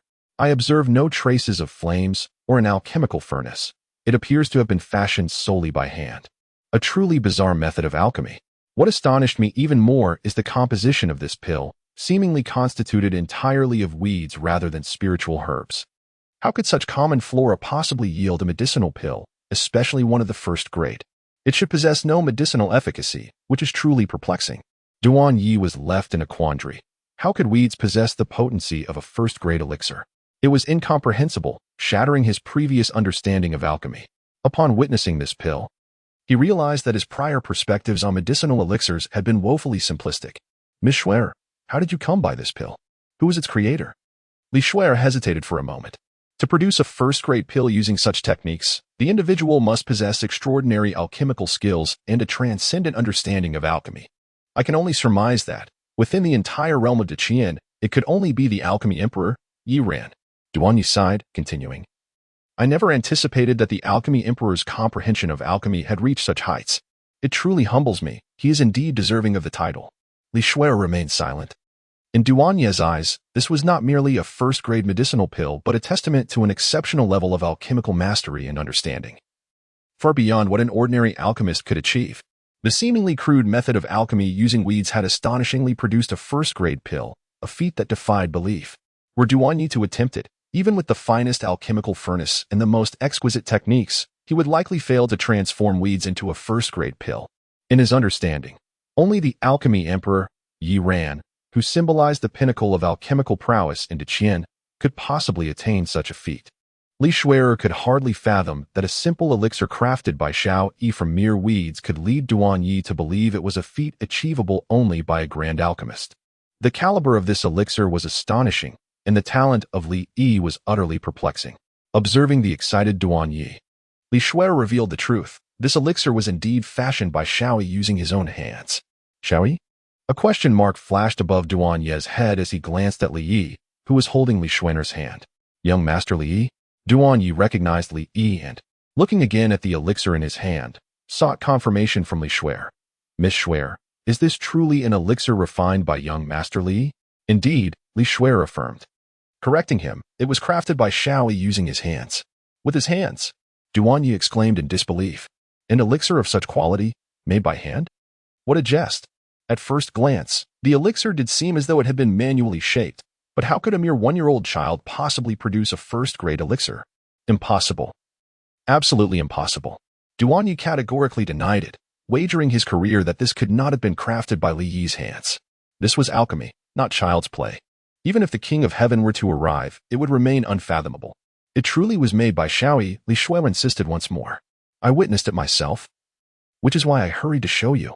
I never anticipated that Xiao Yi could genuinely create a first-grade elixir by hand. This." Duan Yi found it hard to believe, his jaw nearly dropping to the floor. Despite Li Shuer's assertions, he remained skeptical. A 1-year-old child turning weeds into an elixir? What did that render their arduous efforts in alchemy? Mere child's play? This was a complete negation of their craft, believing it would truly be absurd. Seeing Duan Yi's disbelief, Li Shuer turned to Li Yi and suggested, "Xiao Yi, why not craft another one using those flowers and weeds in the courtyard?" She lifted her chin, indicating for Li Yi to proceed with the task. Li Yimian, with a hint of reluctance, approached, plucking a handful of flowers before beginning to knead them by hand. Duan Yi was taken aback, incredulous that he was actually doing it. Did he not find it absurd to manually refine medicinal pills? as a professional alchemist. No one understood the intricacies of potion-making better than Duan Yi within the Li family. He could not fathom that a mere child of 1 year could produce a first-grade elixir from mere flora. Perhaps, if it were the renowned Dan Emperor Yi Ran, there might have been a glimmer of possibility. However, this situation transcended mere alchemical skill. It was fundamentally outrageous and utterly nonsensical. Yet, moments later, Duan Yi found himself transfixed by the elixir that Li Yi had fashioned. In that instant, his worldview crumbled. After a brief silence, Duan Yi erupted in laughter, not a joyful laugh, but one tinged with sorrow, almost bordering on madness. It was unfathomable that a child could genuinely handcraft a first-grade elixir from mere weeds. Only an alchemist could truly grasp the shock of such a revelation. This not only dismantled Duan Yi's understanding of alchemy, but rendered his own esteemed skills utterly worthless. In the face of Li Yi's ability to transform weeds into elixirs, what did his own alchemical prowess amount to? Within the alchemy chamber, all the alchemists gathered around, each more astonished than the last, their disbelief palpable. Is this a trick? Surely, I must be dreaming and yet to awaken. Duan Yi gazed at Li Yi, inhaling sharply, and shook his head in astonishment, murmuring, "A prodigy. No. A monster." Chapter 52. Just how much talent does Li Yi truly possess? What shall we do, Manager Duan? Li Shui was thoroughly pleased with the astonished expression on Duan Yi's face, as he struggled to accept that his brother was a prodigy. Now he was aware of the shock. Initially, Li Shui had her doubts as well. After all, such an outlandish occurrence would be difficult for anyone to believe. And skepticism is a natural response. Remarkable, truly remarkable. Young Master Li Yi is indeed a genius in alchemy.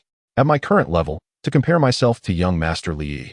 No, my abilities are not worthy of such comparison. I am certain that, not only I, but even the esteemed alchemy emperor Yi Ran himself would find his alchemical talent lacking in comparison to young Master Li Yi. Duan Yi continued to express his astonishment.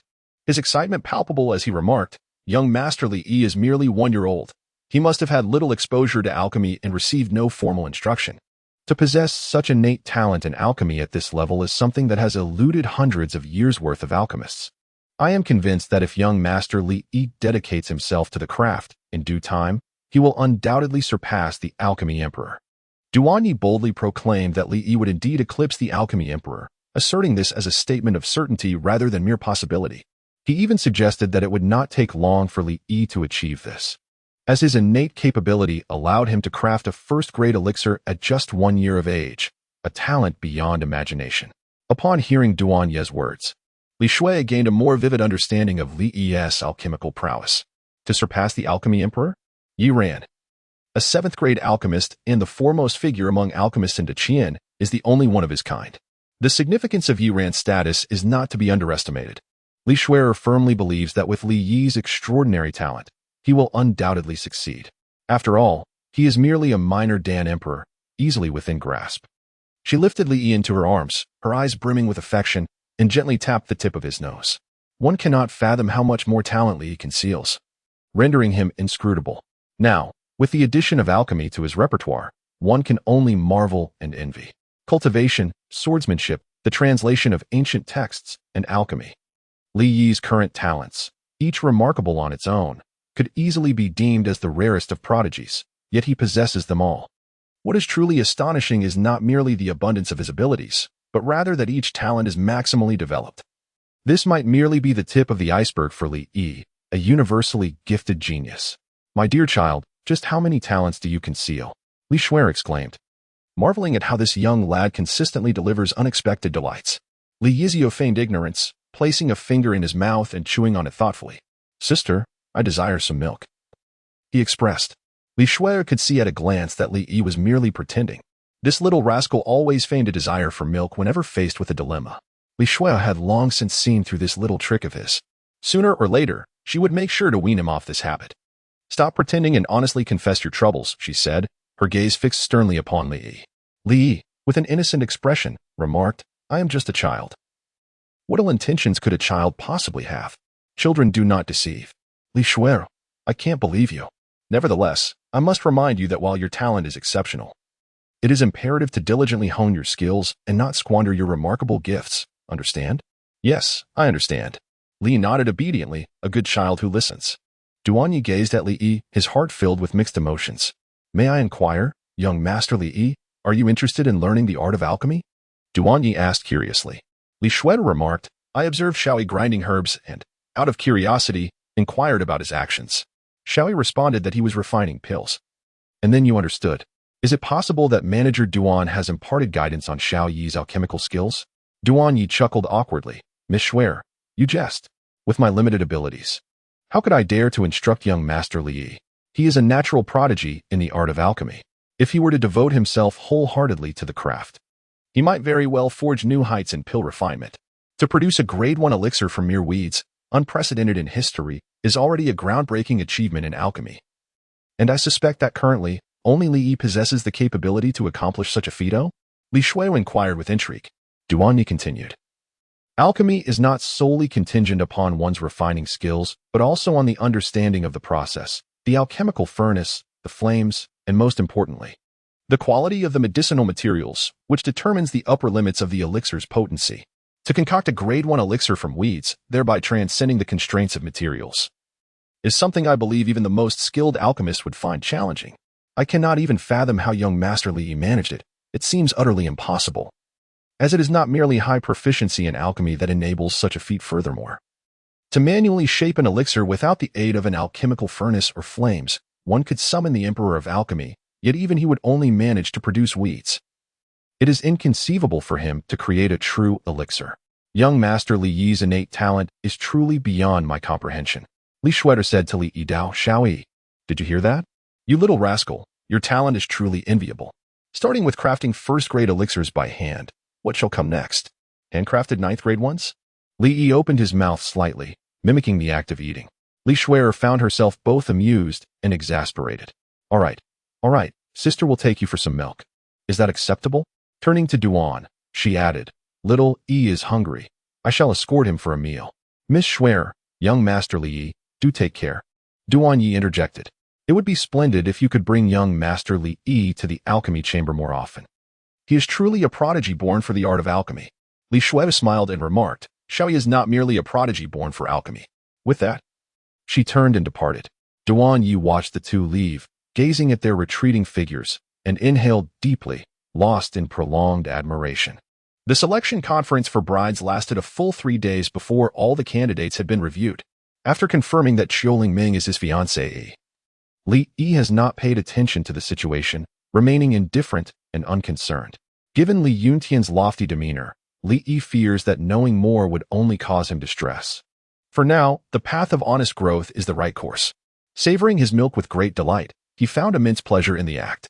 Opposite him sat his fiancée, Qiuling Ming, who had been sent over by the Qiu family as a child bride. Eager to prevent any change of heart from the Li family after the engagement was established. Although she is Li Yi's fiancée, Qiuling Ming remains cautious and attentive to every detail, ensuring she brings no trouble to the Li family. In her heart, associating with the Li family is a blessing earned over several lifetimes. Young master, madam advises you to stop drinking milk, Wan Ning softly reminded him. No. Li stubbornly turned his head away, declaring that giving up milk was impossible, now and forever. What is wrong with drinking milk? Who says only children can enjoy it? Moreover, those who drink milk are often experts. Just look at the great emperor of the wilderness, who relishes beast milk.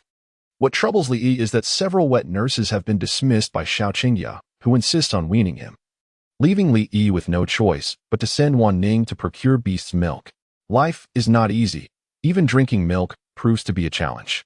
Chapter 53. The 9-turn glazed golden body, preparations for the 3 clans to compete for the CLE go. Shall we practice the piano?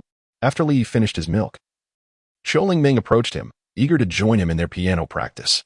Mother said to spend more time with you to nurture our bond, even without such advice.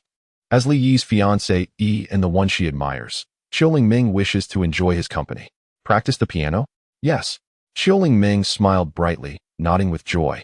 Her eyes filled with anticipation.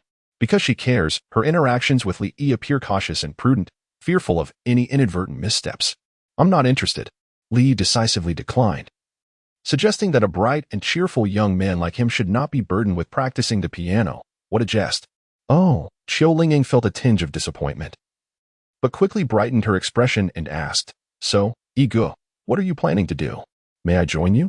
Faced with Qiuling Ming's innocent request and her hopeful gaze, He realized that a refusal might bring her to tears. Sure. Xiao Lingming shyly bit her lip, revealing a pair of delightful dimples that illuminated her face with joy. Her endearing demeanor made it seem as though denying her would be a crime. A milestone in the reverse plot line was achieved. Unexpectedly, amidst challenging circumstances. He fulfilled Xiao Lingming's heartfelt expectations, bringing her a delightful surprise. Reward: 9-turn glazed golden body. The 9-turn glazed golden body consists of 9 layers, each of which significantly enhances one's physical prowess, representing the pinnacle of martial arts. Upon reaching the 9th turn, one can transform into the glazed golden body, effortlessly engaging in battles beyond one's level, rendering oneself nearly invincible among peers. The reward is commendable. The 9-turn glazed golden body, in elite martial art, is indeed formidable. A conservative estimation considering the existence of prodigies like the primordial sacred body. As luck would have it, Li Yi possesses both. Truly, as expected from a 3-year agreement.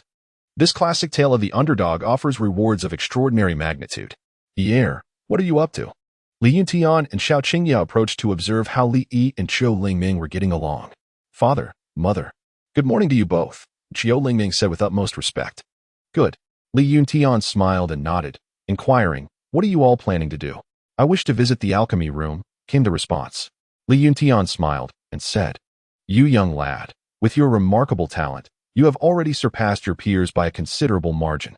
There is no need to rush in your cultivation. Lingming has just arrived at our Li family. Why not take her out to explore the world? Li Yidao remarked. It is precisely because of your exceptional talent that you should dedicate yourself to diligent practice. Li Yuntian felt a profound sense of gratification. Li Yi's character and intellectual prowess far surpassed those of his contemporaries. He did not take pride in his abilities but rather immersed himself in rigorous cultivation. A rare quality indeed. With Li Yi in their midst, the Li family's ascendance was all but inevitable. Look at Yi, blessed with talent and industriousness. What could those other fellows' offspring possibly compare to my son? Li Yuntian laughed heartily, as if he were not even referring to his own child. Xiao Qingya, speechless, gazed at Li Yi with a smile of admiration. Li Yining excels in both literary and martial skills. His understanding of culture has even surpassed that of Xiao Qingya, leaving her at a loss for words. The truly frightening aspect is not merely the genius itself, but the fact that this genius also possesses an unparalleled work ethic.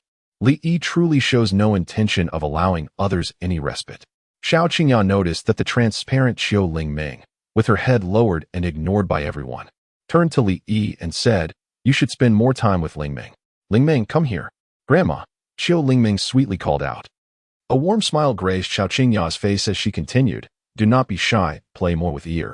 If you find anything uncomfortable in the residence or if anyone mistreats you, do not hesitate to tell me.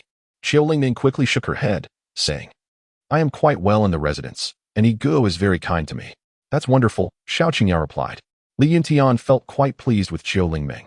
Apart from her innate talent and background, Li Yi is destined to ascend to the pinnacle of greatness, a genius who could easily live for centuries, if not millennia. In contrast, Qiu Lingming possesses barely any talent, her potential modest at best, and she may only live for around 100 years.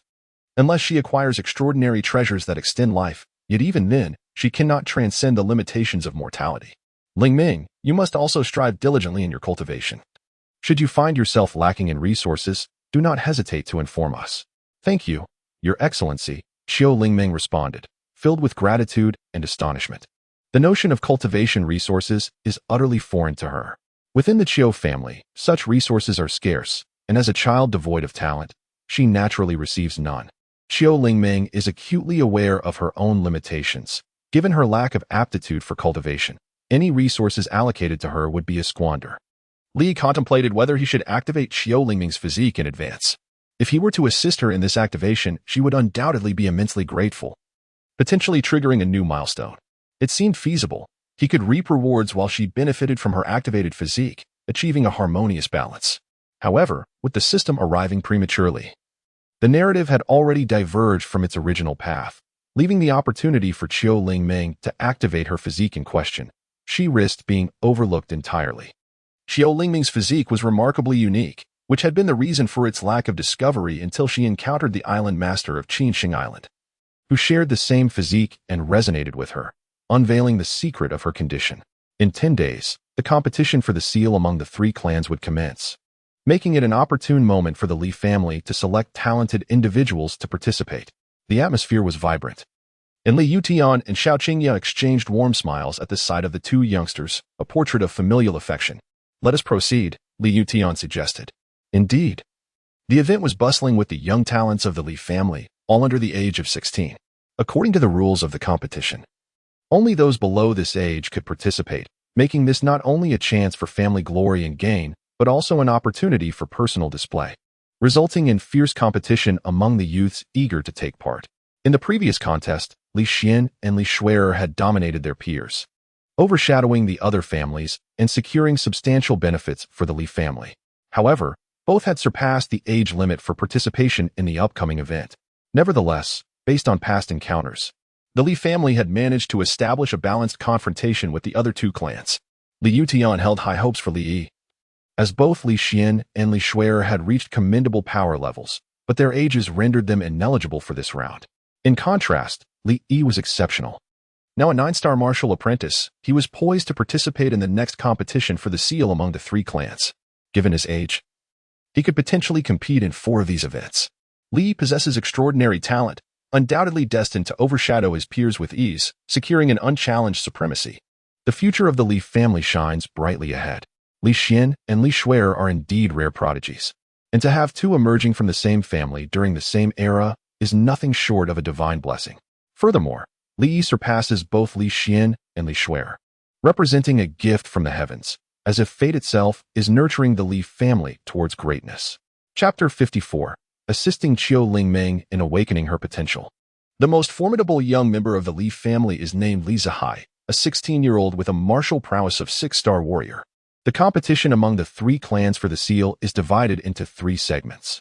The first segment, the Flag Snatch, involves each clan dispatching a team of 10 to a designated area to capture flags, with victory going to the team that seizes the most flags. The second segment, the Flag Contest, requires the arrangement of a formation within which participants endure immense pressure, akin to bearing the weight of a mountain. At the end of this formation lies the seal. The first to touch it claims victory. The third segment, the most crucial, encompasses 2/3 of the market share, while the first 2 segments combined account for merely 1/3. The seal contest necessitates the clans to send forth their prodigies to compete against one another, with market divisions determined by their rankings. Each clan is permitted to enter only 1 participant in a single segment, thus necessitating strategic allocation akin to the Tianji's horse racing strategy. "Zihai, this endeavor for the seal rests upon your shoulders," Li Yuntian remarked, patting Li Zihai's shoulder. "Rest assured, the Zihai shall exert every effort," Li Zihai responded with a respectful gesture. This endeavor is not solely for his own gain, but also serves the interests of the entire family. Indeed, you all are commendable. I have faith in your capabilities. Do your utmost without succumbing to excessive psychological pressure, Li Yutian encouraged. "Please rest assured, we are willing to dedicate ourselves to the Li family," they declared. "Excellent." Li Yutian nodded earnestly, hands clasped behind his back, standing tall with satisfaction at the scene before him. An elder approached and said, "I have inquired, and it appears that the Wang and Song families may not fare as well this year. The previous significant blow dealt by young Master Li Xian and Miss Shui'er has left them still recuperating. Last time, the Li family secured the majority of the market, reaping considerable profits, while the Wang and Song families suffered losses, putting them in a precarious position that will inevitably affect their performance this year. These 2 families are unlikely to recover in time. By the time they do, the Li family may have already established dominance in Shuzhou. Moreover, we have young Master Li Yi, the family's greatest hope for the future.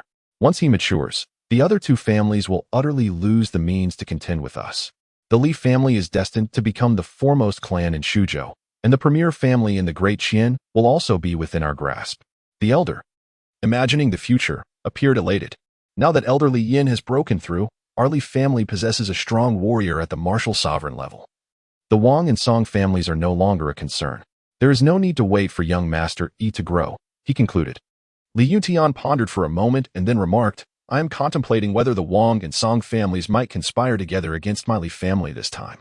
Previously, we maintained a balance of power among the 3 families, but now that the Li family stands unrivaled, it is certain that the Wang and Song families will not remain idle. This indeed poses a concern, even if they were to unite. Given the current strength of the Li family, they would not be a formidable threat. Nevertheless, we must exercise caution and remain vigilant to thwart any treacherous schemes they may devise. Rest assured, the head of the family. I have already arranged for a stringent guard to closely monitor the movements of the other two families. At the slightest hint of disturbance, we will be immediately informed. Li Yuntian nodded and said, additionally, we should position more skilled individuals around Yi to ensure her safety at all times. Li Yi is the future of the Li family, and there can be no room for error. The head of the family is unaware that elder Li Yin is deeply concerned for young Master Li Yi's safety, and thus he personally watches over him from the shadows. Li Yuntian chuckled and shook his head, reminiscing about the former Li Yin, whose arrogance was unparalleled. Before Li Yi, he regarded him not merely as a grandson, but almost as a cherished heir. The contrast is truly astonishing, eliciting both laughter and tears. With Li Yin, a formidable martial sovereign, covertly safeguarding Li Yi, there is little cause for concern. What could possibly be a more advantageous protective arrangement than a martial sovereign bodyguard? Ensuring Li Yi's stable development is the foremost priority for the Li family at present. Li sat comfortably in a chair, his leg crossed casually, one hand propping up his head as he gazed intently at Qiu Lingming, unflinching in his scrutiny. He pondered how best to assist her in awakening her latent abilities. The script provided by the system was merely a rough outline, offering only a general trajectory of the plot. It lacked intricate details, such as the frequency of Qiu Lingming's bathing rituals or the order in which she performed them, and naturally, it did not mention her awakening method. It appeared that Li would need to conduct his own research. Qiu Lingming felt a twinge of embarrassment under his unwavering gaze, lowering her head shyly. It was uncommon for someone to stare at a girl so openly. However, being the object of Li Yi's attention felt like a privilege to her. As long as he was content, that was all that mattered. Li Yi pondered, stroking his chin, contemplating whether to first attempt a resource infusion. Typically, certain unique physiques remain dormant due to insufficient resources for activation. However, with ample resources, awakening is achievable. There exists another category requiring specific resources, such as the I-Soul Divine Body, which necessitates the consumption of the I-Soul Divine Pill for awakening. Uncertain of which category Qiu Lingming belongs to, he could only proceed by methodically trying each option. Once the selection process concluded, Li Yi took Qiu Lingming by the hand and addressed his parents, father, mother. I am taking Lingming to explore other places. All right, but do take care and don't run too fast, lest you fall. Understood. Li Yi pulled Qiu Lingming along as they ran, and Qiu Lingming exerted every ounce of strength to keep up with him. Upon stopping, she was breathless, a faint blush adorning her delicate face. Looking up, she realized they had arrived at the alchemy room. What is your cultivation level? Li Yi inquired. At the mention of her cultivation, a glimmer of disappointment flickered in Qiu Lingming's eyes as she shook her head, indicating her lack of progress, essentially devoid of any cultivation. To be precise, a 1-year-old child is merely laying the foundations. How many can truly step into the realm of cultivation? Young master has arrived. Duan Yi exclaimed upon seeing Li Yi, hastily coming out to greet him. Noticing Qiu Lingming beside him, he smiled and remarked, "This must be the young mistress." Qiu Lingming's face flushed with embarrassment as she lowered her head, appearing quite bashful. "Young mistress. Duan, the steward, please prepare the elixirs and herbs listed here, and also arrange for a private room for me." Li hastened to a side table, diligently inscribing upon 3 sheets of blank paper. Duan Yi, glancing at them, discerned that they predominantly detailed elixirs aimed at enhancing foundational strength and vitality, presumably for the cultivation of young Master Li Yi. Without a moment's hesitation, he instructed his servants to prepare the necessary materials, ensuring no time would be wasted. Duan Yi offered his own alchemical chamber to Li Yi. Though designated as a refining room, it was imbued with a refreshing ambience, and the stone walls exuded a coolness, indicating the use of special materials in its construction. This environment significantly aids the alchemist in regulating the heat, preventing the furnace from overheating and exploding. At the center of the refining chamber stood a premier alchemical furnace, the finest in the Li family, capable of enhancing the quality of the elixirs produced.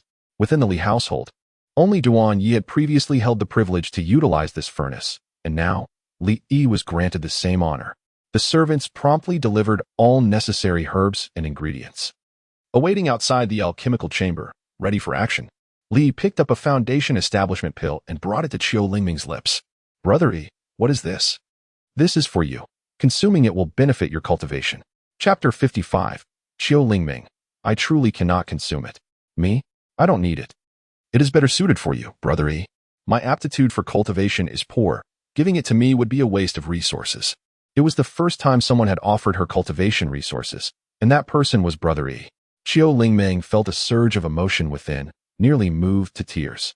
In that moment, it seemed that life was indeed worth living. Though she longed to accept it, the thought of her own lack of talent made her reconsider. Consuming it would be futile. Rather than waste the resources, it would be more prudent to let Brother E partake. Li Yi denied. Who said you lack talent? In truth, you possess great potential. It's merely that you have yet to recognize it, and others have overlooked it as well. However, I have discerned it. Genius recognizes genius. And as a genius myself, I can sense your brilliance, though it remains dormant. I am here to assist you in awakening it. Do you understand? Qiu Lingmeng was momentarily taken aback, her delicate face reflecting disbelief. It was the first time someone had called her a genius, and to her, it felt almost like a deception. Really? Her skeptical gaze lingered on Li Yi, seemingly conveying, I am not a mere child. Do not try to deceive me. Have I ever deceived you? Do you truly doubt me? Li raised an eyebrow, questioning her sincerity. No, I believe you. Igu. Qiu Lingmeng hastily shook her head, affirming her unwavering faith in him. Then let us proceed to eat, Li declared, retrieving several elixirs. These are but a handful of pills. My family possesses an abundance. You may consume as many as you desire. Do you truly think my family could be bankrupted by your appetite? But, if I refuse to eat, will you call off the engagement? Li revealed his trump card. Do not cancel the engagement. I will eat. Qiu Lingmeng responded promptly, fully under his influence. She quickly opened her mouth, swallowing the elixir that Li Yi offered her. She pressed her lips together, uncertain of the flavor, yet it was sweet, reminiscent of honey. Observing the satisfied expression on Qiu Lingmeng's face, Li smirked inwardly, knowing that this was merely the beginning. Li grasped a handful of elixirs, standing before Qiu Lingmeng with an innocuous smile. Yet, from her perspective, he appeared akin to a demon. Brother E, these. Qiu Lingmeng was taken aback by the two large handfuls of elixirs in his hands, wondering if he truly intended to consume them all. Did he really consider them as mere sustenance? Indeed, you shall ingest them all, he replied.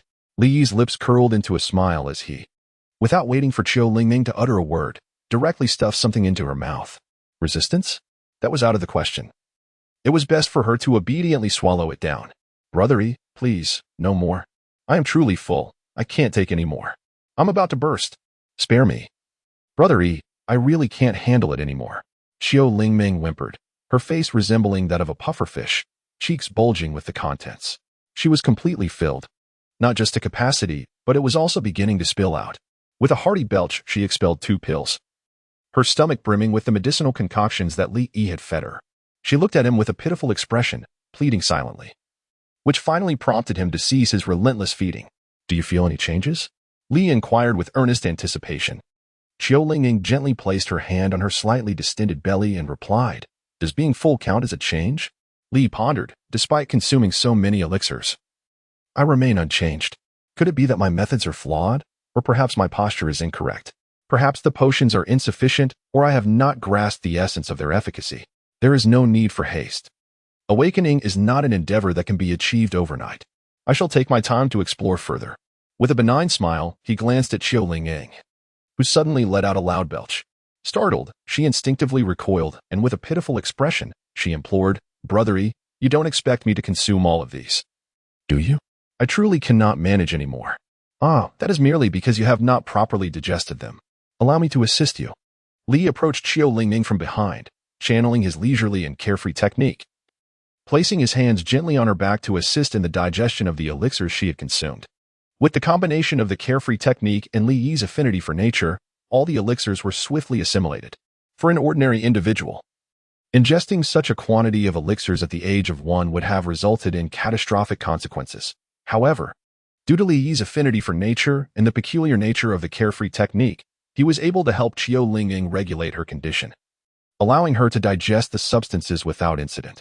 Owing to this affinity, the excessive medicinal energy within Qiu Lingmeng was transferred back to Li Yi, facilitating his breakthrough.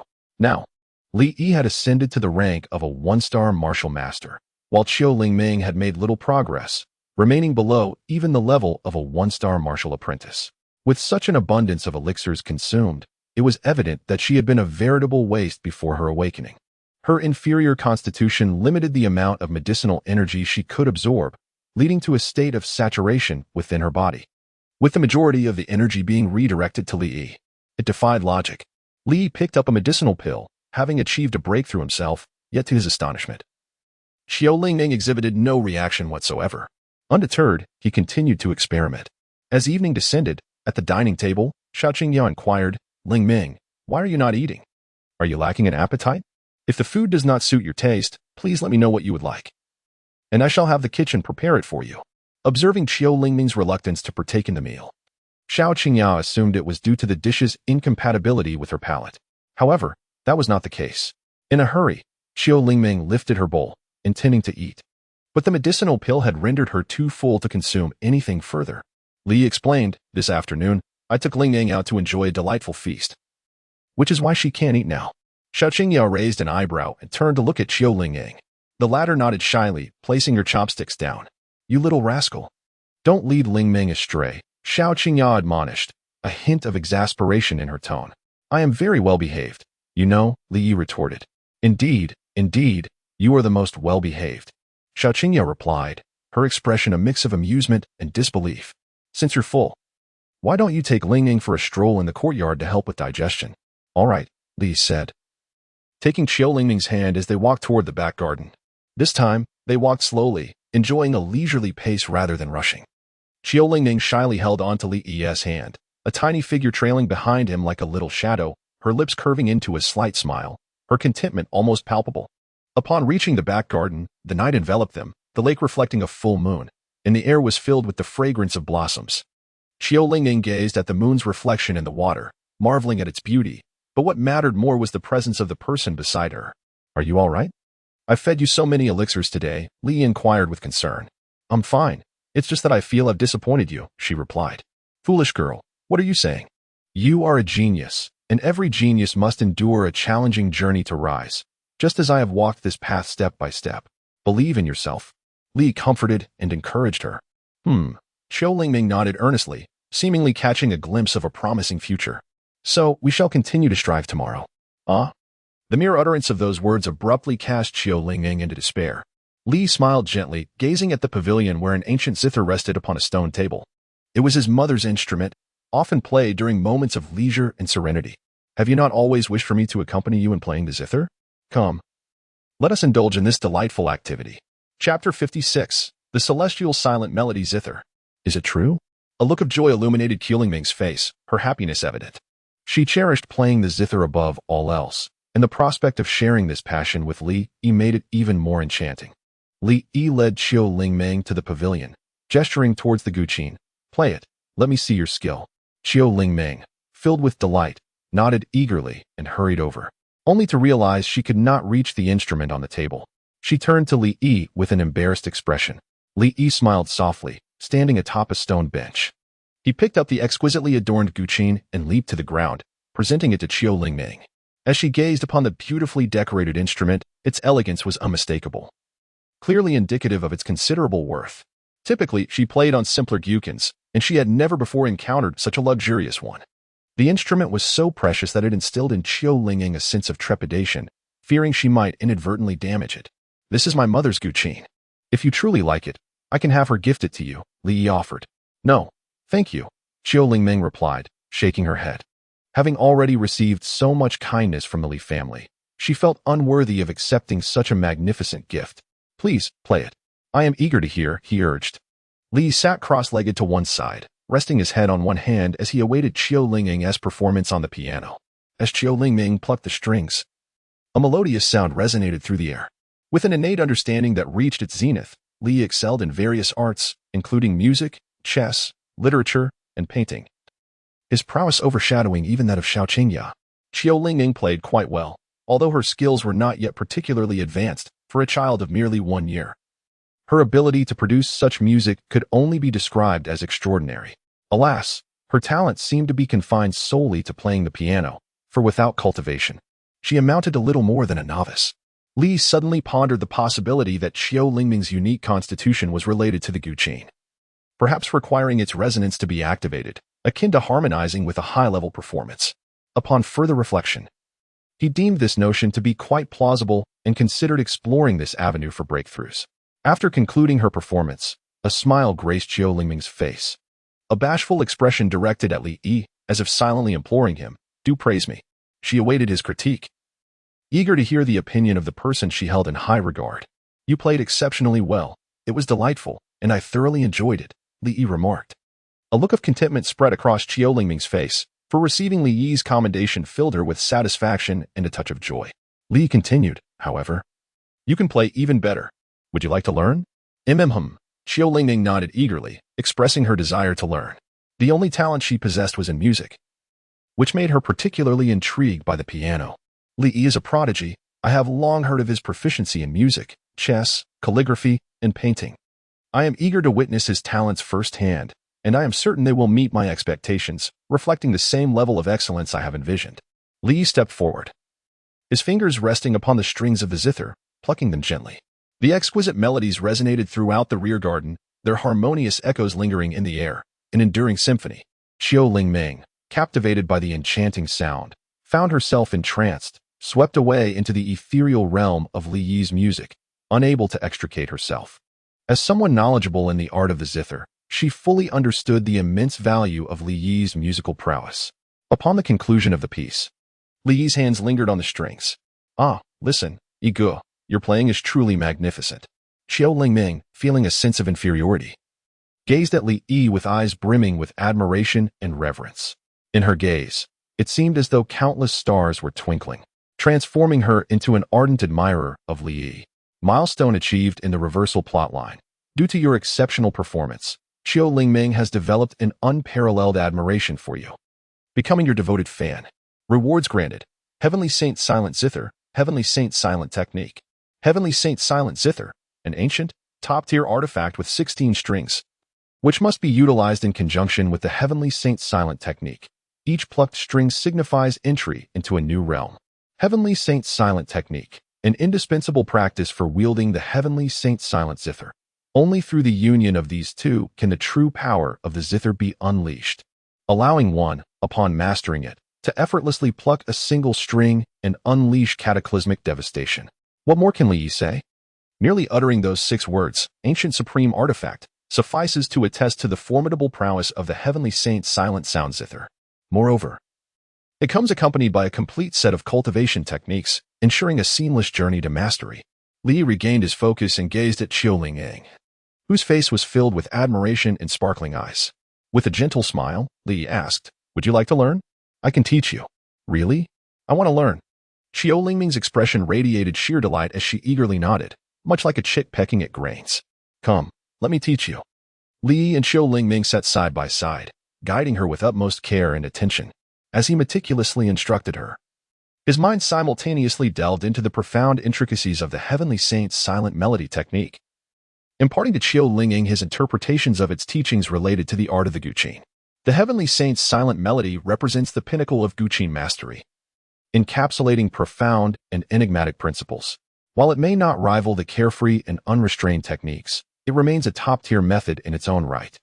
The dual practice of these methods demands an immense concentration and poses the risk of internal conflict leading to madness. However, given Li Yi's exceptional talent, such concerns were wholly unfounded. As he guided Qiu Lingming, Li Yi's own comprehension of the guqin reached an unprecedented realm. He marveled internally, acknowledging the brilliance of this supreme technique, which still required diligent study for even someone of his aptitude to grasp its fundamentals. In the courtyard before the alchemy chamber, before Li Yi lay a collection of herbs, as he skillfully kneaded a pill in his hands, Qiu Lingming observed from the side, her expression devoid of surprise, for she had long grown accustomed to such sights. From initial astonishment to a state of numbness, the others mirrored Qiu Lingming's sentiments. Rendered truly indifferent. It was accomplished. Li spread his hands and skillfully crafted a second-grade elixir. Duanyi sighed deeply as he returned to the alchemy chamber. Feeling increasingly disheartened, the more he observed, the more he felt his own existence was rendered insignificant. Is the disparity between individuals truly so vast? He reflected on the arduous journey he undertook to attain the status of a second-grade alchemist, while Li Yi, in merely a few days, was able to effortlessly mold a second-grade elixir by hand. Shaking his head, he resolved to focus on his own alchemical practices, refraining from comparing himself to Li Yi after all. Anyone who chooses to measure themselves against Li Yi is merely setting themselves up for disappointment. Let us give it a try, Li Yi said, presenting the elixir to Qiu Lingming, urging her to consume it. She took the elixir and swallowed it. Moments later, she shook her head in disappointment after days of failures. Qiu Lingming had come to regard herself as a lost cause, believing there was no hope for redemption. Brother Yi, perhaps it's best to abandon this endeavor, she suggested. Reluctant for Li Yi to squander his time on her, it simply did not seem logical. Li Yi rested his chin on his hand, convinced that his approach must have been flawed. He had utilized his resources, played the zither, and achieved a rank of 3-star martial artist. There seemed to be no reason for Qiu Lingming to remain entirely unresponsive. Could it be that his posture was incorrect? Perhaps he should experiment with a different stance. Li Yi was perplexed. Pierre was once again engrossed in alchemy. Li Yuntian approached, having noticed that for the past few days, Li Yi had either been taking Qiu Lingming to play the guqin or refining elixirs in the alchemy chamber. Chapter 57. The contest for the 3-clan seal begins. Father, Li Yi called out. Good son, allow your father to see what kind of elixir you've crafted by hand. Li Yuntian said with a beaming smile as he squatted down. I just gave it to Lingming, Li Yi replied. Li Yuntian was momentarily taken aback. Although he found the situation somewhat peculiar, it was evident that the bond between the two was strong and their relationship was progressing smoothly. A harmonious relationship is indeed a blessing. They had been childhood sweethearts, and their feelings ran deep. Who knows, in a decade or so, he might be cradling a grandchild. Given Li Yi's exceptional talent, his lineage would undoubtedly produce remarkable offspring. The only concern was Qiu Lingming. If she were not suitable, there were alternative options prepared for Li Yi. As a father, one must ensure that everything is arranged clearly for his son, head of the family. You may not be aware, but young Master Li Yi can already refine second-grade elixirs with his bare hands, and even I might struggle to produce such quality. Duan Yi remarked as he stepped out upon seeing Li Yutian, a look of profound admiration on his face. Is that so? My son truly is a prodigy. Li Yutian laughed heartily, truly unable to fathom what else this young lad could possibly lack in skill. It would suffice if he merely possessed such talents. Yet the key lies in the fact that each of them is so extraordinarily exceptional, leaving little room for other prodigies to thrive. My dear child, it would be wise for you to cultivate a modicum of humility. Otherwise, how can others find their way? While it may seem as though Li Yuntian is urging Li Yi to be modest, in reality, he regards him with a condescension akin to looking down his nose at others. Humility has always been my guiding principle, Li Yi declared, patting his chest. Just like my father, ha ha ha. Li Yutian lifted Li Yi, a wild grin spreading across his face. Observing this humble father-son duo, Duan Yi could not suppress a twitch at the corners of his mouth. Meanwhile, Qiu Lingming gazed at Li Yi, her eyes sparkling with admiration. Let us proceed. Today marks the contest for the 3-clan seal, a lively affair indeed. Suddenly, Duan Yi emerged, holding a brocade box, which he presented to Li Yi. This is a 5th-grade elixir I recently concocted during my seclusion, which will greatly aid Master Li Yi in his cultivation. Li Yutian took the exquisite box and, upon opening it, discovered a high-quality 5th-grade elixir, revealing Duan Yi's meticulous care. It is truly an honor for me, as the steward, to aid Master Li Yi in his growth. Witnessing the development of such a prodigy is a privilege beyond compare. Seizing this opportunity to offer assistance while I can is paramount, for such chances may not present themselves again in the future. Thank you, Steward Duan. Li Dong expressed his gratitude politely. Young master, you jest. It is only to be expected. Duan Yi then returned to his alchemical pursuits. Li Yuntian picked up the elixir and fed it to Li Yi. The 5th-grade elixir was quite rare. He had scarcely consumed many in his lifetime. After ingesting the 5th-grade elixir, its effects began to take hold. Li Yun adeptly cultivated the art of carefree movement, harmonizing with the flora around him, allowing him to effortlessly absorb the potent energies of 5th-grade elixirs without any depletion of his own resources. Over the past few days, he has aided Qiu Lingming in assimilating the medicinal properties of the elixirs, although she ingested them. The saturation of their power meant that Li Yi undertook the majority of the absorption. Due to the substantial quantity of elixirs consumed, Li Yi has developed a resistance, rendering 1st-grade elixirs ineffective and diminishing the impact of 2nd-grade ones to an almost negligible degree. At this moment, it would not be an exaggeration to say that both Qiu Lingming and Li Yi have elixirs coursing through their veins. The potency of 5th-grade elixirs is incomparable to that of the 1st and 2nd grades. It is a chasm as vast as heaven and earth. As they experience the overwhelming surge of medicinal energy flooding their bodies, In an unguarded moment, a breakthrough occurred, not merely advancing by one tier, but catapulting directly to the rank of a fifth-tier martial artist, achieving 2 consecutive breakthroughs in minor realms. Li was taken aback. Reflecting carefully on the fact that this 5th-grade elixir contained a plethora of precious medicinal herbs, it was likely the pinnacle of what Duan Yi could concoct. While the quality was undeniable, it felt somewhat extravagant. Such rare herbs were hard to come by. If these materials were to be utilized by him, he might very well be able to craft 6th or even 7th-grade elixirs. The medicinal energy encapsulated within the elixir was immense, typically requiring an ordinary person 10 days to half a month to fully absorb. However, Li managed to assimilate it in a mere short while, which facilitated his consecutive breakthroughs. Not only did he experience a surge in his cultivation, but he also discovered that his long-dormant 9-turn glazed golden body had ascended to the 2nd level, elevating his physical prowess to new heights. Hey, you brat. Noticing Li Yi's breakthrough, Li Yuntian's brows knitted into a furrow resembling a character. While others would gradually absorb the medicinal energy from elixirs, Li Yi, on the contrary, had made an instantaneous breakthrough. Wait a moment, you little rascal, are you now a 5-star martial master?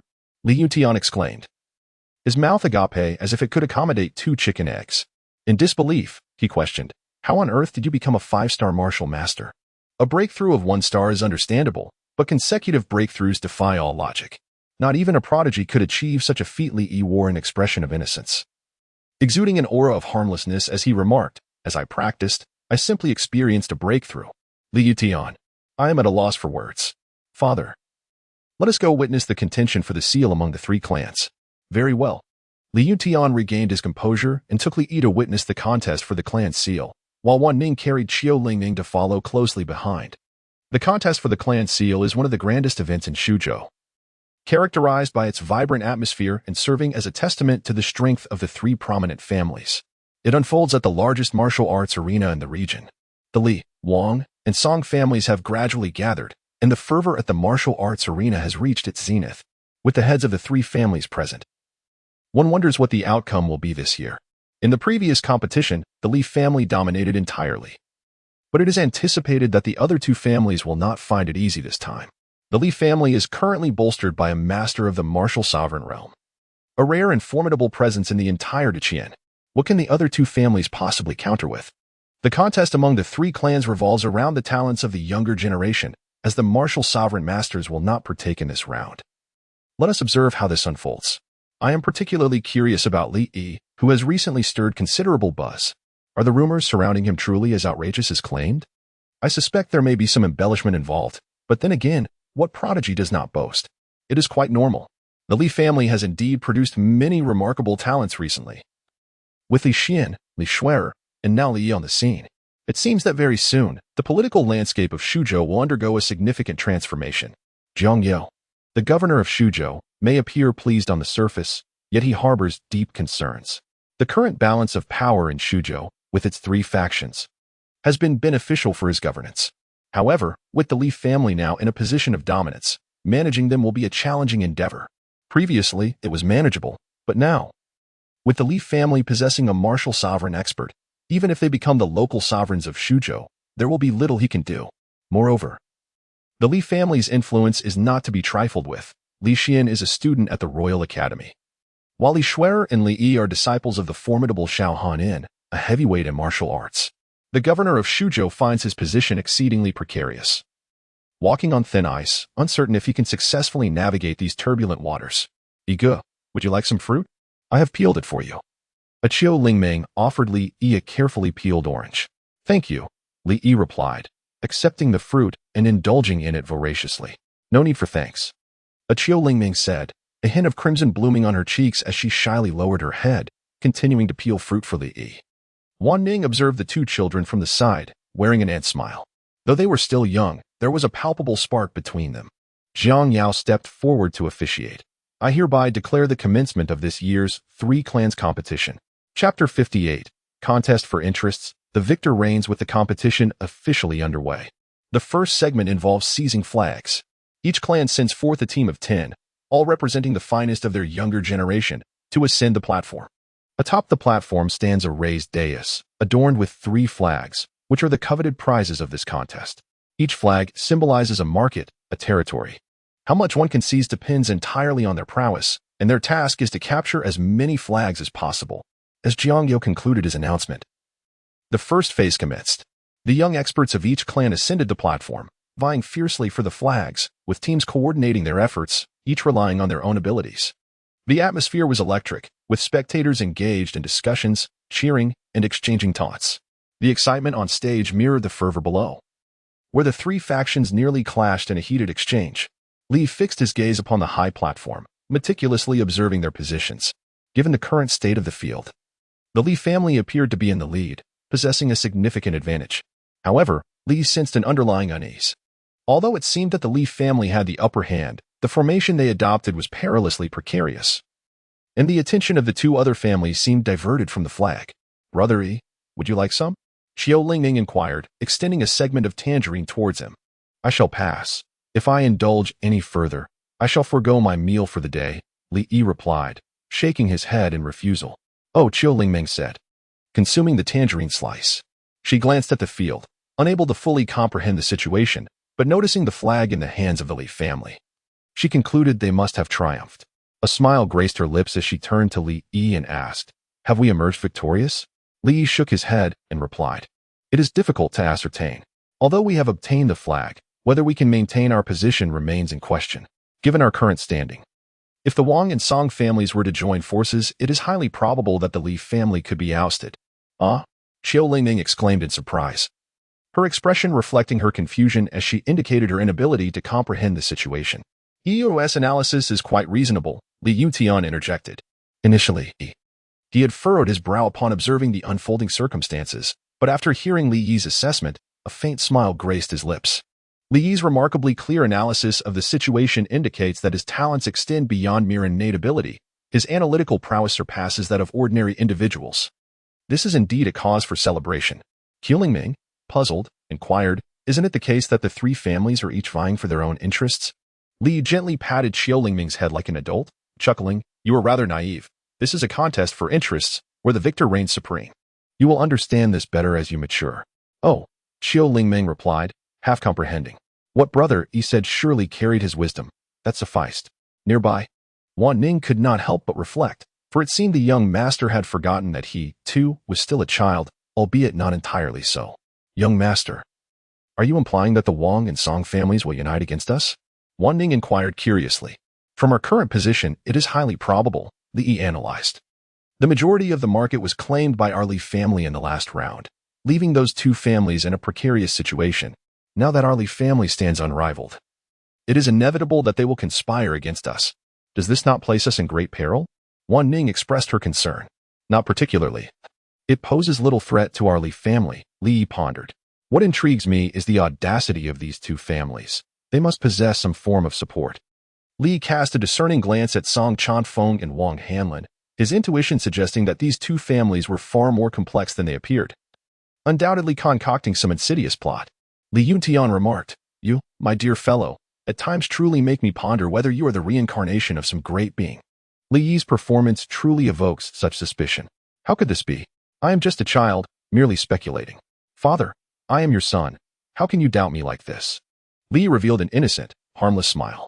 "Li Yutian, your words, rather than alleviating my doubts, have only intensified them. However, I shall not ponder further. For after all, he is my own son. Do you believe we will be defeated in the first two segments?" Li Yutian inquired about Li Yi's perspective. After listening to Li Yi's words, Li Yutian did not regard him as a mere child in this regard. In truth, the strength of the teams dispatched by the three families is relatively comparable. Should the other two families join forces, we would find ourselves at a disadvantage and likely face defeat. Li Yutian nodded, affirming his thoughts.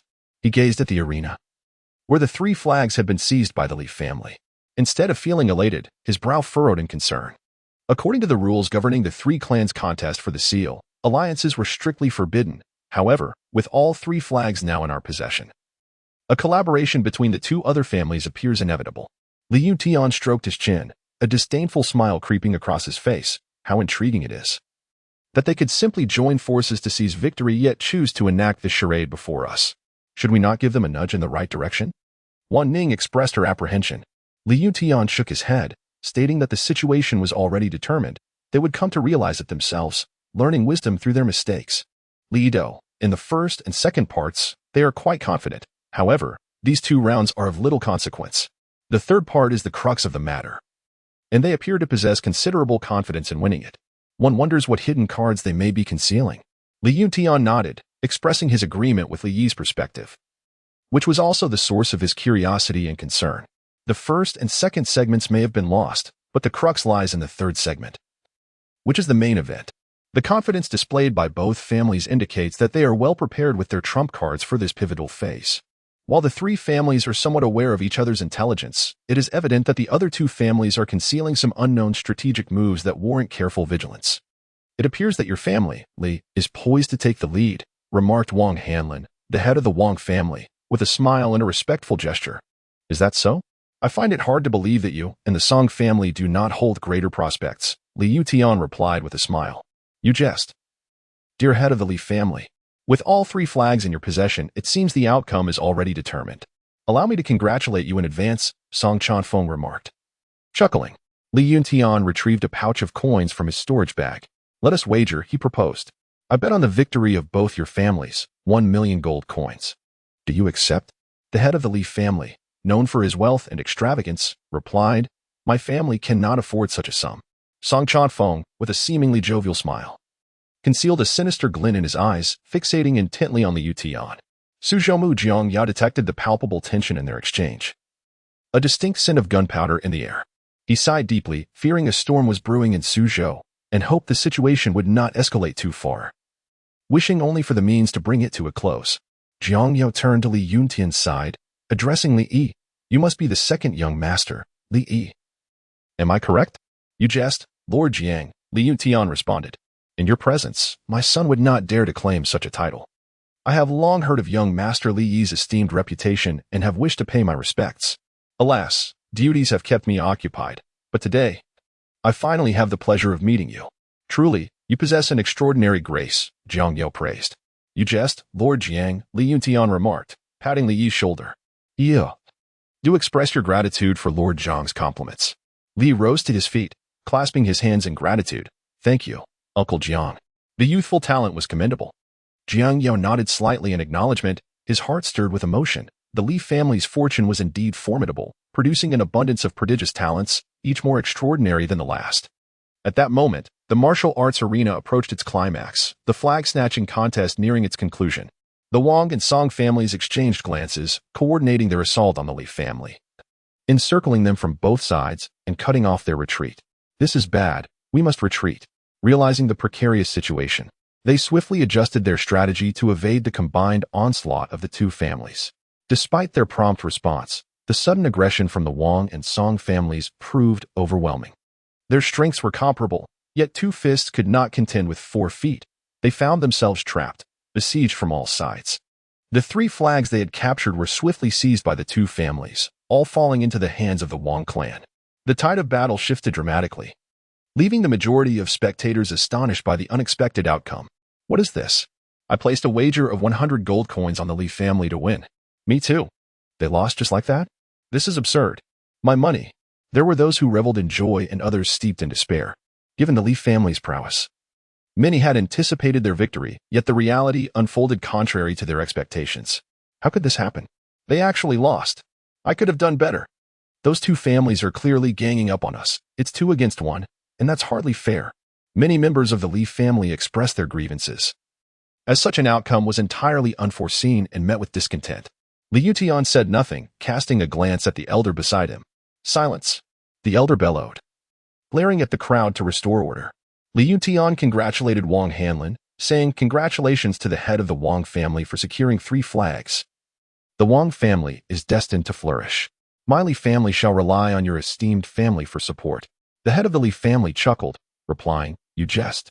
For the Wang family cannot be compared to the Li family. This is merely a small victory. I trust the head of the Li family does not place much significance on such matters. Wang Hanlin responded with a smile. Li Yutian merely smiled without uttering a word. Congratulations, Master Wang, Song Chanfeng expressed. Wang Hanlin and Song Chanfeng exchanged a glance, affirming their understanding with a silent acknowledgement.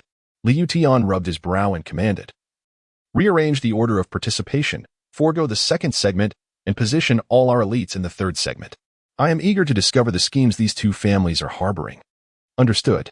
The initial two segments necessitate consideration of overall strength, team collaboration, and sheer numbers.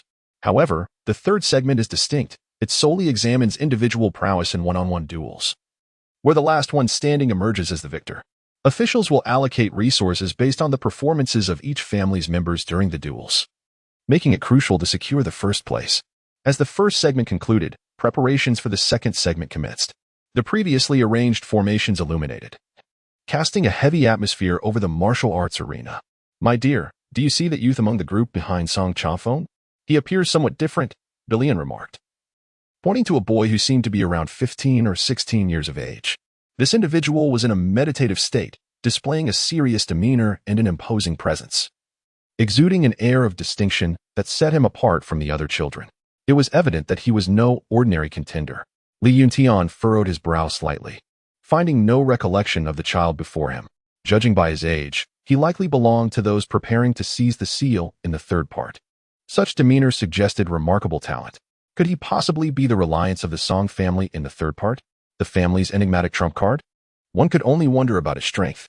He turned to the elder beside him and inquired, "Who is this individual? Is there any information available?" Typically, this elder collected news about the Song family, possessing the most profound understanding of its members. After a moment of contemplation, the elder responded, "I do have a vague impression. He seems to be from the third branch of the Song family. I recall that this young man possesses considerable talent, but alas, he is from the third branch. Orphaned at a young age, he has developed a reclusive nature, spending most of his time in cultivation and rarely making appearances. This is all I know. I had almost forgotten about him, yet he appears to possess extraordinary strength." Li Yuntian remarked, "If one truly possesses the strength, then the first position is easily claimed. We are not ones to shy away from defeat. The competition among the three clans is rife with victories and losses, such is the nature of warfare. If one clan were to triumph perpetually, how could we maintain this tripartite stalemate? Losing this round merely paves the way for a potential victory in the next. The emergence of a prodigious talent capable of overshadowing peers is a rare fortune." What weighed heavily on Li Yuntian's mind was the collusion between the Wang and Song clans, and their ulterior motives. As the second part commenced, the three families simultaneously entered the formation, aware of the treachery between the Wang and Song clans. They had resolved to accept the possibility of not acquiring a single flag. The strongest among them had been dispatched to the third part to seize the seal, and they would do their utmost. Upon entering the formation, an overwhelming pressure descended upon them, as if a mountain were resting on their backs, rendering their movements laborious. They summoned all their strength to resist. Any lapse would leave them as malleable as mud, pressed to the ground. Breaths grew rapid, and a heaviness settled in their chests. The situation on the field appeared grim. The Li family's progress lagged far behind that of the other two clans, and defeat was a foregone conclusion. "Patriarch, if this continues, it will be highly detrimental to us. After painstakingly establishing our stall, are we truly to cede it to these two families?" An elder lamented, unwilling to accept their fate. Li Yuntian smiled lightly, exuding a calm demeanor, seemingly unfazed by the situation. "You see, you're getting anxious again," he remarked, observing Li Yuntian's tranquility. The elder realized that he had devised a plan. With a sense of urgency, he inquired, "Patriarch, if you have a solution, please do not keep it to yourself. It deeply concerns me." Li Yuntian did not respond to the elder. Instead, he smiled at Li Yi and said, What do you think our Li family should do?" Li observed the mischievous grin on Li Yuntian's face and surmised his intentions, cautiously remarking, "If they act without virtue, we need not concern ourselves with justice." Haha. Truly worthy of being my beloved son. None understands a father better than his child. Li Yuntian erupted into laughter, striking the armrest of his chair with exuberance, his eyes gleaming with immense satisfaction.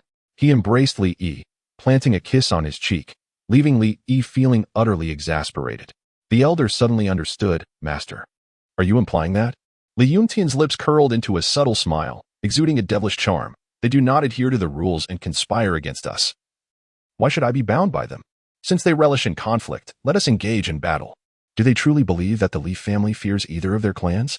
Whoever wishes to suffer this silent loss may do so. The Li family shall not partake." Upon hearing Li Yuntian's words, the elder experienced a moment of enlightenment. Indeed, what does the Li family have left to fear? Their confidence stands resolute. Li Yuntian cast a disdainful glance at the child behind Song Chafeng, dismissing him with a wave of his hand. No matter your genius, if you disregard the rules, do not expect me to abide by them for your sake. Chapter 60. The Hidden Card of the Song Family. The second part concludes with the inevitable defeat of the Li family, who were unable to seize even a single flag. All 3 flags fell into the possession of the Song family. 3 flags for the Wang family, and 3 for the Song family. It's as if the division had been predetermined. What on earth is happening? Are the members of the Li family truly so inept that they can't secure even one?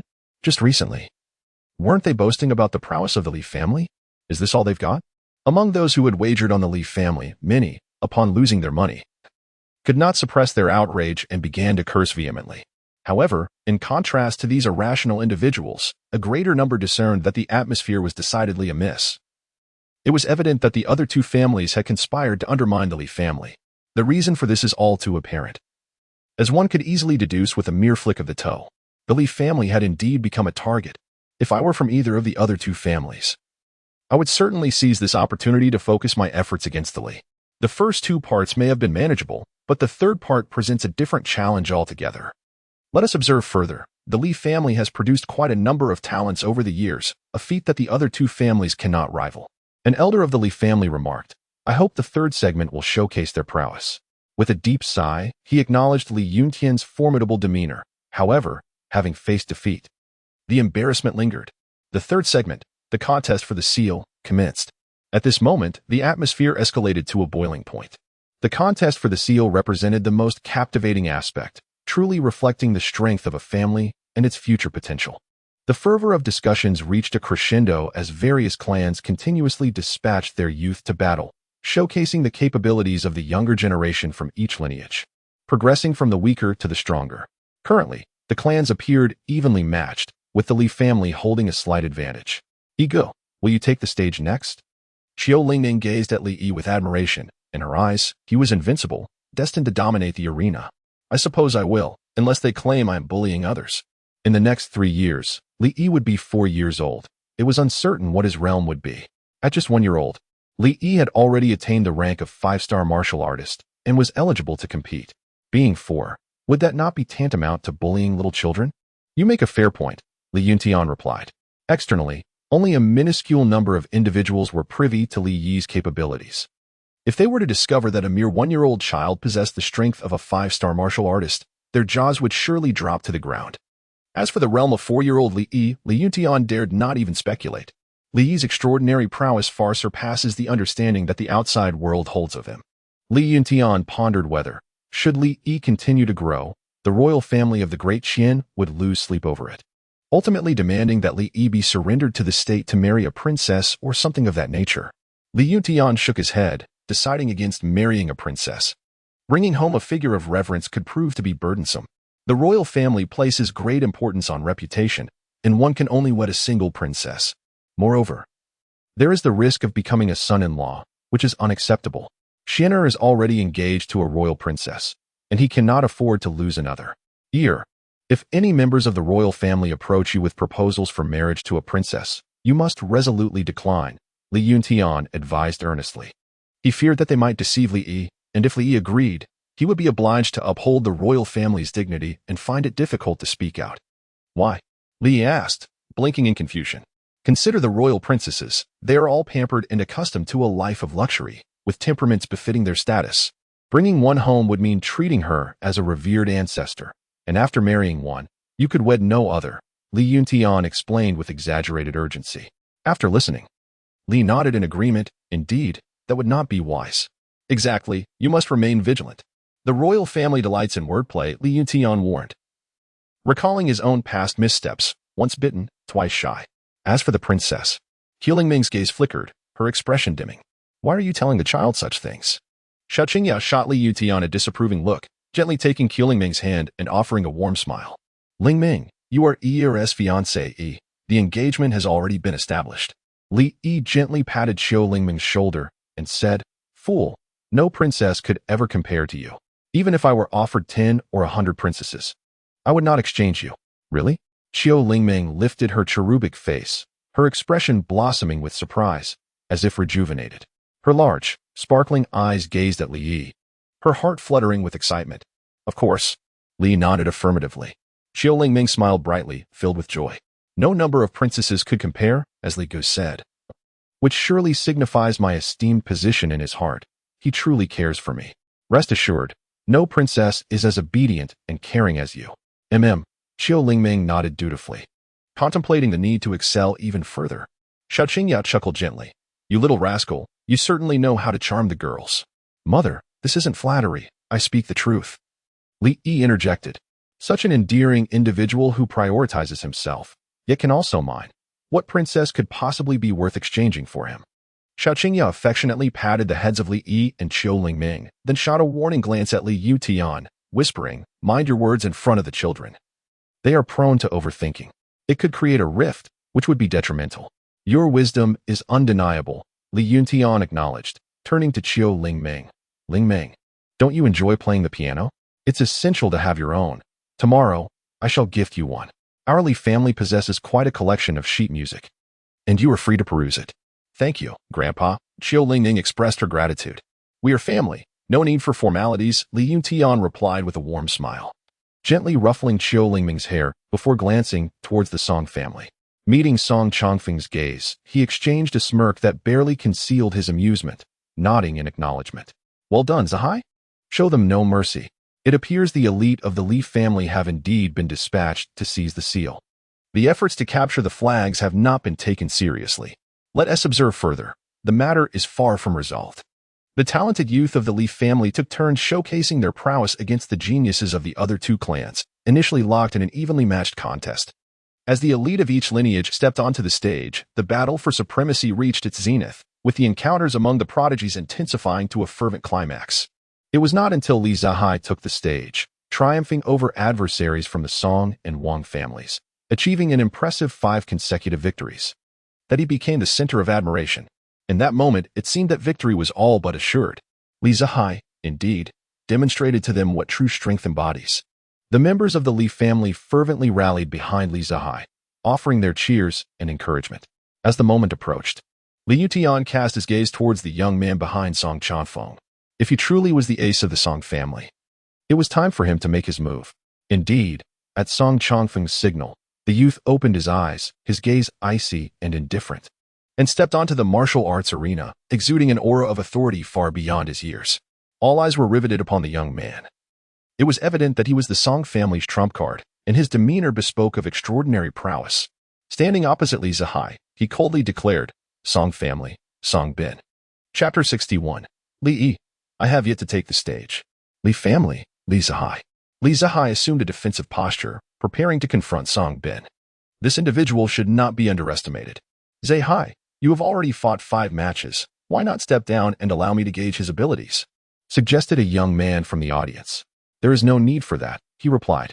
The words have been spoken, and the stance has been taken. How could one withdraw midway? Li Zahai unsheathed his sword and observed Song Bin, who stood motionless. He inquired, will you not draw your sword? To which Song Bin replied, with an expression of calm indifference, against you, it is unnecessary. Li Zahai furrowed his brow slightly, pondering who he held in disdain. Without hesitation, he charged directly towards Song Bin. Song Bin skillfully evaded Li Zahai's onslaught, demonstrating remarkable agility. After more than 10 exchanges, Song Bin refrained from retaliating, focusing solely on dodging. And Li Zahai failed to land a single blow. What formidable strength! Li Zahai realized that Song Bin's prowess was beyond his own, truly formidable. He wondered why he had never heard of this young talent from the Song family before. With no time to ponder further, he dedicated himself entirely to the battle. Exerting every ounce of his strength, Song Bin continued to evade, seemingly having discerned all of Li Zahai's moves. This young man possessed extraordinary talent. It was surprising that he had not been mentioned among the elite of the Song family. An elder from the Li family remarked in confusion. Indeed, he was impressive. Such cultivation, intellect, and judgment surpassed that of his peers. Li Yutian calmly sipped his tea, displaying no signs of distress.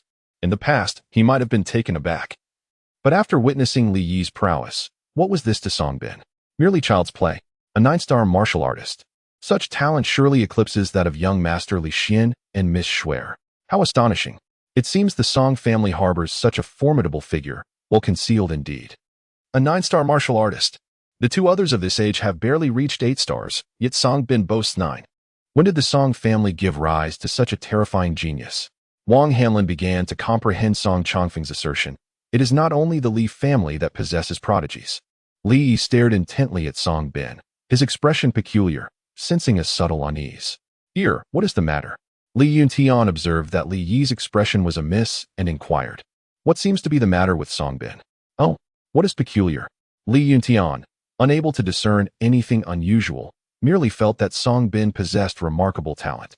"I cannot quite articulate it," Li Yi replied, shaking his head. "So, who do you believe will emerge victorious?" "Song Bin," Li stated without hesitation. "Indeed. It seems that likely no one can rival him." Li Yutian and Li Yi shared the same opinion. At that very moment, Song Bin struck, delivering a powerful punch to Li Zihai's chest. Li Zihai spat blood and was sent flying, crashing to the ground below, clutching his chest. Having merely endured a single punch, he found himself gravely injured. The force was beyond his capacity to withstand, utterly overwhelming him. What manner of strength does this individual possess? Zihai? The members of the Li family rushed forward to feed Li Zihai the elixir while examining his injuries. Before he could swallow the medicine, Li Zihai lost consciousness. "How infuriating. Your blows are excessively forceful. Allow me to challenge you." A young disciple from the Li family leapt onto the martial arts arena, intent on dueling Song Bin. However, with just a single strike, Song Bin landed a powerful punch to his chest, sending him flying from the arena and rendering him unconscious with a grievous injury. Such excessive force could indeed cost a life. Although they were all exerting their utmost in the pursuit of familial interests, incidents that threaten lives are exceedingly rare. Song Bin coldly remarked, "The genius of the Li family is merely this. They are not even worthy of my sword. I cannot tolerate this. Do not hold me back. Let me confront him. Remain calm. His strength is formidable, and we are not his match. Shall we allow him to flaunt his arrogance on the stage?" The younger generation of the Li family, brimming with youthful vigor, would rather face death head-on than endure such humiliation. Li Yuntian cast a glance at the elder, who then spoke, "Everyone, return. Do not make senseless sacrifices. We are all part of the younger generation of the Li family. We cannot simply watch as they recklessly charge into battle." In the stands, the families of Wang and Song exchanged smiles, reveling in the sweet taste of vengeance. Last year, the Li family was subjected to such overwhelming force, and now, the wheel of fate has turned, allowing them to relish a similar experience. Song Bin gazed down at the Li family members, expressing cold mockery. "Just a bunch of timid turtles, nothing more." "Hey, what did you say? Repeat that. Do not restrain me. Let me confront him. Do not fall for his provocations." Elderly, with a hint of irritation, commanded, "Everyone, return." Though he felt a deep sense of frustration and indignation, he recognized the futility of the situation. It was simply unacceptable to allow them to face defeat one by one. With all present, the notion of the Calabash brothers rescuing their grandfather would only add to the absurdity of the predicament. Song Bin turned his gaze toward Li Yuntian and inquired, "Is this all that your esteemed Li family has to offer?" Li Yuntian did not exhibit anger. Instead, he smiled and remarked, "Young man, I truly admire your courage. Youthful exuberance, indeed. Your talent warrants such confidence. Yet I must remind you that audacity requires substantial backing. Without it, one risks being easily vanquished." The defeat was merely inconsequential to the Li family. As the head of the clan, Li Yuntian would not allow such a trivial matter to unsettle his composure. "Is that so?" Song Bin's indifferent gaze locked onto Li Yuntian. Li Yuntian merely smiled and shook his head, choosing not to engage in further conversation with Song Bin. "Is this truly how it ends, master?" The elder suppressed a torrent of emotions within. "A gentleman may seek revenge, even if it takes a decade." "A decade?" Li Yuntian smiled wickedly. "I never claimed to be a gentleman. A scoundrel seeks revenge, day in and day out. My efforts in organizing the marriage selection for Io are not in vain. Tomorrow, I shall raise the price and cut off their supply of medicinal herbs." Li Yuntian whispered a few words into the elder's ear, prompting the elder to break into a smile, marvelous. He then glanced at the smug Wang and Song families, akin to observing jesters, thinking to himself, "Laugh all you wish. Tomorrow you shall find no joy." At this moment, Song Chongfeng wore a facade of insincerity as he remarked, "I sincerely apologize. Binner was a bit heavy-handed. He should be all right, yes?" Indeed, he was unscathed, barely escaping death. "Sincerely family is now devoid of members. The seal shall rightfully belong to my Song family." Song Chongfeng laughed heartily, reveling in a sense of vindication. Jiang Yao, the governor of Shuzhou, was taken aback by the unfolding situation. At this rate, The atmosphere was charged with hostility, and conflict among the three families seemed inevitable. Just as Jiang Yao was about to proclaim the victory of the seal, a youthful voice interrupted. I have yet to take the stage. All eyes turned towards the Li family's area, seeking the source of the innocent voice, which belonged to Li Yi, standing beside Li Yuntian. Li Yuntian was taken aback. What are you saying? Even in the face of the three clans vying for the seal, Li Yuntian remained unfazed. However, when Li Yi uttered those words, he felt a surge of panic. This young lad, was this truly the moment for his bravado? The opponent was a 9-star martial master, while he was merely a 5-star martial master. Still just a child, how could he possibly contend with Songbin? Songbin turned his gaze towards Li Yi. So you are Li Yi? I have heard that you are the strongest prodigy in the history of the Li family, yet you are nothing more than a child with incomplete teeth. Li corrected. It has just grown unevenly. Li Yi's words elicited a hearty laugh from the crowd. Youngster, come challenge me when you've grown up. I do not take advantage of children who have yet to mature, Songbin remarked with an expressionless demeanor. Li Yi dug at his ears and exclaimed, fear is simply fear. There is no notion of bullying or not. If you are afraid, then concede the first place to me. Ha ha. I have never encountered such an audacious individual. Songbin, infuriated, could only respond with a sardonic laugh. Ah, well, today you have indeed met one. Then come on. But do not blame me if I leave you in tears, crying for your mother. This would not be a bad conclusion for you. Chapter 62 Li Yi. Let us wrap this up quickly. I still wish to return home for a glass of milk. What just are you uttering? Come back. Li Yutian grasped Li Yi, preventing him from ascending the stage, unable to bear the thought of watching him go up. After all, Li Yi was merely a 1-year-old child. What if something unfortunate were to occur? Don't be foolish, Xiao Qingyao exclaimed, her anxiety palpable as she embraced Li Yi, restraining his reckless behavior. They could not comprehend why Li Yi had suddenly uttered such words, nor why he felt compelled to compete with Songbin. Li Yi is undoubtedly a genius, however. Songbin is a 9-star martial master, while Li Yi is merely a 5-star martial master. In terms of realms, they are not even in the same league. And when it comes to combat experience and physical prowess, the disparity is even greater. Indeed, young master, in a couple of years, Songbin will hardly stand as your adversary. As it stands, there is no need for you to compare yourself with Songbin at all. Wan Ning hastily advised against it, unwilling to witness Li Yi step into a confrontation where he holds no advantages. It is evident that he would lose. After a few more years of cultivation, not only will one Songbin be no match for Li Yi, but even 10 or 100 of them would pale in comparison. Currently, Li Yi has yet to reach his full potential and should avoid taking such risks. When have I ever been reckless? Trust me, he is not my opponent. No, absolutely not, Li Yuntian firmly objected. Li Yi must not encounter any mishap. He absolutely cannot allow even the slightest possibility of injury to Li Yi. This is not a matter of whether he is your opponent or not. It is about the inherent danger of the situation. You must not put yourself at risk. Do you understand? Xiao Qingya spoke gently. Your primary focus should be on your own growth. There will be ample opportunities in the future. Li Yuntian gently patted Li Yi's head. Observing the concern etched on his parents' faces, Li Yi offered a wry smile. Despite his reluctance to worry them, he had no intention of letting Songbin off the hook. In such moments, possessing strength meant that grievances ought to be addressed directly. Who would cower in the shadows, lingering in a cowardly manner? Songbin sneered coldly, kid. Heed your parents' advice and go home for milk. This matter is not for a mere child to meddle in. Just then, a figure appeared silently. It was Li Yin. Ancestor. The members of the Li family respectfully addressed Li Yin as their esteemed ancestor.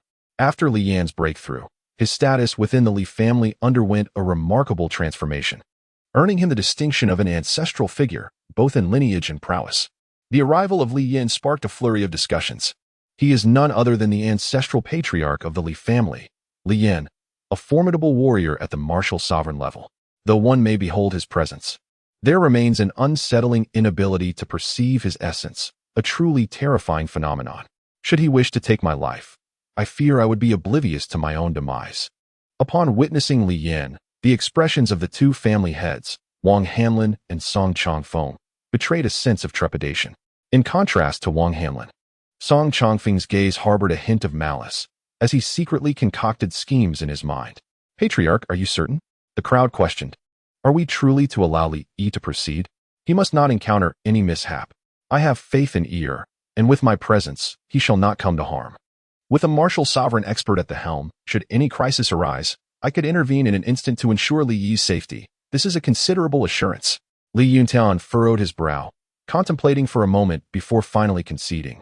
Very well, I shall trouble you, esteemed ancestor. Should anything seem amiss, I kindly ask for your timely intervention. Li Yin gave a slight nod. Her husband, Xiao Qingya, initially intended to intervene, but upon seeing Li Yuntian's resolute gaze, she reluctantly released Li Yi, allowing him to proceed. Qiu Lingming watched Li Yi's retreating figure, her eyes filled with concern. Ego. Li Yi, a child of modest stature, stepped onto the martial arts arena under the skeptical gazes of the crowd. It was hard to fathom that this young boy had truly ascended to the stage. Was this a jest? Was it really expected for Li Yi to engage in combat with Song Bin? Even if Li Yi were a prodigy, such a display of extraordinary prowess seemed preposterous. Was this tantamount to courting disaster? Did they believe that the abundance of talents necessitated offering one to the Song family? The spectators were left in bewilderment, struggling to comprehend the rationale behind the Li family's audacious decision to pit a mere child against the formidable Song Bin, a 9-star martial artist known for his lethal intent. Is Li not the future of the Li family?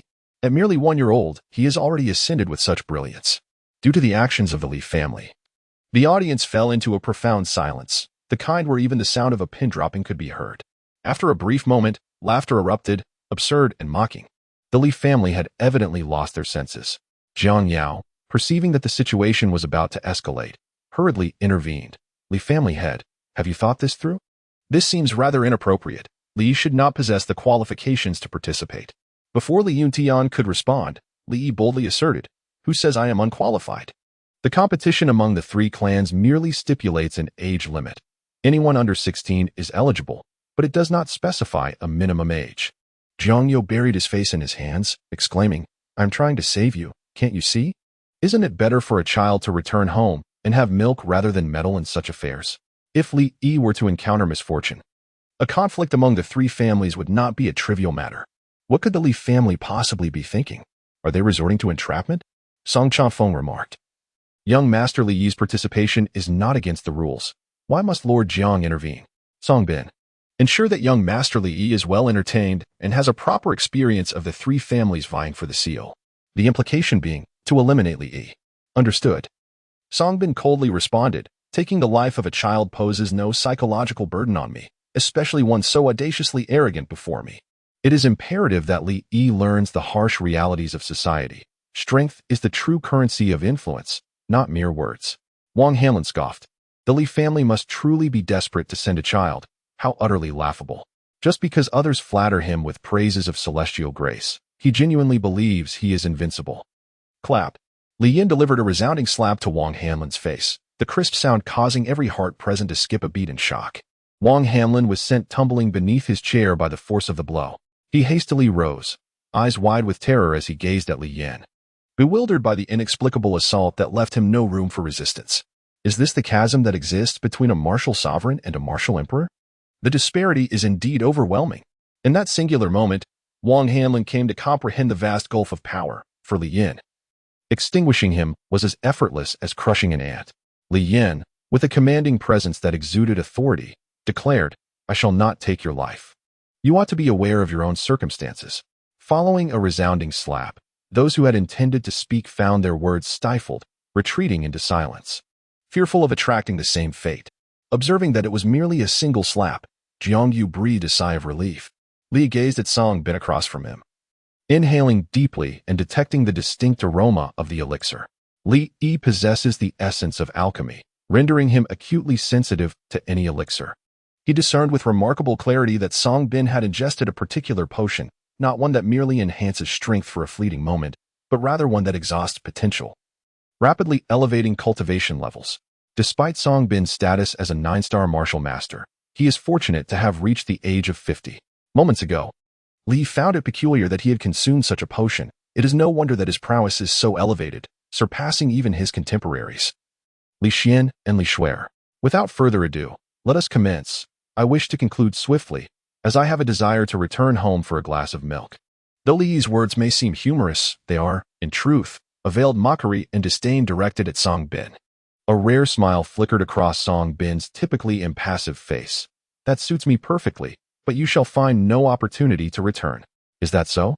The revelation of Li Yi's prowess as a 5-star martial master sent shockwaves throughout the audience, leaving them utterly astounded. This young child is a 5-star martial master? Chapter 63. Li Yi's formidable body techniques. Impossible. A 5-star martial master? Him? How could that be? This child is, indeed, a 5-star martial master. The crowd gazed at Li Yi in sheer disbelief, their eyes wide open like brass bells, nearly popping out of their sockets as they fixated on him. Their expressions were filled with incredulity and astonishment. Boom. That was the sound of their worldview shattering, under their understanding. It was utterly inconceivable for a 1-year-old child to possess the cultivation of a 5-star martial master. In their perception, a 1-year-old child who could step into the realm of cultivation and achieve the status of a 1-star martial disciple would be considered a genius, let alone a 5-star martial master. Such cultivation was simply too extraordinary. Song Chanfeng was taken aback, rising to his feet, dumbfounded as he gazed at Li Yi, rendered speechless by his astonishment. My goodness, this little brat is a 5-star martial master. Jiang Yao and others shared the same expression as Song Chanfeng, all marveling in disbelief. They had previously boasted about Li Yi being a genius, asserting that a 1-year-old child reaching such an extraordinary level was somewhat exaggerated. However, little did they know, Li Yi was indeed a prodigy, and not just by a fraction.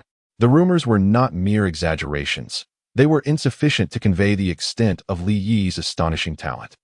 They racked their brains for words to describe his exceptional gifts, yet found themselves at a loss, ultimately resorting to calling him a prodigy. In comparison to the rumors, Li Yi surpassed them all. In an instant, they understood why Li Yuntian would host a wife selection event for Li Yi. With so many prestigious sects eager to send their daughters and female disciples to his doorstep, were they in his position, they would have done the same, lamenting their missed opportunity to align themselves with the Li family. At that moment, the one who reveled the most was undoubtedly Qiu Lichuan, grinning from ear to ear, repeatedly slapping his thigh in delight, feeling assured that he had struck gold. Li Yuntian let out a deep sigh, initially wishing for Yi to remain inconspicuous. Yet it seemed impossible, as Yi's brilliance shone too brightly to be dimmed. A rare look of astonishment crossed Song Bin's typically impassive face as he regarded Li Yi with disbelief. You are indeed a 5-star martial artist. Are you frightened? It is not too late to surrender now. Li Yi twisted his wrist, gazing up at the towering figure before him, feeling the strain in his neck from having to look up to speak. You are undeniably a prodigy, possessing the audacity to be arrogant. In the future, I will indeed not be your match, but at present, you are not worthy, and moreover, you have no future. In a swift motion, Song Bin lunged toward Li Yi, launching an assault with unprecedented speed and ferocity. Driven by familial interests, he felt compelled to eliminate Li Yi, should Li Yi survive and grow. He would pose an exceedingly formidable threat. With all his might, Song Bin aimed a devastating strike at Li Yi's face. This is dire. Song Bin intends to kill. Master Li, be cautious. Li Yi remained composed, facing the situation with tranquility. He activated the second transformation of the 9-turn glazed golden body. Li Yi's physique underwent a transformation, seemingly swelling as he reached an impressive height of approximately 1.2 meters in the blink of an eye. His body also experienced a subtle change in hue, faintly radiating a luminous glow reminiscent of glazed pottery. The ancient sacred body was already unparalleled in physical prowess, and the 9 transformations of glazed gold body represented an elite martial art, elevating the ancient sacred body to an even more formidable state. The combination of these two elements rendered his physique extraordinarily terrifying. As he perceived Song Bin's attacking motion, he extended his hand to intercept Song Bin's fist, resulting in a collision. The sound echoed with a crisp clarity. Song Bin, taken aback, felt as though his punch had struck solid iron, a dull ache resonating in his knuckles. Promptly, he launched another fist.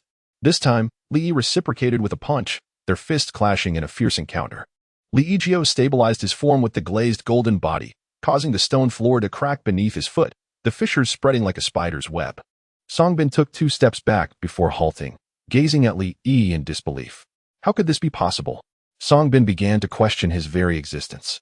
Li Yi had actually withstood his 2 punches with sheer physical strength, and he was merely a 5-star martial master. What formidable martial arts prowess was this? Was this truly a mere child?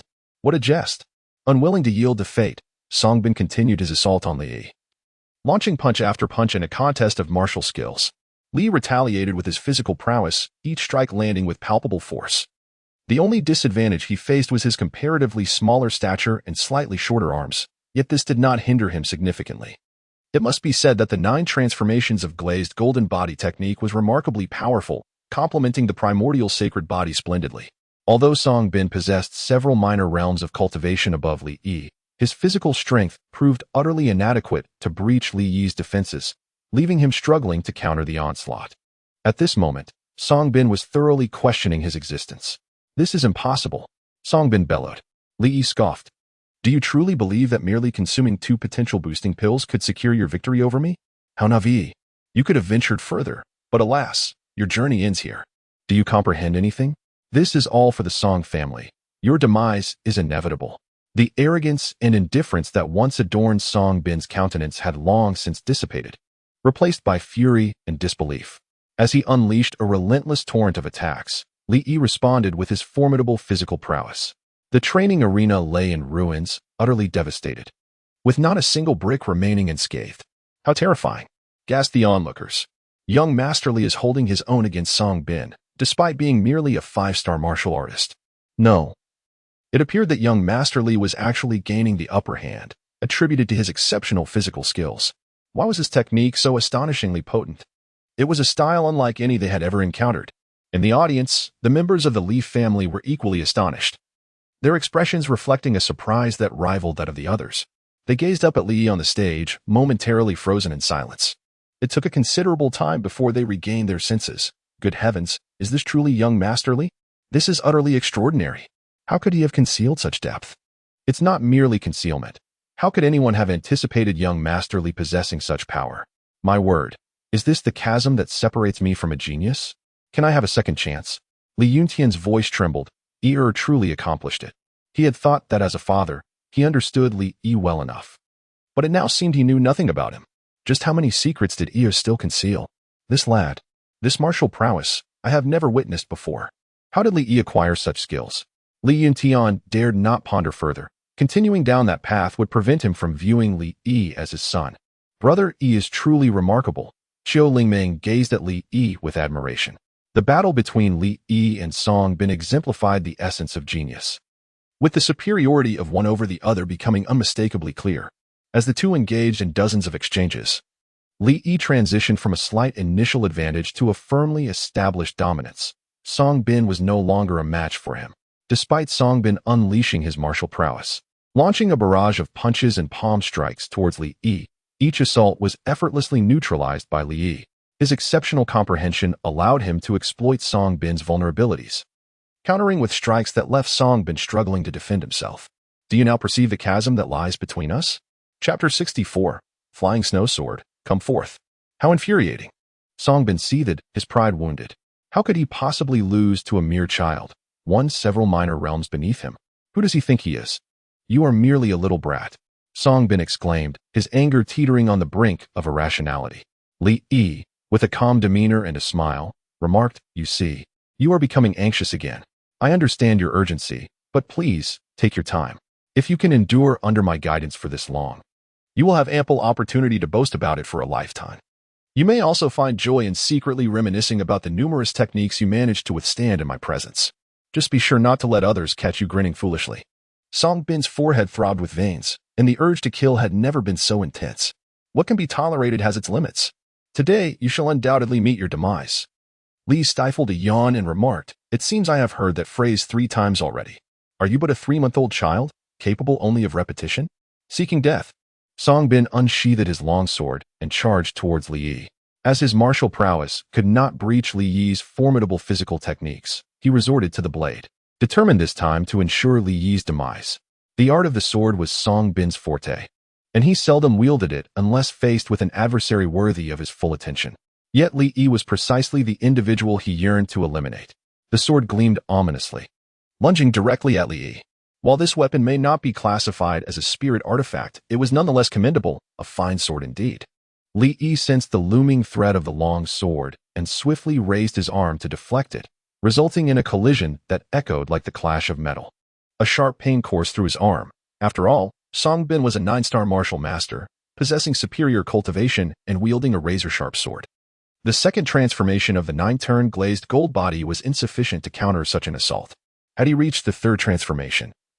His physical resilience would have ascended to a higher realm, rendering him capable of withstanding Song Bin's strike. Regrettably, he was still at the second transformation. Faced with Song Bin's oncoming swordplay, Li Yi had no choice but to retreat and evade. Seizing the opportunity, Song Bin lunged forward, thrusting his sword menacingly towards Li Yi. Li extended his hand, a masterful touch of artistry, grasping the sword and flicking it with a finger. Buzz! The blade quivered slightly. Li Yi's innate sword energy erupted, striking towards Song Bin through the medium of his long sword. Song Bin, acutely aware of the terrifying sharpness of the innate sword energy, relinquished his sword to withstand the onslaught. Yet, how could he possibly withstand such formidable sword energy? He was sent flying by a single blow, crashing to the ground. His chest soaked in blood, a devastating blow that gravely injured Song Bin. What transpired? How did Song Bin sustain his injuries? It was unclear. What was this technique? The majority of onlookers failed to discern how Li Yi executed his strike, with only a select few perceiving the overwhelming sword energy that had just surged forth. Yi was a prodigy of the sword path, yet none could have anticipated that he had already cultivated such formidable sword energy. Li Yin stroked his beard. Disbelief etched upon his face. Cursed be it. Song Bin let out a scream of frustration, his features contorted in a grotesque manner, an unsettling aura emanating from him. The weight of resentment bore down heavily upon him, as if he had succumbed to madness. Indeed, it was as though he could not prevail against the darkness. The malevolence was tenfold stronger. Li speculated that Song Bin's actions were a consequence of consuming a potent elixir, provoked by Li Yi. Song Bin resorted to catalyzing the elixir, sacrificing his lifespan to enhance his strength. The repercussions of such actions extend beyond mere life consumption. It could lead to madness. And the risk of losing his sanity looms large. In this moment, driven by the desire to prevail, Song Bin was willing to forsake his very life to eliminate Li Yi. Unfortunately for him, he was destined to be at a loss against Li Yi. Even if he could not defeat Li Yi, he would never succeed in killing him, for behind Li Yi stood a formidable warrior of the martial sovereign realm. If he sought death, then I shall grant his wish.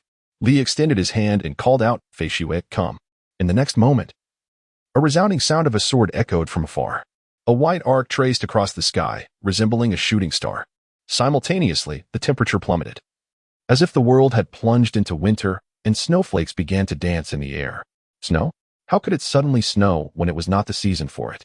What was that? A sword? Noticing the sword suspended in the sky, mingling with the falling snow, it seemed that this enchanting snowfall was summoned by it. This sword was none other than Fei Xue, the famed sword of the Li family. Never did I expect to witness the drawing of the legendary Fei Xue in my lifetime. What is the origin of this sword? Since the time of the first patriarch of the Li family, the Fei Xue had remained sheathed, known to very few. The Fei Xue sword could actually influence the local climate. What a remarkable artifact. We were utterly unaware that the Li family possessed such a treasure, unbeknownst to many. The Fei Xue sword has been reserved for the first patriarch of the Li family throughout generations, representing the very foundation of the clan. It appears that Li Yi has gained the sword's recognition as Fei Xue re-emerges into the world. Given Li Yi's exceptional talent, it was only natural that the Fei Xue would acknowledge him as its master. Now in his grasp, the sword appeared as obedient as a child. The blade quivered slightly, as if conveying its excitement to Li Yi, eager to demonstrate its prowess in the first battle with its new master after years of dormancy. Li infused the innate sword energy into the Fei Xue sword, causing its radiance to surpass all expectations, reviving the glory of yesteryears. In an instant, a flurry of snow began to descend. The snow accumulated layer upon layer, as if plunging into the depths of winter. How frigid. A breath released a puff of warm vapor into the air. Li Yin reached out to catch a snowflake, marveling at the formidable power of the flying snow sword, which had the ability to alter the climate of this realm merely by its appearance, something even he, a martial arts master, might not achieve. Die! Song Bin bellowed in fury as he charged towards Li Yi. Li Yi unsheathed the snow sword and brought it down with a seemingly casual stroke. The white snow drifted in the direction of his swing, as if responding to the very essence of his strike. The sword's aura stirred the snowflakes, coalescing into a formidable slash. Song Bin's pupils dilated, sensing the terrifying power of this blow. Against such might, he was but a mantis attempting to stop a chariot. Instinctively, he raised his sword in defense, but evasion was futile. Even with a timely attempt at protection, he could not withstand the onslaught, which was inexorable. With a resounding clang, his long sword shattered into two pieces and fell away. Thud. Song Bin's body weakened, collapsing to the ground, a narrow gash tearing through his chest. Now blanketed by the snow, which became stained with his blood, the heavy snowfall quickly buried him beneath its white shroud. Was Songbin truly dead? Astonishingly powerful, Li Yi had indeed slain Songbin with a single stroke. Could this be a mere child of but 1 year? Observing the scene, Li Yi stood amidst the snow. An unexpected conclusion that no one could have foreseen. Initially, all had doubted Li Yi. Under normal circumstances, none would have believed he could emerge victorious. Yet, in truth, Li Yi's prodigious talent far exceeded everyone's expectations. Not only had he prevailed, but he had also publicly dispatched Songbin with a single blow. The shock was so profound that their minds went blank, unable to process the enormity of the event. Chapter 65, The Demeanor of a Sage He Actually Lost.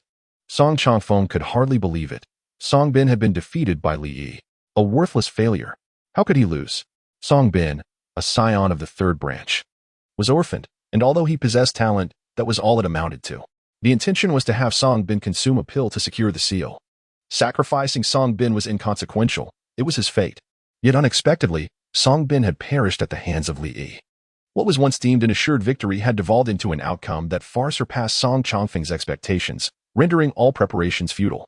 Wang Hanlin grew anxious as well. A victory would have been fortuitous, but a loss could spell disaster. Well done, Yi. Li Yuntian laughed heartily, clapping his hands together. The members of the Li family soon realized the significance of the moment, erupting into cheers and applause for young Master Li Yi. Bravo, Li Yi, they exclaimed, celebrating his triumph over Songbin, which provided a much-needed sense of relief and satisfaction. More importantly, it instilled within the Li family a renewed sense of hope for the future. At such a tender age, Li Yi possessed an extraordinary prowess, leading them to envision the immense potential he would wield as he matured. Li Yi is destined to become the greatest pillar of the Li family, leading them towards prosperity. When one ascends, even the foul prosper. The Li family has indeed been excessively fortunate, with Li Xian and Li Shuer already being rare gems. The emergence of Li Yi is truly a blessing from the heavens. Moreover, each one surpasses the last, and Li Yi, in particular, is a prodigy that inspires envy. Jealousy stirs within, lamenting why one's own family cannot produce a genius of such caliber, while the Li family boasts 3. Suddenly, it dawned on me that my daughter would be a perfect match for young Master Li Yi. I wonder if there is still time. Come on, have some dignity. Your daughter could practically be young Master Li Yi's mother. What do you understand? At that wife selection event, weren't there plenty of older women? At this moment, Li sheathed his flying snow sword. The swirling snowflakes ceased, leaving only a blanket of snow on the ground. No one commented on Li Yi's public act of killing. All that remained were astonished exclamations of his talent. Jiang Yao regained his composure after a long while, his profound gaze fixed on Li Yi. A child like this will undoubtedly create a sensation in Deqian before long. One can already envision the circumstances of that time. The results of the contest for the seal were announced. Li Yi claimed first place. No one disputed this outcome. Following that, the remaining rankings were revealed. Songbin in second place, Li Zihai in third. Overall, the Li family held the advantage in this contest for the seal. The Song and Wang families left in a huff, likely to conspire over their grievances. As for the deceased Songbin, an orphan with no parents and no one to care for him, Li expressed with a sigh, after all, it was for the Song family that he perished. Shouldn't they at least retrieve the body? Li Yuntian, filled with excitement, rushed to the training ground and lifted Li Yi into his arms, exclaiming, truly, you are my wonderful son. He intended to plant a kiss on Li Yi's chubby cheeks, only to be decisively rebuffed. Come, let us return home. As he cradled Li Yi on the journey back, the Li family basked in a moment of unparalleled glory, each member standing tall and proud as if they had just emerged victorious from battle. Under the envious gazes of onlookers, the Li family members departed one after another. The storyline of the counterattack has reached a new milestone. Your unwavering expression of love for Qiu Lingming has profoundly touched her heart, leading her to recognize you as the one she holds dear. Reward, the demeanor of the Confucian sage. The demeanor of the Confucian sage signifies the pinnacle of Confucianism, embodying the essence of attaining sanctity through literature. The introduction of this esteemed title is succinct, yet the phrase attaining sanctity through literature encapsulates its entirety. There is no need for extensive elaboration. It is sufficient for one to acknowledge my exceptional prowess. Attaining sanctity through literature and embodying the demeanor of the Confucian sage is a challenge of extraordinary magnitude. The path of Confucianism is arduous and the highest realm, that of the Confucian sage, can only be reached through the mastery of literature. though these four seemingly simple words may appear straightforward. How many in this world are capable of achieving such a feat? While the difficulty of attaining sanctity through literature far surpasses that of other paths, its intrinsic value is exceedingly high, demonstrating an unparalleled strength that is not to be compared with ordinary paths. It is important to note that the demeanor of the Confucian sage does not imply that Li Yi is presently a Confucian sage. Rather, it bestows upon him the potential and talent for such a distinction, much like the primordial sacred body, which combines physical constitution with innate talent, enabling Li Yi to surpass ordinary growth and eventually contend with emperors. Possessing such a constitution does not automatically grant one the ability to rival emperors. The demeanor of the Confucian sage signifies that Li Yi possesses the qualifications and innate talent to become a Confucian sage. Li gently tapped Qiu Lingming on the shoulder, exclaiming, "You truly are the fiancé I have chosen." Qiu Lingming, puzzled by this unexpected compliment, felt a warm blush spread across her fair cheeks. Lowering her head shyly, she sensed her heart fluttering like a fawn, overwhelmed with joy, though she was uncertain of her actions that warranted such praise. Being lauded by Yi Ge was undoubtedly a source of happiness. Cautiously, she inched closer to Li Yi, their shoulders touching as they sat side by side. "Yi Ge, is it true that you would not trade me for any number of princesses?" Qiu Lingming asked, her large, sparkling eyes filled with innocent anticipation, radiating a certain light. "Have I not already declared that no princess can compare to you?" Li affirmed, his words seemingly tied to their recent milestone. With his reassurance, Qiu Lingming beamed with pure delight, appearing almost adorably silly in her happiness. "Yi Ge is the best." Hearing the familiar call of her name, Qiu Lingming turned towards the doorway, where her parents had come to visit her. "Father, mother, what brings you here?" she joyfully exclaimed as she rushed forward to greet them. "We came to see you. Are you adjusting well at the Li residence?" her father inquired. Qiu Lingming nodded enthusiastically, replying, "Yes. Both my in-laws and Yi Ge have been very kind to me." "That's wonderful to hear." Li rose and said, "Uncle and aunt, please continue your conversation. I shall take my leave and not intrude upon you." "Young Master Li Yi, you jest. There is no question of disturbance." "I fear we may be the ones interrupting you." "Ha ha ha," quipped Qiu Lichuan with a smile. After Li Yixing performed his bow, he departed promptly. He initially intended to visit the alchemy chamber but was intercepted by Li Yutian, who carried him off to the main hall to serve as a good luck charm. Following the contest for the seal among the three clans, various factions hurriedly flocked to pay their respects to the Li family. Even more alarming, these visitors brought their daughters along, compelling the commencement of a second matrimonial selection event. The allure of Li to them is undeniably immense. Even a slight connection would suffice. Now is the opportunity, for in the future, one may find it impossible to reach such heights. Li Yuntian's demeanor? It is hardly a matter for contemplation. One can easily surmise that Li Yuntian must be smiling so broadly that it seems his mouth could split apart. Li Yi, embraced as a talisman, listened to each of them repeatedly uttering a few words of praise, feeling as if his very soul had been lost, his radiance extinguished. "I want milk." The account of the three clans seizing the seal unfolded as anticipated. Within a day, discussions erupted throughout Shuzhou, and within 3 days, the news had spread to neighboring provinces. Those who had not witnessed the event firsthand remained skeptical, for the occurrence was exceedingly absurd. To harbor no doubt would indeed be unnatural. Meanwhile, those already allied with the Li family, such as the Baiyun Temple and the Yu Mountain sect, undoubtedly rejoiced upon receiving the news, hastily arriving with congratulatory gifts to pay their respects. Chapter 66. The Island Master of the Qinchur Island, the Spirit of Instruments. It defies reason. Li gazed at Qiu Lingming with a skeptical expression, having studied her for quite some time, yet she remained utterly unresponsive. Truly, it was perplexing. With his chin in hand, he contemplated her demeanor. Qiu Lingming lowered her head, resembling a child who had erred, unable to meet Yi's gaze, having once again disappointed him. "Ah, well, perhaps it was best to take things slowly." Li leisurely cleared his throat and suggested, "Let us play the piano and assess your progress." Autumn Lingming smiled and nodded obediently, accompanying Li Yi to the piano.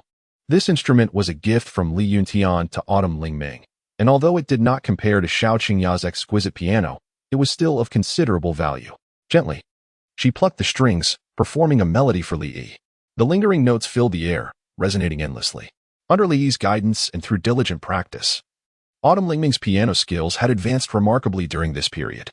Even Xiao Qingya praised her profusely, declaring that in a few years, Autumn Lingming would surpass her. Indeed, the progress was notable. Li Yi nodded in approval, acknowledging the commendable progress made under his guidance. Xiao Lingming recognized that without Li Yi's instruction, she would not have attained such proficiency. Your own talent is commendable as well, she remarked. At that moment, a robust and resonant voice interjected, I say, you two young ones, have you become addicted to flattery? It was Li Yin, their great-grandfather. Greetings, grand ancestor, Li Yi responded obediently. Xiao Lingming rose to pay her respects. Excellent, excellent, excellent. Li Yin exclaimed thrice, his complexion flushed and his vitality exuberant, as though he had rediscovered his youth. Li smiled and remarked, Great-grandfather's cultivation has advanced remarkably. Li Yin stroked his beard and remarked, Ever since you, my dear lad, integrated the ancient cultivation techniques to refine my practices, my progress has been nothing short of remarkable, advancing at an astonishing pace. It is indeed your merit. Grandfather, you flatter me. It was merely my duty.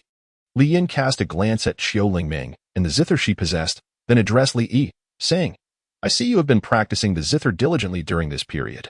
Although your talent is unparalleled throughout history, you must still devote more of your attention to your cultivation. I understand. Li Yin stroked his beard and mused.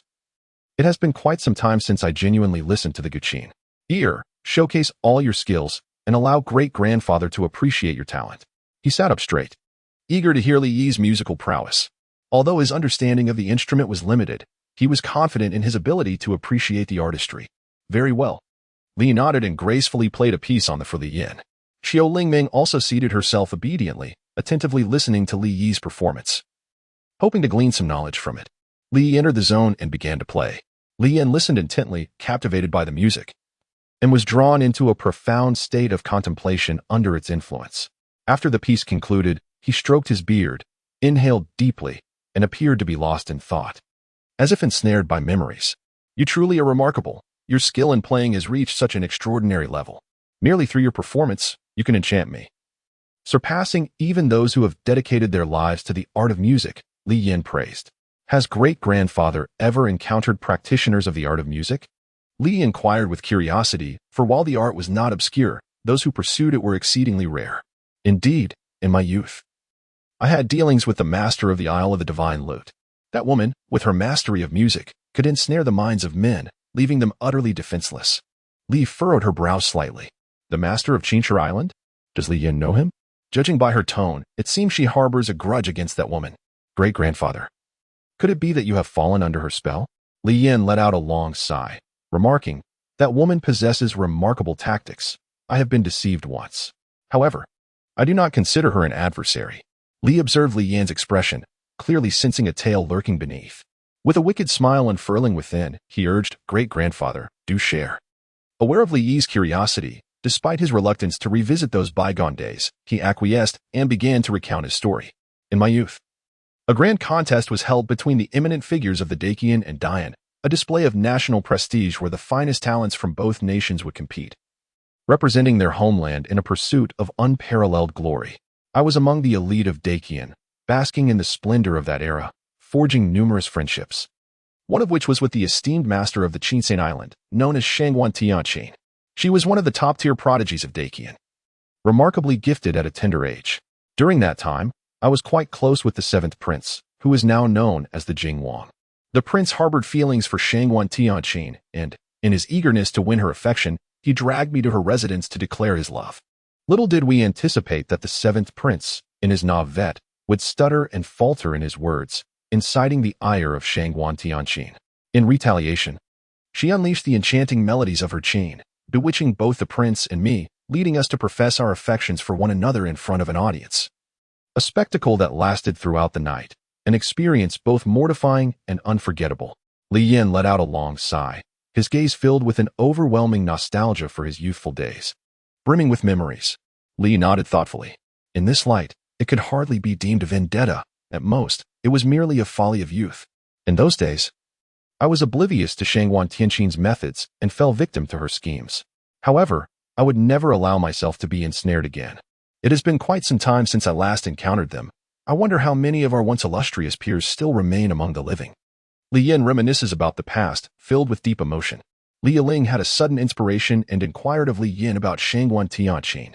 Great-grandfather, is Shangguan Tianqin exceptionally gifted? As for the top talents of our generation, their current prowess remains uncertain. However, Given her innate talent, reaching the martial sovereign realm should not pose a challenge. After all, she single-handedly established the revered Qinshi Island, which is now a dominant force.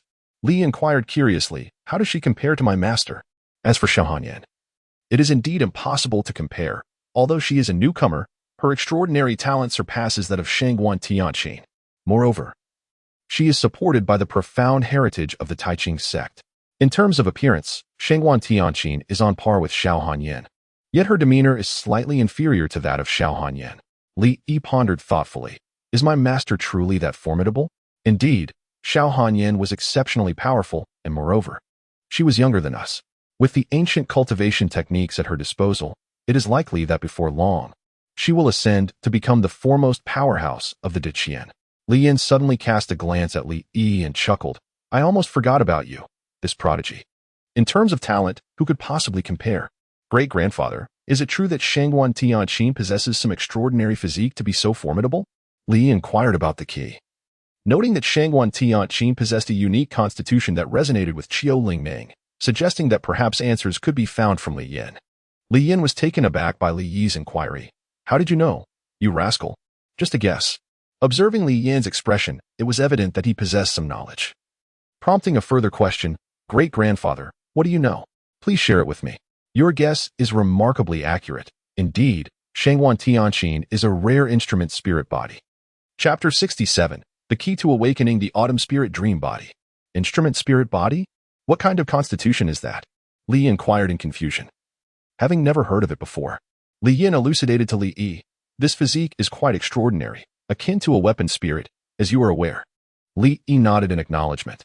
The possessor of a weapon spirit physique resembles the very essence of the weapon spirit. They must discover a weapon that resonates with their intrinsic nature and perform a blood oath to establish a bond. From that moment forth, the individual and the weapon become one.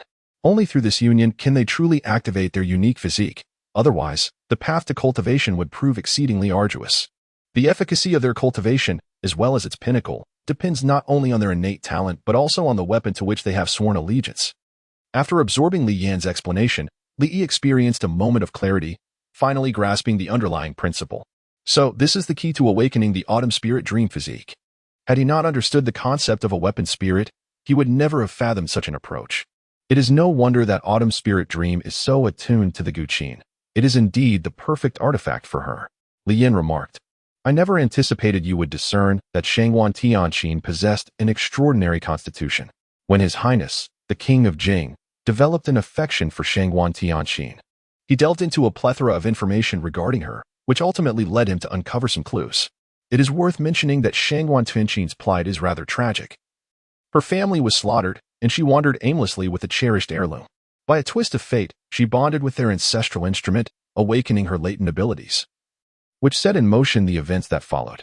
Li Yi inquired, Great-grandfather, is the weapon spirit body truly formidable? It is difficult to say, came the reply. Apart from innate talent, much depends on one's personal weapon. The more powerful the weapon, the more formidable the individual becomes. Conversely, if the weapon is lacking, so too is the individual. It is said that the weapon spirit body is a unique constitution of a certain ancient race that thrived in prosperity. Alas, as time has passed, they have been lost to the annals of history. Should one awaken the weapon spirit body, it signifies that you are a descendant of this ancient lineage. Li Yi, lost in thought, nodded. It seemed evident that to awaken Qiu Meng's latent abilities, one must proceed with utmost care. Recalling the celestial silent sound zither nestled within the confines of the system space, which he had no use for, he contemplated bestowing it upon Qiu Meng. Such exquisite treasures ought to be utilized rather than squandered. Moreover, with the timeline altered, Qiu Meng was now an unwavering admirer of Li Yi, rather than the antagonist seeking revenge after a broken engagement, as scripted. Assisting her in unlocking her potential should pave the way for a new milestone. The thought resonated as a feasible plan, a dual accomplishment. Great-grandfather, I have matters to attend to. I shall take my leave now. Li pulled Qiu Lingming away. You child, how old are you? You haven't even grown all your hair yet. Put more effort into your cultivation, Li Yin admonished with a hint of irritation. I got it. Li Yi was at a loss for words, wondering what kind of remark that was. It made it seem as though he had some ulterior motive. He pulled Qiu Lingming into the room and shut the door behind them. What are you going to do, Ego? Qiu Lingming asked. her voice tinged with shyness and apprehension. Li Yi repeatedly stroked his chin, revealing a faint smile. Qiu Lingmeng felt a twinge of guilt under Li Yi's gaze. Rendered speechless and frozen in place, Li retrieved the celestial silent melody zither. Qiu Lingmeng blinked in astonishment, her wide-eyed gaze fixed upon the zither, revealing her evident naivety. The ancient aura emanating from it was palpable, indicating that this instrument was far from ordinary, possessing remarkable capabilities. The design of the celestial silent melody zither was not that of a conventional instrument. It exuded an extraordinary and formidable presence. Is this truly a zither? One could discern that it was indeed a zither, yet its extravagant form was strikingly unconventional. Where could one find an instrument of such flamboyance? Moreover, why did this zither possess 16 strings? Typically, zither are crafted with 7 strings, which made Qiu Lingmeng ponder in curiosity at the sight of this extraordinary creation.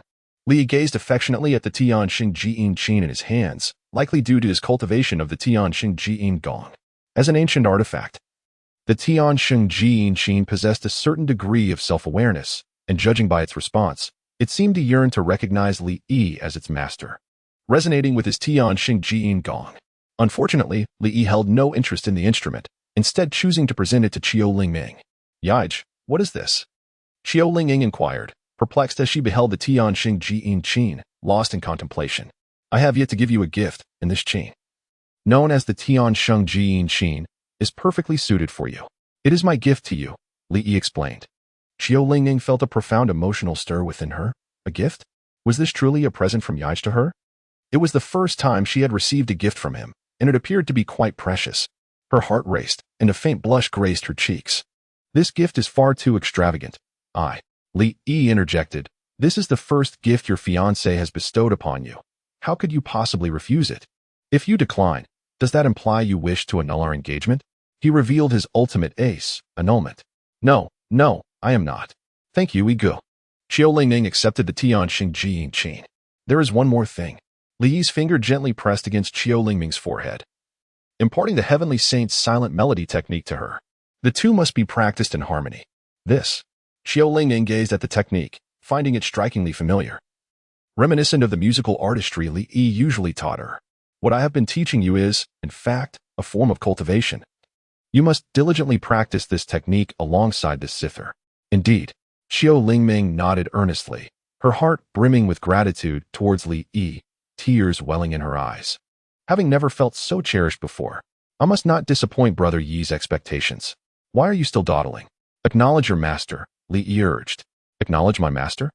Qiu Lingmeng was taken aback, unaware that such a step was necessary.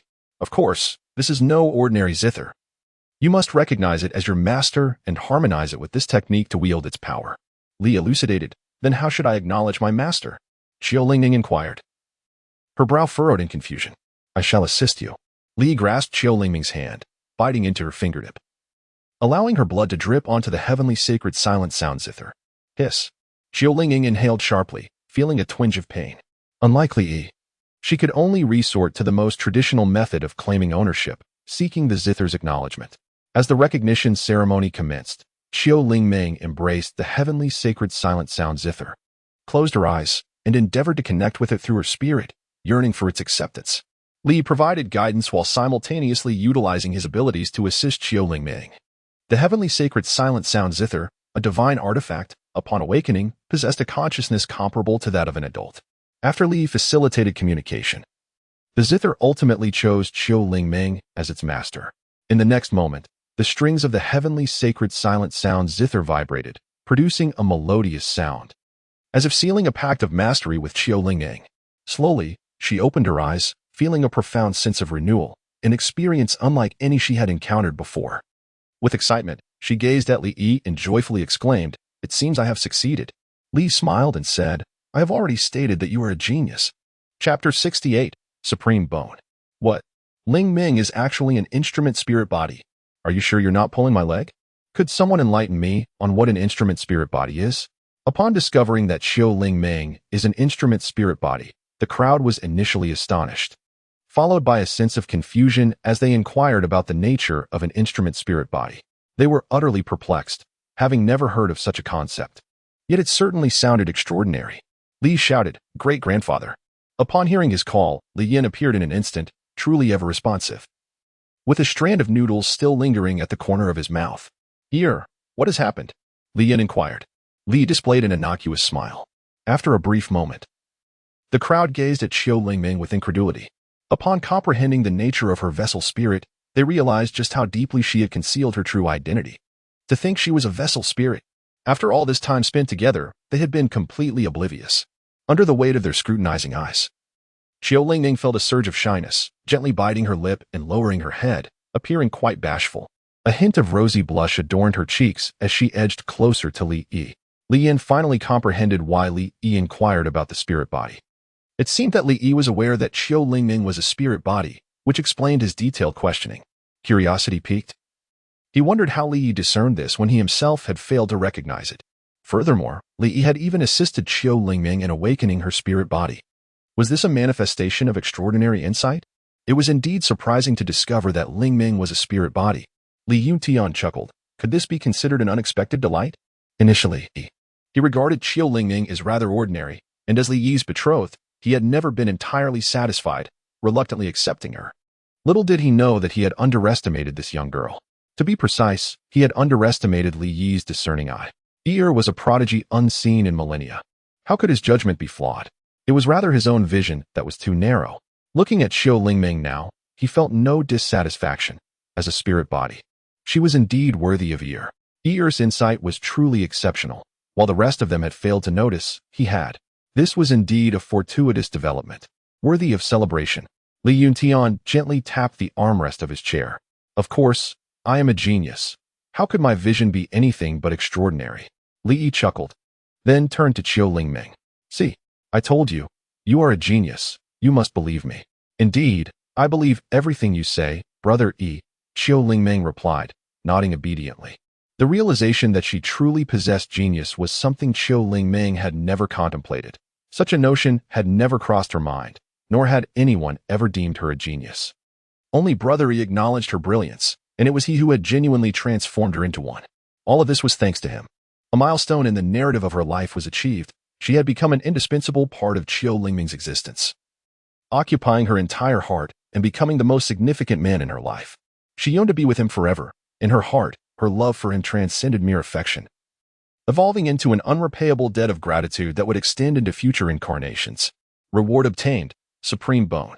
The Supreme Bone is a relic inscribed with runes, bestowing upon its possessor a divine power rivaling that of ancient mythical beasts. Anyone who possesses the Supreme Bone shall rise to become the pinnacle of humanity. Quite impressive, he mused. The rewards were certainly remarkable, seemingly transcending this realm. Observing the bashfully joyful Qiu Lingming, he wondered how many more milestones could be reached. Qiu Lingming's feelings for him deepened substantially. She had essentially become unwaveringly devoted, and further emotional breakthroughs seemed increasingly elusive. In this context, any future milestones would likely require physical manifestations. Alas, what can a mere child accomplish? To celebrate Qiu Lingming's awakening of her spirit body, the Li family held a grand celebration, unashamedly allowing the news to spread. The reactions elicited were merely shock, envy, and jealousy. As winter approached, the snow fell gently. This snowfall, however, paled in comparison to the one that accompanied Li Yi's use of the flying snow sword. Brother Yi, I have just learned a new piece. May I play it for you? Qiu Lingming asked shyly. This young girl often exhibited a bashful demeanor.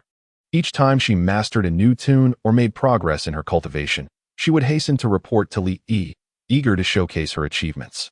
Very well, she said, producing a zither from her storage ring to perform for him. It was not the heavenly saint's silent zither. She still needed to establish a connection with it. And her current mastery of the heavenly saint's silence technique was insufficient to play a complete piece on the zither. Fortunately, after activating her physique, Qiu Lingming's progress had surged. Her talent blossomed, and with Li Yi's support, her cultivation advanced at an astonishing rate, finally shedding the label of being talentless. The young lady's musical skills have become increasingly refined, Wan Ning remarked as she approached in admiration. Not at all, Qiu Lingming replied, shyly biting her lip. Brother Yi, what do you think? Excellent, truly splendid, he affirmed. Li nodded and said, young master, young mistress, breakfast is ready. Li Yi's daily life is meticulously attended to by Wan Ning. Qiu Lingming, his fiancée Yi, is also under Wan Ning's care. As they gather around the dining table, laden with an array of delectable dishes, Li Yi finds himself lacking in appetite. He glances at Wan Ning, who, with a hint of hesitation, responds, "Young master, Madam has instructed me to ensure that you refrain from consuming milk." Li Yi wore a visage of despair, utterly devoid of hope. Wan Ning, feeling a pang of sympathy, relented and said, "All right." With a sense of resignation, she produced a baby bottle and extended it towards Li Yi. Li picked it up and began to make a noise. "Young master, you really should quit. If you can't stop later on, it won't be." Wan Ning wore a worried expression as she glanced at Qiu Lingming. Qiu Lingming, puzzled, found Wan Ning's gaze to be quite strange. "Li Dao, I am but a child. It is perfectly normal for me to drink milk, isn't it?" Wan Ning, aside from his physique and age, one truly cannot discern any childlike qualities in Li Yi. "Young master, the madam has mentioned that we shall attend the temple fair this evening." Wan Ning suddenly recalled this matter. "Temple fair?" Li Yi questioned, perplexed. "Indeed, the temple fair. What significance does it hold? It would be far more beneficial to cultivate at home. Ling Ming, do you not agree?" Li expressed his utter disinterest in the temple fair. "Indeed." Qiu Lingming nodded in agreement. If Yigu held no interest in the temple fair, then neither would she. Wan Ning stated, "The madam has decreed that we must attend. Both you and the young mistress are obliged to go." Li Yi, at a loss for words, remarked, "What is the point of watching a group of bald monks burn incense?" "Bald monks?" Wan Ning paused in surprise. "It's nothing, if you wish to go." "Then let us go." Li sighed deeply. That night, a group of individuals from the Li family ventured to attend the temple fair. The temple fair primarily serves as an occasion for lighting incense, praying to deities, and seeking blessings for peace and prosperity in the coming year. Li originally had no desire to attend, yet under the insistence of Xiao Qingya, he felt compelled to join her in seeking blessings for his union with Qiu Lingming, hoping for a harmonious marriage in the future. Reluctantly, he acquiesced. This generation of adults is truly difficult to manage. Chapter 69, Master, hand over all your money. Upon arriving at the temple fair, Li Yi was met with an overwhelming throng of people, a veritable sea of humanity. The noise was cacophonous, creating a vibrant atmosphere. The vehicles were stalled, and as Li drew back the curtain, he beheld the masses outside, squeezed tightly among the crowd. He longed for the comfort of his warm bed at home and the gentle embrace of Wan Ning, though her figure had not changed over the past year. He cherished the warmth and sweetness of her hugs. Turning to Wan Ning, he asked, "Young master, what troubles you?" "Nothing," he replied, casting a fleeting glance at her bosom. Had she not taken his advice to drink her milk diligently? His gaze shifted to Xiao Qingya, and he sighed, "Mother, I wish for your embrace." Li Yi opened his arms, inviting Xiao Qingya to embrace him. The discomfort from sitting in the carriage left Li Yi with a sore back and aching posterior, creating a pressing need for solace. "Oh, you child." Xiao Qingya sighed in exasperation, pulling Li Yi close and allowing him to sit upon her lap, cradling him gently in her embrace. Li Yishu reclined comfortably in Xiao Qingya's embrace, relishing the moment. "You mischievous child," Xiao Qingya playfully poked Li Yi's cheek, finding him as delightful as ever. It had been quite some time since she had pinched his cheeks, and she couldn't resist indulging in the familiar sensation, which felt even more pleasing than before. For the sake of Li Yi's growth, Xiao Qingya had refrained from such intimate gestures for a while. Though reluctant, she understood the necessity of fostering his independence and self-awareness. After all, he was nearly 2 years old and could not remain nestled in his mother's arms, drinking milk indefinitely. Yet, the reality was that his dependence on her had not diminished in the slightest. "Madam, vehicles are prohibited ahead. We kindly ask you to disembark." "Very well." Xiao Qingya took Li Yi's hand, while Wan Ning guided Qiu Lingming as they exited the carriage. Sister Qingya, the eldest lady, Bai Lian, and the second lady, Gong Wenwei, were ahead, having also dismounted, accompanied by several members of the Li family.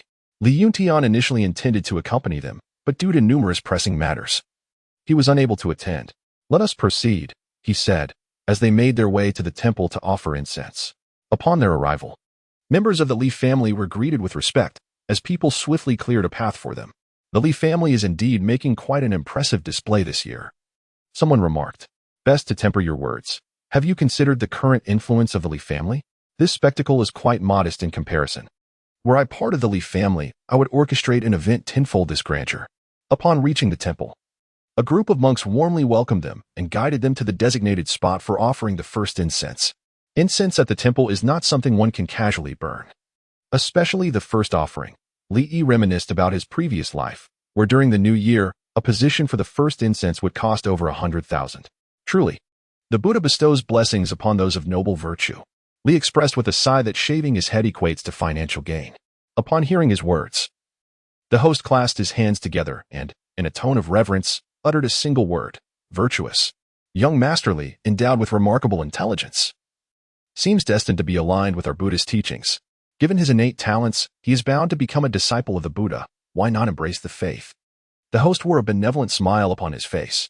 Li remained silent, his expression void of emotion, and he even felt a sense of amusement. Did the host truly believe his own words? It was likely that he had spoken so much that he had convinced himself. Indeed, he was just as he had been perceived, reveling in deceiving naive youths into shaving their heads. The very first statement was enough to draw him into the fold of Buddhism. Li's countenance immediately darkened. The host's interest did not lie in any affinity between Li and the Buddhist faith, but rather in the wealth of the Li family. Li's lips curled into a slight smile, his hands clasped together, exuding the dignified aura of a sage. The atmosphere was suffused with an overwhelming presence. Master, with the compassion of Buddha, when the time is right, destiny will naturally unfold. Kindness. Thus, Master, has your fate arrived? The old monk continued his daily recitations. Master, has your fate arrived? The essence of cultivation lies in. Therefore, Master, has your fate truly not yet come? The master gazed into Li's innocent eyes. His words caught in his throat, as he sensed an intangible pressure emanating from the young man. This lad is deliberately seeking trouble, isn't he? No, destiny is a. Li continued. The Buddha teaches that wealth is but a transient possession. Perhaps the master's destiny has not yet arrived, hindered by these worldly possessions. Why not relinquish your riches to me? After all, wealth is the root of all evil. Master, you ought to forsake everything and devote yourself to the path of enlightenment. Entrust all to me. The Buddha said, if I do not enter hell, who will? Let me bear the weight of all sins. Master, go forth with peace. You will surely come to understand your connection with the Buddha. The host, with jaw slightly agape, appeared as if one could fit an egg in it. Is this little brat attempting to deceive me? I have always been the one to deceive others. This is the first time someone has tried to deceive me. It seems the master is unwilling to relinquish worldly possessions. Since the master cannot do so, why lead others to forsake the mundane? Is this not misleading the youth? Li inquired sharply. The abbot took a deep breath, maintaining a benevolent smile. Young master, you may not fully comprehend.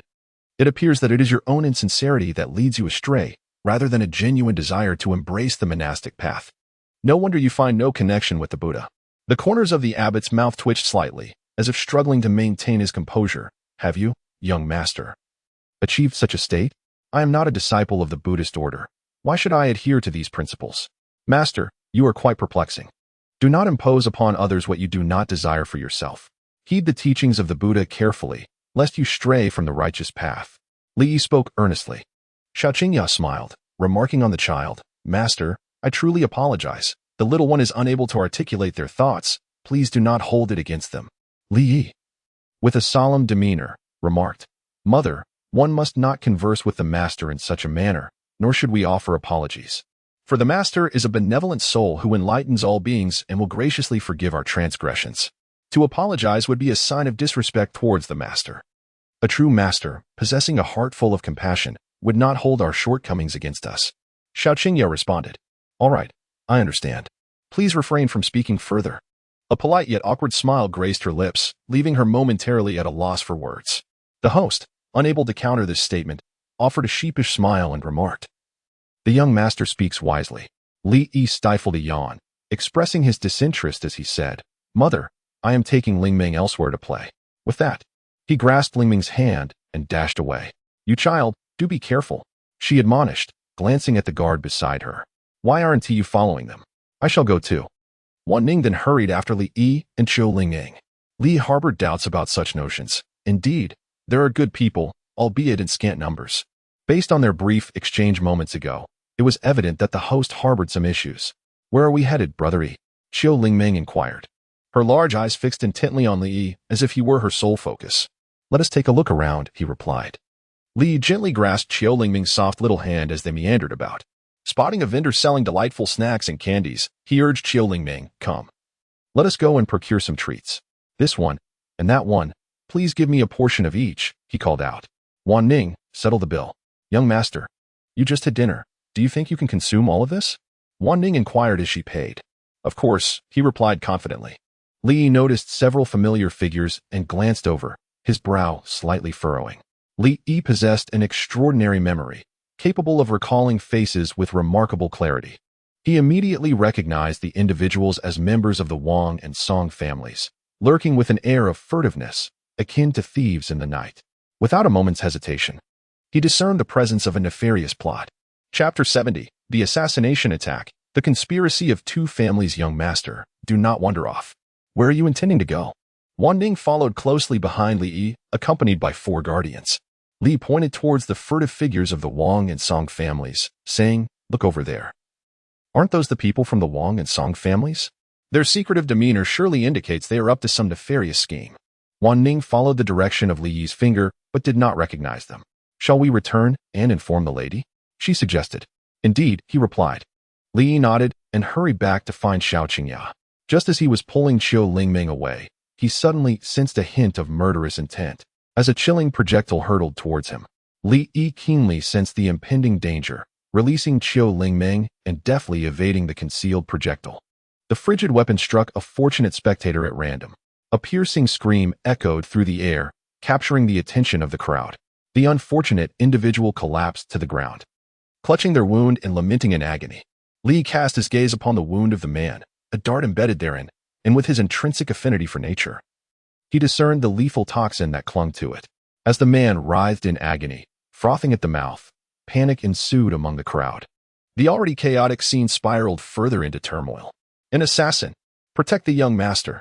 cried the guards, swiftly encircling Li Yi to ensure his safety.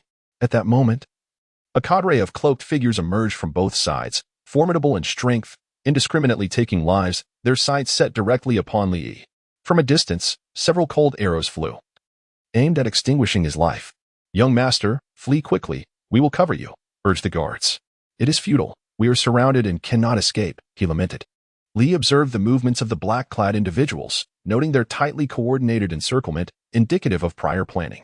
The guards, elite warriors of the martial king realm, valiantly defended against the assassins, forming a protective barrier around Li Yi, Qiu Lingming, and Wan Ning, momentarily thwarting the attackers. Wan Ning anxiously held Li Yi and Qiu Lingming close to her, enveloping them in her embrace. Li Dao said, "Wanting, it is sufficient for you to hold on to Lingming. My prowess surpasses that of both of you. By clinging to me, you merely hinder my ability to unleash my true strength." Wanting responded with an "oh," releasing Li Yi and observing his composed demeanor. "Is this truly the calm one would expect from a child? Young master, are you not afraid?" Wanting could not help but inquire, astonished by his unruffled demeanor in the face of an assassination attempt. Li stifled a yawn, feeling a twinge of boredom. What is there to fear? After all, they cannot kill me. Fear and panic will only lead to confusion, providing others with an opportunity to succeed. Wan Ning, speechless. The young master is truly extraordinary. He is a marvel. The temple fair was a chaotic imlang, teeming with people, all preoccupied with fleeing for their lives. Some, however, took it upon themselves to confront the assassins, resulting in utter disorder. Xiaoqinjia, witnessing the turmoil and hearing shouts of assassin, quickly realized the gravity of the situation and promptly dispatched someone to locate Li Yi, ensuring his safety. Li Yi found himself ensnared within the encirclement of assassins. Those who had once fled now driven back up the mountain. A throng of cloaked figures surged forth from below. "Young master, what shall we do?"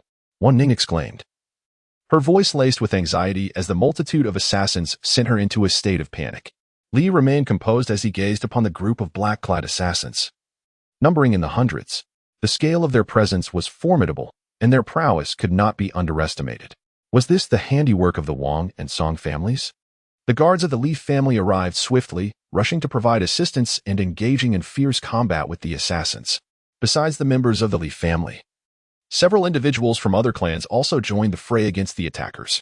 Regardless of the assassin's intended target, the sheer scale of the assault, striking indiscriminately, rendered any notion of merely observing utterly impossible. Are you all right?" Xiao Qingya exclaimed, anxiously rushing over to embrace Li Yi. Upon confirming that he was unharmed, she let out a sigh of relief, cradling him in her arms, apprehensive of any potential harm to him. "Mother, I am fine." "You mustn't run off like that again," Xiao Qingya admonished gently, her eyes widening in astonishment at the multitude of assassins before them. Li Yin stepped forward, sword in hand, commanding, "Everyone, step back and await rescue." She positioned herself to shield Xiao Qingya and Li Yi as the group instinctively banded together, forming a defensive line against the assailants. "Is this all in pursuit of Iya?" inquired the second lady, Gong Wenwei, with a hint of curiosity. Li raised his head with an expression of utter innocence. As if to say, "Do not look at me. I know nothing." "I truly do not know," Xiao Qingya replied, shaking her head. The scale of this commotion did not resemble an assassination. Rather, it bore the hallmarks of a massacre or invasion. Who were these individuals? Gong Wenyue furrowed her brow, aware that the assassins were formidable. Given their current numbers, a breakout seemed nearly impossible, and they could only await rescue. Li Yi, the Wang and Song families. What? With astonished eyes, they gazed at Li Yi, inquiring, "How do you know, Yi?" Such an unfounded claim. What could make Li Yi so certain? If it were indeed the Wang and Song families, with such grandiose schemes, they would surely leave behind some trace. Don't they fear the court's retribution? Annihilation of their clans could be the consequence. I just saw members of the Wang and Song families lurking and conspiring. It must be this, Li Yi explained. Then why didn't you tell me sooner? I was just about to return and inform you when they took action. I didn't have the chance, Li Yi clarified. Xiao Qingya. Very well. Feeling somewhat speechless, she observed Li Yi's calm demeanor and, curious, asked, "Are you not afraid? What is there to fear, mother? If you are scared, hold on to me. I shall protect you." Li wrapped his arms around Xiao Qingya's neck, drawing close to her. Xiao Qingya. This rendered her truly speechless, her lips twitching involuntarily. Relying on a child for protection? Despite her urge to scoff, she felt a warmth in her heart. This child had not been in vain. These two families truly seek their own demise. How dare they commit such acts? Do they not fear extermination? Gong Wenwei exclaimed in anger.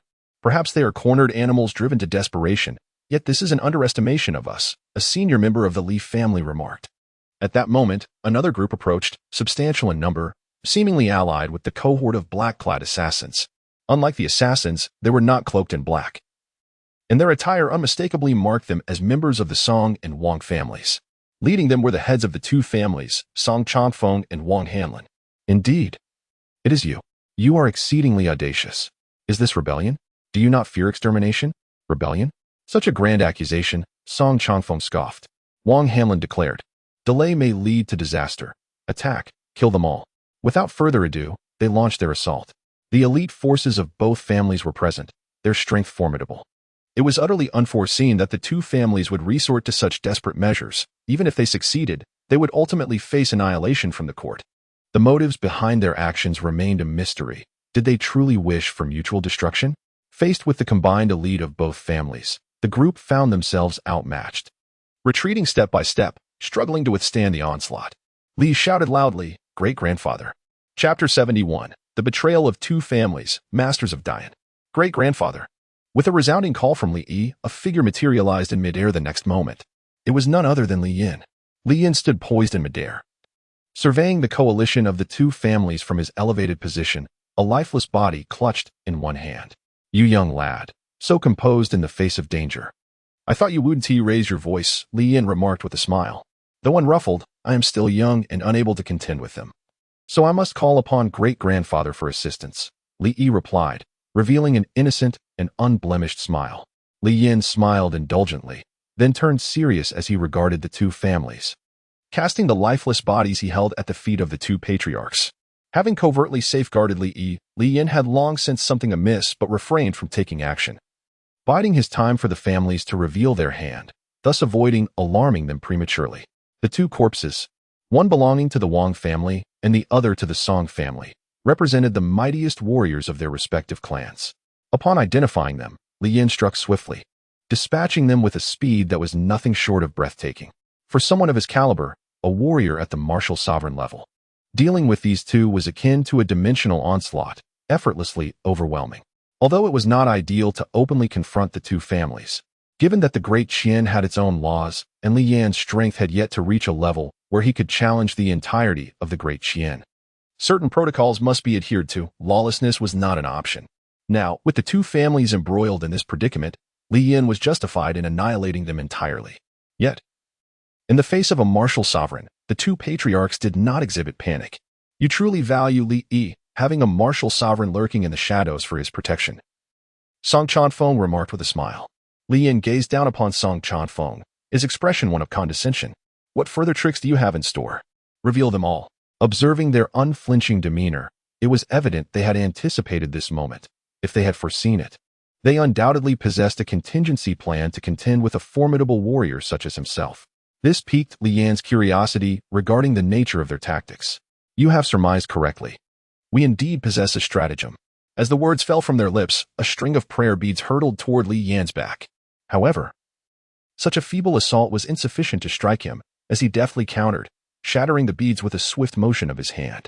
Li Yan turned to see that the assailant was none other than the abbot. To his astonishment, it was you.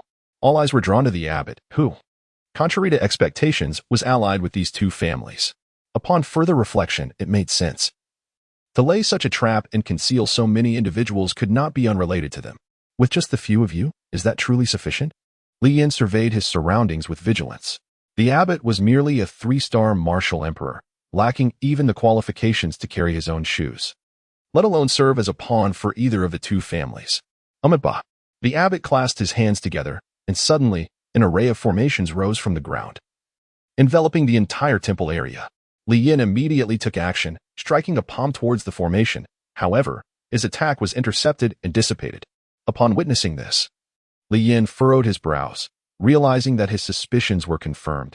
There was indeed a formidable expert present. This individual had the prowess to shatter his assault, indicating considerable strength. Li Yin, it has been a long time since we last met. I never anticipated you would achieve a breakthrough. Congratulations are in order. Two figures emerged from the distance, traversing the air as they approached swiftly. Li Yin fixed his gaze intently upon the two individuals before him, his expression one of astonishment and disbelief. To his utter surprise, it was indeed them. Both were at the level of martial sovereigns, having attained the rank of 1-star martial sovereign, and were contemporaries of Li Yin. The realization that they had also reached the martial sovereign realm left him astounded.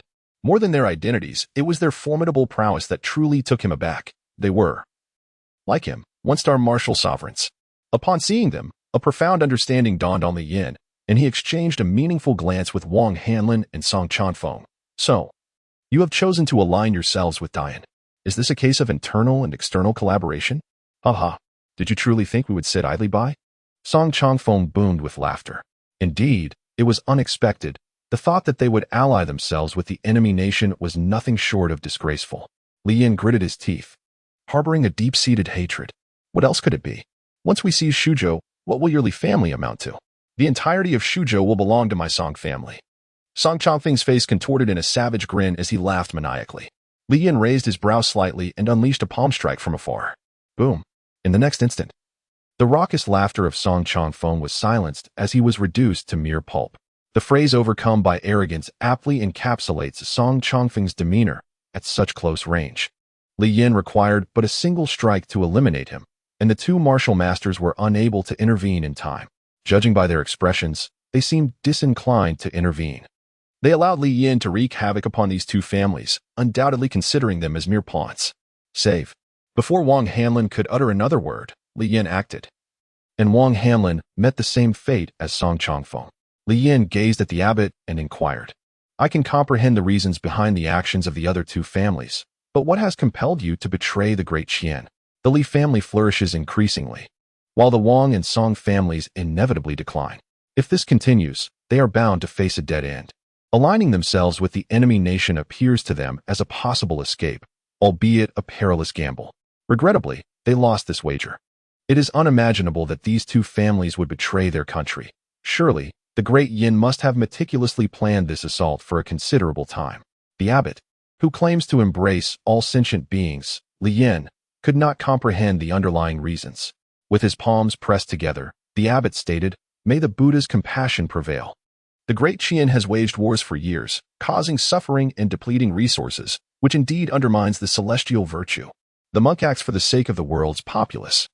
Li Yin chuckled softly, remarking, Indeed, all bald monks are remarkably similar. Such absurdities as exposing oneself while relieving oneself seem to be within your capabilities. Are the souls lost to the great Qian not worthy of consideration? Is this not a case of causing suffering to the people and wasting resources? Master, I presume your staff is crafted from gold. The abbot sighed deeply and replied, Layman, as you are not a disciple of the Buddha, how could you possibly comprehend the boundless compassion of our teachings? Li Yin, without engaging in idle chatter with the abbot, raised his hand to strike. However, he was intercepted by the two individuals. To lay hands on a master of the Buddhist order is to jeopardize one's merit. The master is highly esteemed and deserves our respect. Li Yin's expression remained impassive. Do they truly believe their own words? Who are they putting on a show for? Li Yin suddenly realized. I see it now. Collaborating the Wang and Song families to seize Shuzhou, and then inviting a revered master to stabilize the hearts of the people. What a clever scheme indeed. What was promised to the master? A golden Buddha? The abbot pressed his palms together. Wealth is but an external possession, akin to dust for us disciples of the Buddhist path. All is merely for the salvation of sentient beings. Clap. A resounding applause echoed, and upon turning, he saw Li Yi, her petite hands clapping incessantly and loudly. Li Yin gazed at the two individuals and urged, Proceed. Let me witness the extent of your cultivation advancements after all these years. As the three formidable masters engaged in combat, the clash of divine forces wreaked havoc upon the ordinary onlookers, prompting the crowd to retreat and seek refuge from the ensuing chaos. In the wake of their patriarch's demise, the two families found themselves leaderless and in disarray. Uncertain of their course of action, a swarm of cloaked assassins surged forth, indiscriminately slaughtering regardless of allegiance. What is happening? The crowd was perplexed, uncertain of which faction stood where. Li gazed at the celestial formation, discerning a subtle intricacy within the faintly visible patterns. This formation was siphoning life essence. The novel is available for download via the open source, complementary star string downloader developed by Xingyu. Should you acquire the novel file through an alternative download and the vendor fails to provide the software's source code or open source address, please seek an immediate refund and report the vendor. Author's email, xingyuoutlook.com. Author's QQ, 201-759-3710. Official QQ group, 149050832. Official TG group, https://t. Meet FQ tool. Chapter 72, Li Yi's hidden cards. What seems amiss with this formation? Xiao Qingya inquired, taken aback by Li Yi's understanding of the intricate array. Li possesses an exceptional mastery of various languages, and formations can be considered a form of language as well, thus enabling him to comprehend them. This particular formation drains the life force of cultivators, utilizing it as energy to activate the teleportation. This is dire. It is indeed a teleportation array. I fear that the forces from Dian are already prepared to arrive, and once they teleport here, Shuzhou will undoubtedly be besieged. Damn it, is this their ultimate aim? Do not worry, reinforcements are on their way. At this moment, the battle between Li Yin and the two martial masters has escalated into a fierce confrontation, with neither side yielding.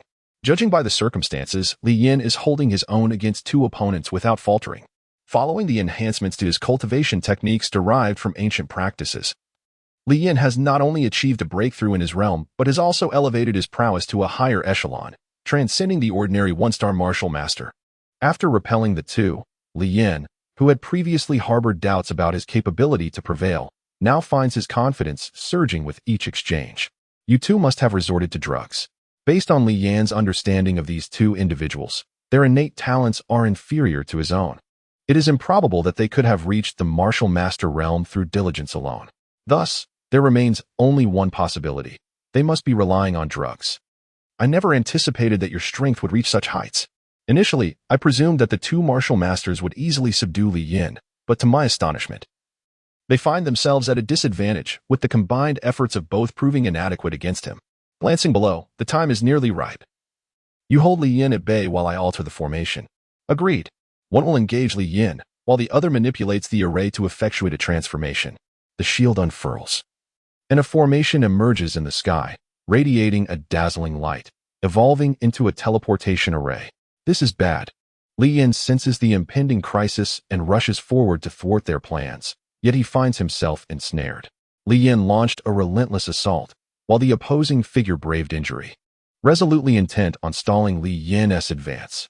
To eliminate a martial sovereign, despite his overwhelming power, Li Yin would still require considerable effort if his adversary was determined to delay him at all costs. However, time was of the essence for Li Yin, who noticed the formation shifting yet found himself unable to extricate himself. The teleportation array was fully activated, radiating a brilliant light. A slanted column of energy emerged, signaling the initiation of the teleportation. This array, fueled by the blood and flesh of deceased cultivators, employed a gruesome yet effective method, albeit at a significant cost. As the energy column dissipated, a contingent of soldiers clad in black armor materialized, exuding the commanding presence of the Great Yin. These warriors stood ready, imbued with the grim aura of the battlefield, emanating an air of authority that revealed their status as seasoned veterans, the elite forces of the Great Yin. The deployment of such a formidable army indicated Suzhou's unwavering ambition. Panic ensued as onlookers caught sight of this elite battalion. How could they withstand the charge of such a proficient force?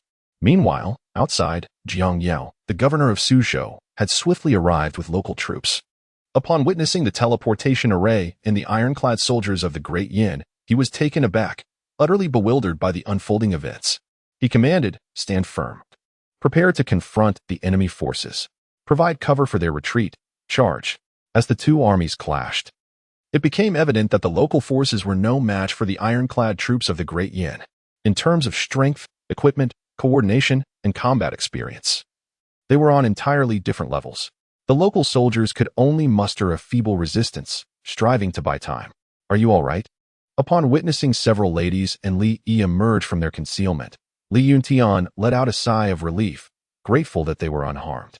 Upon receiving the news, he promptly rallied the forces of the Li family to rush to the scene, thankful that he had not arrived too late.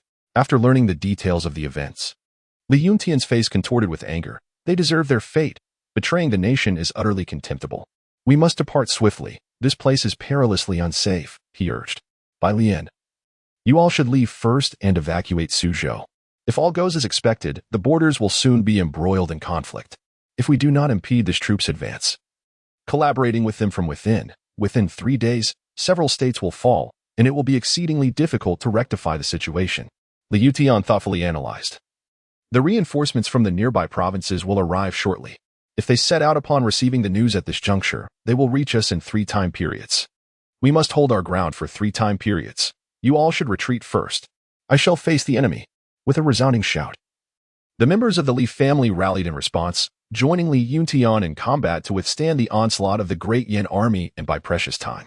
Meanwhile, Li Yin was still engaged in fierce battle with the 2 martial arts masters. With the addition of these armored soldiers, Li Yin found himself in a dire predicament. Though he could indeed slay his foes, the overwhelming numbers surrounding him made it increasingly difficult to focus, especially with the 2 formidable opponents demanding his attention. The only viable option now was to retreat. Otherwise, he risked being trapped and meeting his demise. The teleportation array continued to glow, heralding the arrival of yet another wave of troops. "The Great Yin has indeed come well prepared this time," he mused. Li Yin took a deep breath. Yet the opponent provided him no respite, relentlessly applying pressure. "Indeed, we had schemed for a considerable time, intending to compensate with the strength of your 3 families, which should allow us to break even. Only when you possess the capability to defeat me shall we discuss this further. The battle must continue." Meanwhile, on Li Yi's side, there was an urgent call to retreat. Uncertainty loomed over whether they could withstand the impending onslaught. Many displayed expressions of concern.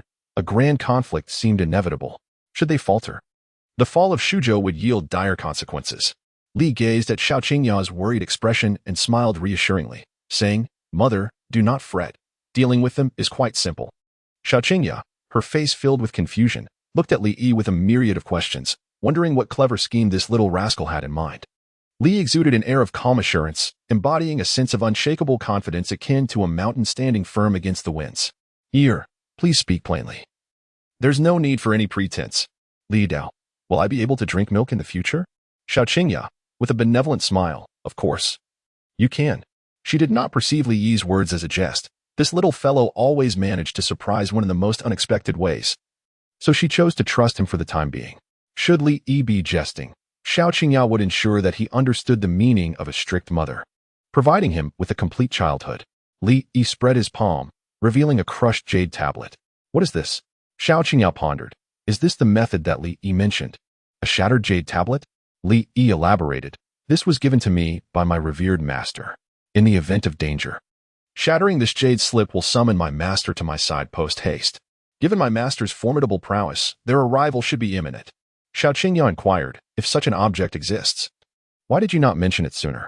Li Yi wore an innocent and unassuming expression, saying, "You never asked, and besides, my master said that one must keep their trump cards hidden and not casually reveal them to others." Xiao Qingya felt a strong desire to provide Li Yi with a complete childhood, yet upon gazing at his chubby, naive face, she decided against it. "So you deliberately made a deal with your mother, did you?" Xiao Qingya discerned Li Yi's true intentions. Li Yi resolutely proclaimed, "I am but a child. What ill intentions could a child possibly harbor?" Chapter 73. The Terrifying Power of Xiao Hanyan, a Ruthless Killing Machine. Li Yin, prepare to meet your demise. Surrendering will grant you a swifter end. Alternatively, your family, the Li clan, may join us, and in return, Suzhou shall belong to you. What say you? Li Yin chuckled softly. The last person who entertained such an idea has just met his demise at my hands. Thus, you are courting your own destruction. The two assailants flanked Li Yin as the armored troops sought to disrupt his rhythm of attack, intending to ensnare him in their deadly trap. Li Yin was consumed by excessive exertion, his stamina waning. Should he become trapped, his demise would be inevitable. Once Li Yin was dealt with, the two formidable masters of the martial sovereign realm would join the fray, leaving Suzhou's forces utterly incapable of resistance, destined for defeat. Prepare to meet your end. The two simultaneously struck at Li Yin, intent on delivering a fatal blow. Cursed be this fate. Li Yin wielded his martial arts to resist, his mind weary. Just as he was on the verge of faltering, a colossal palm imprint descended from the heavens. Emerging from the clouds, the enormous imprint bore long fingers, unmistakably belonging to a woman. The azure palm struck down upon one of the martial sovereigns. What? The man was taken aback, hastily attempting to defend himself. Yet his efforts proved futile against the might of this palm. The imprint was unstoppable, shattering his attack and crushing him beneath its weight, pinning him mercilessly to the ground, along with the armored troops beneath it. As the palm vanished, the martial sovereign lay gravely injured, blood oozing from his 7 orifices, left with but half a life, rendered immobile. As for the armored soldiers beneath the imprint, they were dead beyond salvation. The remaining martial sovereign looked skyward, swallowing hard in fear. Contemplating the sheer terror of such power, one single strike could annihilate a 1-star martial sovereign. In the sky, a crescent moon hung low, and beneath it stood a woman clad in azure, her face veiled, proud and solitary, exuding an unparalleled elegance. She appeared as if she had descended from the moon itself. "Who are you?" He gazed at her in terror, aware that her prowess was on an entirely different level. How could he possibly contend? Only 2 words echoed in his mind. "It is over. Everything is over." The Qing sect, Xiao Hanyan. Xiao Hanyan uttered these 6 words softly, her ethereal voice resonating like that of a divine being. "Xiao Hanyan, what brings you here?" He was incredulous that this woman was indeed Xiao Hanyan. Confusion swirled within him. Why, when all was well at the Tai Qing sect, would she traverse such a distance? Anger surged within him. He had anticipated countless scenarios. Yet never did he foresee the emergence of Xiao Hanyan, let alone one so formidable. Xiao Hanyan's expression was frigid as she fixed her gaze upon him, uttering not a word. This icy demeanor enveloped him, akin to being trapped in a frigid ice cellar, leaving him shivering from an inner chill. Slowly, Xiao Hanyan raised a finger. In an instant, his mind was pierced by her fingertip, leaving him utterly defeated. In merely a few breaths, she had made her entrance and dispatched 2 martial sovereigns with a single strike each. Her strength was terrifying beyond measure. Her power had ascended to such heights. Li Yin inhaled sharply.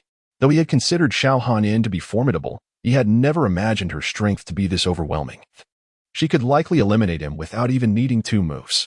Xiao Hanyan's cold gaze swept over the great Yin army, and with just a glance, she instilled fear into the troops, rendering them paralyzed and uncertain. They had arrived via the teleportation array, fully committed, with no possibility of retreat, only a relentless advance. Yet now, faced with Xiao Hanyan, how could they proceed? Why do you stand there in a daze? For the glory of great Yin, die with purpose, charge forward. Inspiring morale, leading the soldiers forward with unwavering resolve, Xiao Hanyan showed no mercy, ruthlessly slaughtering her foes with relentless ferocity, transforming into an emotionless machine of death.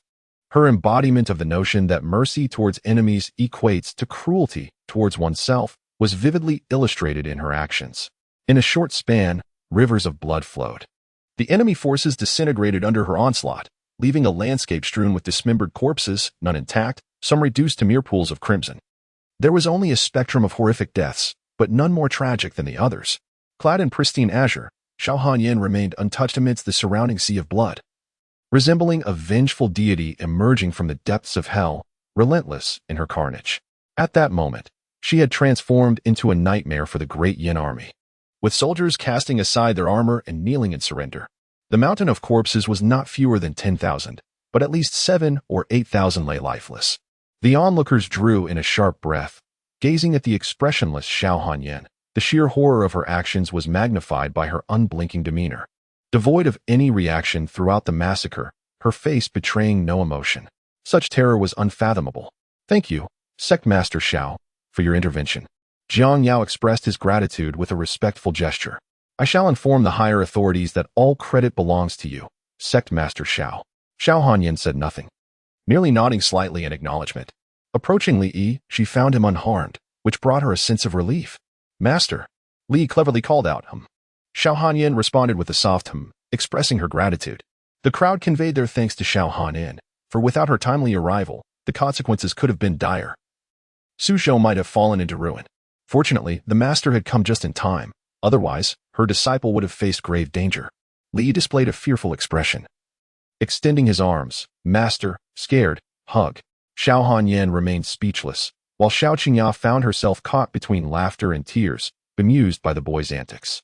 Amidst the astonished gazes of the onlookers, Xiao Hanyan gently lifted Li Yi from Xiao Qingya's embrace, tenderly touching his face. After a long separation, seeing Li Yi today, her once cold demeanor softened slightly. The stark contrast between the merciless Xiao Hanyan moments ago and her current warmth was hard for everyone to fathom. Xiao Hanyan opened her hand, revealing a new jade slip, which she handed to Li Yi. "Thank you, Master," Li Yi said with a charming smile, expressing his gratitude. "Your progress in cultivation is commendable," Xiao Hanyan remarked, sensing that Li Yi had reached the level of a 7-star martial master. A talent that far surpassed her own at that age, evoking a sense of humility within her. She eagerly anticipated Li Yi's growth, envisioning a future where he would stand alongside her at the pinnacle of the path, destined to surpass her and venture further. "Master, what is your current realm?" Li inquired. 5-star martial sovereign, she replied. In their exchange, while others might have hesitated to converse with strangers, Xiao Hanyan always responded to Li Yi's words. Following the battle's conclusion, Jiang Yao left a group to manage the aftermath while leading the soldiers to the border for support, carrying ample supplies.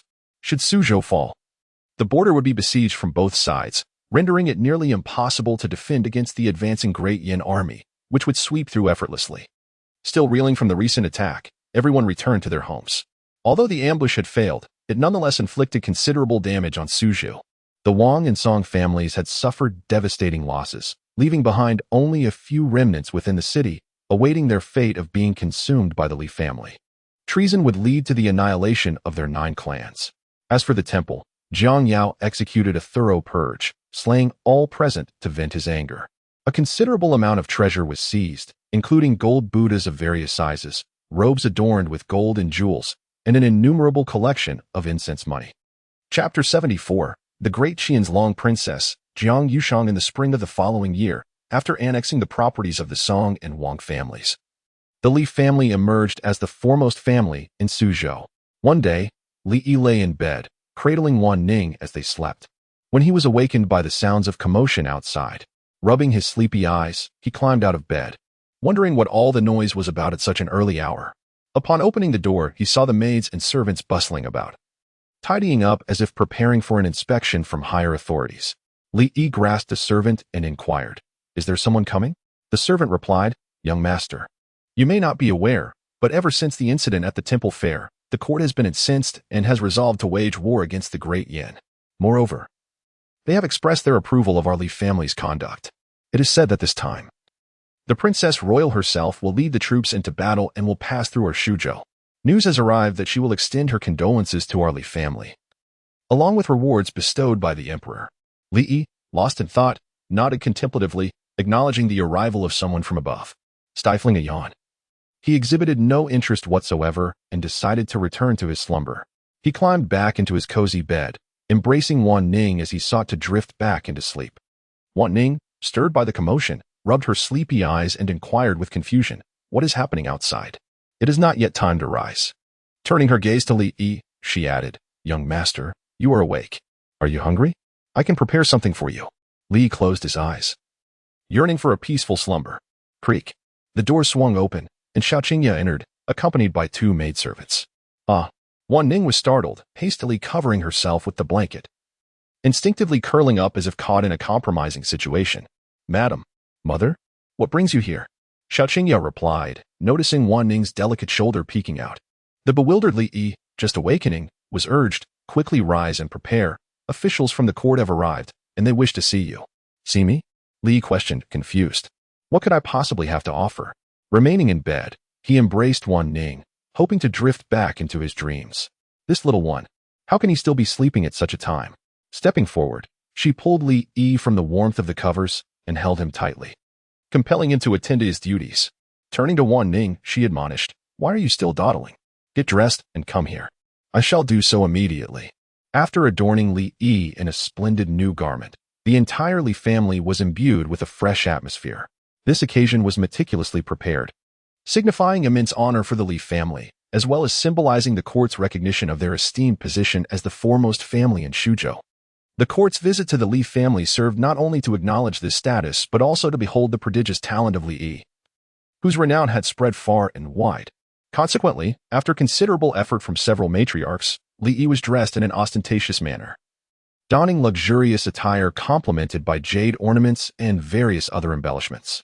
The process of changing outfits took several hours, and Li Yi found himself utterly exhausted by the ordeal. To his dismay, after all the fuss, the initial outfit was ultimately chosen, nearly causing him to faint from the sheer frustration. Once all was prepared, a grand procession set forth towards the city gate to welcome the army. A throng of people had gathered there, leaving a clear path for the troops to pass. At the forefront of the welcoming party stood Jiang Yao, followed closely by Li Yin, Li Yutian, and Xiao Qingye, who cradled Li Yi in her arms. As they gazed ahead, the banners of the Great Qian emerged into view, followed closely by the imposing black-armored soldiers, each towering figure exuding an air of majesty and order, reminiscent of a king's army. This formidable force was the elite black-armored army of the Great Qian, commanded by the princess.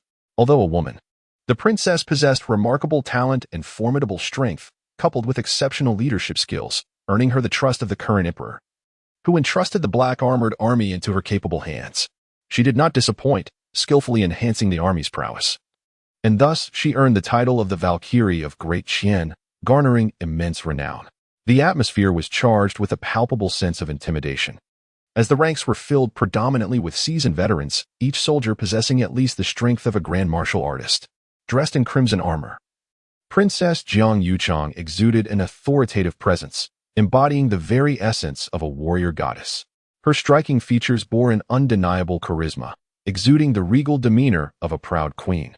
Igniting a desire for conquest in those who beheld her, strength commanded respect, while weakness invited subjugation. To his surprise, Li Yin noticed an older gentleman beside Jiang Yuchang. This man, though somewhat aged, possessed a distinguished aura and rode alongside the princess, suggesting that he too was a member of the royal family, likely of notable lineage. Li Yin recognized him. It was none other than Prince Jing and Jiang Hongyang. The army halted in front of the city gate, standing at attention to welcome Prince Jing and the Princess Royal. "You may rise. There is no need for excessive formalities." Prince Jing raised his hand. The Princess Royal and Prince Jing dismounted, and the princess addressed the deputy commander. "You may proceed first. We shall follow shortly." "Indeed," Li Yin said. "It has been quite some time since we last met. Perhaps a century has passed." Prince Jing's face broke into a nostalgic smile, reflecting on the long-lost friendship. "It has indeed been a century. I never expected you would come this time." Prince Jing explained, "His Majesty has appointed me to address the situation with the Great Yin, which has greatly incensed him. He is determined to take action against them and ensure they pay the price. And here you are. Your family has achieved merit. I thought it fitting to come see you, to offer my congratulations." "Likewise, but your primary purpose for coming here is not merely to see an old friend, is it?" Li Yin stroked his beard, having already discerned Prince Jing's true intentions. Prince Jing chuckled awkwardly. "The main purpose is indeed to visit you." "And what about the secondary purpose?" Li Yin cut to the chase. Clearing his throat, Prince Jing replied, "Must we discuss this here? Let us go to your residence, although the war is urgent. We need not rush this moment. Your esteemed presence truly brings honor to the Li family," Li Yin remarked. "When did you become so disingenuous?" Prince Jing looked at Li Yin with a bemused expression, as if observing a curious creature. "You are now Prince Jing. Your status has changed." "Ha ha," Prince Jing chuckled. Following Li Yin to the Li residence, Your Highness, this way please. Very well. Jiang Yuchang surveyed the appearance of Shuzhou. It remained much the same as her previous visit. There had been no significant changes. Thanks to your family, the Great Yan schemes would have succeeded, leading to catastrophic losses for the Great Qian. The princess is being overly serious. As subjects of the Great Qian, it is our duty to act, she replied. Li Yuntian appeared rather humbled. Jiang Yushang curiously gazed at Li Yi, who was nestled in Xiao Qingya's arms, and Li Yi returned her gaze, their eyes locking in mutual contemplation. This child must surely be Li Yi, thought Jiang Yushang. Chapter 75. Jiang Yushang. Suddenly, I find Li Yi rather handsome. Indeed. It is none other than my son, Li Yi. Li Yuntian had anticipated this. Indeed, the reward was a secondary aim, while the primary objective was directed towards Li Yi. He hoped that there would be no imperial edict for marriage involved, as that would certainly lead to complications. Lately, I have been constantly hearing rumors about the young master, which have even spread throughout the palace. Upon seeing him today, it is clear that he is exceptional, truly a prodigious talent. Jiang Yushang offered her compliments. Your Highness, you flatter me. Compared to the illustrious princess, a paragon of feminine heroism, my son falls woefully short. Moreover, he is merely a child. What genius can be expected from him? Li Yuntian dismissed the notion, stating, my son possesses such meager talent that it hardly merits mention. My utmost hope for him is to lead a tranquil life, marry, and raise a family. Indeed, we just arranged his engagement last year. He gestured for Jiang Yuchang to observe the enchanting Qilingming cradled in Wan Ning's arms. Qilingming, with her wide, curious eyes, gazed up at Jiang Yuchang. Captivated by her beauty and grace, as if she were a princess, the very one Yi Gu would never trade for 100 others. Jiang Yuchang noticed the peculiar glances exchanged between the two children, her brow furrowing slightly. What an odd expression they bore. Li perceived a striking resemblance between Jiang Yuchang and his envisioned female version of Hua Mulan, possessing an undeniable aura of regality, reminiscent of a formidable empress. Typically, such women are not known for their culinary skills. He pondered, could Jiang Yuchang cook? His curiosity piqued, he inquired about her age. 2 years, Li replied, extending 2 fingers to signify his age. 2 years, and you've grown quite rapidly, Jiang Yuchang remarked, observing that Li Yi was taller than the average child of his age. Upon arriving at the Li residence, Jiang Yuchang cast her gaze around the layout, making her way to the living room and taking a seat. The purpose of my visit is to express my gratitude for the assistance provided by the Li family. These gifts are bestowed upon you by my father, the emperor. Jiang Yuchang announced, instructing her soldiers to bring forth the offerings. They consisted of numerous valuable elixirs, weapons, martial arts manuals, and resources for cultivation, totaling a remarkable 10 boxes. Thank you, Your Majesty. Li Yuntian first expressed his gratitude to His Majesty for the heavenly favor, then rose to take his seat once more, stating, these are the duties we, the Li family, ought to fulfill.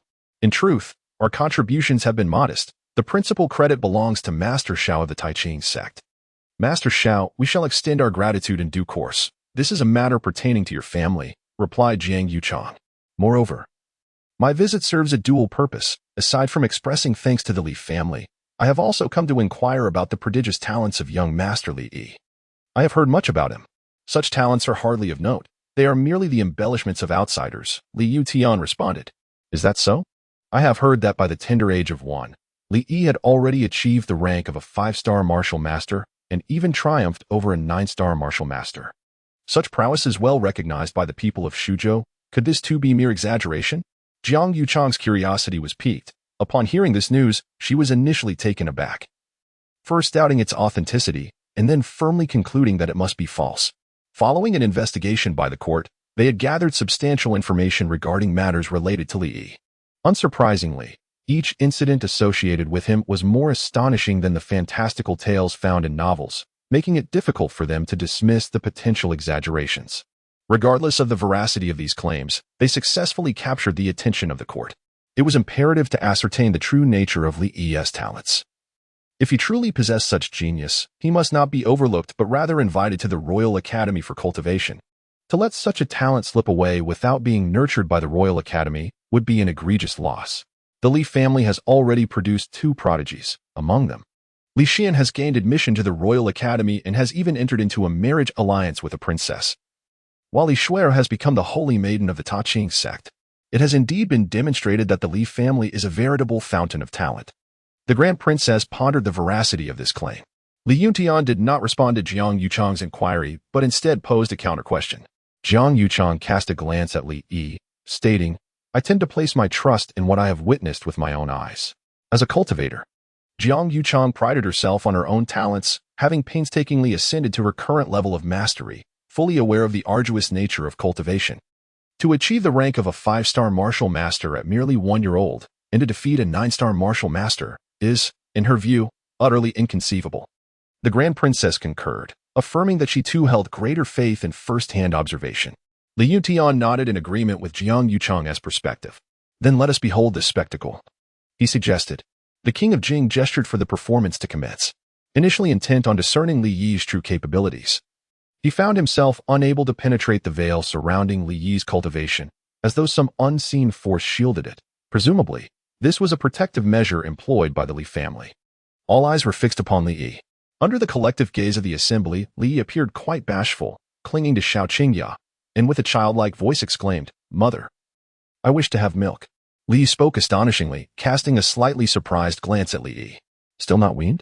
Xiao Qingya felt a wave of embarrassment. This little rascal must be doing it on purpose. If he didn't want to show off, he should just say so, instead of using the excuse of needing milk. How awkward. Having seen through Li Yi's pretext, she noted that he usually enjoyed putting on a show, yet today he had chosen to drop the facade. Xiao Qingya forced a smile, leaning in to whisper softly in Li Yi's ear, Be good and listen. If you don't, dear, mother might just have to spank you. Li Yi. Rather than having a complete childhood, Li Yi prefers an incomplete one, as he has yet to experience a spanking. Everyone step aside. This young master is about to show off. When it comes to showing off, Li Yi is quite adept at it. In an age where even a gun cannot be suppressed, his confidence is unshakable. Li extended his finger, pointing outside. It is snowing. The crowd turned to gaze outside, where the sky was clear and blue, devoid of any sign of impending snow. Just as they were engulfed in confusion, Li formed a sword gesture with his hand. Flying snow. With a resonant sound akin to a sword's cry, the flying snow sword hovered in the air.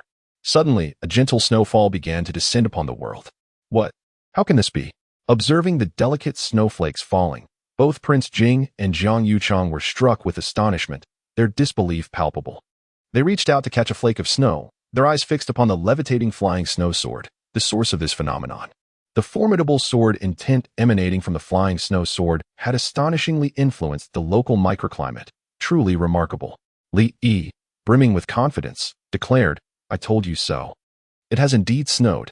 Jiang Yuchang drew in a deep breath of the crisp air and gazed at Li Yi, sensing an aura emanating from him that surpassed that of a 5-star martial master, revealing him to be a 9-star martial master instead.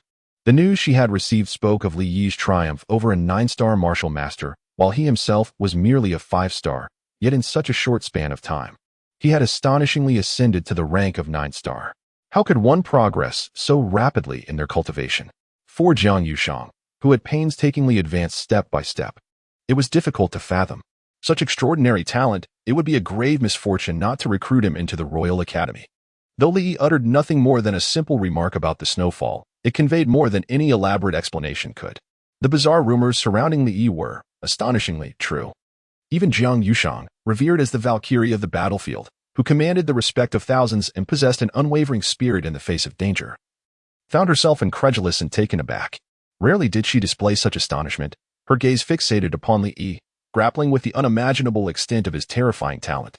He truly possessed an otherworldly grace. Upon a closer look, Jiang Yuchang suddenly realized that Li Yi appeared somewhat handsome. There was an inexplicable charm about him. How curious it was to feel such a way towards a mere child. Chapter 76. Li Yi with family in tow. Whenever Jiang Yuchang beheld Li Yi, she was invariably drawn in by his charisma, a magnetism that spoke of unparalleled genius, an altogether strange sensation. Shaking her head to dispel such thoughts, she reminded herself that he was merely a 2-year-old child, devoid of any semblance of allure. He was simply a cute little boy. Unable to grasp why she harbored such feelings for Li Yi, she did not dwell on it further, yet she found herself inexplicably fond of him. In her mind, the person she admired must undoubtedly be a transcendent genius, unrivaled in strength, superior to herself. Otherwise, what merit would there be in captivating her? Given Li Yi's exceptional talent, he could certainly be deemed a prodigious genius, perhaps even an unprecedented one, destined to surpass her in the future. This realization made him quite fitting in her estimation.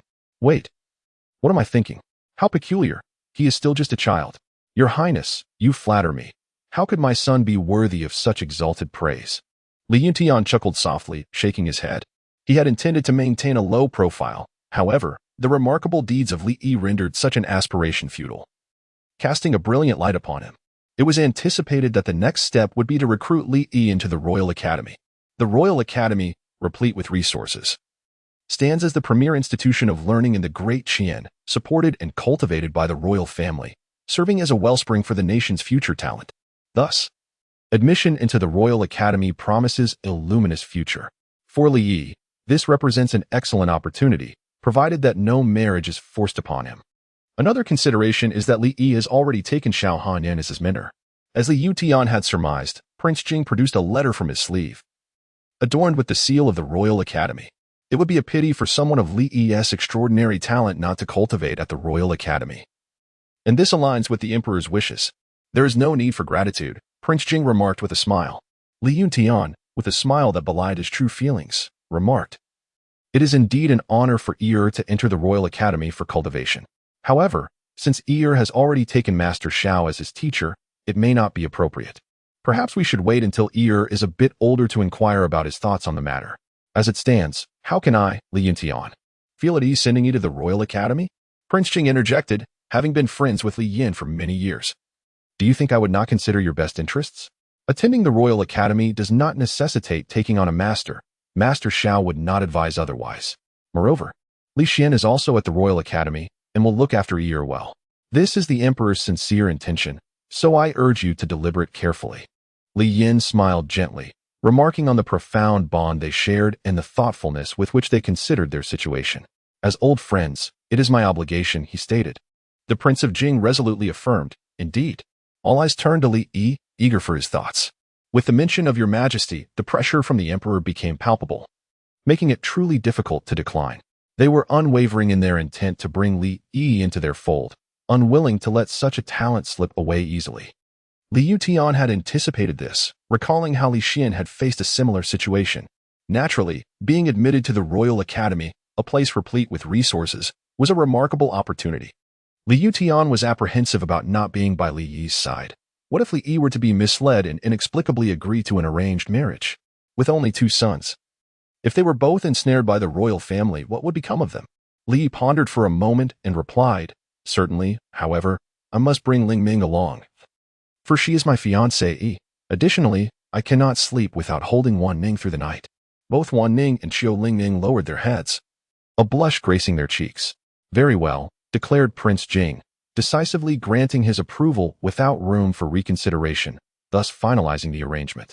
"Welcome to the Royal Academy." Jiang Yuchang revealed a smile, eagerly anticipating Li Yi's development. His unparalleled talent, previously unheard of, would undoubtedly astonish countless individuals upon his entrance into the Royal Academy, stirring the winds of change. In truth, what unfolded was somewhat akin to Jiang Yuchang's expectations, creating a stir that veered slightly off course. "I firmly believe that in the near future, Li Yi will undoubtedly rise to become a formidable powerhouse. It is time for us to depart," Jiang Yuchang announced, preparing to take her leave. "We shall not detain the esteemed princess further, and shall await her triumphant news."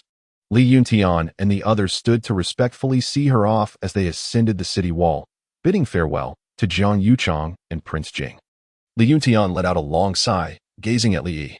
"I had thought you would decline. Why refuse such a fortuitous opportunity to be nurtured by the resources of others?" Li Yutian exclaimed, "Goodness! So this is what Li Yi had in mind. I must say, his thinking is truly unconventional. It never occurred to me to consider this perspective." He further reflected, "Moreover, I yearn to explore the world beyond these walls. Staying cooped up at home for too long becomes rather mundane." With a hint of playful mischief, Li Yi responded, "You speak as if you are all grown up." Despite being merely 2 years old, his thoughts exhibited a whimsical charm that contrasted with the innocence of childhood. "Of course, I am not a mere toddler," Li Yi added with a smile. Xiao Qingya gazed at Li Yi with a mix of reluctance and affection as she embraced him. "Once you depart for the Royal Academy, it will be challenging to hold you in my arms again. I never wished for you to leave, yet I have no choice but to let you go. Mother, do not be saddened. I shall return often," Li Yi reassured her. "My dear child," Xiao Qingya's eyes brimmed with unshed tears, longing to witness Li Yi's growth. "Do not fret. I shall write to Xian and ensure he looks after you." I will also send a group to the capital to remain at your service and report back to us at all times. Li Yuntian consoled her. Very well, Xiao Qingyao replied, reluctantly releasing her hold on Li Yi. She accompanied him to the capital, feeling a sense of relief only once he was placed in Li Xian's care. Rest assured, third aunt, I will take good care of little Yi, Li Xian vowed, patting his chest in assurance. Then I shall take my leave. Xiao Qingyao said as she returned to the spiritual vessel, her gaze lingering on Li Yi with palpable reluctance. Take care, mother, Li called out, waving goodbye as he watched her depart. Once Xiao Qingyao faded from view, he turned his attention to his elder brother, Li Xian, tall and handsome. Li Xian possessed an air of scholarly elegance, complemented by a charming demeanor. Big brother, Li addressed him. Li sweetly called out, at last. I have the pleasure of seeing you, dear little Li. After reading Shui'er's letter, I have longed to return and see you, but alas, time has eluded me. You are truly wonderful. Li Xian gently pinched Li Yi's face and immediately found him to be adorable. I have long desired to meet my elder brother. Having frequently heard tales of his remarkable deeds, he serves as my inspiration. Li said with a charmingly obedient expression, if you speak of me in such a manner, I find it hard to bear. Compared to you, what am I? Your talent has already become the talk of the town and the capital. Li Xian gently patted Li Yi's head and turned his gaze towards Qiu Lingming and Wan Ning, who were standing to the side. Li introduced, this is my fiancée Yi, my devoted handmaiden. Li Xian nodded thoughtfully and remarked, you have your family to consider. Li Yi asserted, I am still a child and require care. Indeed, I am not particularly adept at looking after others. Li Xian turned to Qiu Lingming and inquired, sister-in-law, what is your name? Qiu Lingming shyly replied, Qiu Lingming. She then glanced at Wan Ning, who responded, Wan Ning. Very well, I shall escort you to the Royal Academy. Given that the Royal Academy is frequented by numerous noble heirs, one must be particularly mindful of etiquette. Understood. Chapter 77, The Royal Academy. Li Yi's treatment upon arriving at the Royal Academy, one is struck by its opulence, akin to that of a palace. The Royal Academy, bearing the royal insignia, naturally upholds a reputation of grandeur. The grounds are populated by individuals of considerable stature and pedigree, each carrying themselves with an air of confidence and distinction, exuding an aura of sophistication and self-importance. It is a veritable showcase of human confidence at its zenith. This is the Royal Academy, isn't it splendid? Qiu Lingming and Wan Ning appeared as if they had never encountered such grandeur before, their expressions reflecting sheer astonishment. In a moment, I will assist you in completing your enrollment procedures. I suspect you two may be the youngest students in the entire academy. Li Xian pondered the thoughts that would arise in the minds of those self-proclaimed geniuses who considered themselves unrivaled among their peers upon encountering Li Yi. These were the offspring of nobility, each brimming with arrogance, frequently embroiled in conflicts. As for Qiu Lingming's talent, it remained uncertain, however, based on Shui'er's descriptions. This younger brother was undoubtedly extraordinary. Li Xian, who is this person? A young gentleman, elegantly wielding a folding fan, observed the group with curiosity, formulating his own conjectures. After glancing at Wan Ning and then at the two children, he exclaimed, Ah, I see now. I never would have imagined. How utterly shameless of you. So young yet already with two children, a complete family. Li Xian wore an expression of exasperation, fully aware that this group of gluttonous individuals would indulge in unfounded speculations. Do you truly honor the deep affection of the princess? I had thought you to be a man of virtue, but I find I was mistaken. Begone. Li Xian uttered the word with a cool detachment. He could hardly be bothered to engage further, promptly completing the necessary formalities before escorting Li Yi to their lodgings. This is the courtyard designated for you. It is spacious enough to accommodate the three of you, conveniently located adjacent to my own dwelling. Should you require anything, feel free to seek me out or approach the instructor who assisted you with the paperwork earlier. Very well. Li Yi nodded obediently. The courtyard was vast and quite impressive. With 3 people residing there, it felt somewhat desolate. As Wan Ning gazed upon the expansive grounds, she realized that it would take her an entire day to tidy it alone. At that moment, a teacher arrived, accompanied by 5 maidens clad in identical attire. These are the handmaidens assigned to attend to your needs, as per His Majesty's wishes. The Emperor holds Master Li Yi in high regard, the teacher remarked enviously. On the very first day of enrollment, the Emperor personally selected 5 maidens to serve, and the luxurious independent residence was unparalleled. Such treatment was likely unprecedented, even for the princes. After delivering her instructions, the teacher departed. After acknowledging Master Li Yi, the lead maiden addressed him softly. If Master Li Yi has any needs or requires assistance, please do not hesitate to inform us. We shall devote ourselves wholeheartedly to your service. As she lowered her head and furtively glanced at Li Yi, she was astounded to discover that he was indeed a mere 2-year-old child. It was utterly inconceivable. The maidens, some of whom would spend their entire lives serving the royal family in the palace, were among those chosen for this role. Initially, when they heard he was 2 years old, they thought it was a jest, for by usual logic, one would expect someone of great merit. Who would have thought it was true? A 2-year-old child left them at a loss for words. Yet, having arrived, they resolved to fulfill their duties as handmaidens to the best of their abilities. Li Yi cast a glance at the 5 palace maids, whose appearances were delicate and graceful, with the foremost among them possessing exceptional beauty. They had previously served in the palace, having undergone training, and were well versed in the proper etiquette and duties of their roles. All being professionals. What is your name? Li Yi inquired of the leading maid. Ming Cheng, she replied. Very well, you shall follow her instructions from now on. She is Wan Ning, my personal attendant. Li gestured towards Wan Ning, entrusting her with the management, for although they were quite professional, none understood themselves better than Wan Ning. Having met Sister Wan Ning, the palace maid bowed respectfully to her. No, I'm actually younger than you, Wan Ning responded, flustered and astonished. The term sister was not a reference to age, but rather to the standing within this courtyard. Li Yi pointed to Qiu Lingming and said, This is my fiancée Yi. Greetings, young lady. The palace maid responded without hesitation, immediately addressing her as such. Although the scene was undeniably bizarre and exceedingly strange, it was appropriate to address her in this manner. Beside them, Li Xin couldn't contain his laughter, for the absurdity of the situation was simply too amusing. A group of palace maids referring to 2-year-old children as young master and young lady was utterly hilarious, prompting admiration for the comic absurdity. You may go and tidy the rooms, he instructed. Understood, replied Wan Ning, leading the 5 palace maids away, while it was said that Wan Ning was guiding them. In terms of expertise, their training far surpassed hers. Brother, is it really that funny? Li asked, perplexed by the amusement surrounding him. Li Xin smiled and said, No. I merely feel that it was exceptionally in harmony with your temperament just now. Li, you, my friend, enjoy a far superior treatment compared to us. Although your affairs have not spread widely in the capital, many are indeed aware of them. The majority regard it as mere fabrication, a rumor. I suspect that within a few days, His Majesty shall summon you to the palace in person, so be prepared. Li Xian reminded him, Elder brother, rest assured, I am the most well-behaved. Li Yi wore a look of innocence.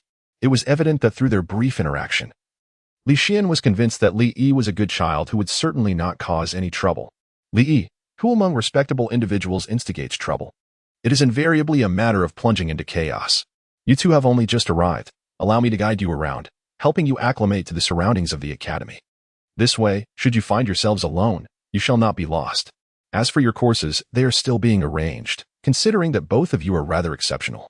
Qiu Lingming remarked, My schedule can be the same as Yi's. Li Xian was momentarily taken aback, then remarked, Aren't you learning the piano? Qiu Lingming shook her head, replying, Whatever Ego learns, I shall learn as well. Oh, Li Xian responded with a knowing tone, gazing at the 2 children, and with a TSK. He thought to himself, what a pair of golden boy and jade girl, imbued with a hint of intrigue. Li Dao, I am indifferent. I can learn anything. My dear brother, she is not choosing a subject. She is choosing you. Li Xian poked Li Yi's chubby face, which was delightfully soft to the touch. A pleasurable experience that was simply irresistible. Li Yi, there are always unruly subjects seeking to provoke me. Li Yi feigned ignorance and asked, What does that mean? Li Xian responded with profound significance. You will understand when you grow up. Li Yi, I now comprehend. Let us proceed. I shall guide you to familiarize yourselves with this vast academy, so you do not lose your way in the future. Li Xian strolled leisurely within the academy, accompanied by 2 children, as he familiarized himself with the surroundings, resembling a doting patriarch. Upon encountering acquaintances, without exception, they assumed these children were his illegitimate offspring. They expressed admiration for Li Xian's audacity, boldly parading around the academy with his supposed bastards, even after his engagement to the princess. Truly, their admiration was profound. Li Xian had no desire to explain. They were merely a group of idle individuals who thrived on gossip. Time would inevitably reveal the truth. He believed that it would not be long before Li Yi gained renown at the Royal Academy, and all rumors would dissipate without a trace. As Li Xian indulged in his thoughts, suddenly, a figure soared into the air, launching a flying kick towards him. Li was astonished. The last time he beheld such a scene was when Leo executed a flying kick against Savan. Li Xian, caught off guard, was kicked away, soaring 5 or 6 meters. Li Xian, confess honestly, which vixen bore these 2 illegitimate children with you? Chapter 78, The Harmonious Union of Li Yi and Qiu Lingming. Li Yi gazed in astonishment at Li Xian, who had been sent sprawling, and then turned his attention to the assailant, a woman clad in a purple dress. Her elegant attire suggested a person of considerable status. From her earlier words, it became apparent that she was Li Xian's fiancée Yi, Jiang Zihan. Li Xian, speak the truth. Where did these 2 children come from?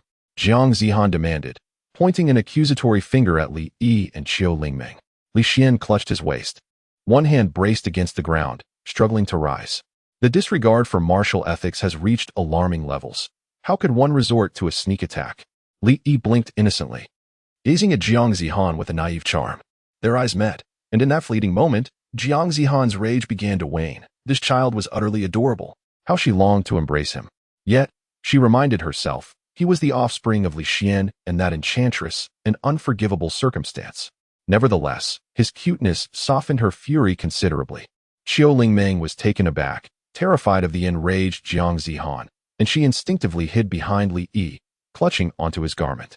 Li Yi, with a perfectly innocent expression, inquired, "Sister, what is your name?" Jiang Zihan, initially reluctant to respond, thought it unnecessary to engage in conversation with the son of a seductress. However, upon gazing at the seemingly well-behaved Li Yi, she found it difficult to refuse. Clearing her throat, she replied, "Jiang Zihan." Li suddenly realized and said, "Sister-in-law, greetings." Jiang Zihan, bewildered, responded, "What is this child calling me, sister-in-law?"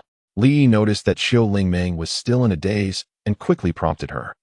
It was only then that Qiu Lingming regained her composure, respectfully greeting Jiang Zihan with a charming, "Hello, sister-in-law." Jiang Zihan observed the enchanting duo, her face etched with confusion. She remembered that Li Xian had mentioned his younger brother would be arriving. Was this the child before her? What, then, of the rumors surrounding the illegitimate son? She had overheard many speaking of it, which had incited her to rush over in a fit of anger. However, it now seemed likely that there had been a misunderstanding. "You are Li Xian's brother, right?" "Li Yi, is it?" Li nodded obediently. "Yes, this is my fiancée Yi." Jiang Zihan took a deep breath. "Indeed." This was quite awkward. Li Xian grimaced, clutching his waist. "Is there no one who cares about me? Are you all right? Does it hurt?"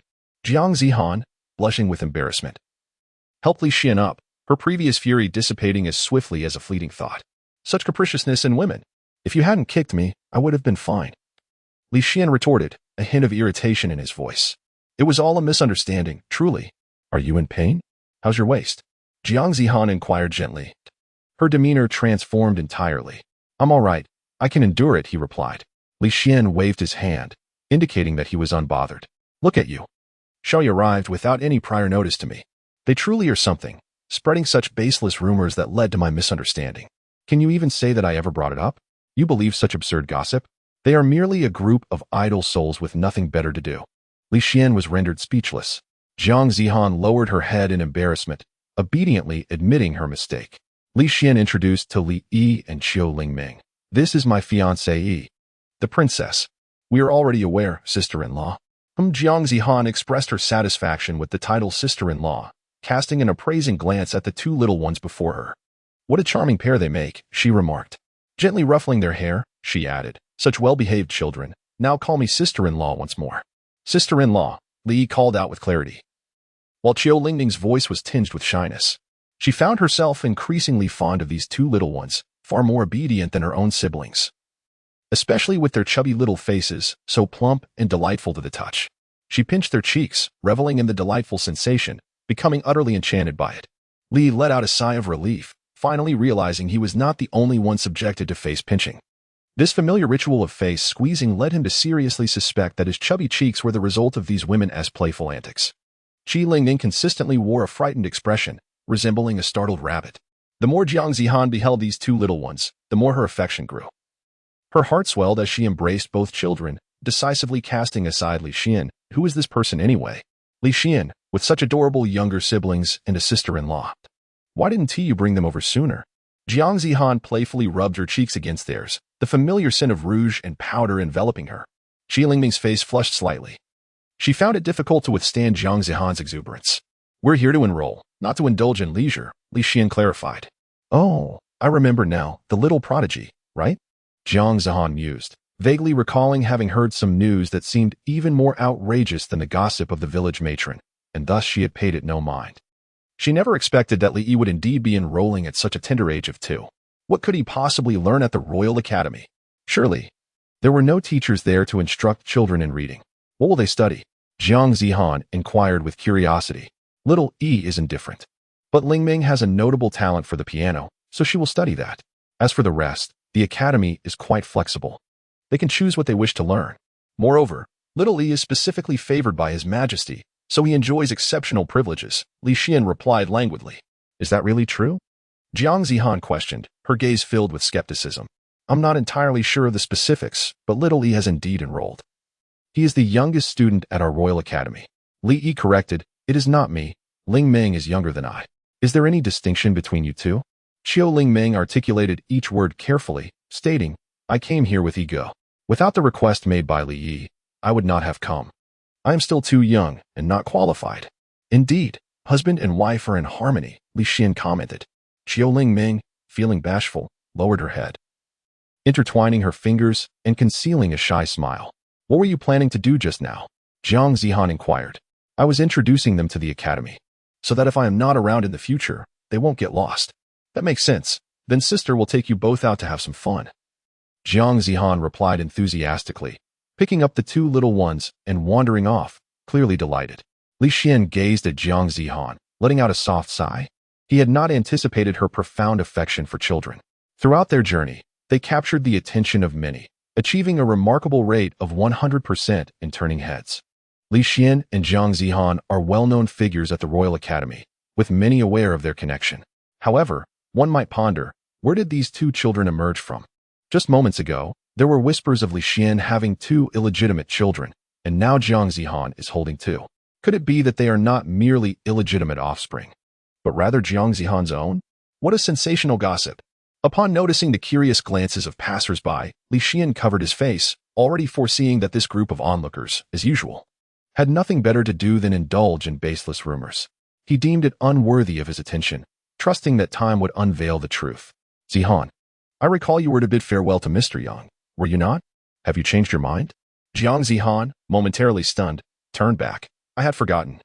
After hearing the gossip, she quickly approached Li Xian and playfully kicked him, having already dismissed the matter from her mind. If not for Li Xian's reminder, it would have completely slipped her thoughts. Darn it, I must hurry. With the 2 little ones in her arms, Jiang Zihan declared, Come. I shall take you to witness the commotion. Chapter 79, reluctantly displaying a skill in the outskirts, at the farewell pavilion. Numerous students from the Royal Academy gathered to bid adieu to their mentor. The individual being sent off was Yang Wenrui, who had been appointed to a governmental position. This was indeed a positive development for him. Students he had taught came forth, expressing their farewells through song and applause. Leading the group were those who were familiar with Yang Wenrui. It is customary for scholars to express their sentiments with grandiloquence, shedding tears and composing poetry to convey their reluctance. Such is the usual practice among the learned. Jiang Zihan, cradling Li Yi and Qiu Lingming, joined the ranks to bid farewell to Yang Wenrui. Having been taught by him, their relationship was cordial. Mr. Yang, I have arrived. Jiang Zihan stepped forward to extend her farewell. Li gazed at Yang Wenrui before him, a scholar exuding an air of erudition. Not quite a great sage, yet undeniably close to achieving that stature. The imperial court's appointment of him as a local official seemed merely a means of honing his skills, with the expectation that, when the opportune moment arose, he would be summoned back to the capital for advancement. A promising future lay ahead.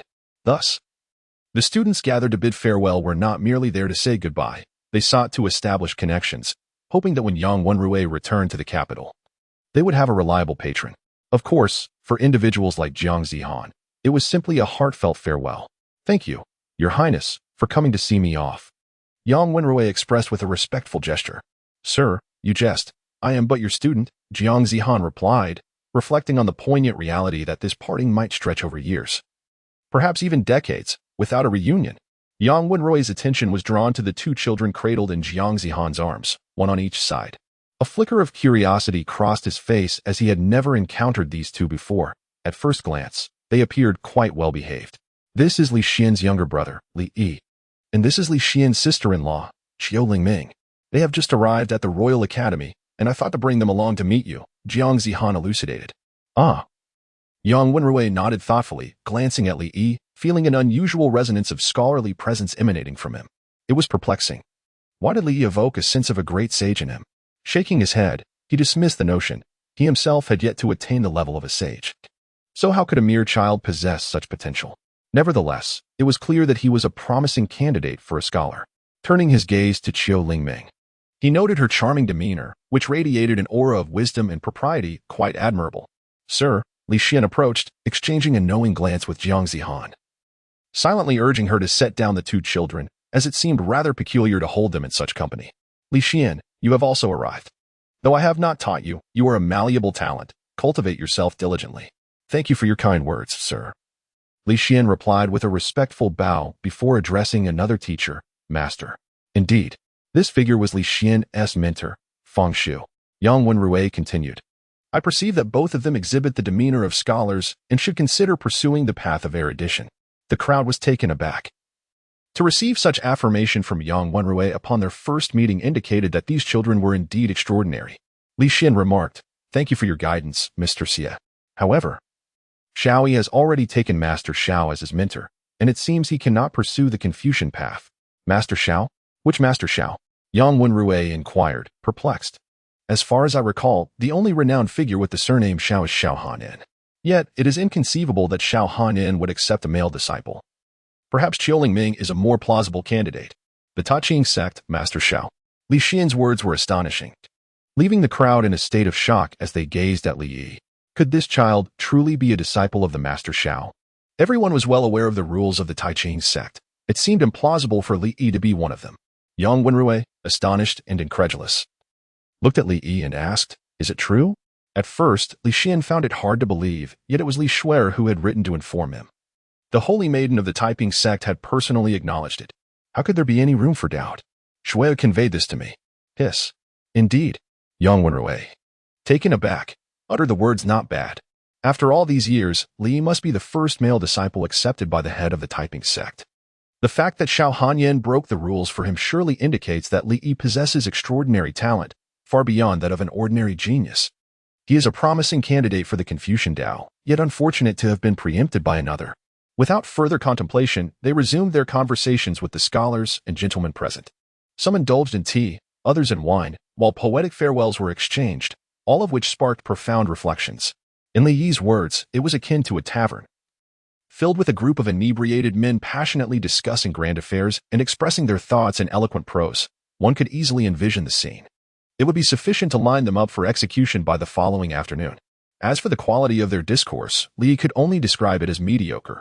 Though the world may differ, the cultural paradigms are largely akin. While he may not be adept at composing poetry, his mind is enriched with the literary heritage of 5,000 years, a depth they could not hope to match. Jiang Zihan, however, was not particularly interested in such matters. Instead, she was engrossed in playing with Li Yi and Qiu Lingming. Previously, she had not been fond of children, but upon meeting Li Yi and Qiu Lingming, she found herself quite taken with them, wishing that her future offspring would resemble them. She harbored grave suspicions that Li Xian had summoned Li Yi and Qiu Lingming with the intention of tricking her into bearing two children. In contrast to Jiang Zihan's disinterest in literature, Li Xian found himself quite at ease conversing with this group of individuals. Curious, Li inquired, Sister, isn't Mr. Yang your teacher? Why do you not join them in their merriment? Jiang Zihan, feeling a wave of embarrassment, replied, What a pertinent question. To evade the awkwardness, she proposed, How about I bring you some snacks and tea? Would you care for a bite? Li nodded in agreement. Jiang Zihan then fetched the refreshments, personally serving them, as if she had discovered a newfound joy in nurturing. Qiu Lingming turned her gaze towards the individual playing the piano to bid farewell to Yang Wenrui, attentively listening to the melodic strains. Li Yidao, do you wish to play the piano? No. Qiu Lingming shook her head. It seems he played it incorrectly. Li Yi nodded affirmatively, acknowledging, Indeed, there are several errors, primarily due to my lack of skill compared to your playing. Qiu Lingming shyly responded, Not at all. It's all thanks to Brother Yi's excellent teaching. You two, enough already, Jiang Zihan interjected. It feels as though I'm witnessing two little children exchanging puppy love. It's truly dreadful. I must say, you both possess a profound understanding of the piano, she added, her tone laced with playful sarcasm. The student they were critiquing was quite renowned within the academy, having received numerous accolades from various instructors for his musical prowess. Although Jiang Zihan was not particularly knowledgeable about music, she was certain these two youngsters were even less so. A challenging task was announced at the garden party. A group of talented individuals mocked you for being a crude warrior, lacking in scholarly pursuits. Please utilize your intellect to counter their derision. Not bad, Qiu Lingming humbly remarked. Of course, Li Yi replied, brimming with confidence. Jiang Zihan arched an eyebrow. Are you that self-assured? Before Li Yi could respond, Qiu Lingming earnestly affirmed. Brother Yi is truly remarkable at playing. You only say that because you like him, Jiang Zihan teased with a smile. Rarely shy, Qiu Lingming earnestly stated. Brother Yi is genuinely exceptional. Jiang Zihan, amused, gazed at Qiu Lingming, finding her serious demeanor to be irresistibly charming, and playfully pinched her cheek. Protecting your man at such a young age, how delightful. Qiu Lingming blushed and retorted, I'm not. It's simply the truth. Oh? Then why don't you both play a piece for me? Seeing is believing. Jiang Zihan expressed her curiosity, eager to ascertain the true extent of their abilities. Qiu Lingming turned to Li Yi, awaiting his guidance. Li Dao, well then, I shall reluctantly showcase a bit of skill for you. Lingming, it's your turn. Chapter 80, Seeking a Kindred Spirit in High Mountains and Flowing Water. Lingming, show them what true talent looks like. Qiu Lingming, a question mark flashed in her mind. She had thought that Yaij would perform himself, yet here she was, being pushed forward. Typically, she played the zither solely for Yaij, and now, facing a multitude of unfamiliar faces in this setting, she felt timid and bashful. Me? Qiu Lingming uncertainly pointed to herself. Indeed, the moment to validate your skills has arrived. Do not tarnish my reputation as your teacher. I have granted you this opportunity to shine, so cherish it.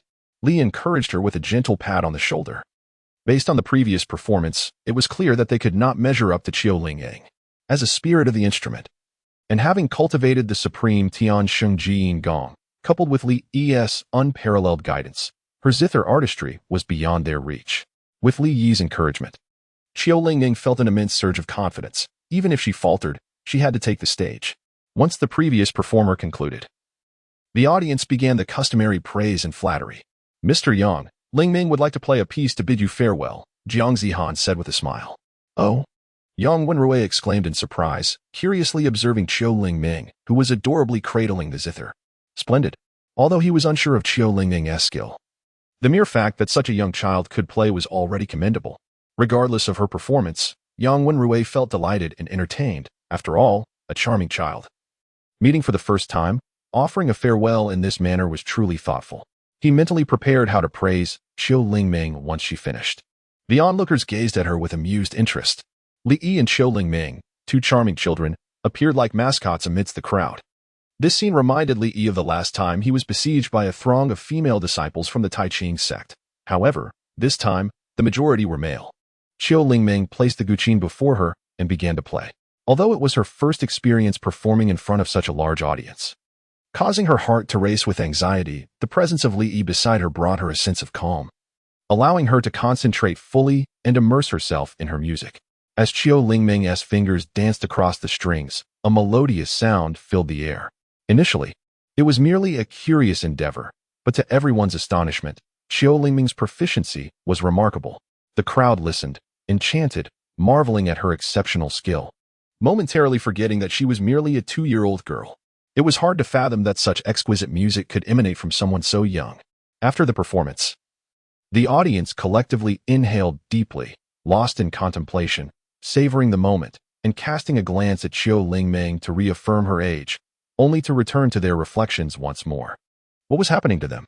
Jiang Zihan observed their peculiar expressions, pondering in silence for a while. Sister-in-law, did you find it beautiful? Li inquired. It was beautiful. But I do not understand. Does this relate to my previous question? Jiang Zihan replied, perplexed. Li Yi suddenly realized. It sounds delightful. Perhaps they have been disheartened. Qiu Lingming looked at Li Yi with eager anticipation, her face nearly beaming with unspoken praise. There is progress. Splendid. Continue your efforts, Li Yi commended. Qiu Lingming nodded shyly, her heart fluttering like a little deer in excitement. After a prolonged contemplation, Yang Wenrui spoke first. Who taught you to play the piano? Qiuling Ming, with a bashful smile, turned to Li Yi and replied, It was all taught to me by Brother Yi. Yang Wenrui raised an eyebrow, gazing at Li Yi. The level of skill exhibited by a 2-year-old girl was already astonishing, but what was even more outrageous was the fact that her teacher was another 2-year-old child. The absurdity of the situation was overwhelming, bordering on the fantastical. If one were to claim that Qiuling Ming was a disciple of a great scholar, Yang Wenrui would have accepted it without doubt. However, Li Yi was simply incredulous. 2 toddlers, this was beyond comprehension. Surely it could not be a jest. Everyone shared Yang Wenrui's sentiments. Words hung on the tip of their tongues, yet they swallowed them back, unable to articulate the complexity of their thoughts. For heaven's sake. After all this time spent in vain, to be outperformed by a mere 2-year-old, the teachings have been utterly fruitless. The fact that her instructor was also a child of the same age was a cruel irony that left them feeling as though they needed to start afresh. Especially among those present who were well-versed in the art of music, doubts began to creep in, their worldviews crumbling. It was utterly nonsensical. The piano fell into an eerie silence, captivating the attention of all.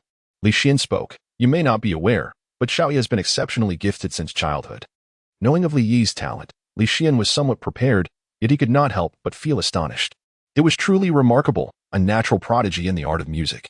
Yang Wenrui, captivated by Qiuling Ming's musical talent, turned his gaze to Li Yi and inquired, Might you also grace us with a performance? Li Yi, are you certain you wish for me to put on airs? This is your own request, and I shall not hold back. Of course. I shall also perform a piece to bid farewell to Mr. Yang. Li displayed an innocent demeanor, saying, All right. Yang Wenrui's face broke into a benevolent smile as he stroked his beard, remarking that Li Yi was indeed a well-behaved child, attempting once more to deceive him into marriage. Brother Yi, Qiuling Ming joyfully stepped aside, leaving the next move to Li Yi. Li pondered for a moment before deciding to perform a piece entitled High Mountains and Flowing Water. As the melody resonated, the smile on Yang Wenrui's face gradually faded, replaced by a tide of memories. His hand, which had been stroking his beard, came to a halt, as if the very scene had been suspended. The surrounding audience also fell into a profound silence, attentively absorbing the notes that Li Yi played. Once the performance concluded, Yang Wenrui gasped softly, overwhelmed with emotion. A tremor coursing through his heart. What is the name of this piece? He could not help but inquire, his excitement palpable. Nearly losing composure as he reached out to grasp Li Yi's hand.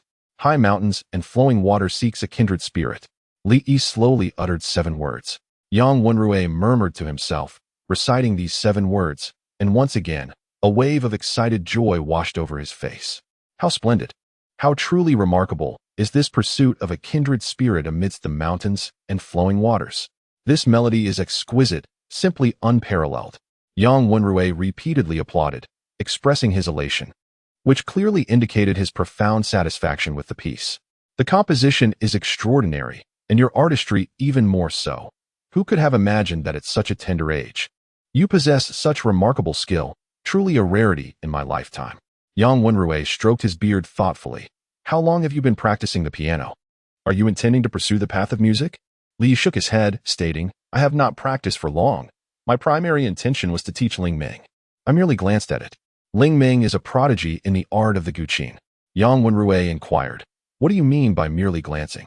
Such a young child. Even if learning the guqin, would at most have studied for just over a year. To possess such skill is truly a testament to innate talent in this craft. Your artistry has already surpassed my own. It would be a pity to forsake the path of a guqin master. Should you be interested? I can introduce you to esteemed guqin practitioners, including the master of the guqin sacred isle, with whom I hold a modicum of acquaintance. Yang Wenrui, recognizing the potential, believed that such talent must not be squandered. The gentlemen present eagerly approached, offering their entreaties to accept the 2 as their students. The other students watched in envy as the 2 children captured the spotlight. Their promising futures were evident, given the esteemed attention they received. How envious. Chapter 81. We are merely porters of nature. A student wished to compose a poem in farewell to Mr. Yang. Very well. Following the brief interlude involving Li Yi, the atmosphere returned to its usual course. However, no one dared to play the piano to bid farewell, with Li Yi leading the way. Who would have the audacity to perform? Anyone who attempted would be regarded as a fool. Consequently, the gathering resorted to reciting poetry and composing verses, yet Given their limited abilities, most of their efforts amounted to mere verbal embellishments and pointless lamentations, haphazardly pieced together. Only a select few exhibited genuine talent, adhering to traditional forms and exhibiting some semblance of artistry. Nevertheless, Yang Wenrui offered affirming remarks, primarily as encouragement. Jiang Zihan playfully poked Li Xian in the side. "What's the matter?" Li Xian shivered slightly. "Aren't you fond of composing poetry? Go on. Little Li was quite impressive just now. As his brother, you ought to showcase some talent, don't you think, little Li?" "Li Xian, I do not wish to engage in conversation. Is it truly possible to compose exquisite poetry at will? Furthermore, why should I compare myself to Li Yi? Is such a comparison even feasible? As a student of Mr. Yang, why not recite a farewell poem?" Jiang Zihan cast an annoyed glance at Li Xian, visibly upset, the kind of anger that cannot be easily soothed. "You are aware, I have only attended a few of Mr. Yang's classes, and unfortunately, I do not excel." Jiang Zihan tends to doze off as soon as class begins, showing little connection to the teachings of Confucianism and Taoism, though she possesses admirable talent for cultivation. Her poetry is quite commendable, and she diligently strives to learn. The student remains mindful of the teacher's teachings. Yang Wenrui nods, smiling and approving as he listens to their very poetic expressions. Li Yi's assessment of them was, from a distance, they appeared to be gentlemen. Up close, they were indeed gentlemen. As the gentleman approached, it became abundantly clear that he was truly a gentleman. After a while, he had essentially completed a round. Yet, was there anyone willing to compose poetry? There were some eager to try, but just as they were about to step forward, they hesitated, realizing their thoughts were not yet fully formed, and decided to contemplate further. Observing the crowd's indecision, Yang Wenrui smiled, intending to conclude the matter, when a youthful voice broke the silence. "I have a poem to present to Mr. Yang." All eyes turned to Li Yi, once again fixating on this young lad. "You can write poetry?" they exclaimed in astonishment. Being able to play the piano is one thing, but to write poetry as well? This little fellow is truly exceptional. Curiosity outweighed skepticism among the onlookers. Li Yi shook his head and replied, "No, it's my first time. Inspired by my feelings." The mention of a first time, inspired by feelings, brought a sigh of relief. If it were anything akin to the artistry of Chini, they might as well be remade, rendering their existence unnecessary. What poetry could a child possibly possess, especially for a first attempt? As long as he could read smoothly, that would be commendable. "All right, then, please proceed." Yang Wenrui chuckled, stroking his beard, eager to hear more, fond of Li Yi, and curious about what he might compose. A maiden work, the precursor to future misadventures. The gaze of the entire assembly once again coalesced upon Li Yi, who puffed out his chest, hands clasped behind his back, embodying the demeanor of a young adult. The aura of a sage radiated from him, elevating the atmosphere. Indeed, the more impressive the display, the better. In that very moment, Li seemed to evoke the image of a sage, prompting a mixture of astonishment and excitement among the onlookers, nearly compelling them to kneel in reverence. Such elegance was enough to inspire admiration not only from the students but even from Yang Wenrui, who felt an urge to pay homage. Regaining his composure, he pondered the peculiarity of being so moved by a 2-year-old child, almost mistaking Li Yi for the sage he idolized. Li slowly began to speak. "In the vast expanse of yellow clouds under the waning sun, the north wind blows the wild geese as snow flurries fall." Yang Wenrui savored these lines of poetry. Indeed, these succinct couplets surpassed the earlier verses penned by the other scholars in their entirety. A vivid imagery enveloped him, and the scenes depicted in the poem unconsciously materialized in his mind, the choice of words exquisite and perfectly apparent. One could discern from these 2 lines that the level of artistry was quite exceptional. The sole drawback lay in its melancholic tone, rendering Yang Wenrui as though he were in a state of exile. Nevertheless, the background was rendered beautifully, harmoniously aligning with the theme of farewell. He waited patiently for Li Yi to continue. As the atmosphere reached a suitable crescendo, Li Yi continued. To feign sophistication requires a deft touch. It must be executed with precision, lest one's pretentiousness devolves into an awkward spectacle. He slowly began to speak. "Do not lament the absence of kindred spirits on the road ahead, who in this world does not recognize your worth." A sharp intake of breath followed these lines, as Yang Wenrui, while stroking his beard, suddenly clutched it tightly, nearly uprooting it. Goosebumps erupted across his skin, and once again, time seemed to stand still. The initial couplet, imbued with a sense of melancholy and despair, evoked feelings of desolation, yet the subsequent lines turned the tide, unveiling a newfound clarity and brilliance, a true marvel. Remarkable. Truly remarkable. Yang Wenrui exclaimed, slapping the table in admiration. Indeed, it was an exceptional poem. Not only Yang Wenrui, but the other gentlemen also showered Li Yi with praise, lauding the poem without reservation. This composition surpassed any they had penned before, the quality incomparable. Li Yi, did you truly compose this poem? Yang Wenrui questioned in disbelief, struggling to accept that such profound imagery and depth could emanate from the mind of a mere 2-year-old. It was simply inconceivable, an incredulity difficult to fathom. Of course not. We do not create poetry, we are merely carriers of nature's essence. Li only utilized the first half of the verse, deeming the latter half inappropriate. Hence he refrained from reciting it. As a time traveler, at this very moment, to abstain from composing poetry would indeed be a disservice to his identity, considering the countless times he had copied such works in elementary school. In fulfilling the task of a triumphant reversal, he would astound the assembled scholars with his erudition, rendering the learned gentleman speechless. Any casual display of his talent would reach heights they could only dream of attaining in their lifetimes. The reward for such an achievement would be the essence of Confucianism. A sharp intake of breath echoed through the room. It was evident that the verses had been conjured by Li Yi on the spot. Had these been the works of past sages, the scholars of the Confucian school would undoubtedly have been acquainted with such poetry. Li Yiqian's exceptional talent is remarkable. Yet it is her inaugural attempt at poetry that truly astonishes, surpassing her peers, and leaving even the most esteemed scholars feeling inadequate, unable to compose verses of greater merit. For the first time, I perceive a disparity in the capabilities of a mere 2-year-old child. This child, in 2 successive instances, has silenced the lively farewell gathering. And this latest silence lingers even longer than the first. Few dare to speak, their hearts a tumult of emotions.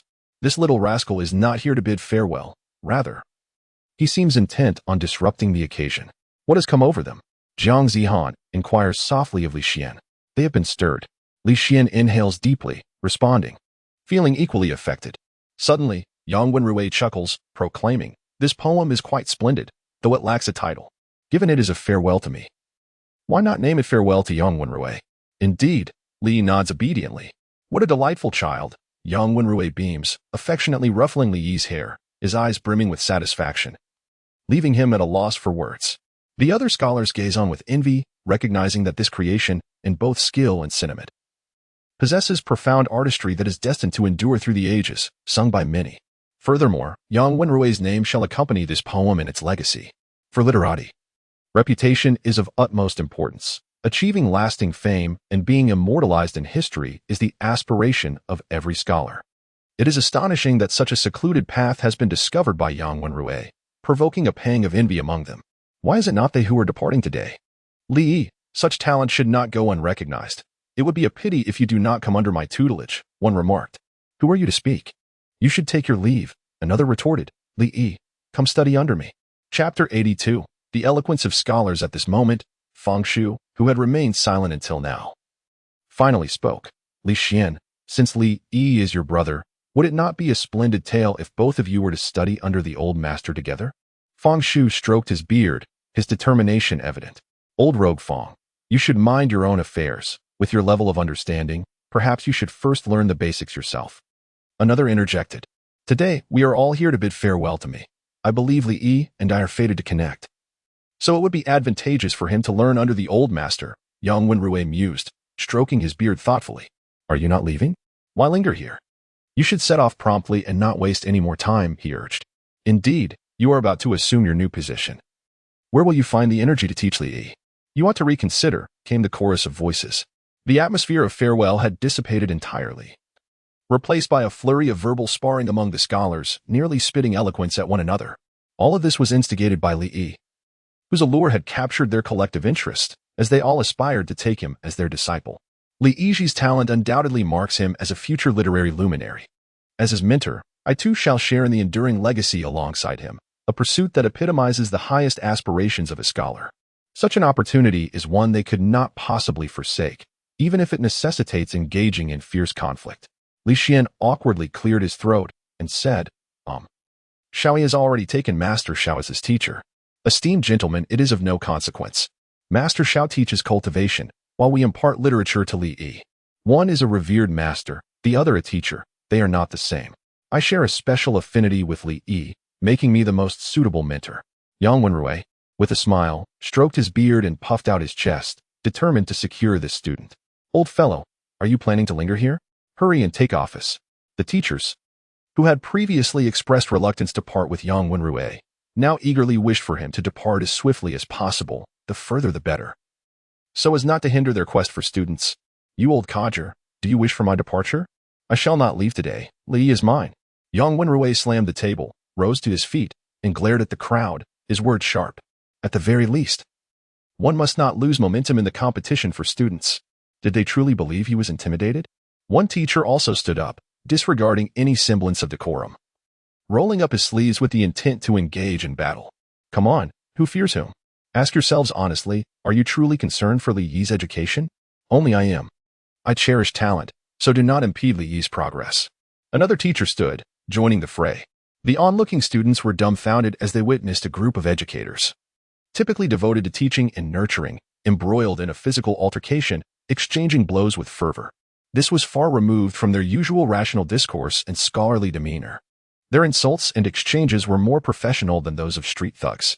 Their actions epitomized a saying, I cultivate knowledge to calmly reason with fools. I practice martial arts to ensure fools engage with me in a composed manner. When reason fails, I possess a modicum of skill in combat. Yang Wenrui's farewell gathering swiftly devolved into a chaotic brawl, impossible to contain. The onlookers were speechless. Was it truly necessary to fight over Li Yi? Their perception of the teachers was utterly transformed. I say, let me go? Allow me to engage in a 300-round duel with these ancient codgers. Do they truly believe I am afraid? Mr. Yang, it is time to depart. Delay further, and you shall be unable to assume your position on time. With a bruised visage and sporting 2 black eyes, Yang Wenrui reluctantly took his leave. He climbed onto the carriage and began to depart. Where are my shoes? What happened to my shoe? Only then did Yang Wenrui realize that one of his shoes was missing. Returning to the teacher, you just threw your shoe at Mr. Fang's face. Oh, never mind. I'll just buy another pair. Although Yang Wenrui had left, the battle for Li Yi was far from over, continuing with fervor. Li Xin clicked his tongue, deeming this group of individuals beyond redemption. He cast a knowing glance at Jiang Zihan, who instantly understood the unspoken message. Together, they quietly took their leave, distancing themselves from the instigators, Li Yi and Qiu Lingming. Let them continue their antics. Upon returning to the resting courtyard, twilight was approaching. Xiaoyi, I shall return to see you tomorrow, Jiang Zihan said with reluctance, gently ruffling Li Yi's hair before departing. Li Xin remarked, I shall return to my cultivation. Should any matters arise, do not hesitate to summon me.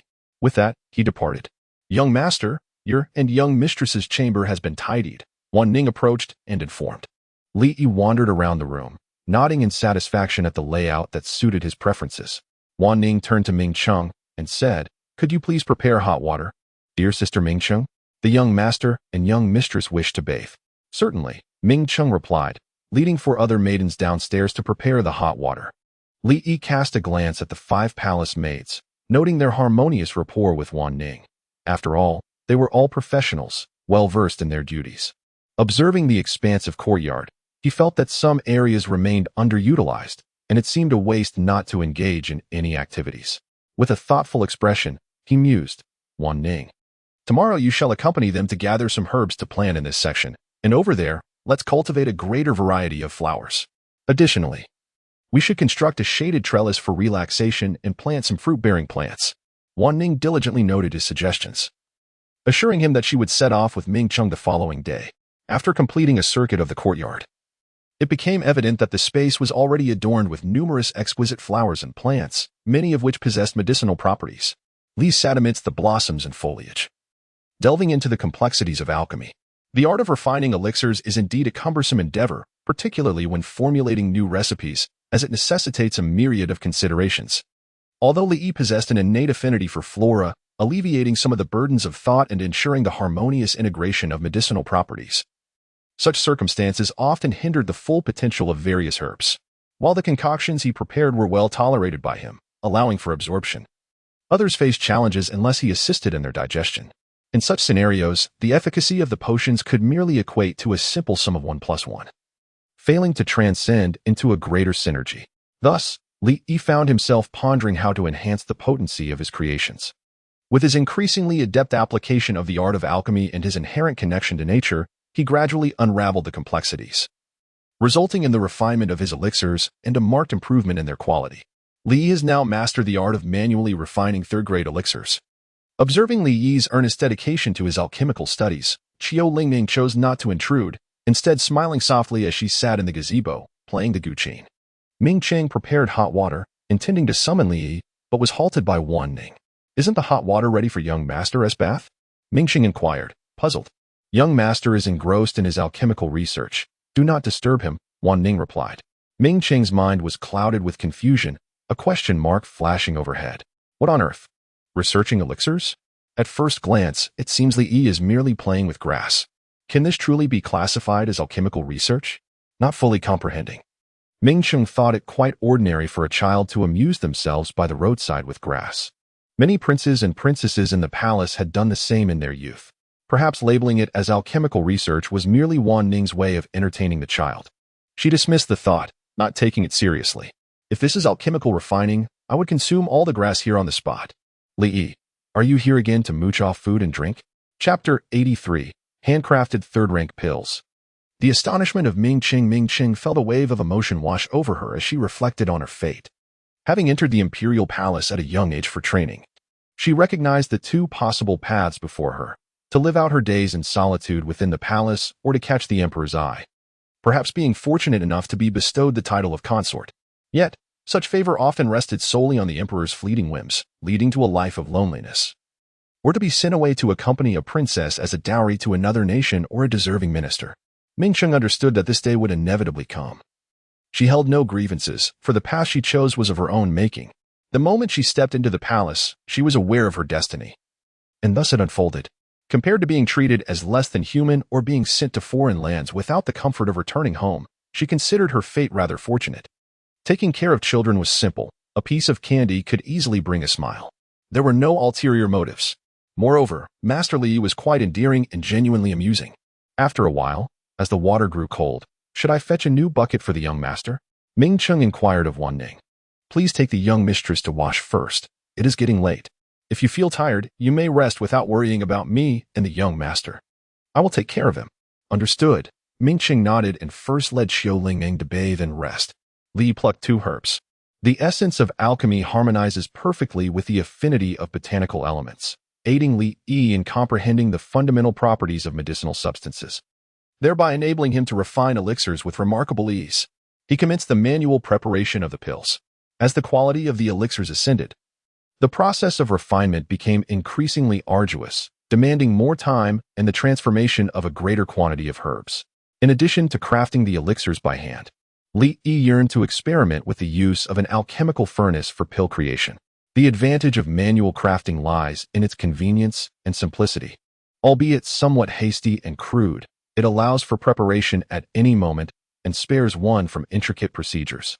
Conversely, the elixirs produced in an alchemical furnace exhibit a refinement and aesthetic appeal. The flames facilitate a swifter fusion of the herbs, and certain superior flames and furnaces impart unique enhancements to the elixirs.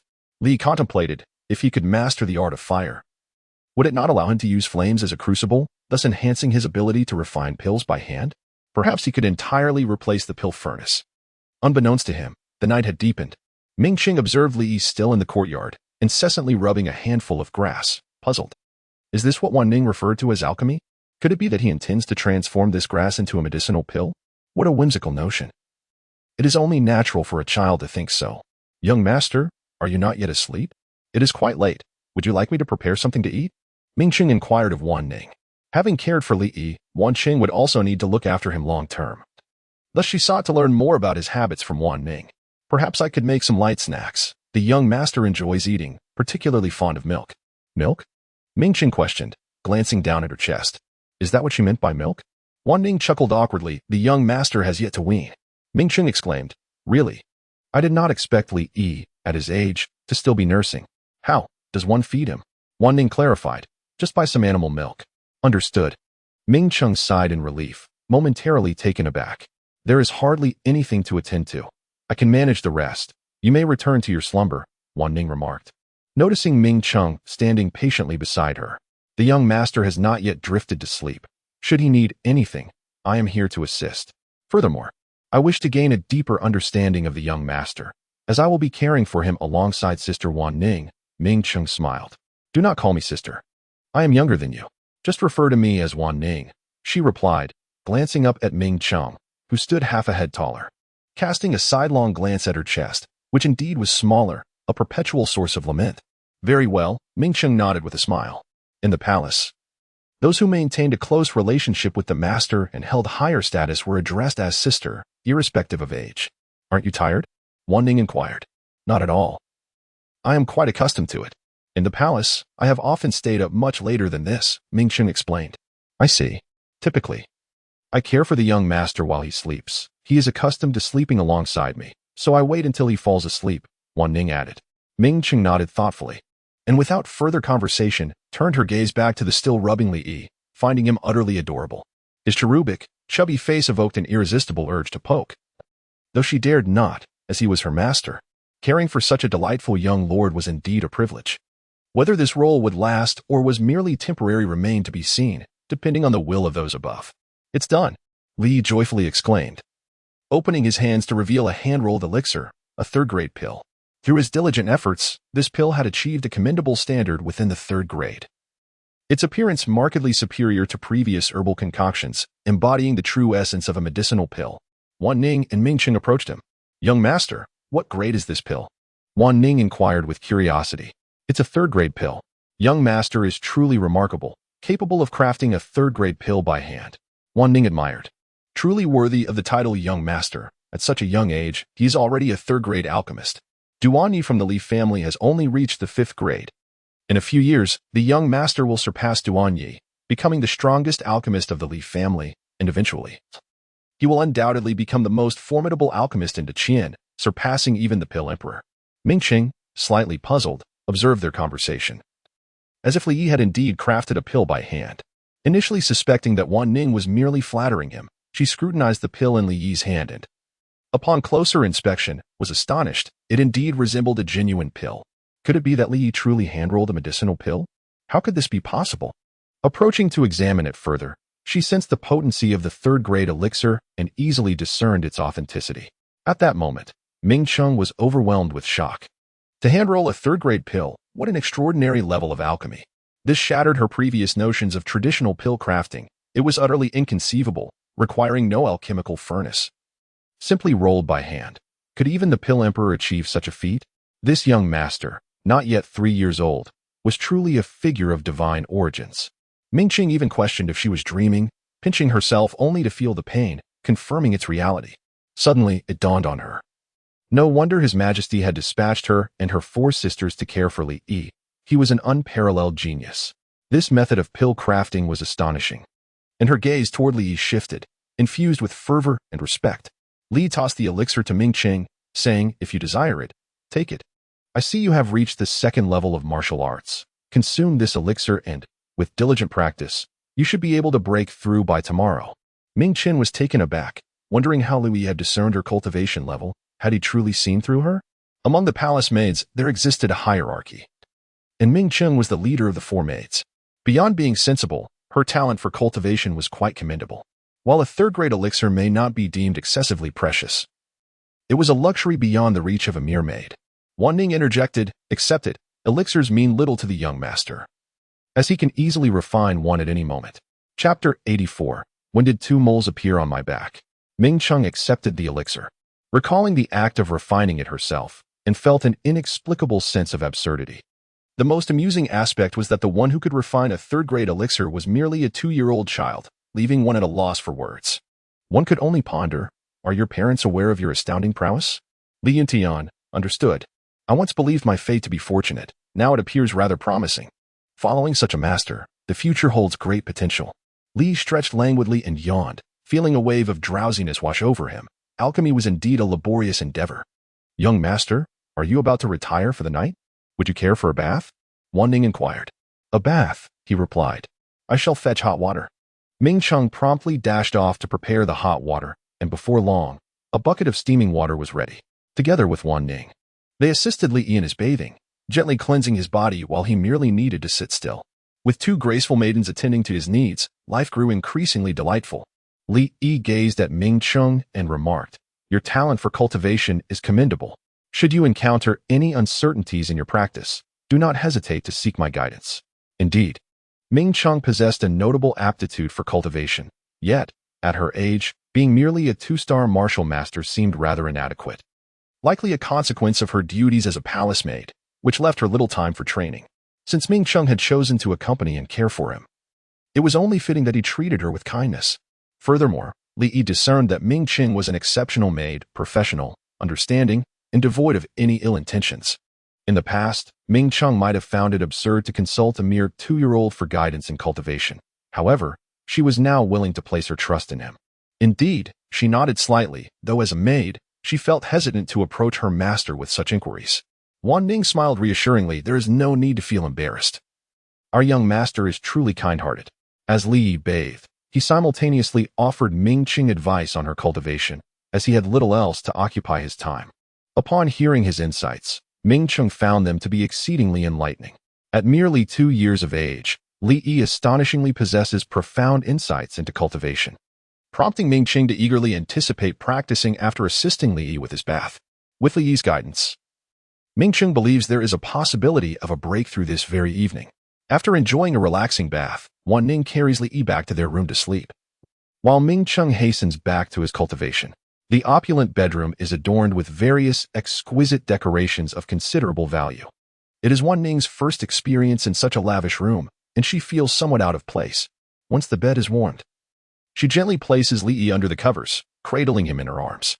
After a moment's contemplation, Wan Ning speaks up, "Young master, how do you perceive my talent for cultivation?" Li Yi pauses briefly, contemplating her question. "Your talent for cultivation is somewhat lacking, but it is acceptable. Why the sudden interest in this matter?" "I also wish to cultivate, young master. Could you guide me?" Wan Ning inquires tentatively. Despite knowing she lacks the standing to make such requests of the young master, she yearns to pursue cultivation. "Of course, you are my devoted maid.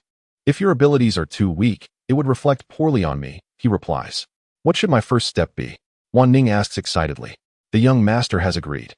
"Your talent may be somewhat inferior, so I shall provide you with a formula to concoct a cleansing elixir. You may seek assistance from the academy's instructors." Li Yi held Wan Ning tenderly, inhaling the fragrant aroma that enveloped her, gradually succumbing to slumber. Accustomed to the warmth of her presence, he found it difficult to achieve restful sleep in her absence. "Thank you, young master," Wan Ning murmured softly. Glancing down, she noticed Li Yi peacefully resting against her chest and chose not to disturb him further, surrendering to sleep herself. The following day dawned. Li Yi slowly opened his hazy eyes, rubbing them gently.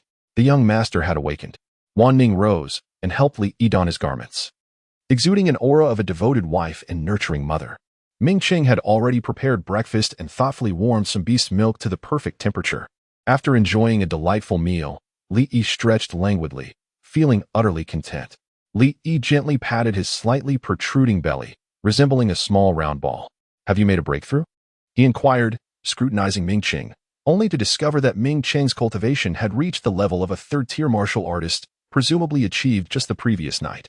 "Thank you for your elixirs and guidance, young master." Ming Chung expressed his gratitude. "No need for thanks. As long as you follow me and work diligently, there will always be a meal for you to share," Li Yi reassured, patting his chest. "Indeed," Ming Chung replied with a smile, unable to suppress a chuckle at Li Yi's somewhat dignified demeanor. After satisfying their hunger, they took hold of Qiu Lingming's hand and ventured into the courtyard. Every morning, after breakfast, it was customary for them to play the piano for a while, nurturing their artistic sensibilities and deepening their bond with Qiu Lingming. "How is your progress with the heavenly silent melody technique?" Li Yi inquired.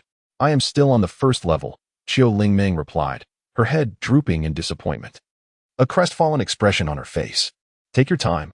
I am only at the 3rd level myself," he encouraged. Li stifled a yawn. Qiu Lingming murmured, "I have no desire to converse. Is this your form of consolation, ego? Why does it sound so painfully sincere? Hearing your words only deepens my despair." At that moment, a familiar cacophony erupted from outside. "What brings you ruffians here? Shouldn't you be attending class? How can you even dare to call yourselves teachers? You tarnish the very essence of pedagogy, lacking any right to instruct Li Yi. As the saying goes, those who associate with the red will become red, and those who mingle with the black will turn black." Li is still young. If he were to follow your disgraceful example, the consequences are all too predictable. Hence, cease your bickering, allow me to take charge. Who do you think you are? Do you not feel any shame in uttering such words? Go somewhere cool and stay there. As the argument escalated, the sounds of a scuffle ensued.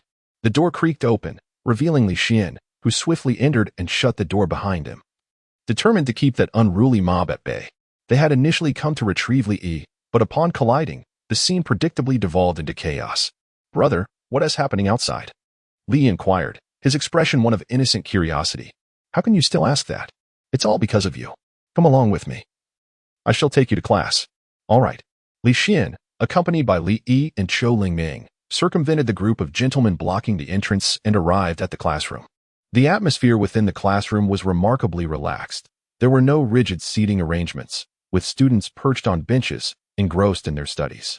The curriculum primarily revolved around exploring cultivation issues, insights into the Tao, and guidance on martial arts techniques.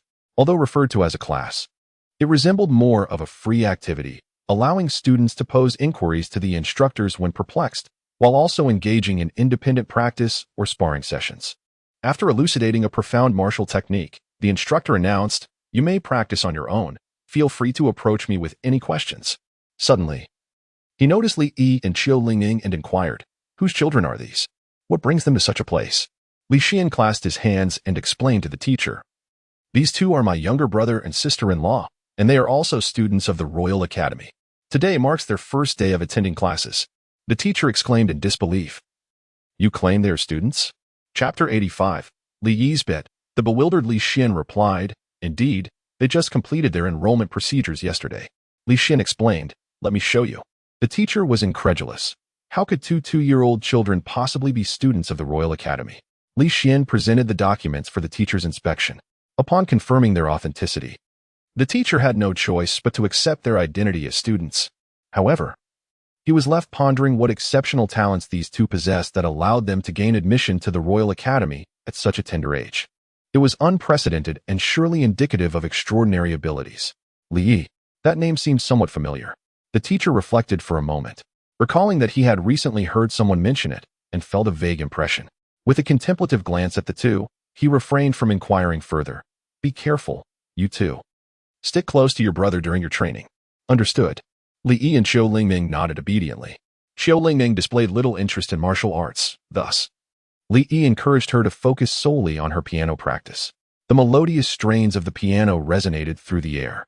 As the enchanting music played, a vivid image emerged in the mind, a stunningly beautiful woman playing the piano, her music as exquisite as her appearance, captivating all who listened and drawing them into a deep reverie. Upon closer inspection, however, the vision faded, revealing not a breathtaking woman but a sweet-looking 2-year-old girl. The disparity between reality and fantasy was striking.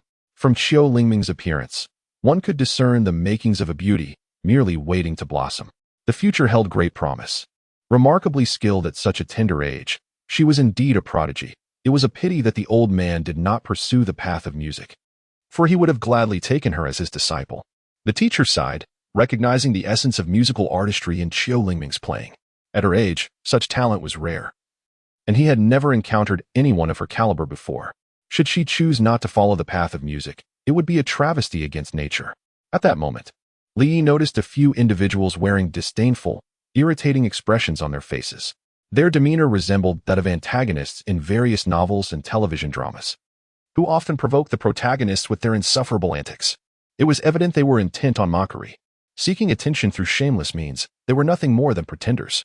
Qiu Lingming paid no heed to these individuals. She was unconcerned with the opinions of others, her focus solely resting on Li Yi. Before Li Yi could speak, Li Xian interjected, saying, "I see that you all are feeling quite mischievous again. If you dare, let us settle this with a duel." Li Xian stepped forward, positioning himself before Li Yi and Qiu Lingming, lifting his head with an air of arrogance and a defiant demeanor. "We have no desire to engage in a confrontation with you. Instead, you should focus on taking care of the child. After all, should an accident occur, you would be the one tasked with cleaning up." Li Xian chuckled softly. "Indeed, who was it that I reduced to a mere ostrich last time? If I recall correctly, it was you. Why today, do you not bury your head in your own trousers? Such behavior is not in accordance with your natural tendency to retreat like a timid turtle. As for those individuals, I can hardly be bothered to waste my breath on them. Ultimately, they will be nothing but a mouth without substance. Brother, do they hold any animosity towards you? Curious. Li inquired. It could be considered so. Within the Royal Academy, students are divided into numerous small factions, forming alliances. The relationships among them are profoundly influenced by their parents. Those whose parents share amicable ties tend to maintain harmonious relations, while animosities between their parents often result in discord among the children. Particularly, if the parents are political adversaries, frequent confrontations are almost inevitable. Thus, it is commonplace for factions to engage in skirmishes at the Royal Academy, which does not actively suppress such behavior as long as it does not escalate excessively. Displaying temper is seen as a positive trait, indicative of vigor and resilience, qualities that the great Qin dynasty seeks in its youth. Though these spirited young individuals may not harbor profound enmities toward one another, their playful scuffles provide entertainment, and they tend to exercise discretion in their interactions. Li Xian, although not embroiled in conflicts with these individuals lacking parental figures, finds himself at odds with Jiang Zihan, who is his fiancée. Consequently, Li Xian inevitably becomes their adversary. Li, deep in thought, pondered over the enmity of his sister-in-law and the ridicule directed at Ling Ming. He decided that he would not hold back. Here was a splendid opportunity to showcase his prowess, allowing them to understand that he was no ordinary child. Henceforth, they ought to speak to him and Ling Ming with greater courtesy. Li Yidao, Ling Ming, they claim you are seeking attention. Do you not wish to respond? Q Ling Ming shook her head and said, I am indifferent. Li, you are my fiancée. To speak of you is akin to slapping my own face. Li wore an expression of utter intolerance. Qiu Lingming shifted her tone, declaring, in that case, I care deeply and must seek justice. Li Xian raised an eyebrow. Both amused and exasperated by the antics of the two children, who truly embodied the harmonious partnership of husband and wife, provoking a smile. What do you intend to do? Li Xian inquired with curiosity. Is it possible that Li Yi intends to engage in a competition of piano playing or poetry with others? What capabilities does he possess? Li inquired. A Grand Martial Master of the 3 stars. Then I shall subdue him, compelling him to apologize to Ling Ming. Li spoke earnestly.